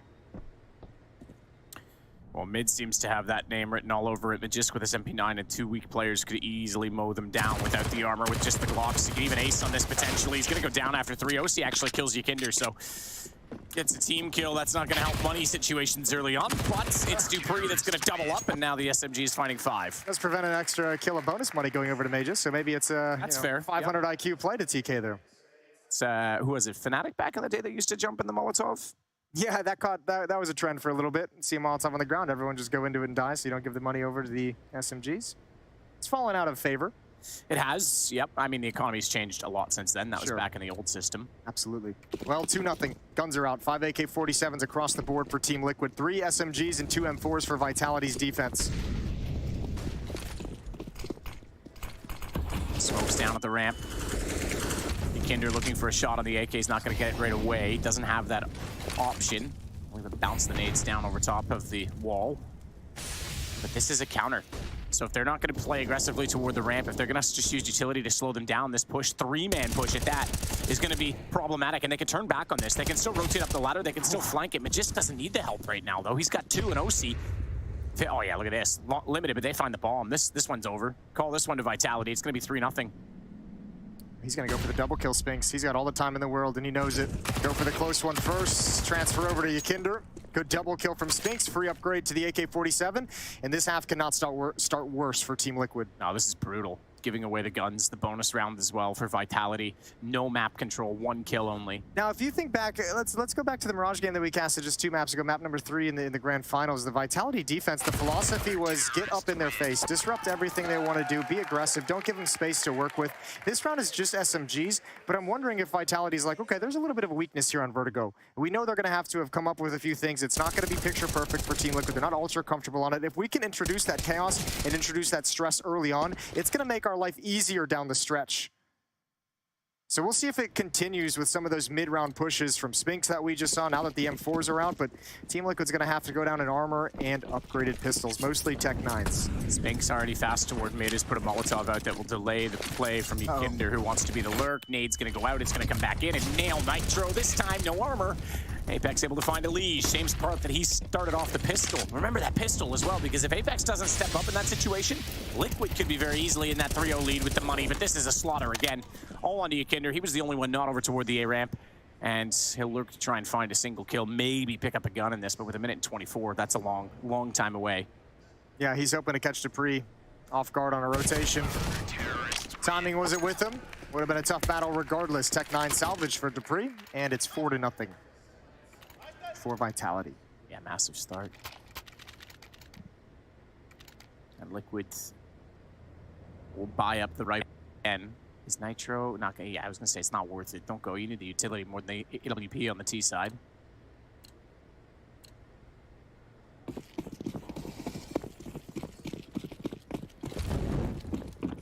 Tough to start out T side on Vertigo as well when they're not as comfortable on the map. Look at how aggressive they're still being. It's Magisk again. You go all the way back to map 2 of this series. It was Magisk on Dust 2 that started countering off Yakinder, that started to get aggressive in his face, and he's going to continue it now onto Vertigo.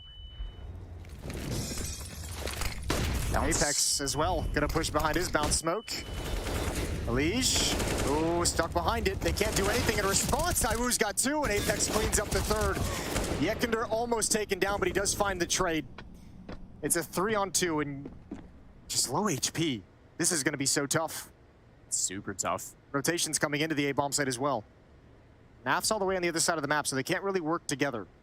Yeah, the hero of overpass for Liquid, and still not enough to get them across the line. Kinder needs a perfect headshot from this position if he has any chance at all of opening this up for his teammate. He's going to start to clear over toward yellow. There's no way. Look, all three players are here. All three players from Vitality have shifted over. These were the reads they were getting on overpass as well. They always kind of had a sense of what was coming. Spinks gonna turn the corner. Easy headshot, easy double kill. 5-0, a very convincing 5-0. Liquid need to slow this down early. They need to get back into this because we know that they had a chance to close this on overpass. Yes, it was a long game. Yes, it's a long series, but this is not the way you can start. It's demoralizing. Vertigo's not been their best map, in my opinion. Certainly not on T-sides. We know T-sides were a huge issue for them in the group stage when they barely made it through. No, I mean, Liquid lost this map to Furia 16-14 in the group stage. They lost this map to Eternal Fire 16-13 in the group stage as well. The only win they have from ESL Pro League is Movistar Riders. 16-4 to Furia, not 16-14. Oh, excuse me, yeah. I got way ahead of myself, and, well, Vitality is way ahead of Team Liquid. It's going to be 6-0. Yeah, absolute beatdown. Yeah, this is brutal. They're just absolutely running the map on them right now. Liquid have to come up with a way to counter this. Well, let's rattle off some of the wins that Vitality have on this map at Pro League as well. 16-10 victory over Spirit, 16-8 over NIP, 16-12 over Endpoint.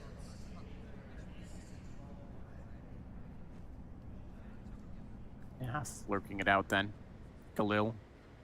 Minute and 10, small map, not easy to save on, so see if you can find anything and open up a potential AK, do some economic damage at this point. That's the other aspect of this. How many kills have we got so far for Liquid? 7 kills for Team Liquid so far in these first 6 rounds.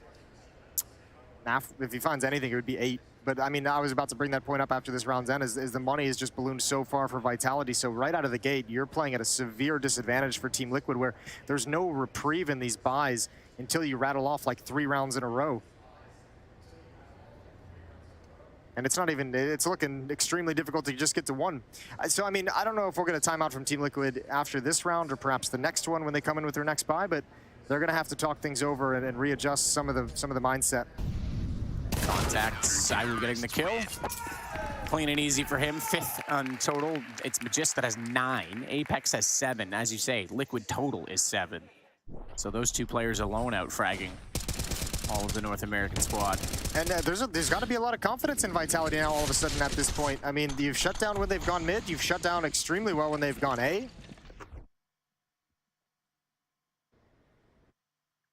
Amazing stuff for Vitality. First time out taken from Team Liquid, so we are going to get it in this round as they descend down to a half buy. Daps getting involved in the conversation. Gonna have to. So, very slow to start. Naf looking a little long in the tooth after this series, but what an effort he put forward on Overpass. That was one of the best individual Naf performances I've seen. Yeah, for a guy who called himself a filler player essentially for Team Liquid, he's really not proving his own point. Mr. Humble, isn't it? 6-0. And keep in mind, with 4 overtimes that we played, that's basically another map of overtimes that have been played in this series. This has been grueling.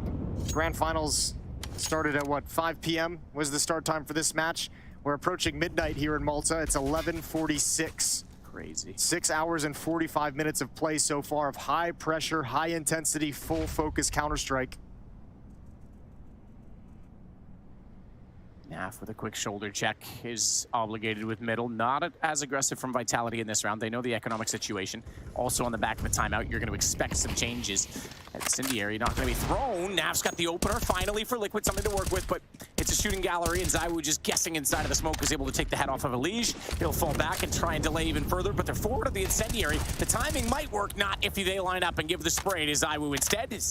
He tucks in, he spots Nitro over at yellow, and that's going to give the information Apex needs to just push forward and know that he has the confidence in a one-on-one down below when he takes that against Naf.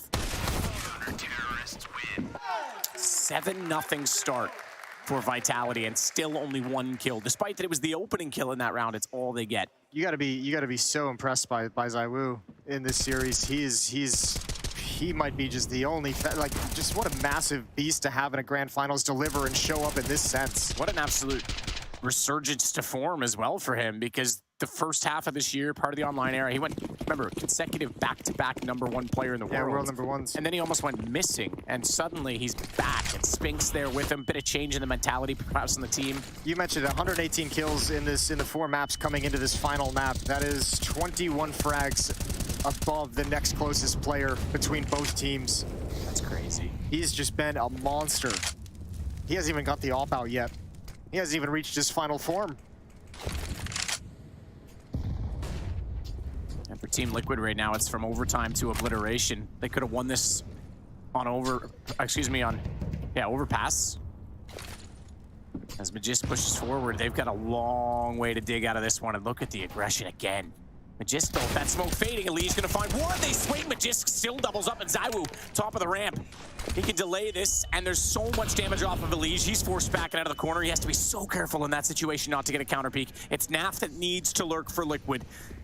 Found the kill with a Deagle last round here, but the AK instead, fortunately, it's trying to compensate and recover the round. He's looked away at the wrong time. ZywOo's gonna pop out and find him. Yeah, he had the read too. You could see him considering it. That would have been a phenomenal kill to find because Elysian Yukinder would have just transferred right back to the A bomb site with a free avenue up, and now they've got to do it anyways, knowing there's going to be a defender somewhere. ZywOo 10-2.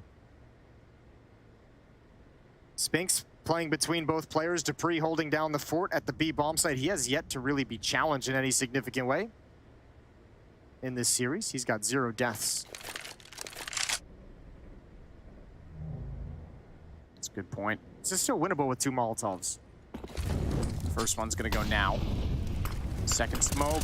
ZywOo gets forward of it. Again, this guy just shuts out Liquid every chance he gets. Yukinder trying to plant. They're gonna jump through. He finds the one on Spinks. 3 seconds, though. Time's gone. And he might even go down after the time if he's not careful. Good find on ZywOo as a result of that. And it's gonna keep him alive, but it's 8-0 for Vitality. Yeah, and everyone, I mean, ZywOo's got 16K. He has to rebuy, so it's gonna get chunked down, but he's so rich. Every player from Vitality before investing into this round was over $10,000. Liquid, after 2 incredible maps, this might be slipping too far away from them already. 8-0 and a second timeout burned for Team Liquid.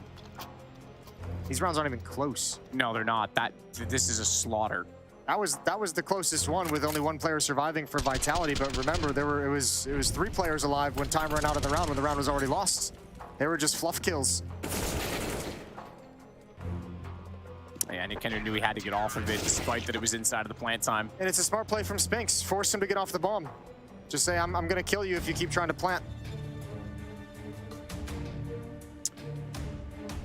And yeah, like you said too, you'd think, oh great, you got 4 kills in the end. Money's gonna get taken down. Yeah, what money? There's $1 million on that Team Vitality side right now. Yeah.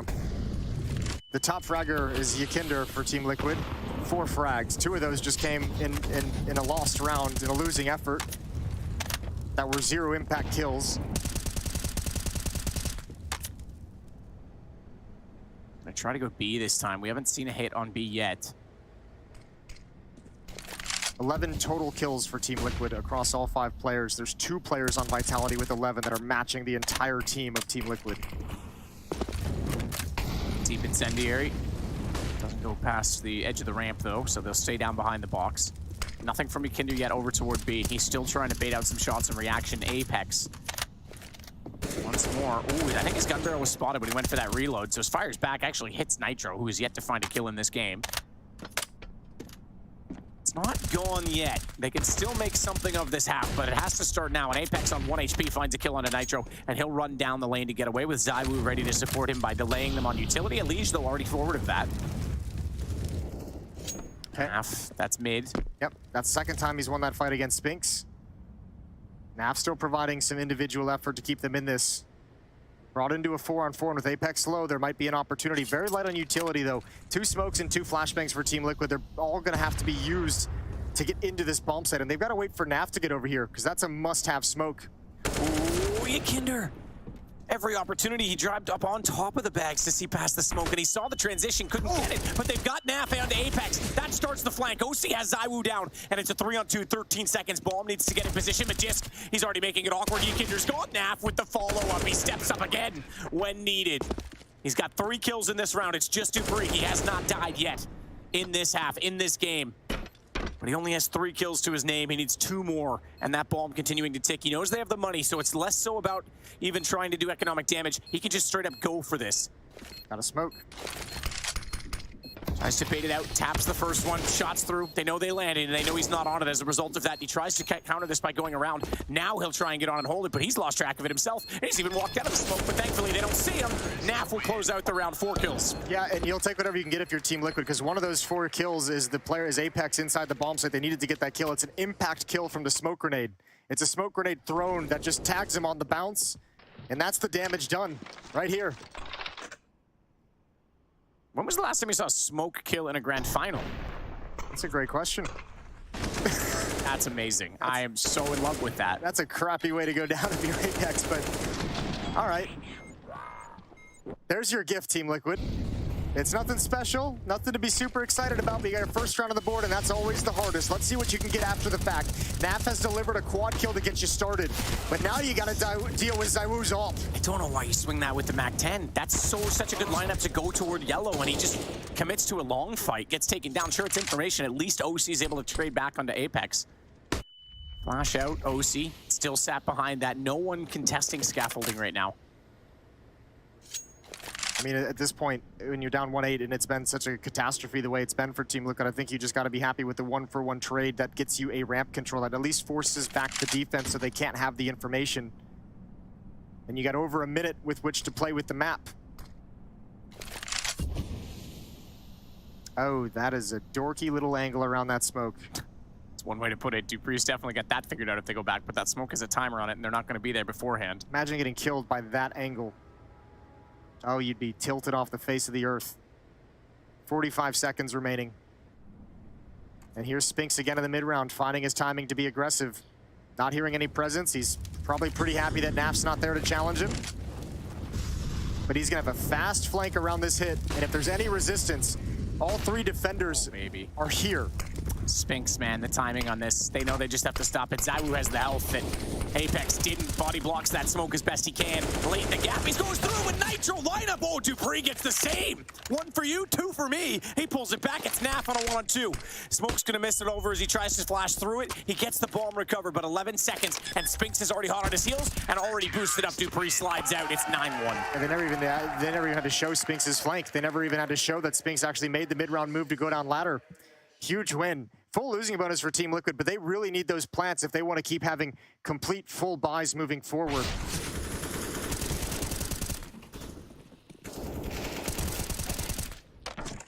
Magisk has been fantastic in this series.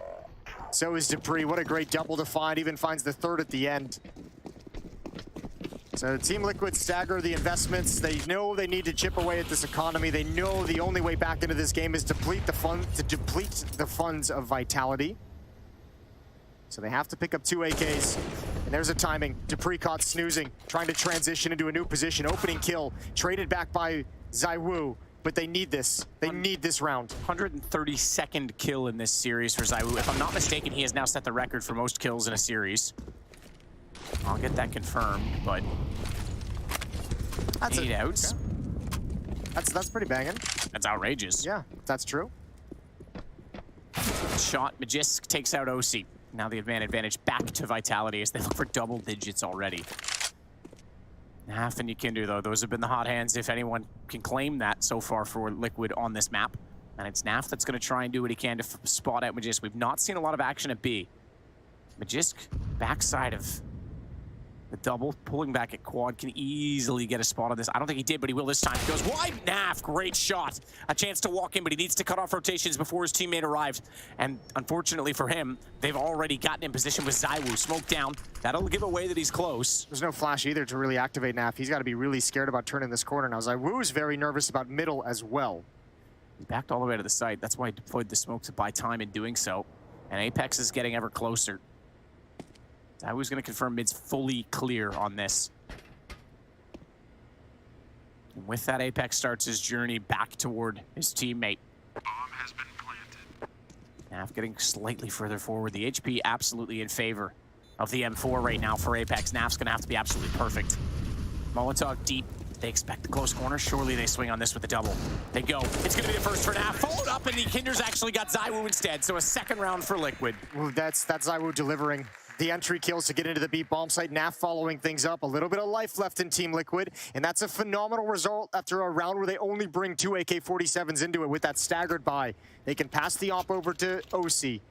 And now money becomes an issue for Vitality. They've got another buy. But there's money enough on Spinx and Apex, and with this kind of a lead, I think Vitality shifts into a different mindset where if there's a round where they feel beat, they can save, and as the losing bonus is starting to build up, they can invest in some weapons around saved guns. So they've got options to play with. Liquid, not so much. They've got to carve out some breathing room for the second half. But it's Naf and Yukinder really providing everything for Team Liquid. He's going to start probing in middle. It's Dupree this time, not Spinx. And Dupree gives it up. 4 defenders at the top of a ramp. Vitality is convinced Liquid at least is going to challenge here to maintain presence, to show presence. And they're right.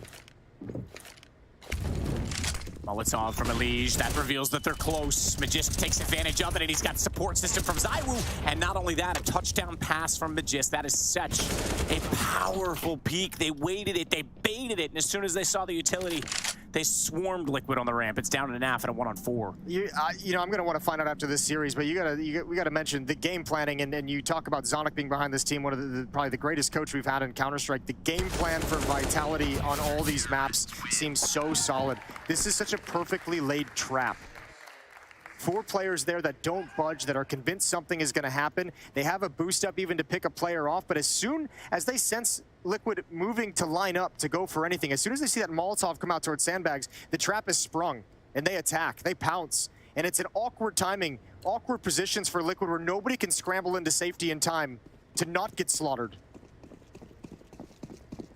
And it is, this is slaughter, man. This is a NA smoothie. They're getting blended up so hard right now. Yukinder trying to see through the smoke. Not even he can save them so far. 7 kills for him. Nade down. He'll take damage from this, but even without a lot of pressure toward B, Jason, these guys are still getting forward on the stairs position. Vitality's not staying static and resting on it. They're changing the look every single round. Yeah, denying all space, denying all breathing room over to Team Liquid on this T side on this offensive half. Another Molotov is going to go down. That's going to disjoint the hit. Actually, it prevents OC from moving forward entirely. Same with the Elige. Well, that utility from Liquid goes to waste. OC going to start challenging now, but Spinx and Dupree have gotten into safer positions. And they've got 2 smokes still. They can stall this out massively. Dupree spamming the wood, trying to pretend that he's the only one there, trying to let Spinx go silently. And he's spotted as well. They wrap around. There you go. Spinx straight to the face of Yukinder. Now found the follow-up. Nitro. Tech 9, Elige onto Dupree. Chance at this now as they have the man advantage. Smokes and flashes everywhere inside of the site, though, and the bomb not yet in position, but it may not matter. Elige, lovely shot onto Apex. And it's all onto ZywOo, but ZywOo has 16 kills so far in this game, and he might look for 3 more. It's so important that Team Liquid's able to crack into this B bomb site, because that might be the only thing that alleviates some of the pressure at A ramp. Good kill from ZywOo, but it's just a fluff kill. He's not actually going for the round. Look at the money. That's just it. Suddenly they have worn them down. Sure, Vitality has such a good start that the last few rounds from Liquid, they could have had this situation much, much sooner in terms of breaking the economy. So they can still find this maybe at 10-5. The next round's going to be tight for Vitality, so maybe a third at the very least. But even then, I'm not sure I'm convinced with some of the takes and positional control that Vitality's had. Well, it'll certainly get easier. As you mentioned, money being tight means some things are going to be missing. Obviously, no AWP on ZywOo. Some utilities going to be missing. I think a rifle, at least 1 rifle, might be missing from Vitality's defense when they buy up into this round. But also the fact that Vitality now has to respect the fact that Team Liquid's been able to crack into the B bomb site twice. This is just great trading. Yukinder goes first. Naf is able to grab a kill, I believe, over in middle. And Elige provides some powerful trades coming into the bomb site. There's that smile. 10-3. SMG on Spinx with no nades. Famas on Apex. Liquid win this round despite everything. It can be 10-5. So the previous record of 130 kills was set by Cold Zera in the SKVP final at Epicenter in 2017. ZywOo has broken that in this series. This is a new all-time series high frag total. Yeah, record-setting grand final for ZywOo. Wonderful little accolade, but it won't matter if he can't win the trophy. Well, right now they've got one hand on it with a lead of 10-3. Have you know not to touch that trophy before you win it? Tell that to the Detroit Red Wings. Apex backs away this time, so they don't have as much control positionally, even though they have the opening kill. They still have them where they want them because they can take these fights, and ZywOo going to delay things with an incendiary. He's even going to peek behind his own flames. He knows Kinder's stuck in the corner. Somehow the timing of it allows him by, though, but his preoccupation is to his demise. Nitro's able to slide up, but Jisk wants to compensate, but the smoke's missed. Huge gap. How does Nitro not turn for that? He's turning from flashbangs the whole time. OC's gonna pick up the pieces. Important double kill. Important double kill. And Spinks has to try and delay this as much as humanly possible. Dupree is coming in on the flank, and that might be the last point of danger for Team Liquid. Oh, does he call it off? Yeah, I think they do. They only have $100 residual right now on the two remaining players. Oh my lord, Team Liquid's got a fourth. They finally crack into the A bomb site. OC stepping up, providing a critical double kill. Team Liquid carving out enough rounds. This was a horrendous start. It was 8-0 before Liquid could get their first round on the board. But they're giving themselves a chance. And remember back to Mirage, a 4-11 first half that they come back to win in triple overtime. Yeah, I mean, that's exactly right. We've seen this scoreline already once on Mirage in this series, so it's not out of the realms of possibility. The reason I wasn't convinced is because the first opening rounds, we were talking about it, the kill totals weren't there, the trades, the money was up there. Now it seems Liquid have come up with an adjustment that's working in their favor. And sometimes this will benefit you if you play the harder side first. You know what job you have in front of you in the second half. And that helps in two reasons. One, not only mentally, but you know how much you need to invest. If you're going to go for bonus rounds, if you just want to get rounds on the board, what weapons you're using the whole time. So they're not gone out of this game just yet. Yeah, that being said, I'm not sure Liquid really feel like they have an easy side on this map. They struggled on the CT side. They struggled defensively and offensively in Pro League on Vertigo.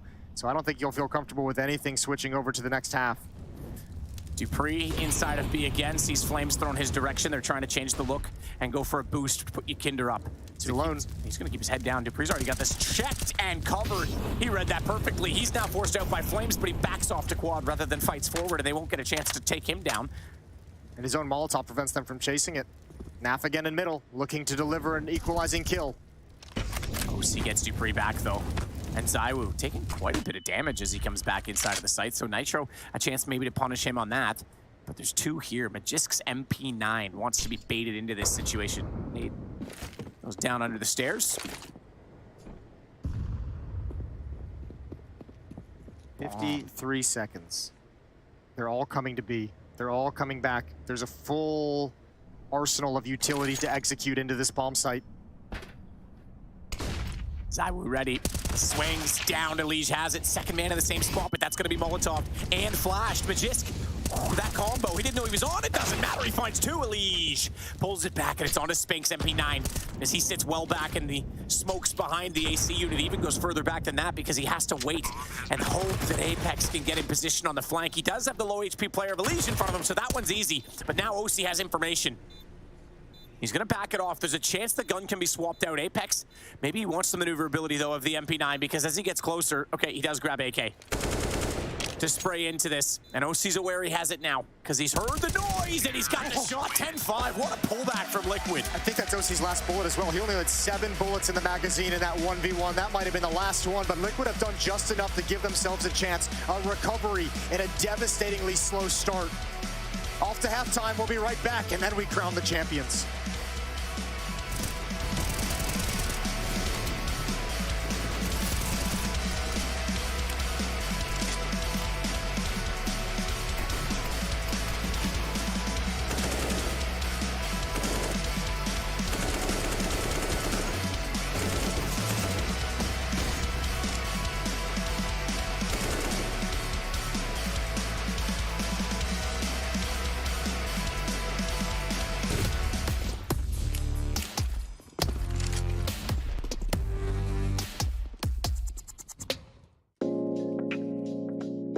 Hey Future Pros, took a lift to the top of Vertigo to show you a chunky double HE setup you can throw into mid on Vertigo.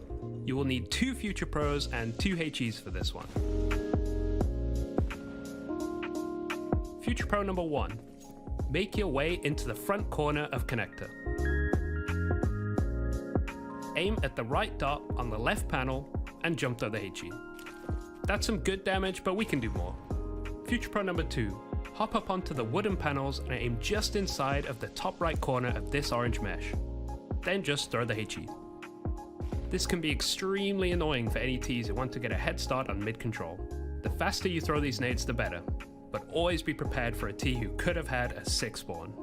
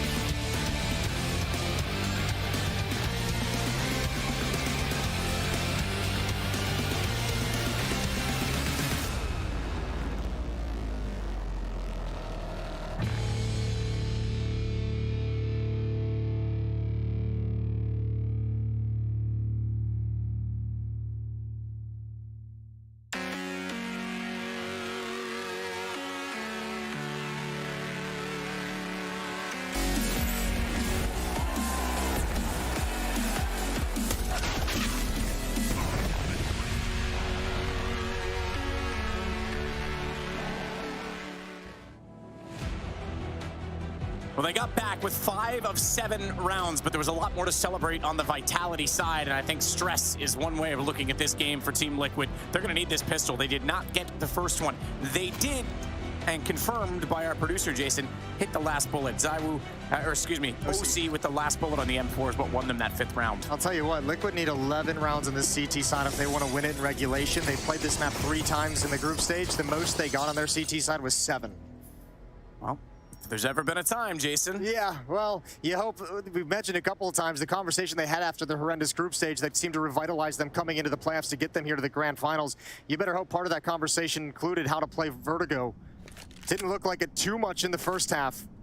Let's see what they can do here. This Molotov to burn beneath Nitro's feet, and that does a lot of damage. Forces him back, forces him passive. Huge issue. They're gonna chase him down. Magisk with 2 kills. Can't find the 3rd, but he's done his job. He's done everything necessary, and the defense comes crumbling down. That Molly, oh God, that's so menacing. From the ground underneath. I know there's been talk about that and its legality, but it certainly is in the game and everyone knows about it, so fair play. Spinks will take out Ykinder, and the pistol goes the way of Vitality. Yeah, that might just reignite the conversation, no pun intended, all over again. 11-5, and that is going to be extremely demoralizing if you're Team Liquid.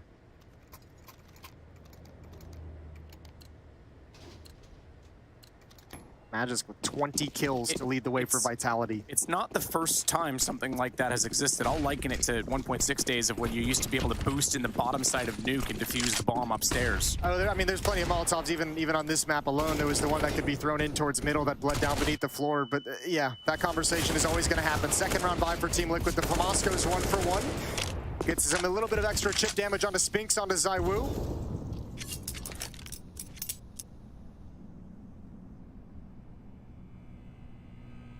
And Vitality's gonna go quiet, readjust on the map.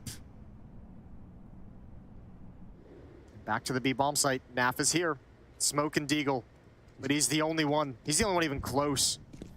Naf did absolutely ridiculous shots. A little bit of a fake from Dupree as well towards the A bomb site has kept 3 defenders here. This is being set up absolutely perfectly for Vitality. I am super impressed with the calling and the game plan from Vitality throughout this grand finals.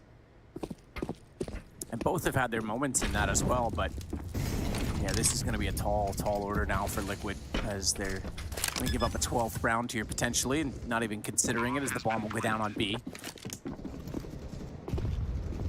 So look for anything they can pick up from corpses. And save the head armor that exists on 3 players right now, the Mac 10 for OC. Take what you can get at this point. So, round 17 is going to come to a close, 12-5. 7-round lead for Vitality.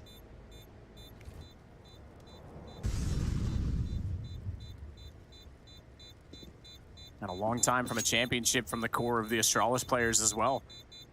Yes. I know you touched on the fact that it's been since 2019 when they were the Grand Slam winners, when they were top of the world, Team Liquid, that they have lifted a trophy, but Vitality, they've gone dry as well. It's been a long time since they've seen success. I think it was 2019 when the Astralis players last lifted their trophy. Bahrain as well. Yeah, that's right. If you go to the Astralis side, that's right. Not even just the Vitality. If you take the combination.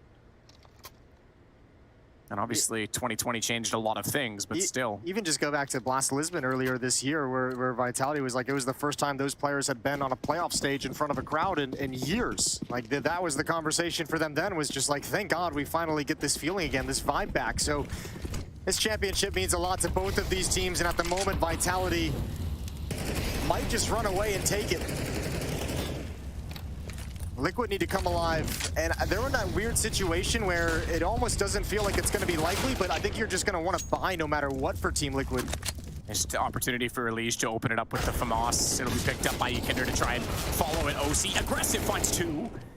Deagle for him, Dupree's low. If he swings it, spots him in the corner, but his teammates come to his aid first, and Spinks wins out the duel. Yeah, look how desperate they are to find that kill. They knew they had him trapped. They knew they had him at low HP, and OC's trying to clean him off real quick. Nitro's going to be at B, Ekinder at A.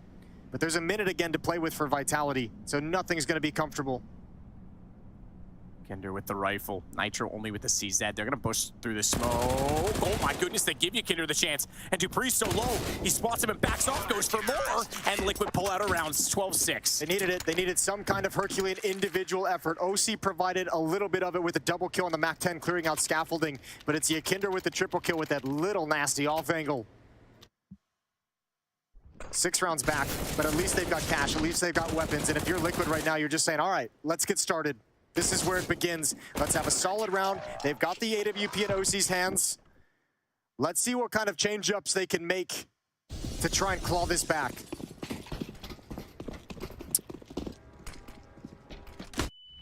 Aggressive though, pace is gonna change. Forget utility, they wanna get down before it. OC didn't, oh he did. The gun sticks through the smoke, he gets the shot back to it, and it's not gonna work out the way that they wanted it to for ZywOo. Ekinder's inside, they're gonna spot each other out, and Ekinder gets 2. A massive start for Liquid. That's huge. That's a huge opening provided by OC.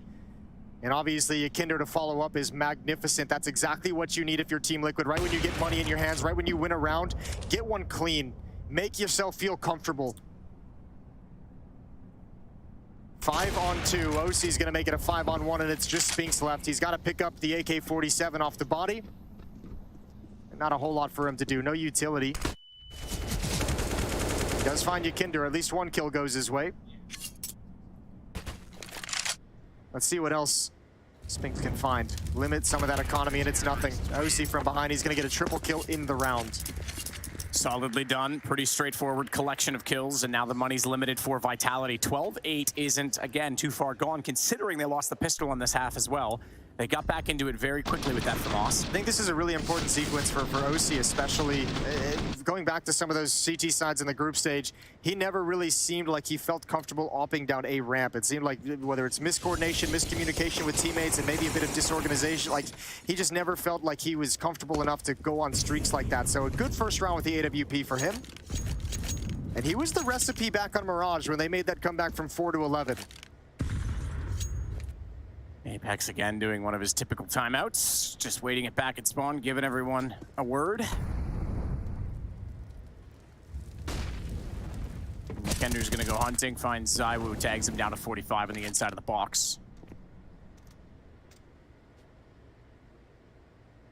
So this round, Vitality, not so much talking and focusing on it. They'll do what they can, obviously, but this is very much prep for the next few rounds as Apex has the deagle. See if you can hit a stunner, because you'd have to at this point. We have passed the 7-hour mark of this Grand Final series. Love it. A long, long time to be playing Counter-Strike. And to give an indication on that, I'll come back to it in a second. This should be pretty straightforward against the pistols for NAF, but the deagle is there. You gotta be careful. First one, second one, follow it up as he rotates around the pillar. Keep in mind, there are 32 teams here this week for the RMR. We just went through nice shot, Spinks. We just went through a 5-week process of getting through Pro League. There is a lot of crew that has been a long way from their family the whole time. There's been a huge team putting this on. And tonight, as soon as this finals is over, they've got to strip everything down and rebuild the entire tent to accommodate everyone that's playing in the RMR. So shout out to those guys, because they've had to wait for this series and they've already burnt the midnight oil for 5 weeks. There's a lot that goes into these events that people don't think about in that regard too, Jason. Burn the 5 a.m. oil. 12-8, 4-round lead for Vitality. Doesn't quite feel like it's switched in yet, this comeback from Team Liquid, but at least there's some hope. Hope to cling to. First time out called for Vitality. They have had no issues otherwise in this game. Liquid have just rattled off 3 in a row. OC at 15, Naf and Yakinder at 13. So that individual fragging that was such a problem in the first half is starting to alleviate. But Vitality have done such a good job throughout this series of switching things up, adapting to what Team Liquid's bringing to the table. Tonic, very vocal. He very much knew he was prepping for a 5-match series today. He made that very clear when he was outside, and I was chatting with him this morning, and I know I mentioned him countering Yakinder. I think at this point in the series, that's not even the focus. You're focusing on a game plan on this, the 5th map being Vertigo, which not the coziest for either team, frankly. And this is where depth prevails. This is where the great teams are made in these situations when you get this long into a series.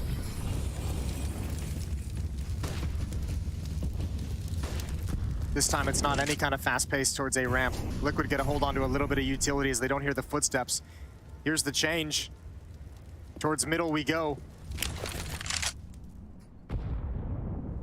Nitro is going to be the point of contact, although Elige has slid into mid as well. He's going to get aggressive. All this is dangerous. Flashbang. Good shot out. Spanks starts it off. Dupree tagged and all of that. Magisk as well, so there is some consolation for Liquid. They try and go for the nade to even close that out, Jason, but they can't quite catch it in OC. He wants information. This is risky. Okay, he's not gonna. I was gonna say if he's bold enough to go forward, but I think with the op, it's so unwieldy to clear all the other corners. But he could have a huge benefit. He's able to close the gap. Now he has allowed Yakinder to rotate over. They're gonna boost a player up.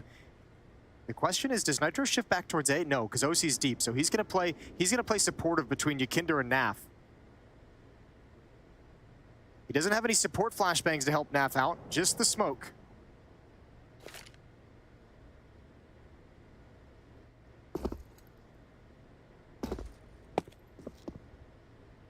Holding onto it for a long time, though. It's gone out now. 30 seconds. That's going to give him about 20. Naf, he was spotted, but he steps in behind. Good find from Spinks. Naf, though, strikes while the iron's hot and takes the bomb down inside the smoke. That's going to give Yakinder a chance at this. Oh, my goodness. He could go right through. He could swing behind. He could flank them with a bit of utility. But it's him versus 4. Oh, no, he's whiffed on the shots, and that's giving way too much information away. ZywOo's pulled it back. It's 13-8. Yeah, great flashbang for Vitality. Great pop flash to come right through that smoke, and Naf could have used a flashbang from a teammate as well. Yeah, wipe the sweat off your brow, because that was a little bit tense. Very tense. And it's 3 rounds for Vitality. And Vitality doesn't respect that smoke at all. They're already up when it gets deployed. Spinks coming right through it. Look how blind Nitro is. He has no chance. Naf not able to get anything more than 1. Good spacing for Vitality. Dupree even finds the flank on OC. We didn't see that in the action in the chaos of the hit. Speaking of chaos, we're right back into a hit again on this one. Nitro's going to push stairs. Magisk is considering it with that deep smoke already in play. And any idea, any hope of a comeback for Team Liquid could come crashing down if they lose this. Their money is not pretty. It's not good. Didn't bounce right. It tried to clear the backside of the stairs, so he has to manually check the corner. Nitro stuck here, though. Good damage. Hits ZywOo in the head and gets a bullet into Dupree. That'll help M4s in this situation. It's Naf again. He's going to push up behind double. They got to be careful. It looks like they're boosting up, but once again, information down A ramp for Team Liquid. Yakinder this time, not OC, who's going to start shifting back towards middle with the op. That'll allow Elige to dedicate himself more fully to the A bomb site.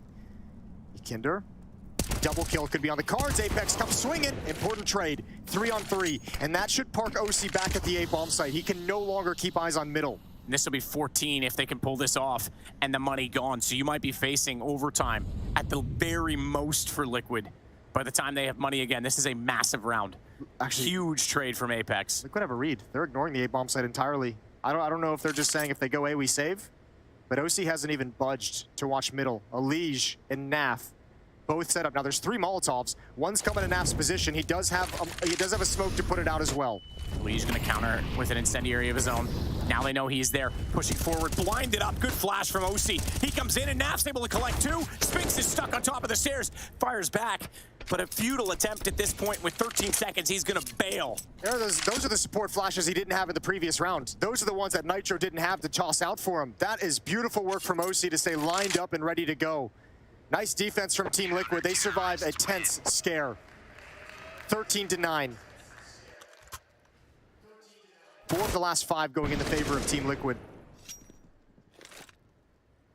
Start was brilliant. ZywOo was able to trade that off, and the trades were successful. You even said this could have been a double. As soon as it wasn't, that thins the defense so much, but you're right, Liquid not budging. It should have thinned the defense, but that's the boldness of OC and Liquid to just say, nope, we're gonna count on this being B a hit. We have the feel, we have the read, stay parked in middle, stay prepared to take a shot in middle. If they execute A, you've got the flashbangs, and he gets 2 flash assists. Solo AK for Spinks. This is an important round for Liquid to make sure they don't give anything away, that they don't let the economy get degraded too much by this rifle. Nitro up on top of the window position. Good find from OC. He's going to spot 1. They can easily counter off that. Hang on.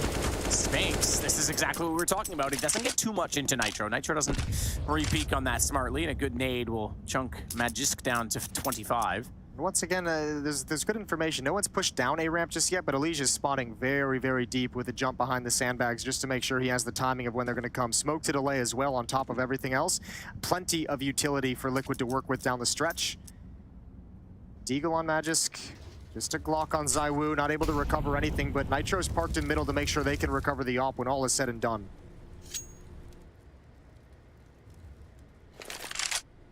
Naf goes passive this time after 3 rounds of being caught out toward quad with limited success 2 rounds ago, as you mentioned, without the utility. This time it's solo, but they'll clear that position to no avail. Does give them a bit more stance and a bit more information to push forward. Naf shoulder checking because he's expecting flashes to come through, and Nitro will throw one in counter. And that'll come over as soon as Naf calls for it. Needs to come over, but hasn't yet. Now it will, but it might be too late because already pushed up. Oh, he got the read, got the trade at least, but Naf goes down. It's Kinder that's going to step up. It's all a Magisk. No bomb plant on this, crucially. 15 HP, and Liquid might find double digits to go 13-10. That's a lovely headshot. Wants another one, but Kinder's not going to let that happen. Oh, they don't save the op as well. The op was dropped back in middle. None of them go grab it. They prioritize the AK-47s. OC's got the money to buy it back up again. Liquid now within 3, playing retake, not even caring if the bomb gets planted. They know the buy's coming out regardless. Great shot from Magisk. No head armor on Nitro. Glock doing some work down the stretch. And another timeout taken again from Vitality. 3 to go still for them, but they're only 3 ahead as well. It was 12-5 at one point. Liquid have come roaring back into this, much like Mirage, and you got to wonder if Vitality's feeling a little bit of deja vu. Yeah, I mean, it was 8-1. It was actually 9-1 if you want to get technical about it before all that as well. So yeah, Liquid's definitely had the best of the most previous rounds. 5 already in this half, Jason. You mentioned that 7 was the most they got at any point in Pro League so far, so they're getting close to that total. Yeah, they need way more. They need way more than 7. Final map of these grand finals. Trophy on the line. Not allowed to quit in this one. This time Vitality is going to go back to fast pace towards A. They kind of cooled off. They got shut down a couple of times. Wanted to give it some breathing room. Come back to it later on in the half. And they're stalled out by utility. This time Team Liquid has a full set of nades to slow down anything fast. They're not able to find anyone, spraying down toward the bottom of ramp. It's ZywOo that backs away from that. No op for him. So OC might have an advantage of trying to hold off that position, but again, he plays slightly passive. Waits for the utility to be deposed and deployed first. Now he'll wait to hold for where they might walk into this, but how do they do it? With a flash? With a smoke? Fire into it? Does he guess? Doesn't want to give away his position, so he'll back off slowly for now. A lot of Molotovs they can use to clear out sandbags. Kinder's there, but Liquid's setting up a trap. Gonna try to. The problem is they don't have anyone toward lane, and if they get caught off, it does pull them toward Yakinder. That'll give them a chance to get towards scaffolding. Yakinder wants to shuffle that direction, knowing that they can still make it to that position. Elige, though, does get Magist despite the loss. And it's all on Nitro. He's so close, but yet doesn't know the timing, doesn't know when to go. He's about to get that confirmation from his teammates now because they're up the ramp. They're toward the top. They are around the corner, and Nitro is going to get in behind them. They just need to withstand the front sight pressure, and OC knows that. So he's gone very passive. He's found the first kill as well. They're looking backwards, but not down. They're looking up toward the yellow lane instead, and it's Nitro with 2 dead. It's going to be 13-11. That was looking so sketchy for Team Liquid. They did not pull off a clean execution on the trap, but it worked anyways. A great off-fagel from Yakinder. Shout out to the fans as well. You could see him on the camera, obviously wiping some sleepies from his eyes. Twists in the back corner there as well, watching his old teammates. Haven't won a trophy since he was part of this lineup. 13-11. That was not the cleanest retake at that A ramp, but they still pull it off. Good kills from Nitro on the flank. 2 frags, 147 ADR. Play on, round 25. Vitality back down to a low economy buy. Scout, Deagles and Armor.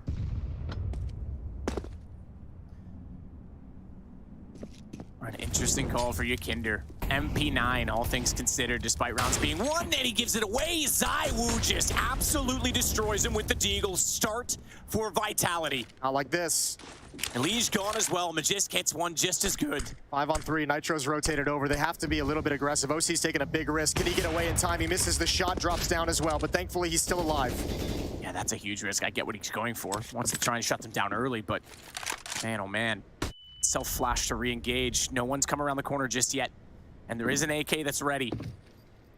Nitro holding off on the lane. There's so much time. Keep your eye on the minimap. Keep an eye on when Spinks is going to make his play. That's a critical piece of information because he can actually push forward and maybe clear out the B bomb site, because I think Naf is going to be really tempted, to cheat over towards this B bomb site to bolster the defense. So Spinks can either provide an opening to the B bomb site or he can have a real nasty flank. You're pretty close. This is an angle that he could potentially find a headshot from. Baits out shots. Nitro follows up for the double. You're absolutely right. They're gone. Spinks is pushing forward and he wants to cut off rotations. He goes straight through CT spawn. And this is massive. This Deagle is the game, potentially, for Vitality. The round's certainly in his hands. 2 will go by on the short side. He's gonna pop out and find Naf. They have to turn back. OC's on an AWP. This is a battle. This is a straight contest. He's missed shots, has to reload. OC gets it back with a USP, but it's still a 2-on-2. And the bomb has been planted on top of all of this. ZywOo sits behind double stack. He has to be perfect on his peak. Apex has already spotted that they're getting closer. Molotov's not going to spread. MP9 finds it. Vitality getting closer and closer. They're going to find OC as well. What a round to pull it back 14-11. And who better than ZywOo to start it and close it down? He had the 1 dig on Yakinder trying to make a play down scaffold and 2 great SMG kills down the stretch. But it's Spinks who activates everything. It's Spinks who makes the move in middle to tell them, hey, go back to B. I have control of everything. I'm good for 1. I cut off rotations. Perfectly played from Vitality with not a whole lot brought into the round. Worst possible time to be ecoed for Liquid as well. They were about to make this a 1-round game. They didn't have much residual, but they are going to force into this. They're going all in right now. If they lose this round, that could be the championship. And they decide not to. Nitro could have dropped an AWP over to OC. But they have some decisions to make.